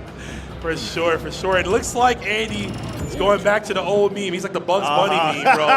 Grab the gun. Lord forgive me. He's going back to biking. I mean, we saw this work, and it's the right thing to do, I believe, if it works. If it doesn't work, then, you know, like a tier enthusiast, as they say. Yeah. We'll see. But this is the matchup players have to prepare for. As strong as Viking is, and you know how good she is, you better be locked in for this one. Watanabe also playing Hanzo, unlike the Iroha we saw in top 32. A lot of Hanzos out here, man. Yeah. I'm feeling this. You see the movement already. Oh, my God. He is all over the place. Uh-huh. I like this. Okay, stays on the ground. Hanzo and Toriro, as you can see, lots of movement options. He's got multiple teleports, some with hitboxes on the end too. So you see him just going for the ones for just the movement speed. Looks like he might be trying to get under the skin of Andy, but Andy, a rather lame player himself, right? Oh, absolutely willing to hang back, willing to just, you know, be at mid-range. Not afraid to just let you hang yourself. I'm laughing because, like, you know, we got the front row seat, right? The crowd can't see it, but we got the cam of the players. And just look at his hands, bro. Oh, he's going nuts. He's going nuts over there. Oh, nice jump. I was talking about Scrub being a max APM player, but my goodness. You know, hands. Watanabe. Got to tire himself out at some point, right? I'd be getting finger cramps right about now. I'm saying, but the command grab will see us through. Big explosion, bro. I remember I used to do no damage in 5 special. Now doing all the damage here. Run up, throw. Just taking the knockdown, getting the slinky set up. And he's trying to pin him down. Having a hard time. That's a good start, though. 6-6C. Okay, going for that trade, but it's still working out in Watanabe's favor. Oh, really good stance. Dude, how do you have the stance break ready? Out of the teleport? Crazy. forcing that Rage Explosion from Andy. I mean, this does subdue Hanzo a bit, right? He can't go too wild with the teleports. Right. Oh, and exactly. There we go, just for that reason. But it's still not quite enough to take the lead. On top of that, with Rage, that Fireball getting the launcher and taking the round, taking the game. I don't want to misspeak, DLS, but I feel like that is the best Fireball in Rage. That it's 7 hits, it launches, it gives them access to a plethora of mixes, right? Yeah. And speaking of mix-ups, There we're we go. not getting mixed up yet. We're back to the old me again. Back to Jubei. Here's the Jubei pick. And a matchup I think will go a little bit better, right? Yeah. Obviously having access to the 5B, the range on it can really poke Hanzo out of those air teleports. It's just a matter of making sure we guess correctly. Yep. Seeing it's very possible Andy's gonna have to lock in. It is loser side. So the loser of this will be done. And no SWC future insight. Of course, they'll have to travel out again to another tournament. Yeah, there's still more qualifiers left to go, as well as 4 spots being awarded at the Last Chance Qualifier back here in Las Vegas on October 31st. You mean DreamHack Atlanta, baby? We got that date. That's where we're gonna be. There's the 5B anti-air. Okay, yep. I like the ideas. You gotta watch the recoil. There's the throw punish instead. Here we go. This is already going a little bit better for Andy. There we go. This is what he wants to see. That faster jump, too. Man, that 6-6C online might as well be unblockable. Oh, yeah. No, back in 2019, this was the online character. Like this and Earthquake. Oh, man, yeah, Earthquake online. Ripping my router out, and how are we going to deal with these slinkies? I crimmed you. I crimmed you. Oh, just like that. Great answer from Andy. Oh, gets the throw on that and gets the kill. And I like that answer. I think Andy was kind of delaying himself a bit to maybe look for a deflect recoil. Yeah. But going for the run throw, of course, evades any possibility of that. It does.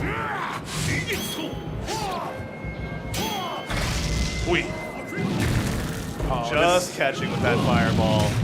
Good roll through, but now he's got to deal. You see him just jumping. Oh, and again with Watanabe in range, there is that incredible fireball buff that comes from it. Yep, they're running it out almost. Oh, again that 6-6C. Oh, try to jump C, but nothing comes out at that point. Did it too fast. They did change it. I remember it used to be slower. That's a big rip punish for C. Woo! Watanabe's teleport game has been so on point through this Legitimately. entire set. Let me get over the anti-airs. Okay. Oh, catches him with the fireball again. Definitely willing to take that jump B damage again with the 6-6C. He can't afford to take another one here. Just running up to him, trying to get Andy to force his hand with the Isen. Just beats the cross-up attempt. Yeah. There we go. Watanabe takes it 2-0. Unfortunately, hometown hero Andy OCR.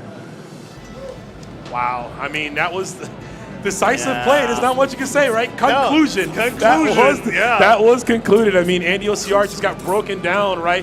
Literally shaken beyond his belief there, just on how Watanabe was playing that Hanzo. Yeah, I mean, no one. I didn't prepare for it. I got hit by every single one of those 6-6Cs too. Absolutely. Yeah, it's a terrible normal to have to deal with, but Watanabe moves on. Andy OCR eliminated. Thank you for playing. We'll have to see you travel out to another event to try to get your spot. Absolutely. Watanabe getting closer to potentially his. Yep. And we'll see them again soon, and we'll see you again soon. We're going to take a quick break here, pay the bills, keep the lights on. We'll see you back here in just a few minutes.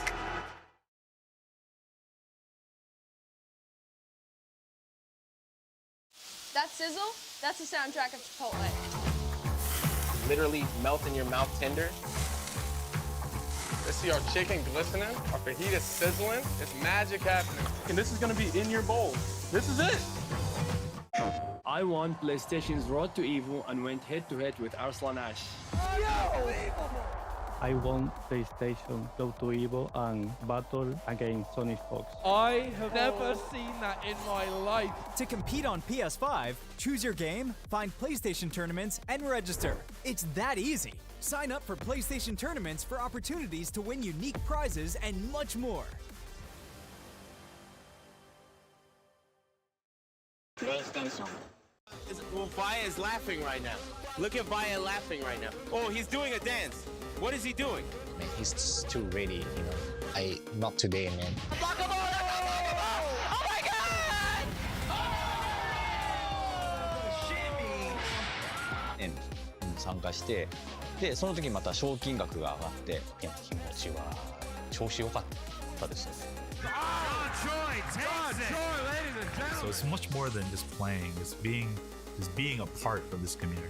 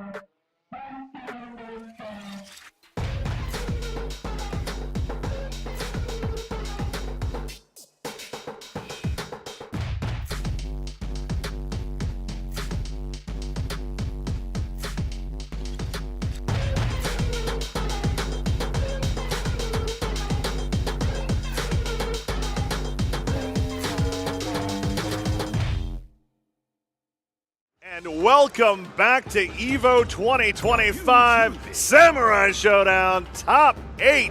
I'm TV's POS Industries, and with me is my good friend Rome himself.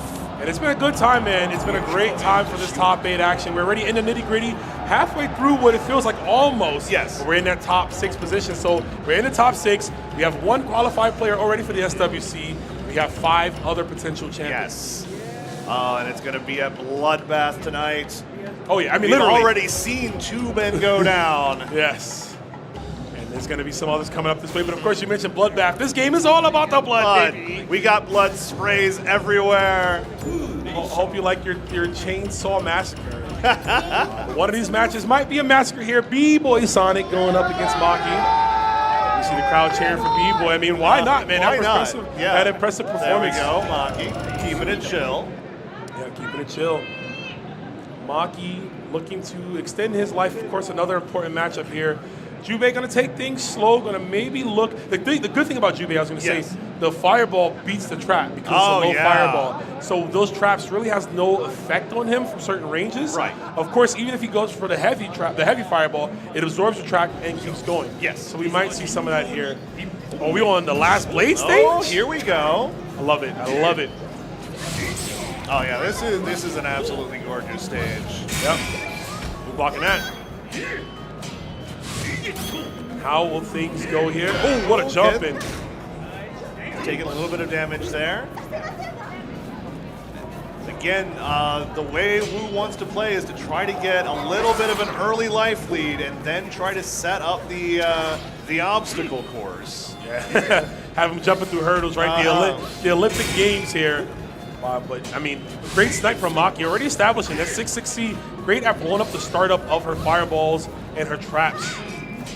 Absolutely, and yeah, Maki just playing very patiently, right hanging on to a little bit of a life lead, which does put B-Boy in that tough position. And Maki he's in control right now. Yeah. He can afford to just defend every single one of those fireballs. Oh yeah. And you see Will taking a sweet time and again, to edge over there. Not jumping to fall for that. Ooh, nice overhead at least. Yep. Oh, fireball on landing, had a JD. Got meter though. A weapon flip would save us significantly if we can get it, but we're not. The patience for Maki, the 5B right after the deflect. Yes. This is definitely a battle of attrition, but just like that, those big damage payoffs that Wu is able to get. Some of the easiest juggles in the game. to super into. Weapon flip, SSM, you name it, and just like that, 11 seconds takes that round 2. And I think Maki was like, just, I'll concede. Yeah. I can't fight. Jubei, weaponless. You know, he's maidenless and weaponless, bro. Yeah. He's like the worst in the game when he ain't got it. So, and of course, good block on the trap. Yeah, had to just kind of concede right there. Going to this final round, still having his bar, save himself. Oh, that's gonna hit one into the SSM. The SSM counter here. That is at about 70%, right? Yeah, that's a lot. He's not gonna be dead quite yet. Possibly a pixel or so. Slightly more. Just a like little bit of a hair, yeah. Yeah, we have to activate. But This still, is still going to be a tough one for Maki to come back to, especially when you throw out those E-sets just like that. Was really hoping that B-Boy was going to go for another low D, but B-Boy not falling for the bait. Instead, going for the smile. I love this dude, bro. B-Boy always got a nice smile on his face, man. Looks at his opponent, Maki, in deep thought, of course. You know what this means. We've seen Maki here before in this position, so as we lock it in the set, Maki can bring things back. The mindset change, maybe the character change, is going to come down. I see you looking at me. It's going to come down a lot to just watching the trap. The trap has been paying in, like putting in a full shift of work here for Wu. Yes. And getting her all those big confirms, right? The SSMs, the weapon flips, and obviously the Easons that she still has in her repertoire. All right, going back to France. Famous for the Tokugawa Shogunate. Palace of Versailles. Of course. I was going to say, I'm trying to go to Evo, France. What's yeah, up? Same. What's going on? Oh my gosh. Trying to be out there. I got to apply for commentary. Yeah. Right now, we focus on I took commentating 3 this. years of French in high school. I can fake my way through. I haven't, but you know what? There's a bunch of apps for that. Yeah, exactly. We're going to figure out which one of these players are apt to victory here. As we go to the House of Charlotte. Got the nice furniture in the background. Got that checkerboard marble floor.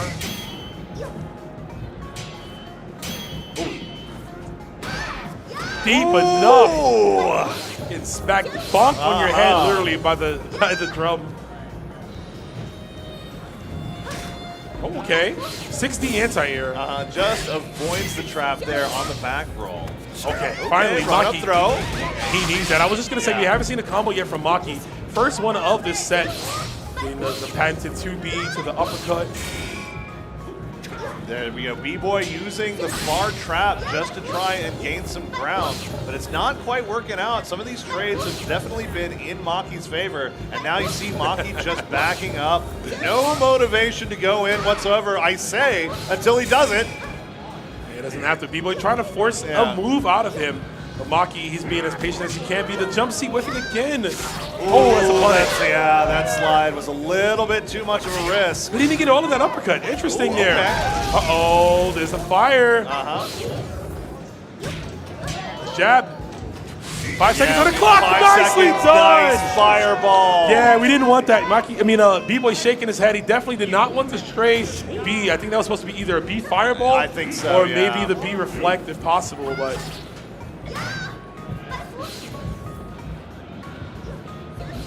Maki just taking this very patiently, finding his spots to go in.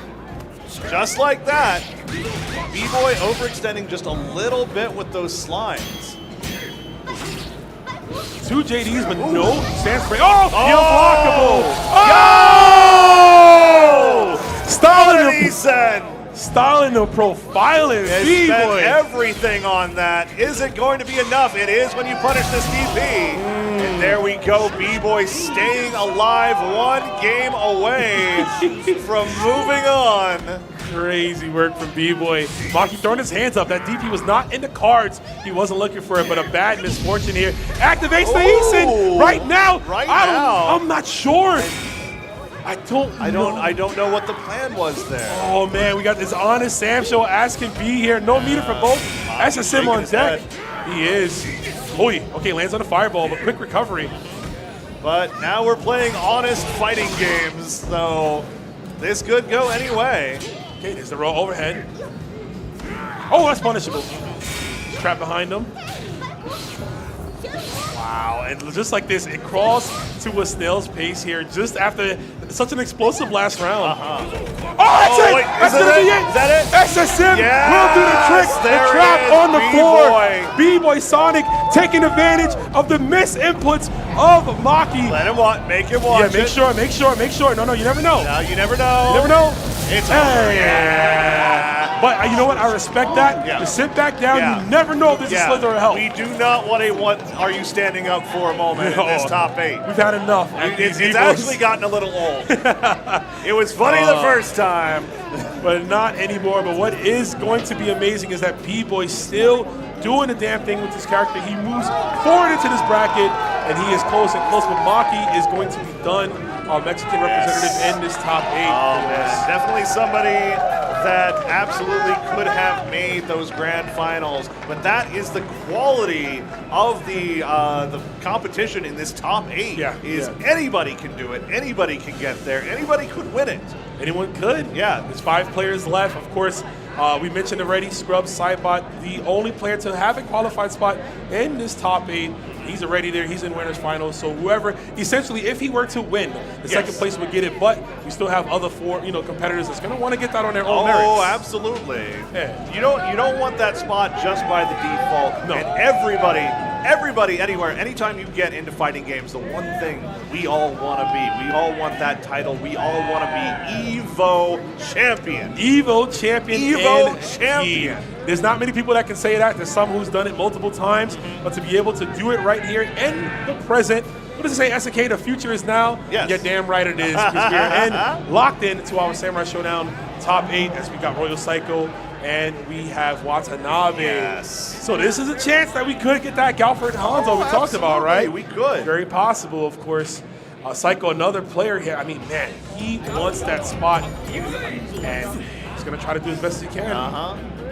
Yeah, it looks like, we're probably going to go for a quick button check here, but it looks like so far Watanabe already wanting to lock in on that Hanzo. We'll see what potentially changes here. That's probably the better way to go. Watanabe's Iroha is very strong, but I don't know about it against Galford. I know, and Galford's going to have access to the fireballs to contest Iroha, right? He's going to keep him more grounded. Hanzo, literally, we saw what he did against Andy. All over the screen. My man was running around like a 5-year-old on sugar. You know what I'm saying? All over the room. And Galford's going to have to try to be a parent to say, listen, sit down, it's bedtime. Yes. But we're going to find out, man. It's easier said than done. No, this Watanabe, Red Bull has given him wings on this Hanzo. We are flying high. And we'll see who's going to come out on top. If it's going to be the Ninja Showdown, if you will. Missing some Earthquake. But I love how this game is called Samurai Showdown, and there's like 3 samurais. There's only 3 samurai. There's only 3 samurais in the game. We got ninjas. We have what else we got? French aristocrats. French aristocrats. We have whatever Bossera is. Yeah. I'm not sure. We got a little bit of everything here. We have birds in here. We got bunnies. Yeah, we got birds. We got like Heat Miser and Cold Miser over there. Yeah. We got little girls. We got, it's Samurai Showdown, but really it's got it all. Yeah. It's got everything in here. So we're going to the green hell right now. We got South American tribes people. Definitely. It's great. Oh, I love the diversity in the roster, man. Just a great, rogues gallery of who's who, man. Samurai Showdown 2019 in full effect. Time for this Ninja Rock. I love Naruto. Ninja Rap, actually. I'm sorry. Oh, what a deflect right into SSM to start it off. This is going to be a huge life lead for Watanabe, but let me tell you something, as somebody with experience in round start SSMs, that can go away very fast. And Royal Psycho is somebody that can take it away. Oh yeah, he's got the bar, right? Oh, yeah. He can land a weapon full flip. range. Okay, nice close D. Oh, a little early on the crash dog, but he's got to find the timing here. The movement. Oh, God. He did the right thing, but still Hanzo's teleport able to go on the other side. Oh, lands So into there it. we go. Makes him on the landing on the plasma blades. Right, and we see, okay, Psycho. Oh, gets caught by the fireball anyway. Still not enough. Hangover jump, yes. And the low committable. Just throw out them lights, man. You have one kick in this game, and it's your D normal. Throw it out. You can't get deflected. They're lows, and at that point, you're looking for any trade. Yep. Right, jumping over. Gets you just that little bit of damage. Just a tiny bit. No, that's not going to work that time. But you're seeing now Royal Psycho just running out of the way every time Watanabe tries to go for those overhead teleports. Whoa, hey. Out of range of the 2B, not going to connect there. That could have been big for Psycho. Could have got the knockdown of the Plasma Blaze to start his game. The movement from Watanabe, really the CEO of space and time. Poppy, no! Poppy, no! Can't do that, man. She's just a dog. A dangerous dog that can do flips and Izuna drops, but still a dog. But as you can see, Watanabe still holding on to this life lead. Oh, that 6-6-C. So hard to react to. Activate, we have to activate. Yeah. Crucial every. Oh! No. Come on, man. That was the oldest trick in the book. Watanabe with the bait. We saw him trying to do it to Andy earlier. Psycho took it. Man, what an. I can't. Like, to wrap my head around this, you know, we talk about the diversity in this game, but Hanzo, of the characters, I did not expect to see in this top 8. No. Oh, absolutely. Yeah. Feel yourself, bro. Yeah. You came a long way for this. But no, Watanabe is like, it's not some guy that came out of nowhere. If you look at his record, he has been winning tournaments all over Asia this whole time. This is, whoa, hold up. Hang on. And as long as I've been watching this game, through the Discord era, through now with rollback, I have never seen Psycho play anyone but Galford. And we're not going to today either. Exactly. I was going to say, hold up, man. I have not seen him go from anybody else. Maybe he just needed that breather, right? Yes. And maybe make him sweat a little. Think about it. Yeah, maybe I got something else up my sleeve you've never seen before. He's gonna have to pull it out now. Yeah. What's the Waterboy joke? This is the last game of the year, Brett. Can't hold anything back. We know. You're done. If you lose this, you're out of here. You're out. Oh, we on this stage with the bear in the background? I love that bear. He's stanced up, ready to go. He's like, well, when did the Sam show 8? I'm trying to get in on this. Watching it like my dad watches TV. Just stanced up. He's watching it like Bret Hart, bro. You ever seen Bret Hart watch TV? Yeah. His neck just turned. Right now. All the beautiful weather, getting locked down in the corner with those flame slinkies. And putting himself in the corner, you can get through by not getting hit by the 6-6-C, right? Yes. That cross-up slash from Hanzo. Okay. Ooh, yeah, I like that. I like it. Yeah, this is what Royal Psycho kind of has to do in this matchup. Just take those little hits where he can get them. But Watanabe not really feeling any need to change things up yet. It's been working. Psycho has not, he hasn't brought it out of him, right? He hasn't forced it out. So I agree, no need to change up too much. The timer's going down. We're already sub 30 seconds of this round here. We're still on a massive health lead. Both encroaching on that rage meter, POS. Oh, absolutely. Oh, okay, there we go. Royal Psycho getting range, just like you were talking about, Rome. I like the idea of standing stoic and looking for those. Oh, another whiff throw, but not a big punish there. With command grab there as well. Okay, strike heads. Another Izuna drop, taking that life lead. 7 seconds left on the clock, and there we go. And the crowd is behind Psycho. You can hear it, man. Got those 6-6-Cs too. He got them, and he's going to need them. Come correct here. And the crowd absolutely going wild. We got a real match. Whee, okay. It's a big old spin, man. Spin to win. Got the rage fireball. Look at that. Throwing taking him out of the air. Peppering in those light normals. I like it. Ooh, nice anti-air there. Now he's ready for it. Ready for that one, too. Royal Psycho really getting a feel on these teleport mix-ups. The thing is with those light kicks, it's good. Oh! There's a Izuna drop for you. Every ninja's got him. Overcommitted to the overhead. Okay. A little too early on that command grab from the fireball. There you go. Nicely done. Oh, okay, he tried again. And unable to get him. This Pocky with the headbutt. And the knockdown jumps out of the strike heads. Yeah, we know that Psycho likes to go for that quite a bit. Gets out of the way of that 6-6-C. Okay, 16 seconds, getting real close. Oh, okay. All right. Good, yeah. Okay. This is Royal Psycho's got to be very careful here. One E-Send can do it at this distance. Ooh, we're going to go for the weapon flip here. Interesting. The Flame Pillar, okay. Doesn't need his weapon. No, he doesn't. Oh, yeah. Oh, just in range to take the hit. Yeah, he's going to take it, but fortunately for Psycho, no rage meter on the side of Watanabe. Exactly. And that's going to take a lot away from Hanzo, especially those powered up rage fireballs. Oh, yeah, we need to get rid of that, man. There we go. Get the doggy command grab. Oh, that's not going to catch. No, not quite. He used the kunai to extend himself. The kunai. Yo, that's so good. We can see the brain of Hanzo bursting through the mask right there. Watanabe, the genius on display. That was so smart. And Psycho was short, bro. He was popping out the seat. There we go. Watanabe using those fireballs to try and get those crossovers. He's activating here. We saw what happened last time. Yep, hitting out those E-Sends. Oh, uses the teleport to avoid the command grab. And this is a tough position for Royal Psycho to be in. Running out of range here, getting one last little bit of damage. But Watanabe still holding on to the life lead. Even Stevens right Maybe now. tying it up though now, yes. Well, that was almost a big hit there. I'm surprised that just went for both. Dashing up Hoppy. Dude, every time I feel so bad. I feel so She does bad. the whimper and everything. Yeah. Oh, jeez. 20 seconds on the clock. Oh my God, the straight 5B. Too high enough. Those stance break though. It's the anti-air, and this is, ooh, Watanabe is one little love tap away. Oh, this is so scary. Oh, gets the Azuna drop. And there we go. Watanabe Shacho moving on.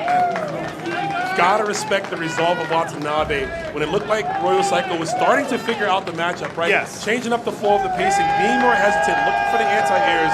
But Watanabe believed in his strengths and played to it. All he did was slow down the teleport ever so slightly. Just a bit. Just a bit to use that ample amount of time to go for other options. And of course, he's gonna move on into top 4, staying alive and getting closer to that spot. Oh my God. This is it. We're halfway through. We're halfway through, but you know what, man? We have one final American player left. We do. In this top 8, that is B-Boy. So we have Taiwan, we have Japan, we have Canada, and we have America. Yes. So, I mean, that's an SK game, baby. Yeah, we yeah, get yeah. Oh yeah, everyone from around the world. we're all in. Worldwide, of Yes. course. And I ain't talking about Paul Wall. No, I'm no. talking about some Sam show. But man, I gotta say that was a phenomenal play from both those players right there. And of course, that gives us some time to cool down a bit for yourself to replenish, get some water, go use the restroom, but don't go nowhere. Don't go too far. No. Because we're gonna be right back with more Evolution 2025. Have a good one. New Chipotle Honey Chicken brings a hint of pure honey and seared smoked peppers with fresh chicken hot off the grill. For Chipotle heat with a touch of sweet and a perfectly balanced sauce.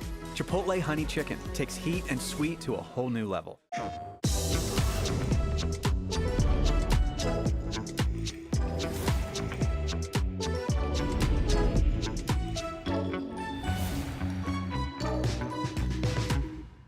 PlayStation.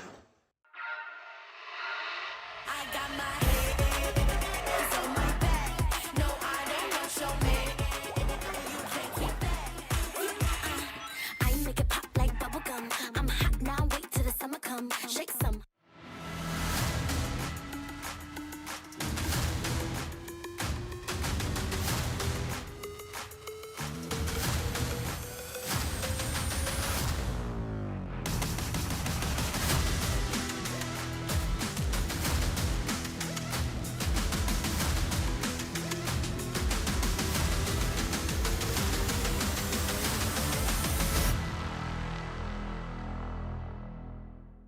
We knew pretty early on that the game was fun to play.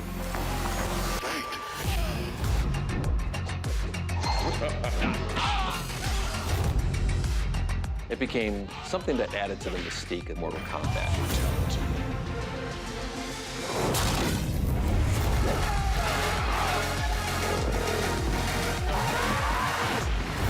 Flawless victory.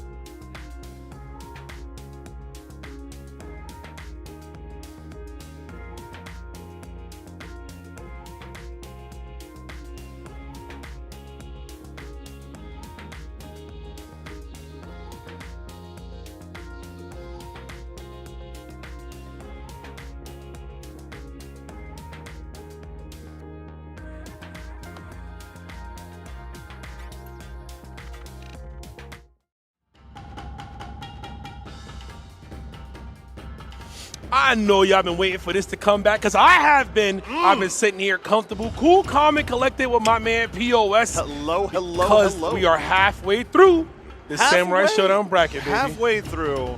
Oh my goodness. What a top 8 we have had so far, and what a top 4 we have now. A top 4, indeed. 4 players representing 4 different countries, and we're going to have, I mean, the players, the characters on display. Oh, I know. Bro, what are we seeing here? What are we seeing? We've got a Wu in top 4. Down in losers bracket, B-Boy Sonic X, Watanabe Shacho waiting in the wings in losers semifinals. But coming up right now, we have your EVO 2025 winners finals for Samurai Shodown. Scrub, Cybot, the man, the myth, the Cybot, right? The Cybot. A Cybot who says he's a Scrub, but he's not. No. It's all pretend. No. You know what I'm saying?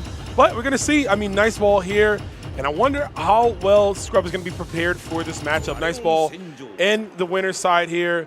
You're picking the stage. You got to have the right stage. I need the right ambiance. If I'm going to kick your ass, I got to make sure the right people in that background, the right music, the ambiance. You never know who's back there. It might be a baddie, and they might be watching you play, and you got to make sure you're going to cook here. So we'll see. We might end up on a boat with Farquaad again. I mean, it's exactly. And we're back on a boat with Lord Farquaad. Farquaad, as we have Iroha and Viking. Iroha from Samurai Shodown 6. The game on the Sammy, right? I believe it was the Thomas Wave era of Neo Geo games, so of Samsung games, sorry. But yeah, here comes Viking, and look at the counterplay already. Scrub, Cybot has an answer for everything. Yeah, already Nice Ball down to about 30% health. My goodness. And now Scrub, no reason again to go in, just sitting back, just defending every single one of these projectiles from Nice Ball. Yeah. Okay. Just a low profile there. Nice Ball still hasn't really been able, to establish their game presence, right, and what they want to do in this matchup. A lot of health left on Scrub Cybot. He doesn't mind, like you said, he'll just defend those all day long. Absolutely. You don't lose life, you gain rage meter, so obviously it is an optimal strat against her. Oh, there we go. A little bit of damage there. But again, and the range on that 2B. And that 2B is massive, but there's a stand C off of the throw, the low profile, okay. We This can is get going funky. to be a tough one for Nice Ball to come back from, and unfortunately not going to get the chance with that anti-air. Iroha having a strong mix-up game with the knockdown, right, with the spinning kick. She used to be able to card cancel. She still should be able to. Yes. She's not as good, but card cancel that into the spinning blade to have you guessing for a left-right. Neutral jump after neutral jump after neutral jump from Scrub Cybot there as well. Oh, okay. Right off of the 6-6A.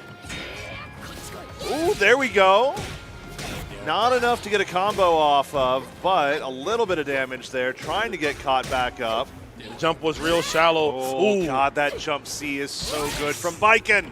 Oh, you have to. You have to. There's no other way to do it. Yeah, it's a big burst here. Scrub still again comfortable. Eason's too early. If we waited a frame or so later. Just a little bit, Yeah, the Eason would have anti-aired and clipped Viking. We would have been in round 3, but instead we're going to game 2. She's going to walk. She's going to take a sweet time. Oh, my God. And saunter all the way up. Just stepping by. Big stepper. Man, Scrub, Cybot, impactful first game. I feel like he was on the mark the entire time. Absolutely. You know, never felt sweat at all. Never felt like he was in danger. No. Honestly. No, just 100% in control. Knew what to expect in this matchup, as you would expect.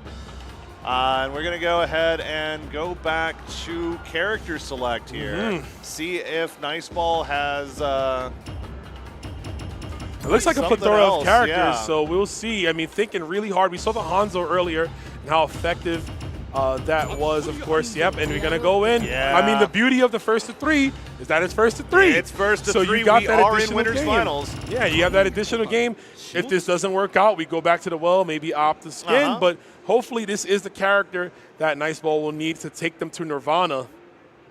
And I ain't talking about Las Vegas, but also that's WC, baby. Got to give me that one. Here we go. And the snow, too. All right. Oh, man. Blood on the snowfield. It's the anti-air. Throwing in the flames here. Let's see. Oh, wow. Nice chase down from Scrub. And again, Scrub not afraid to stay airborne against Nice Ball so far. Oh, there you go. Yeah, very rare do you see that hit in front, but of course having that corner is the only way you'll see it connect. Oh, and this character change already working out decently for Nice Ball. Ooh, oh. Try to call out like that that. flash. Yeah, Scrub able to more than tie it back up. All right, we got some slinkies. Yeah, that's in front. You can't. And look at that Scrub hugging the back, of course, hugging the wall, I should say. Give that back so he doesn't have to deal. Nice jump A over, but there's the hop slash. Yeah, just as we were talking about earlier, Rome, Scrub not afraid to just have the back to his, the wall to his back. Whoa, I'm surprised he went for that punish there. That was not deep enough to get to confirm. It was obviously a lot of startup and wind up on that crouch C, but Scrub almost gave that away. If he landed and got into a throw, or even a 5C, would have been enough to close it out. Oh, yeah. There we go. Another rage-empowered fireball and another one going for those juggles. Yo, the revenge of the Slinky, man. So fast. What a stance break. Stance break, yep. Throwing out another fireball, just trying to keep Scrub locked into that corner. But again, Scrub not afraid to be in there. Okay, there's the close C anti-air. Oh, the chase Another down. one. Where you going, beautiful? Oh, goes for the overhead just for a little bit more damage there. There's a, oh, not. Okay. There we go. I was definitely shaky on that one, and I can see it on Niceball's face. So I'm looking away immediately after that round, almost to like remind himself, like, you got to reassure yourself, because that could have went south real fast. Just trading just defense there. Oh, what a deflect into SSM. We're going to have to burst out of that. Totally. You get this burst out early. Like you said, you don't have to deal with the Rage Fireball. For now, you do. But those early bursts have a downside. That Scrub's going to have to burst. Yeah. Just immediately deflect. You're crazy. Oy. The power of that jump. Oh, my God. Just goes for it again and again and again with the DP. And there we go. Scrub just needs that little hit to take game 2. That was a masterclass in containment right there, bro. Every single jump C did it at the proper arc, and then you see finally once Niceball knew, okay, let me try to jump over, get over this normal. Scrub's already on the ground, the 5A, and of course the overhead as well, man. The layers to this dude, he has mastered biking in and out, and there's no other biking, quite frankly, like him. Maybe Cypher, of course. Cypher, but there is no one else using him, so as strong as this character is, it does not matter in the hands of an iconic player like Scrub Cybot. Absolutely. Right now, the winningest character, the winningest player in the world, playing on paper the best character in the game. The best character in the game. I guess the most winning character too. Yeah, it has to be. In that case, technically the winningest character. Though there's a lot of people in these top 8s. Yo, Kazuki? Are we looking at the notes? That's what I want. Okay, there we go. All right. What do we got on the Google Doc? We either got the Google Doc, or we're checking Twitter for memes. It's one or the other, or hitting up the Discord call, or texting mom. You know, it's something's happening there. I'm not too sure. I know what I'd be doing. I'd just be looking at memes, though. I would fake like I had notes. Right. And it's just memes. It's nothing. No, I'm just scrolling the art thread. Yeah. I'm hitting the Sam Show hashtag on Blue Sky and see what's coming up. All right, going back to Iroha. I feel like the Hanzo pick was... I think the Hanzo was stronger. Yeah, I agree. I think the viewers at home will enjoy Iroha. I think there's a big chance, of course. Miss is the tough situation to be in. Niceball essentially has to win 3 in a row. Yes. Can't afford to lose. He'd go down to the loser side. This is the last character that Niceball is going to be able to play in this set. There is no switching at this point. I love it. Scrub choosing to go for the counters on the projectiles, just kind of showing off a little bit. Oh, there's the counter in its natural state. Discovery channel right here. And we need Niceball to discover how to win this matchup, but Scrub is just, again, like the way he's playing, he's on another stratosphere, right? What you call that ultra instinct, where you just know what your opponent's going to do before you do it. Oh, absolutely. He's got the white hair for it, too, you know? What a big lunge. And just like that, Niceball with a little bit of a lead, but we've seen Scrub be able to take those back. Right, here we go, Niceball just taking that lead, playing the zoning game, backing up, not letting Scrub get in close, and taking a round. Already, this pick is going well. Woo! Spin to win. Keep the momentum going, yeah. Scrub really kind of walking face forward, into a lot of those feathers. He might opt to just go for some more JDs, as you're going to see right there. Has the bar, want to go in here, possibly get a weapon flip technique. Yep. Take those big blades away from Iroha. Of course, Iroha, she is hell-bent on staying back. She is a swan. Has a tiny bit of a life lead, does not need to go in. The last thing you want to do is get close to Biken. Oh, especially when you got that beautiful anti-air jab. Incredible anti-air. That's so good. Oh, that was so risky. I cannot believe that did not turn into disaster. Yeah. Just a hair out of place, honestly, to get whiff punished by that. Oh, but there it's going to connect right there. 660. Oh, that's punishable. Get the throw. Going to go for the combo into the spin. Oh, and a reset. Yeah, a little bit of a reset there. That's so cute. Yeah, off the 2A. And just like that, nice ball. Ooh. Oh, wow. Yeah, that counter stayed so active for so long. She can hold on to it, as long as the button is held down. Yeah. So it's funny to see. Oh, it's Scrub just mounting all these big hits. Oh, okay, there we go. 6 seconds on the clock. This 6 is the season. Nice anti-air with the spin. Back off, back off. 3 seconds left. Oh, he tries to go for the barrel, and we go for the low. Wow, there we go. Nice ball. Yeah, nice ball. Even when he is winning, he does not look impressed. He's like, man, I got that, but look what I had to do, man. I had to get lucky, there essentially. Oh, yeah, all right, there's a smile. There it is. Nah, I totally understand, man. Like, you're in the trenches right now. You are locked in, focused. You want this dub. And, of course, to get any type of momentum in your favor can really, hopefully, bring that smile. But you want to keep them smile, but it has to be a killer smile almost, right? Absolutely. We're going to go ahead. We're just taking a little bit of a breather here before we go in.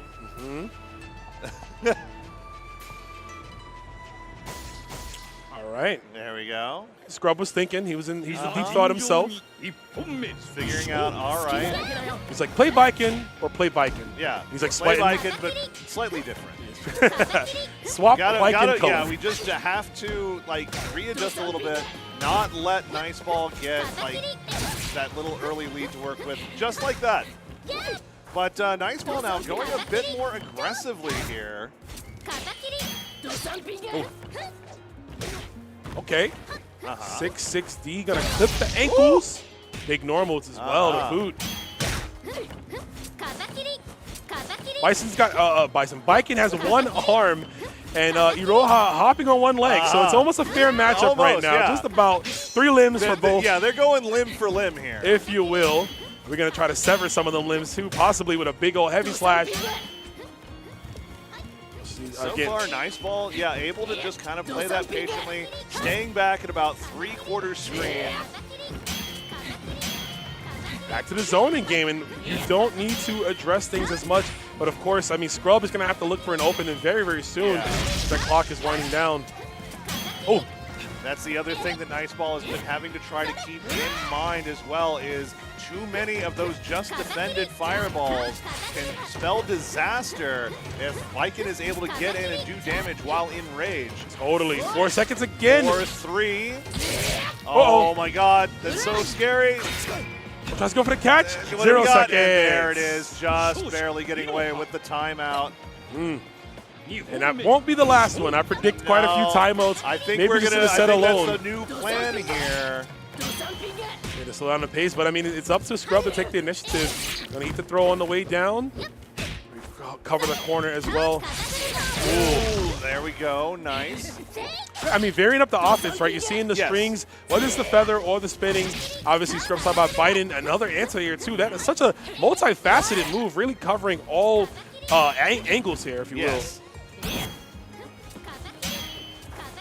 But yeah, with both characters in rage at that point, that exchange ended up being in Scrub's favor.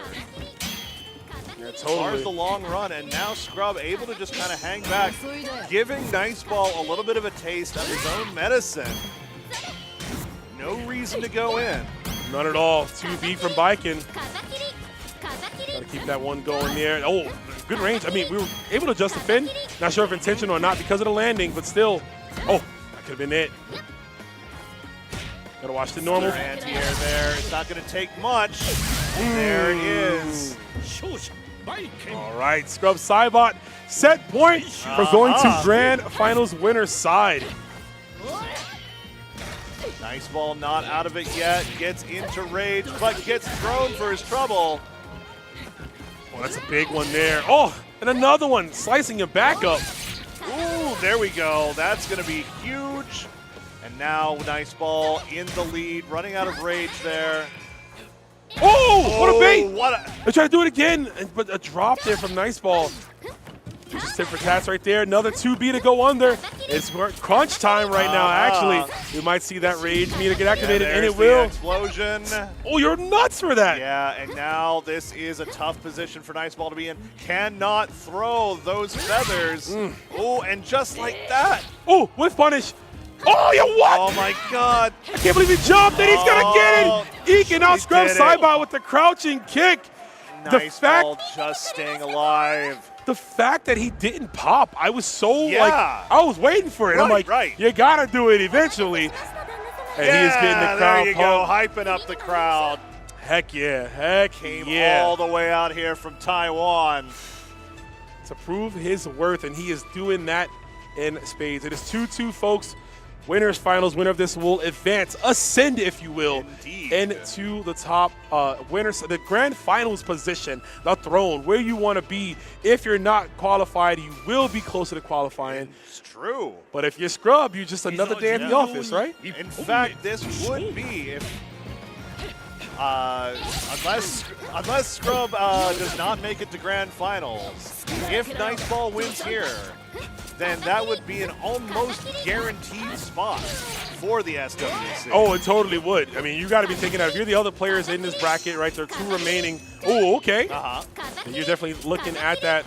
And I love that. We have a show on display, and of course, we're in the Kabuki, front right here. Yes. The whole performance is happening while we're in Evolution. A beautiful attention to detail. These stages, I mean, listen. This is one of my favorite stages. It's how glorious. beautiful it is.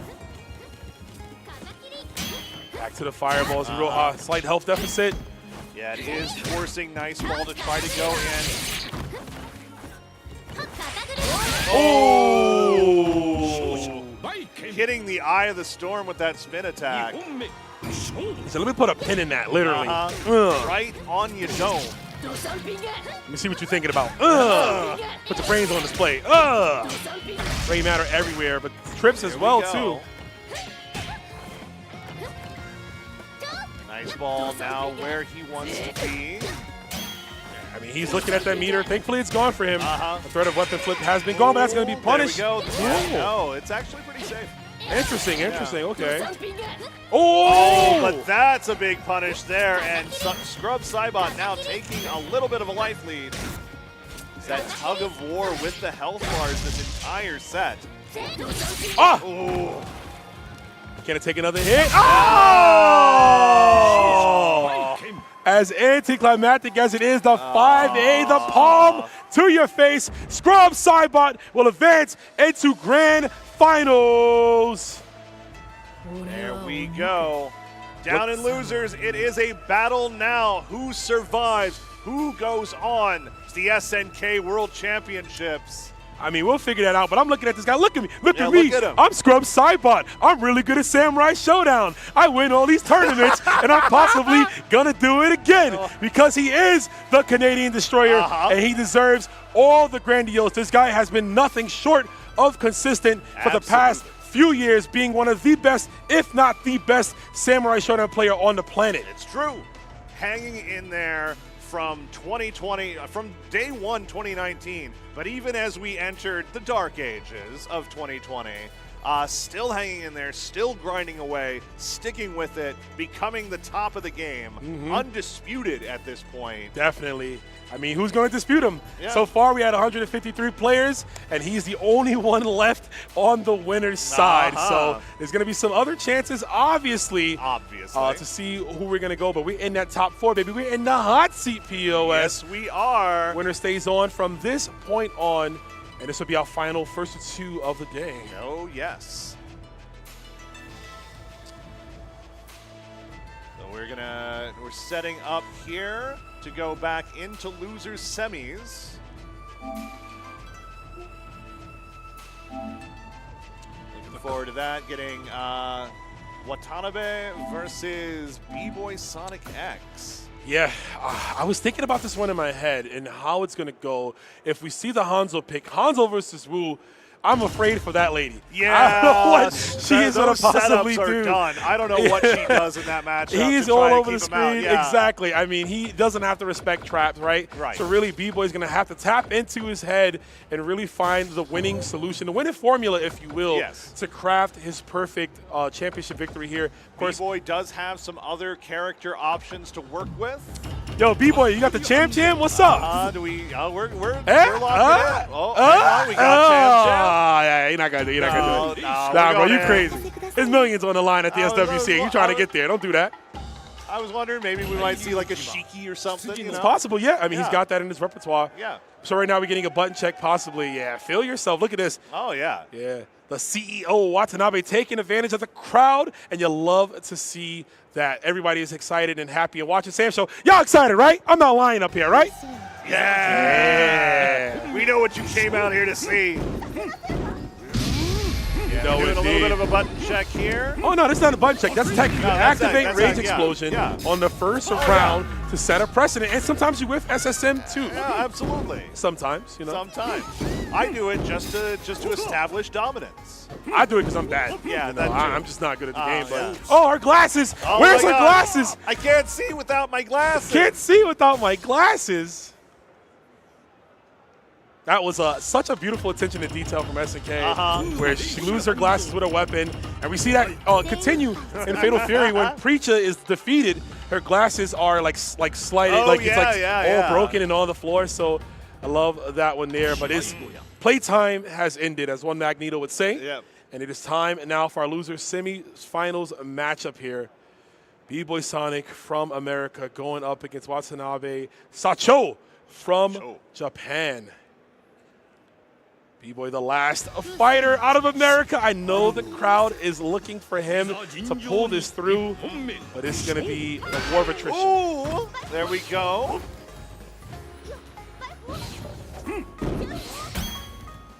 Yeah, now we're seeing B-Boy playing this a little bit more carefully. Ooh. Nice use of the throw to avoid the trap. That was kind of gangsta. Yeah. He just ran through the trap. Bold. That could have gone horribly Why wrong. you step in landmines like that, man? I'll be afraid to step on Legos. And he just I breezes mean, right I through would the trap. take the landmine over the Lego. Over the leg, that's right at this Yeah, point, you know what yeah. I'm saying? Oh, okay. Proper punish. Okay, gonna get right out of there. Ooh, there we go. Stance break just to get a little bit of breathing room. Yep, and that Slinky won't eat the trap, as you saw right there. Ooh. Oh, he's throwing away down. Now we have the health lead. Ooh. Yeah, this is a tough position for B-Boy to be in. Yeah, he can just teleport on reaction. Oh, there we go. Using the lightning to beat the close air teleport. Oh, the call out! this works. The call out! What the weapon flip technique! My B-Boy Sonic! What a genius, bro. Oh, my God. Swatted out the sky like a gnat, man. He said, get out of here. So the dragon hand teleporting in there. Yo, hit him with the Monty Python. It might be merely a flesh wound here, though. We'll see as he is right back into this set. Ooh, there we go. And he wants to knock back there. Actually, great option because you can go right back to the zoning game. Yes. Uh-oh. Little bit of damage there, but ooh, there we go. It's the air throw. Absolutely. Yeah, now B-Boy just, oh, there we go. Snipes him out of the air with the ice ball. Okay, of course. Why not? Just defend. You got Yeah, time. Oh, again, The using reactions. lightning. And I believe it's been a minute, but I believe the input for that is down, down, and attack, right? I believe so. Yeah, that is the input. So you see him doing it. Doesn't have to Yeah. input a DP motion as he's able to get that anti-air, the rare anti-air that you see from Wu. Ooh. Oh, that's going to be it! Into another. Wow, and that is the thing that Wu really has going for her ability to turn that down or turn that around using those weapon flip techniques, those SSM, those easy juggles off of the traps. Yeah, the trap doing a lot here, man. I am so impressed by this play. And we're going to Kazuki, baby. Oh my God. Exploding pants time. We haven't seen this Kazuki yet on display, so I don't know if B-Boy is going to be able to adapt in time. Of course, I trust him, though. He got here this far Absolutely. on his own merits, POS. This is definitely, we definitely have a lot of Kazukis out there at the high level.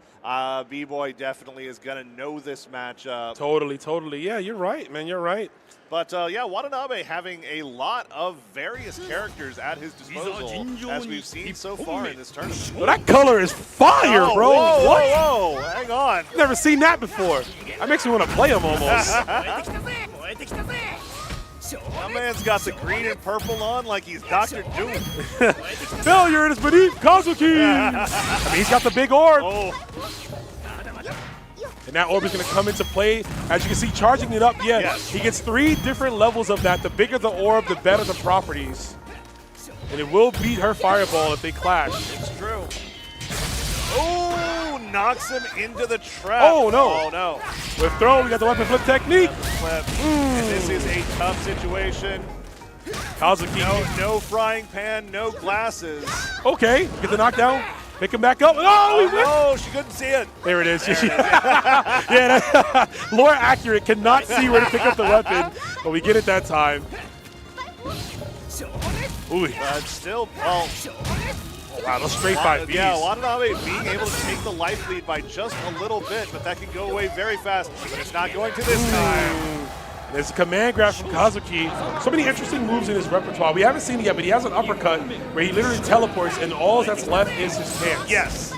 So exploding pants, a long-time carryover, especially in 5 special. Oh, 5 special. But also, Kazuki, the main character of Samurai Shodown 4. There again. Very good. There's the reflect. Nice, yeah. Ooh. Better reflect that one back. Got a little bit of fire versus ice going on. Oh. That's going to hurt. Yeah, we get the extra bit of damage off that fireball orb. Fireball. Ooh. I like it. Back to the zone game. You know, okay, so that max damage fireball. Okay, well, we'll see. But is that reflective? You know? You got me. I can count on my hand. Yeah. You know, it's the amount of times I've seen this matchup versus Kazuki. Oh, he activates. We are gonna have to activate. Well, yeah, no, he did not have to. He didn't have to, but he didn't want to eat the combo. Right? You can link after her close C in the corner. There's a throw. Gonna have to burst here to stay alive. Absolutely. An immediate backdash here. You can't set any traps. Nope, and now you can. Time to play the game, possibly. Oh! With the throw into the command grab to get the win. The extra damage, you see that orb lingering, it enhances all of his special moves, so got the extra damage. What we haven't seen yet either, which is funny, is you can actually send the orb on Kazuki's knockdown to get like a straight hit. Oh, that's right. Yeah, it's really funny. We haven't seen it yet, and there's a chance we might. Right. But, we're right back into it. And I got to bring to attention the amount of pressure in this match. This is the final first to 2 set of this tournament. It is. Players don't have that extra game for wiggle room, and they got to figure things out now. So far, this character change for Watanabe has been working out. We're going. Nakoruru. Hello? I'm trying to figure out what are we looking for? What are we looking for? We're looking for reflects. We're looking for just using Mamahaha as mobility to avoid fireballs. We have Ground Saber to close the distance, right? We also have one of the fastest weapon flips in the game that can punish a lot of things on block. Yes. And we might be just there it is. We got and that also really. Just this high mobility. Very fast character. There's the reflect. We mapped it out and we figured it out here at B-Boy Sonic. Looking to continue the streak here. Let's see if we can keep it going. Good block from B-Boy. Yeah. Okay, trading. Trading with Mamahaha. But so far, Watanabe seems to be adjusting very well here. Ooh. Okay, there we go. Oh, he let the orb hit. Uh-oh. That could have been a confirm, actually. You got to watch it now. She's got that meter. There's the ground slash. Oh, what a call out. Oh my gosh, and what a punish. There we go, B-Boy. Moving ahead, 1 round away. This counter pick just seems like it might work. It is, but that heavy punch, that heavy slash, if you will, really putting in so much there, just covering the skies. Nako and Mamahaha want to take precedent. I was looking at Mamahaha is the real killer in this match. Right? That's how I'm looking at there. Just the assist. Okay. All right, there we go. Getting the damage there, tying it back up. Kiwi block. Kazuki, the crash out king, as I call him. This dude's always looking for a reason to rage out. As one of the fastest ranges in the game, as you can see. Ooh. Oh, big damage off of that. Oh, the hesitation. And B-Boy scouted it out. He thought maybe a spot dodge was coming, so he could bait out and go for a throw. Using Mamaha to punish those fireball charges, too. Oh. Oh, another one, running into it. Yeah, just using those pokes. 14 seconds. Oh! And there we go. Both players now on match point. Match point indeed. This will be the end for one of these players. Oh! You can't punish that 660 from far out. It's really hard to challenge it. Anti-air grab. Oh no, that's punish. Oh yeah. Damage starting to add up.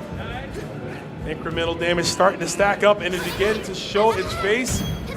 B-Boy's not out yet, but what a run-up grab there. He's now in range. Oh, another throw. Okay, we're just going to go ahead and burst out. He's getting caught by those running throws constantly. Really, man. Watanabe. Oh!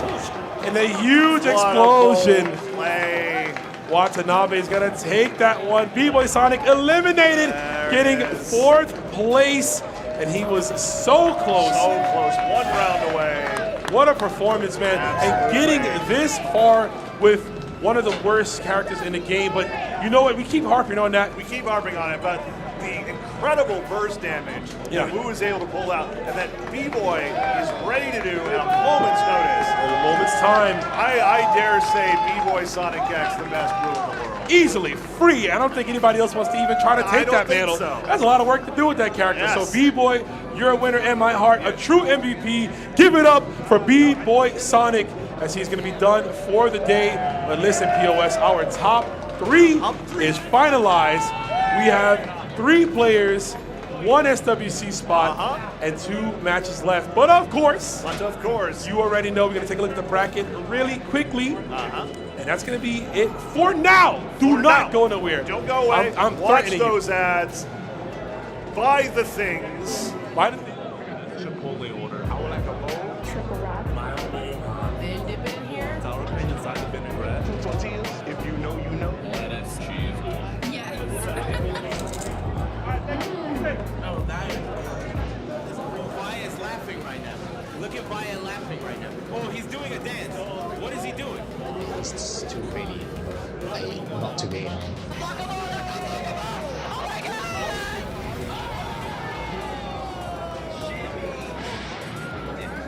参加して、でその時にまた賞金額があって、調子良かった。So it's much more than just playing. It's being a part of this community.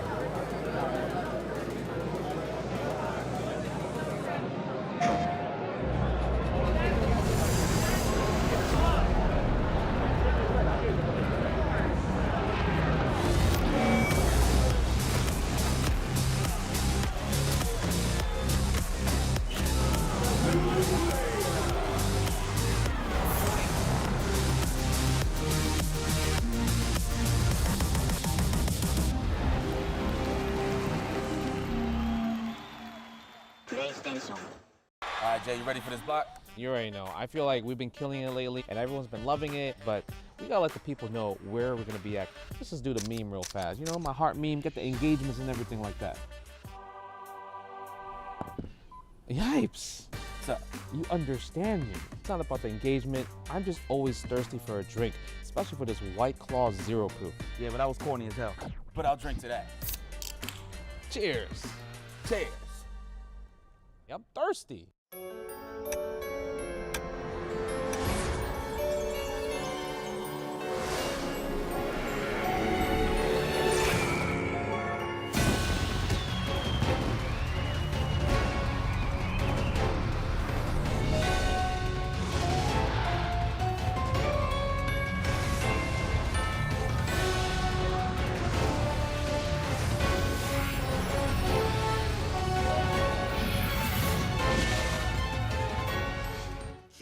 happening? Here we are at EVO 2025. I'm TV's POS Industries. We're bringing you Samurai Shodown. We've got 3 left in this bracket. I'm with Rome. You can call me Mr. Himself if you Mr. desire. Himself. I'm kidding. Call me Mr. Samurai Shodown because I love this game. It's so good. And my GOAT right here, POS, like he said, 3 players, 2 matches, 1 Evolution Championship on display here, but of course, 1 SNK World Championship spot. World Championship and you know what's the beauty of how this bracket ended up? We have the qualified player already in winners. Yes. Which means this next match decides who will be going to the finals. That's it. This is the big money maker in the long term, possibly. For one of these 2 players, we've got Nice Ball versus Watanabe Shacho in losers finals coming up right now. Man, I don't know how this is going to go. We've seen multiple characters between both of the players. We have. And of course, I mean, just in general, the entire top 8, I got to give it up to the amount of counterplay that people have been trying to put forth in order to get their spots. But we're down to these 2, and this is going to be a good one here. We have Taiwan going up against Japan. Possible Hanzo Mira. Maybe some Iroha's thrown in. Maybe some Minas. We didn't see Mina. Maybe a Kazuki. Maybe a Kazuki. I mean, quite a bit. Samurai Shodown diversity at an all-time high. Whenever I hear people, and I'm calling y'all out, all you people that be like, oh man, Viking is so cheap. Y'all don't watch the game clearly because top 8s are always like this. I'm going to see 7 Vikings in this top 8. We have 1. We have 1. Andy rolled Viking out for 1 earlier. It didn't work out, unfortunately. But yeah, we have 1. Doesn't mean she's not bad. It just means that obviously she's not the top tier y'all make her out to be. She may be top 1, but that doesn't necessarily mean that she's like capital T. Hey man, there's layers. There's layers. There's top 1s, and then there's characters that play the game for you. Exactly. We're going to see who's going to be. This game does not have a character that plays the game for you. No, Samurai Shodown is one of the most unique experiences you can ever get out of a fighting game. Doesn't play like anything else. A lot of traditional rules don't even work. But I know one thing that does. Your brain, your heart, your reactions, your instincts, and all of them will have to come into play in order for you to end up on that other side of the bracket. We are getting into our seats here. Did a quick little game reboot, shaking out. You got to do that for so often on any piece of hardware. Yeah, shake off the cobwebs. Maybe we were waiting out a little bit longer. Yeah. Hands might have been cold. Might have been hitting up Fat Tuesdays. No. Absolutely. Not yet. That's for later. Not yet. But yeah, I mean, listen.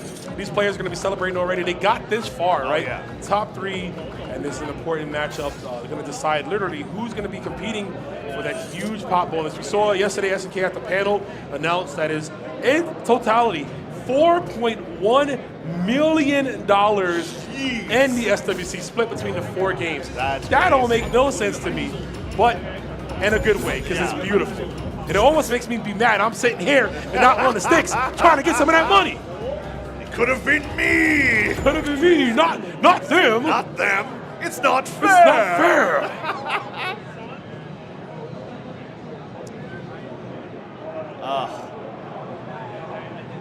Yeah, this has been a high energy, and looks like we are getting that Hanzo mirror.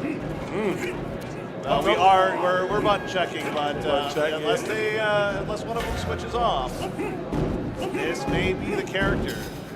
They've both been mostly playing Hanzo so far. Man said, bro, let me copy your homework. All right, just change it up a bit. I like it. Look at that. All smiles. Yeah. All smiles, man. Even with this serious goal in mind.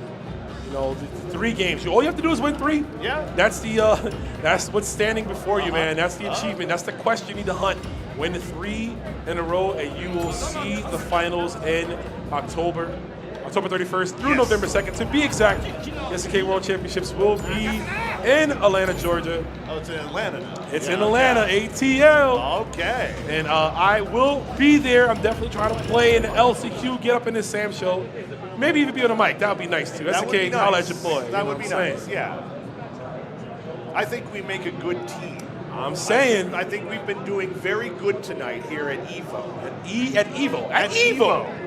The World Championships itself, right? Of course. Once upon a time, the World Champions. Hey, it still is to me. Still real to me. It's still real to me. You know that. That jump C is real. That's the we got Mina versus Kazuki. All right. Open him up. Okay, another throw, regular one this time. Yeah, Watanabe has been pretty much in control very quickly.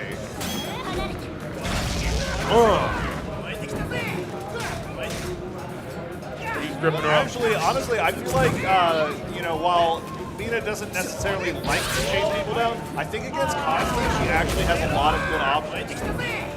Yeah, she's got that high speed run, you know, very far, high damaging normals.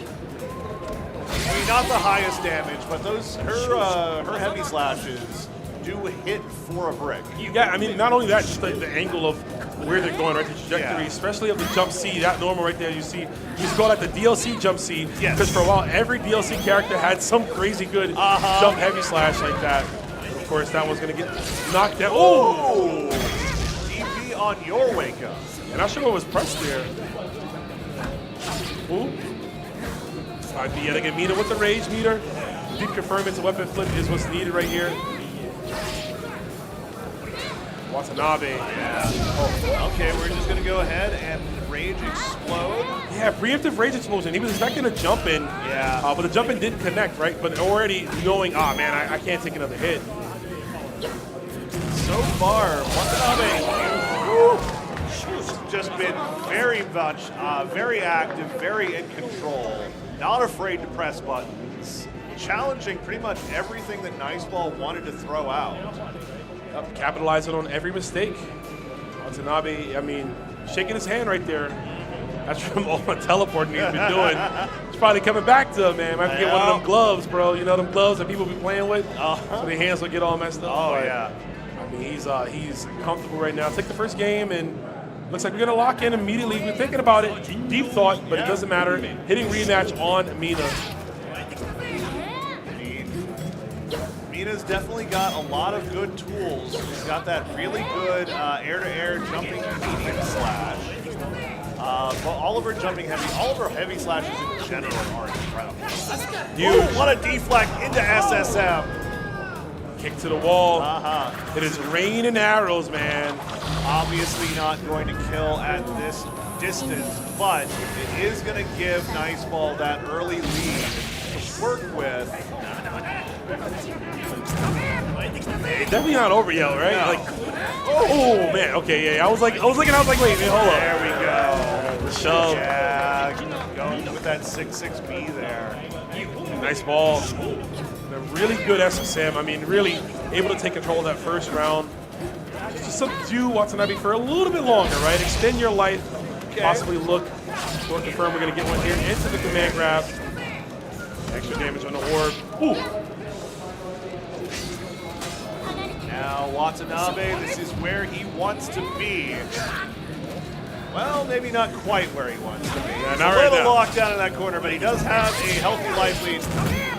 Trying to hang on to it, though. He's a heavy slash away, too, especially when counter hit. Yeah. Closing it out. There we go, going for the air arrow. Tries to go for the 6-6C. Mina slowing down the pacing of the match. There's a high arrow, just go right down. Varying it up there, changing it up, stopping the approach. Yeah. Still has 25 seconds to work with, which in Sam Show can be an eternity. Can be. And there we go, tying it back up, now taking the life lead. Once something hits to the face. Forcing Watanabe to blow that rage explosion. And there we go, yet again closing out a round with the 6-6B. Sticking with Mina, paying off as he ties it up 1-1.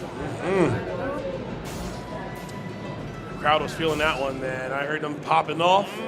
I think they just want more blood. They want to see this go 3-2. Yeah. Nah, we got to go to last game, last round. Go the distance, right? Got some distance on that grab. Sending her all the way to the corner. Another anti-air as well. He's got those. Looking for it every single time. Mina from this range here, trying to operate. The cancel on deck off of the 5B. There it is.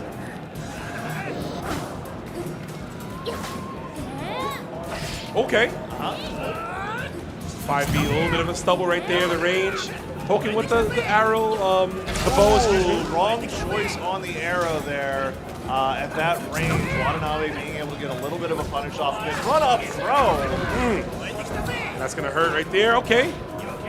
Oh, there's the overhead. And at this point, anything will do. You're gonna have to slow down the pacing of the game. Try to go for a run throw, yeah, we saw the rage meter getting low, right? It was like, how can I make this work? How can I extend this just a little bit longer? Went for the run throw, confirmed the weapon flip.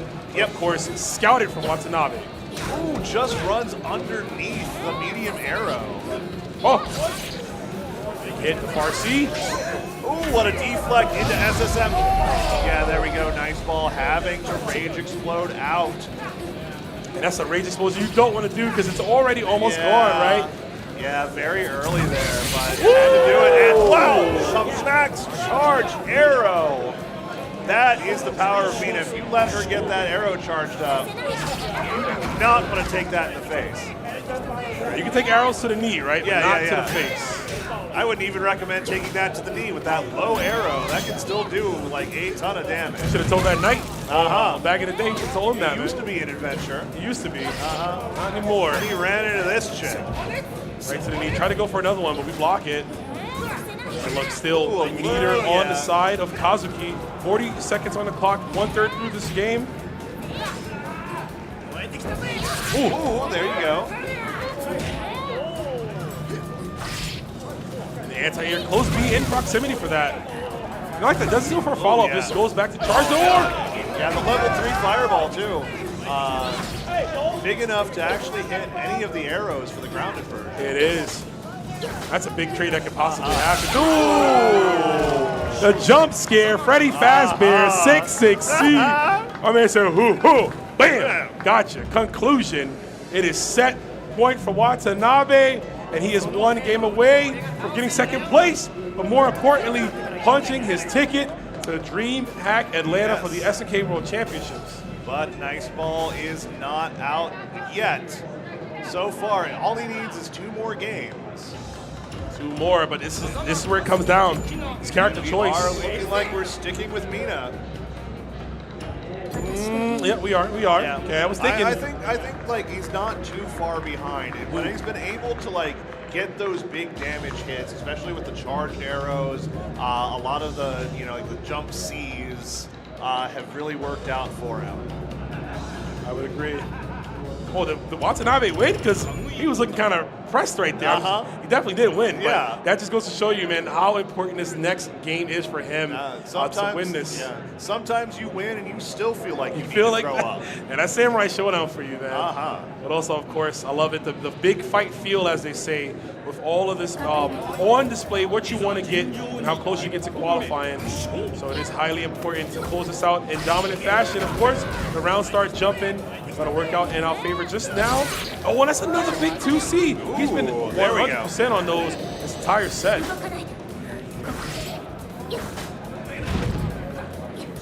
Getting a little bit of help. Oh, with a big. Okay, we're just going to round 1 burst to get out of that. That's what you want. Yeah, that's actually going to work very well into Watanabe's advantage later on, potentially. Oh, wow. The lingering effect of Fireball is active as can be. And again, just running under the arrow. See, that's the good thing. When you're a short king, you can just run right under arrows. You know what I'm saying? You don't have to worry about any about that. Hi, you in the crowd, short king? Yeah, for sure. I mean, I can't relate, but listen, I'm glad y'all can. There's a throw punish, of course, another one. And here we go. Nice Ball, though, actually being able to take a little bit of a lead here. Ooh. Not a huge one, but not enough to hold off. And here we are. Watanabe Shacho. Match point. The CEO is looking to become SWC. He can after this round. Another good read on the roll forward. Roll forward. You do give up some of those invincible frames. Oh my God! There you go again. Oh, what a big combo there. Oh, he tried to explode. He plants. What a tried flex. to do it. Yeah. Yeah, he tried to do it for the one time. There you go for another throw there. Yeah. Oh. Not quite the right arrow. For that one more hit, and he's gonna get it to crouching A. The light slash. Watanabe will defeat his opponent. He is going to go down.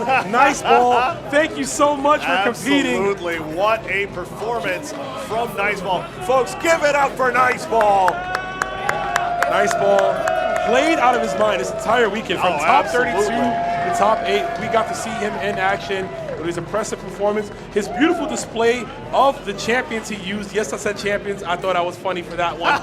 But he brought them here to the stage. Yes. He's going to get third place. But more importantly, what happens here, Fearless? What happens here? Now, Watanabe Shacho is going to go into winners, into grand finals. The winningest finals. Winningest finals, but of course, gets and punches his golden ticket to the SNK World Championship Finals and DreamHack Atlanta. Yes. So congratulations to Watanabe Sacho, as you will see him there. And he's going to be going up against another player. In fact, one of the first players to qualify for that event. The first player. The first player. The very first player at Frosty Faustings. Scrub Cybot waiting in the wings in grand finals. We've got that coming up just after these messages from our sponsors. So stick around and we'll see you then. That sizzle, that's the soundtrack of Chipotle. Literally melt in your mouth tender. Let's see our chicken glistening, our fajita sizzling. It's magic happening. And this is gonna be in your bowl. This is it.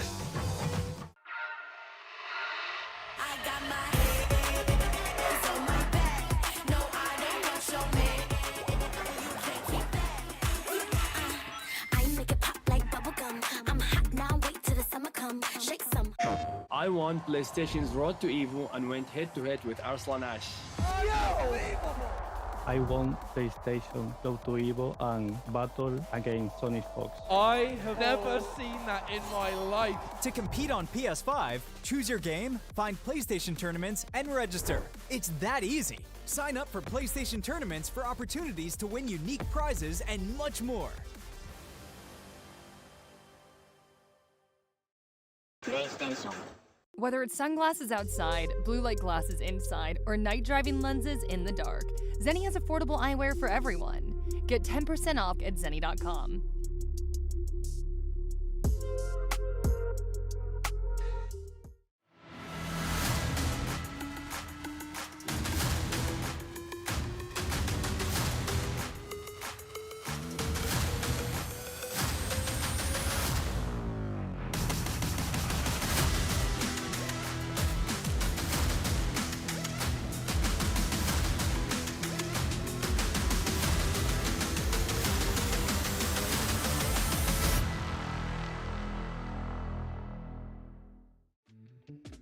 Tenno is back with brand new officially licensed designs by the FGC for the FGC.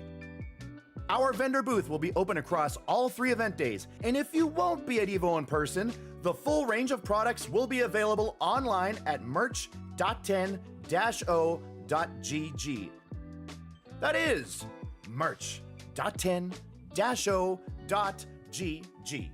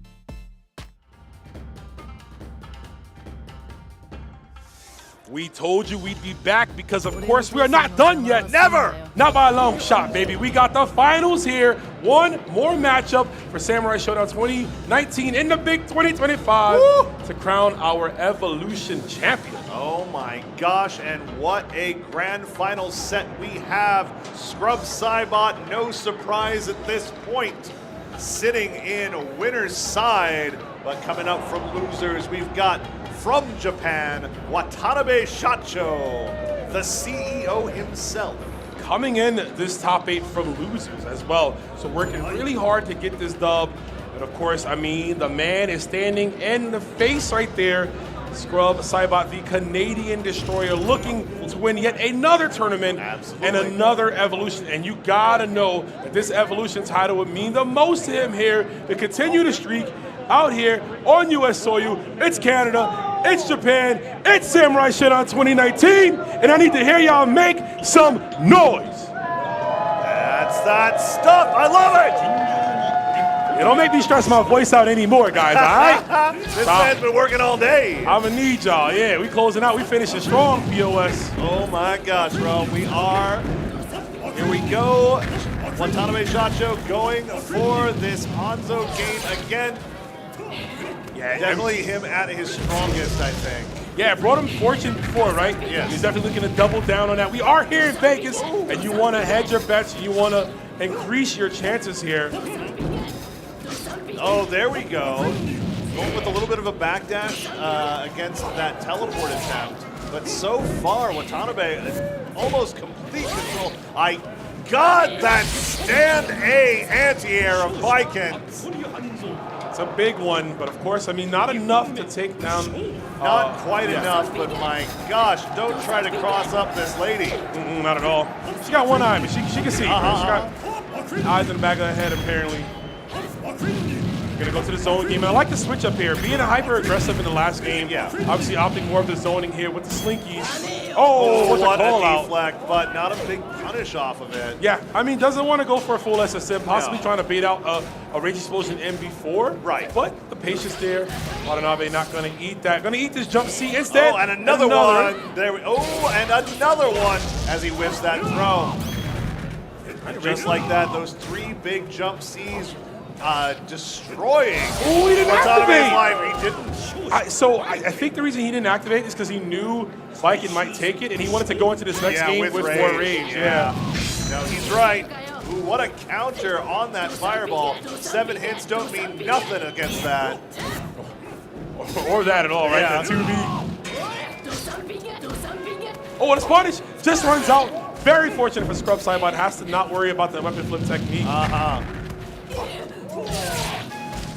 Back again. There we go. And now Watanabe going for the command grab, kind of slowing things down. He's still very offensive, but not like quite as like twitchy as he was before. He runs away, teleports in. We're gonna go for the rage explosion here. Okay. Scrub thought he saw something there. Thought he might see a button coming out, not enough to punish, and there we go. First game, Watanabe gets one on the board. My man hit that. Dude. Hell yeah. Feel it. Bro, I'm so jealous. I could barely grow a beard, and he's got the nice chin strap going on. You're leaning at me, I'm leaning at you too. Yeah, we're looking at you, right? Respectfully, of course. Absolutely. Oh, what a deflect. There we go. We see that aggression from Scrub. Yo, bonk on the head, overhead.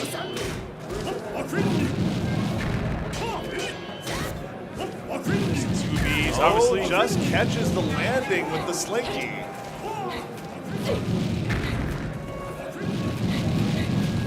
I mean, she can outrun that, right? You don't have to worry about it. The thing was with that fireball there, it doesn't go full screen unless it's in range. Right. So you can just kind of backdash that, get out of the way, be wary of its existence. Of course, you're seeing that here from Scrub, studied player, of course, world champion. Absolutely. Right. The patience, man. Heavy is the head that wears the crown. Scrub Cybot can't lose another game here. He doesn't want to. Obviously, this will come back to Ana, but there's the dashing A, excuse me, for the anti-air approach. 19 seconds on the clock, and there it is. The range on that. Now battling back. He doesn't get paid by the hour. Oh, what a 6-6C, great cross-up. A little patience. He was noticing that time, didn't want to advance, so what happened with the counter? Oh, what a confirm, actually. Yeah. Hey! Yeah, I really like Scrub using the counter to basically gain ground against the fireballs. It's a very smart move. Yeah, a unique choice and another facet of Viking Boost. Oh, what a deflect into the SSM. We're going to Rage explode out. Oh, out of the air, and there we go, Watanabe. And there's the combo, the confirmation, and good stuff too. Scrub, you know, even in defeat of that round, quote unquote, forcing him to spin that meter. The rage meter is gone. We don't have to do our rage slinkies or weapon flip techniques of the sort. And we don't have SSM either, right? So that's true. Well, no, that was last game. I'm tripping. Yeah, that was last game. Yeah. Scrub does not have SSM. Right, that's what it is. Yeah. He's got all the meter he needs. Oh, well, he was grounded. That could have been ugly. Yeah, and Watanabe just kind of hanging in there, gets the throw punish. Watanabe, I mean, not eager to really go in. Another throw. And again, Scrub just playing so active. Dash forward, dash back. Oh, yeah. He lost his teleports. Yeah, especially, with Isen on deck, that can get real bad real fast. You're gonna need to throw you. Oh! Of course. As soon as it leaves my mouth. Going up 2-0 in winners finals. One away from a bracket reset. Watanabe. I mean, this is the time to do it, bro. You gotta lock in one game away, but we've seen the Scrub at this deficit before and being able to really get aggressive, right? Try to turn up a little bit of the anger and the passion in his play, and possibly gonna look to do it now. Now Scrub just going with a lot of low damage hits, just trying to get you know, a little bit of good positioning, not overextending too much. But now, there we go. Yeah, we haven't seen much of that 2C represented. No. Scrub usually likes to go for it, right? The huge radius of it, of course, advancing up forward, but we're gonna go for the combo here. No dust. Wanted to reset to close things out. Ooh, okay. Oh, yeah, there you go. Yeah, great decision, but still not in the proximity to get away from the fireball. We are in proximity for this dub. This stance break. Stance break.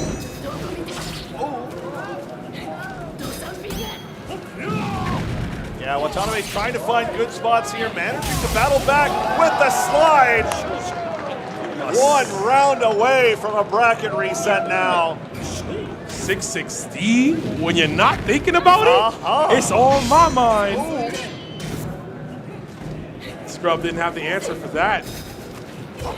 There's another throw. And I mean, every single throw, you get so much mileage off it. The knockdown potential, the setup shot for Hanzo, not Hondo. It's almost like Rondo. You can hear the musical sounds of this game as the hit. What a deflect. Gonna force the rage explosion. And now Watanabe just backing up. Oh, there we go. Punishes with the command grab. Big win for Scrub. And that meter is just about gone. And there it is now. And with Watanabe in a slight life lead here, not anymore, but it can come back at any time. You're never out of it. There right? it is. You're always in here. Yeah. Especially from his perspective. We're gonna go for the slinkies all day long. We have the round lead, not the life lead, but of course the mental lead as well. 2 games on the side of Watanabe, excuse me. Watanabe, excuse me. Yeah, either. Get that correct, yeah. 21. Oh, not enough of a punish to kill off of that block. Nobody choosing to go for an answer there, but the neutral jump C. Scrub Sidebot says, nay, I'm not going to the losers just yet. But here we go, Watanabe still with full resources.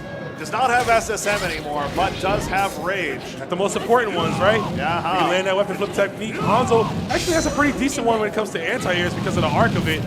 But most importantly, we want to use that Slinky. What a great punish on the whiff throw.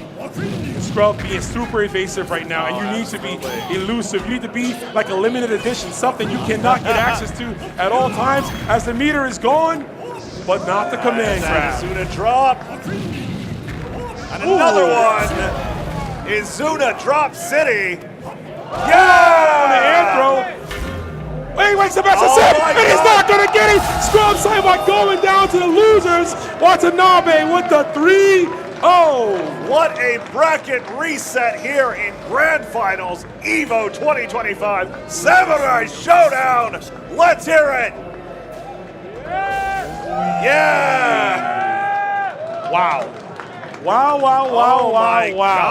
What a loser's run this man is making. He came here all the way. Started in losers. Exactly. Oh my God. Came all the way here from Japan to prove a point. And he wants to be not only the Evolution champion, which is the second step, but obviously the first step was getting that SWC spot, which he has done. Yes. And now we see the champion, the man we've seen take down many players across the world in this game for the past 3+ years.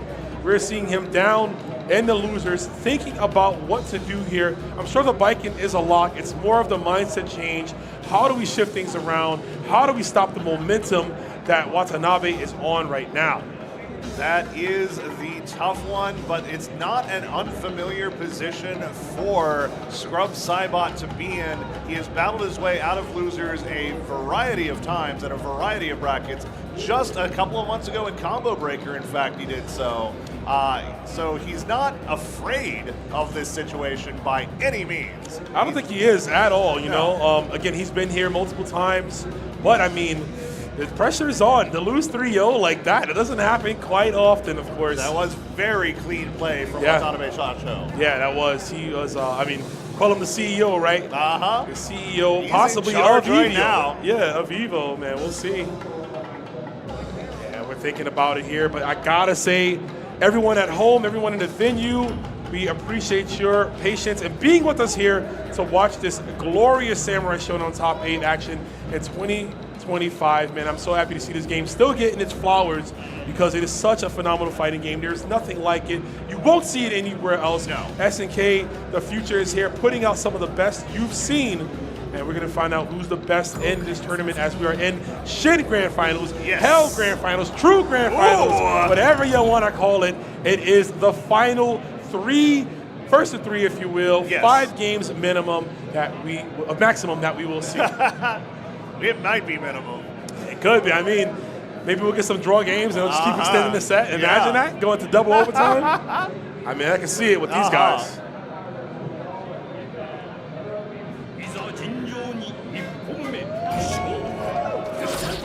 There we go. Scrub already starting off strong here. But Watanabe being able to just play it a little bit more patiently, slowing things down. Just throwing those fireballs, getting the 6-6C. Even in the corner with the back turn, right? Yeah. Still able to get that in front. And you can stop it short. That's the good thing about that move. You can't make a hit in front anywhere on the screen. Obviously, the cross-up is just a bit more potent. Man grab whiffs. Scrub taking his time, going for the low committable normal. Yeah, just goes for the wall jump to get out. Yeah, one of the things that you do not want to be is locked down in this corner against Scrub Saibot.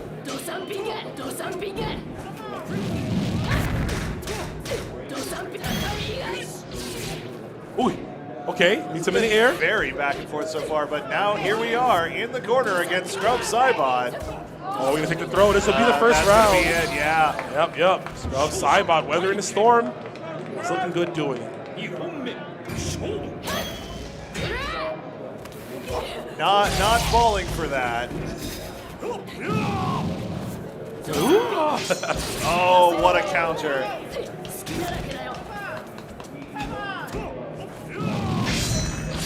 another counter against the fireball, anti-airing Watanabe. Oh, with the rage, look at that. Yeah, the trade you don't want to see there. Okay, this throw. Go, another combo. Oh, nice throw there. Spot dodge. Spot dodge. No SSM attempt, but we got activation for both sides. Double burst. Oh, you're wild. You're wild. Oh, you're wild for this. Tempting oh my fate God. here with these teleports. And he's going to take the round. Honest Samurai Showdown is happening for your very eyes. We're down to no bar. The first game of the bracket reset here is going to come down to wits, guts, blood, sweat, tears, and everything in between. I think this definitely plays a little bit more into Scrub's favor. Hanzo gains so much from range, so many valuable tools, while Baiken is just kind of good all the time. He's always Baiken, baby. Baiken might be getting cooked like bacon here. Hold on. Oi. Or brisket, the other Guilty Gear character. That's the joke they say. I'm not too familiar, but shout out to Bucket. Somebody's about to kick the bucket in this first round, possibly. Hold up, though. We got the throw. Punishes that slide. On the way down. 6-6C, of course. That's the damage off the heavy slash. And one of the things you saw there, Watanabe going for a deflect, and at that point, the next 3 buttons that Scrub threw out were all B. Why not? Ooh. Yeah. Oh. Off the jump. There's the air throw. He tries to go for the meaty 3D for the knockdown. Oh, he's gone. Yo, it's long, but.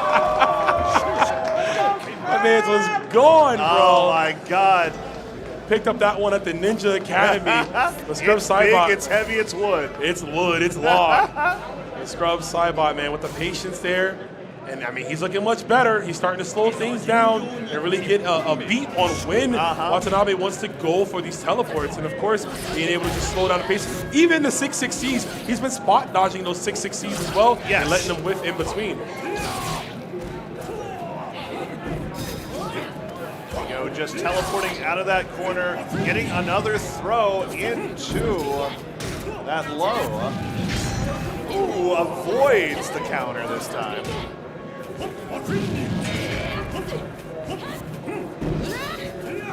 Now both players, like Scrub going a little bit more aggressively while Watanabe has been more hesitant. Yeah, more reserved in his approach. Yeah. You have to be. I mean, look, it's definitely working out now. Yeah. You see that the immediate mind shift change from what Scrub Sidebot is trying to employ, Nice trying to fireball. have to conserve to what to go into his style, but obviously no, not working out here. Watanabe. Oh wow, the round start 5B. Ooh.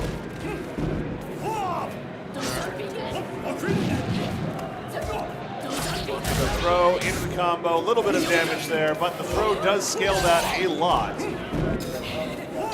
Ooh. But it's punish. Punish a lot of life bar tug of war going on here. Oh, the right teleports time. away. And he activates Yeah, immediately. Scrub having to burst out of that. Oh my gosh, and that's going to be the round. And that glorious blood spurting all over the place. Just purifying yourself in it. But Watanabe now about to start full rage, ready to go. He wants it. He wants it. He needs to hit these slinkies. Hanzo having, look at the rage timer for my Hanzo. God. It lasts so damn long. That's a big juggle there. Another throw into the corner. Oh, there it into is. the weapon flap. And you have to hold this. No meter for Scrub Sidebot. Oh, but he's going to get the wake up instant air. Baiken does not lose that much when disarmed. Adding more credibility to the top tier allegations, right? Actually, they're not allegations. They're not allegations. Full That's on convicted proven. felon. That yeah, is for scientific sure. law. It's there. Just like that was going to be okay. What a jab. Oh, another weapon flip. Not quite going to kill there, but gets the fireball for the kill. Ties it up 1-1. Nice. You're setting up a gnarly situation there, looking for a cross-up possibly, right, with the Slinky to hold Baiken in place. And you see Scrub trying to jump out of it at the last second. But the Slinky hits really damn high coming off the ground, clip Baiken's ankle. So now she is going to go down. Of course, we are now at 1-1. First to 3. It is a proper 2 out of 3, if you will. Yes. To be the winner of this tournament. And I'm a fan of this. I am a fan of taking your time, of thinking about what you need to do. Yep. Whether you look at the notes, whether you need a breather, a sip of water, think about stuff, you pray. Think about what you need to do next, and also letting your opponent cool off after they take that game. Yeah, a little bit of icing, you know what I'm saying? A little icing of the hand. Yeah, I'm down with that. Anything, the game outside the game is what I always say. Yep. Now we're going to play the game here. Hanzo and Baiken. Again, I would have never expected Baiken for sure. Yeah, Hanzo in grand finals at EVO. This is what EVO is all about. You don't really get to see the display of international players like this at many other events, but on the scale of evolution, especially in a game like Samurai Shodown, which is old. Let's be real, 2019. Yeah, this is a 6-year-old game. For sure, so. This came out in the previous decade. But it's still holding up just fine today. Bro, I was in my 20s when this game came out. I was in my 30s. I'm approaching 50 now. Oh, yeah. I'm 73 years old. The geriatric commentary team. Whee! Jump C on the way back.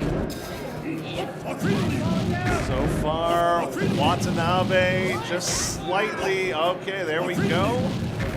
Oh, the cross there under. It is. You see Scrub try to go for another jump there to call something out. It's like that, calling out that with the jump C. Ooh, one more little. Oh, but there it is. I will take those every single time. There we go, but we do have rage fireballs and a command grab for you. Trouble in rage, what a chunk of chain. That was like weapon flip damage by itself. Yeah. Like, what are we doing here? Oh.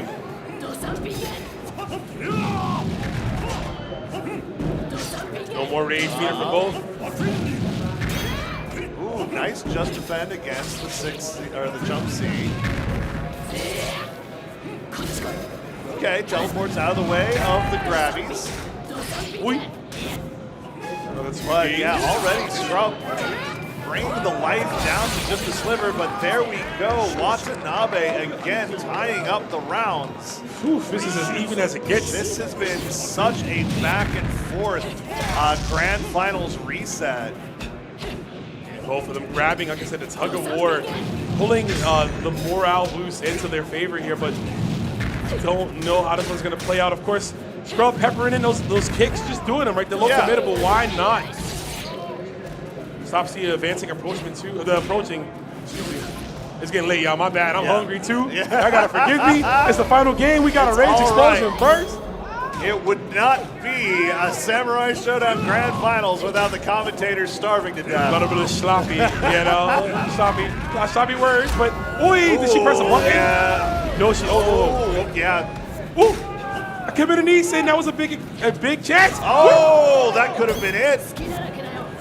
Oh, okay. That will be it. There we go. Scrub going up to tournament game. Tournament point here. Tournament game. Scrub, Cybot, man. I've seen him do this so many times. He'll lose the winners finals. Yes. Or maybe lose to the person, beforehand and the bracket. And it doesn't matter. He gets back to his position. He figures it out. He looks at it, I think metaphorically, he looks at all his trophies and medals, and he's like, wait a minute. I think I need another one. Yeah. I did this. Yeah, I think I need another Hang one. on. Let me Wait log a back minute. I'm Scrub Cybot. Why would I lose? Why would I lose? Why would I lose a major tournament? Remember the pop-off at Frosty? That's going down in the annals of history. And just going for that run-up throw right off the bat. No fear from Scrub Cybot. He knows how close he is to taking that trophy. He is 2 rounds away. 60 seconds on each, but not really 60, more like 99 seconds. Yeah. Clock in line, it's like 3 seconds. Those are some long seconds that they had back in the feudal era. That's what I'm saying, man. They took their time back then.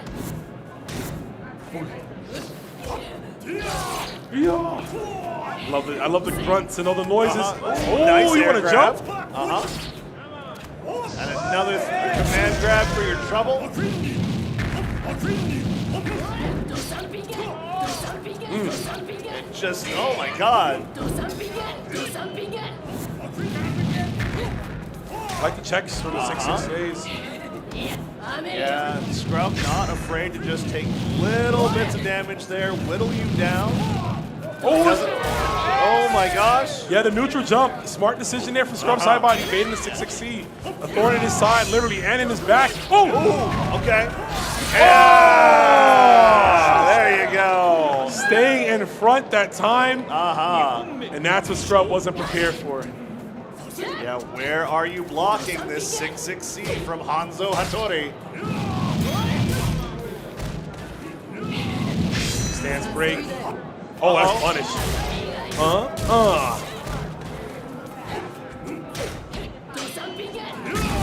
Okay. Point blank enraged fireball. What a DP. Yeah, that was beautiful. Yeah. That was beautiful. And that is a tiger knee. Yeah. So you have that's a tiger knee. That's a tiger knee uppercut. Yeah, man. My God, you got to be on the ball for that. Big flexing on the prowess there, those Scrub Sidebot. As he tips the toes. And here we are, Scrub Sidebot on tournament point. This could be it. This is Watanabe Shacho's last chance to stay alive. That damage starting to add up. Oh, there's a Nelson dash slash. Excuse me, my voice is not trying to go. Another point blank.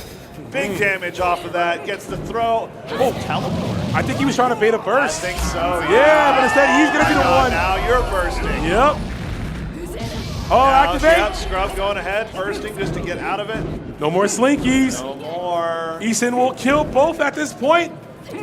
Weapon flip technique possibly in the future. Hanzo's getting low on the range meter. They both are. He didn't activate. No way.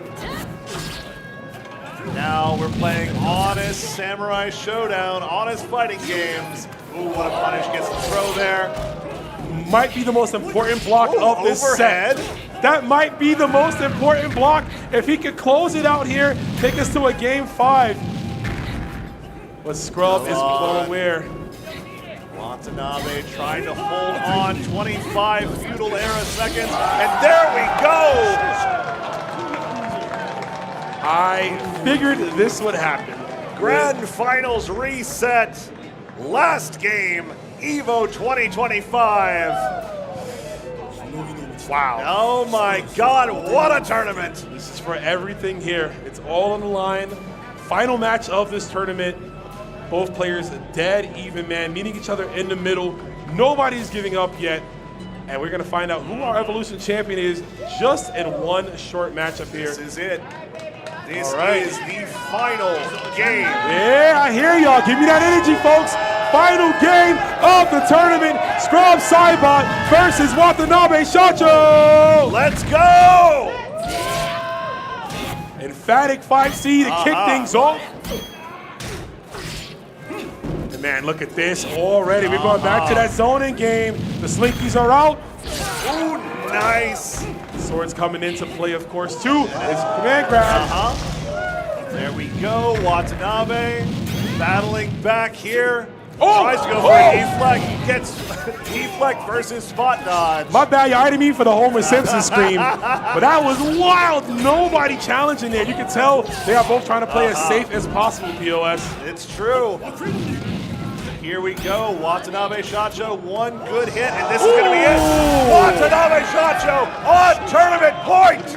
Is it going to happen? Will the streak of Scrub Sidebot go down in flames from the Ninja Hanzo Hattori?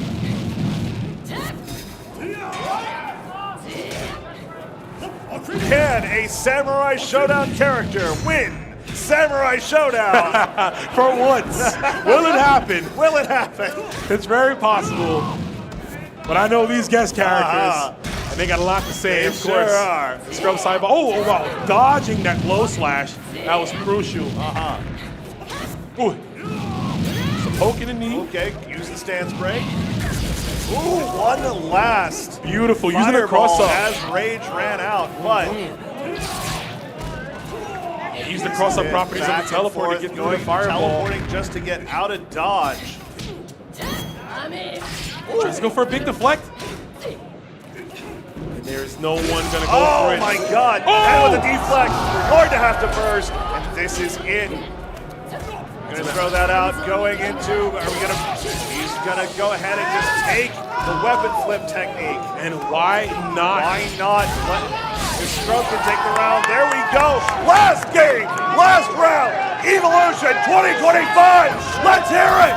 Scrub Saibot has to play out of his mind, harder than he has in any other tournament. No meter, no access to weapon flip, to rage explosion, to Eason, to extra damage, but we got the air-to-air dust attack. And Hanzo with all the bar he needs to close this out. What a win punish! Oh my God, huge life lead for Scrub Saibot. Watanabe Shacho using that rage explosion, trying to find a way in. One option, but there's the anti-air. Oh my God. The rage meter getting low. What a defensive play from Scrub Saibot. Oh, no punish on that. Whips But in time. the rage runs out, and now with that huge life lead in play, anything will do, chip damage at this point. Has to there go it is. for the overhead. And Scrub Saibot from undeniable to the best in the world. He does it at Evolution 2025. He is your Samurai Shodown 2019 champion. oh my God, what a grand finals. Everybody give it up for Watanabe Shacho. Beautiful, beautiful, beautiful display. Incredible I'm play. so glad we got to see Samurai Shodown on this stage. Yes. We've been telling y'all how godlike this game is. so good. It is so damn good, and I know you have to be inspired by watching these two players literally to the final round, the final game, the final hour. Scrub Saibot does it again. Who is going to stop this man? Who is going to defeat him? Listen. I'm sorry. I have to go off. This dude has been the best for a very long time. And people want to say, oh, biking this, biking that. No, nobody else is doing it like him. Nobody. He's taking on everybody from around the world. He got his EVO qualifier. He got his EVO tournament champion, and he has his SWC spot, which you see him have to try and to continue that streak. And if he wins that, then what are you going to say? What can you say? You can't say nothing, man. You cannot deny. Can't Just deny it. by the sheer numbers alone, by the work put in, by the results, Scrub Saibot is the #1 Samurai Shodown player in the world. He is. He's #1, but I want to give it up for the top 8 here in this bracket. Shout outs to all the players who qualified in this top 8. They put their heart on the line. They didn't reach the pinnacle, of course, but still playing out of their minds. Just giving us a beautiful display of what this game has to offer. Absolutely. Top 8 at EVO in any circumstance is nothing to sneeze at. They played their hearts out. They did their best. They did great. They did better than I could. Oh my God. I mean, for sure, but I will say this. We're going to throw things over to our MC. We're going to be getting them doing the awards. Let's kick it over to Persia. Absolutely. Oh, of course, we'll do that after. My bad. I'm jumping the gun here, guys. But you know what? I'm having a good time here. Little bit of spoilers. Little bit of spoilers. Yeah. I know what's coming up next. But thank y'all for tuning in. Keep it locked, guys. It's been just an amazing day. I had to stretch my voice out. Oh, Hope I wasn't too annoying. You know what I'm saying? But listen, I'm gonna leave it out on the line. I think we sounded good. I think everybody had a good time. I had a good time. You had a good time. Did you have a good time? Absolutely, you had a good time. You definitely did. If you're still here, you had to have had a good time. For sure, for sure. And of course, the game is on Steam. You can grab it. I'm not sure at this moment if there's a sale, but I think there is. There might be a sale in the game. Was. Yeah, and there was recently there. I think there should still be. Yeah. Should still be there. The summer sale probably, but check it out on Steam, on PlayStation, of course, PlayStation 4. Well, PlayStation 4 only, but you can play on your PlayStation 5, obviously, of course. grab the game.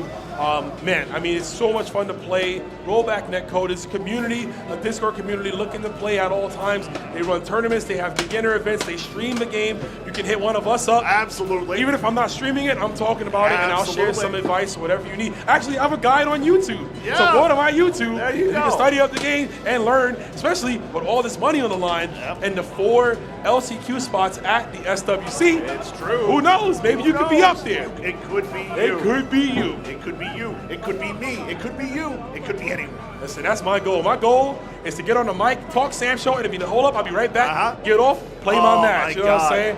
Collect the double bags. But we will see, of course, here, and I think we are ready now. I want to make sure. Looks like we are. So we're going to kick things over to our MC. Persia, what you got to say? What does she got to say? Thank you guys so much. There she is. Yes, we are here with our top 8 of Sam Show 7 from EVO 2025. And honestly, if that wasn't the epitome of an EVO Grand Finals, I don't know what is. So let's give it up for top 8 one time. And now, we gotta give them their well-deserved medals. Tying at 7th place, we've got Ghost the Trinity. Also tied with 7th place, we've got Andy OCR.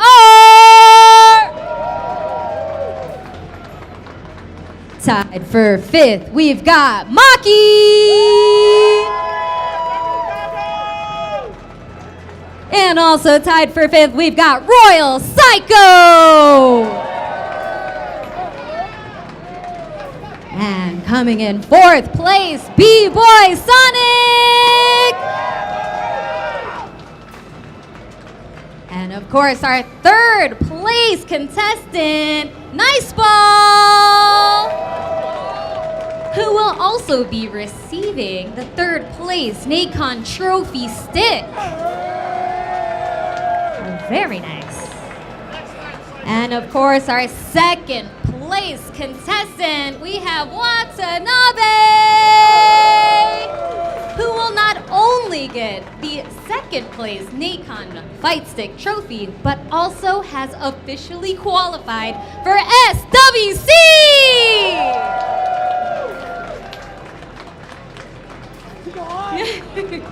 Congratulations, and of course, your EVO 2025 Samurai Showdown champion, Scrub Cybot!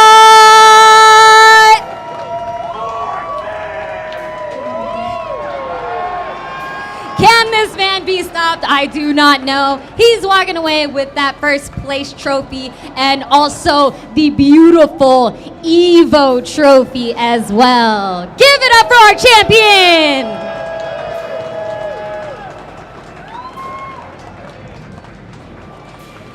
Congratulations to our entire top 8. Thank you so much for putting on an amazing show, and I hope everyone has had a great time. But for now, we're gonna send it on back to the desk. Take it away, guys.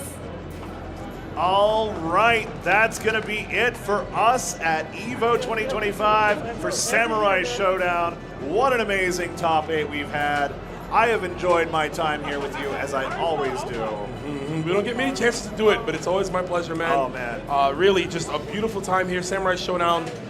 What else can I say? What's more to say? Get the game. Get the game. Play the game. Play the game and support the players, support the community. Shout outs to everybody who put all their work into this, from the TOs, production, the bracket runners, the players, and of course the casters. But I believe with that, we're going to be ending things, like you said. With that being said, we're going to be done for now. I am Roman himself once again.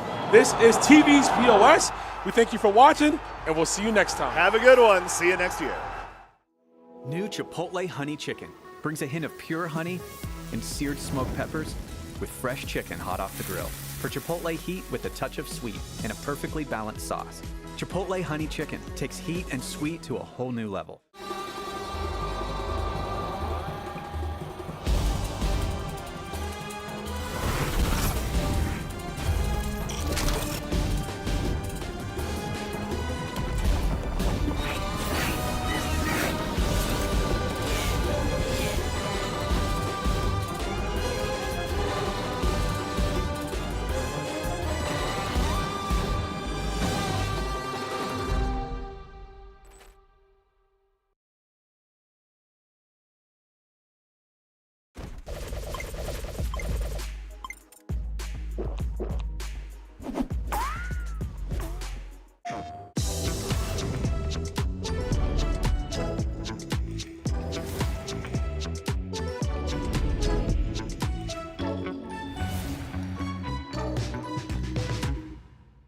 ステーション。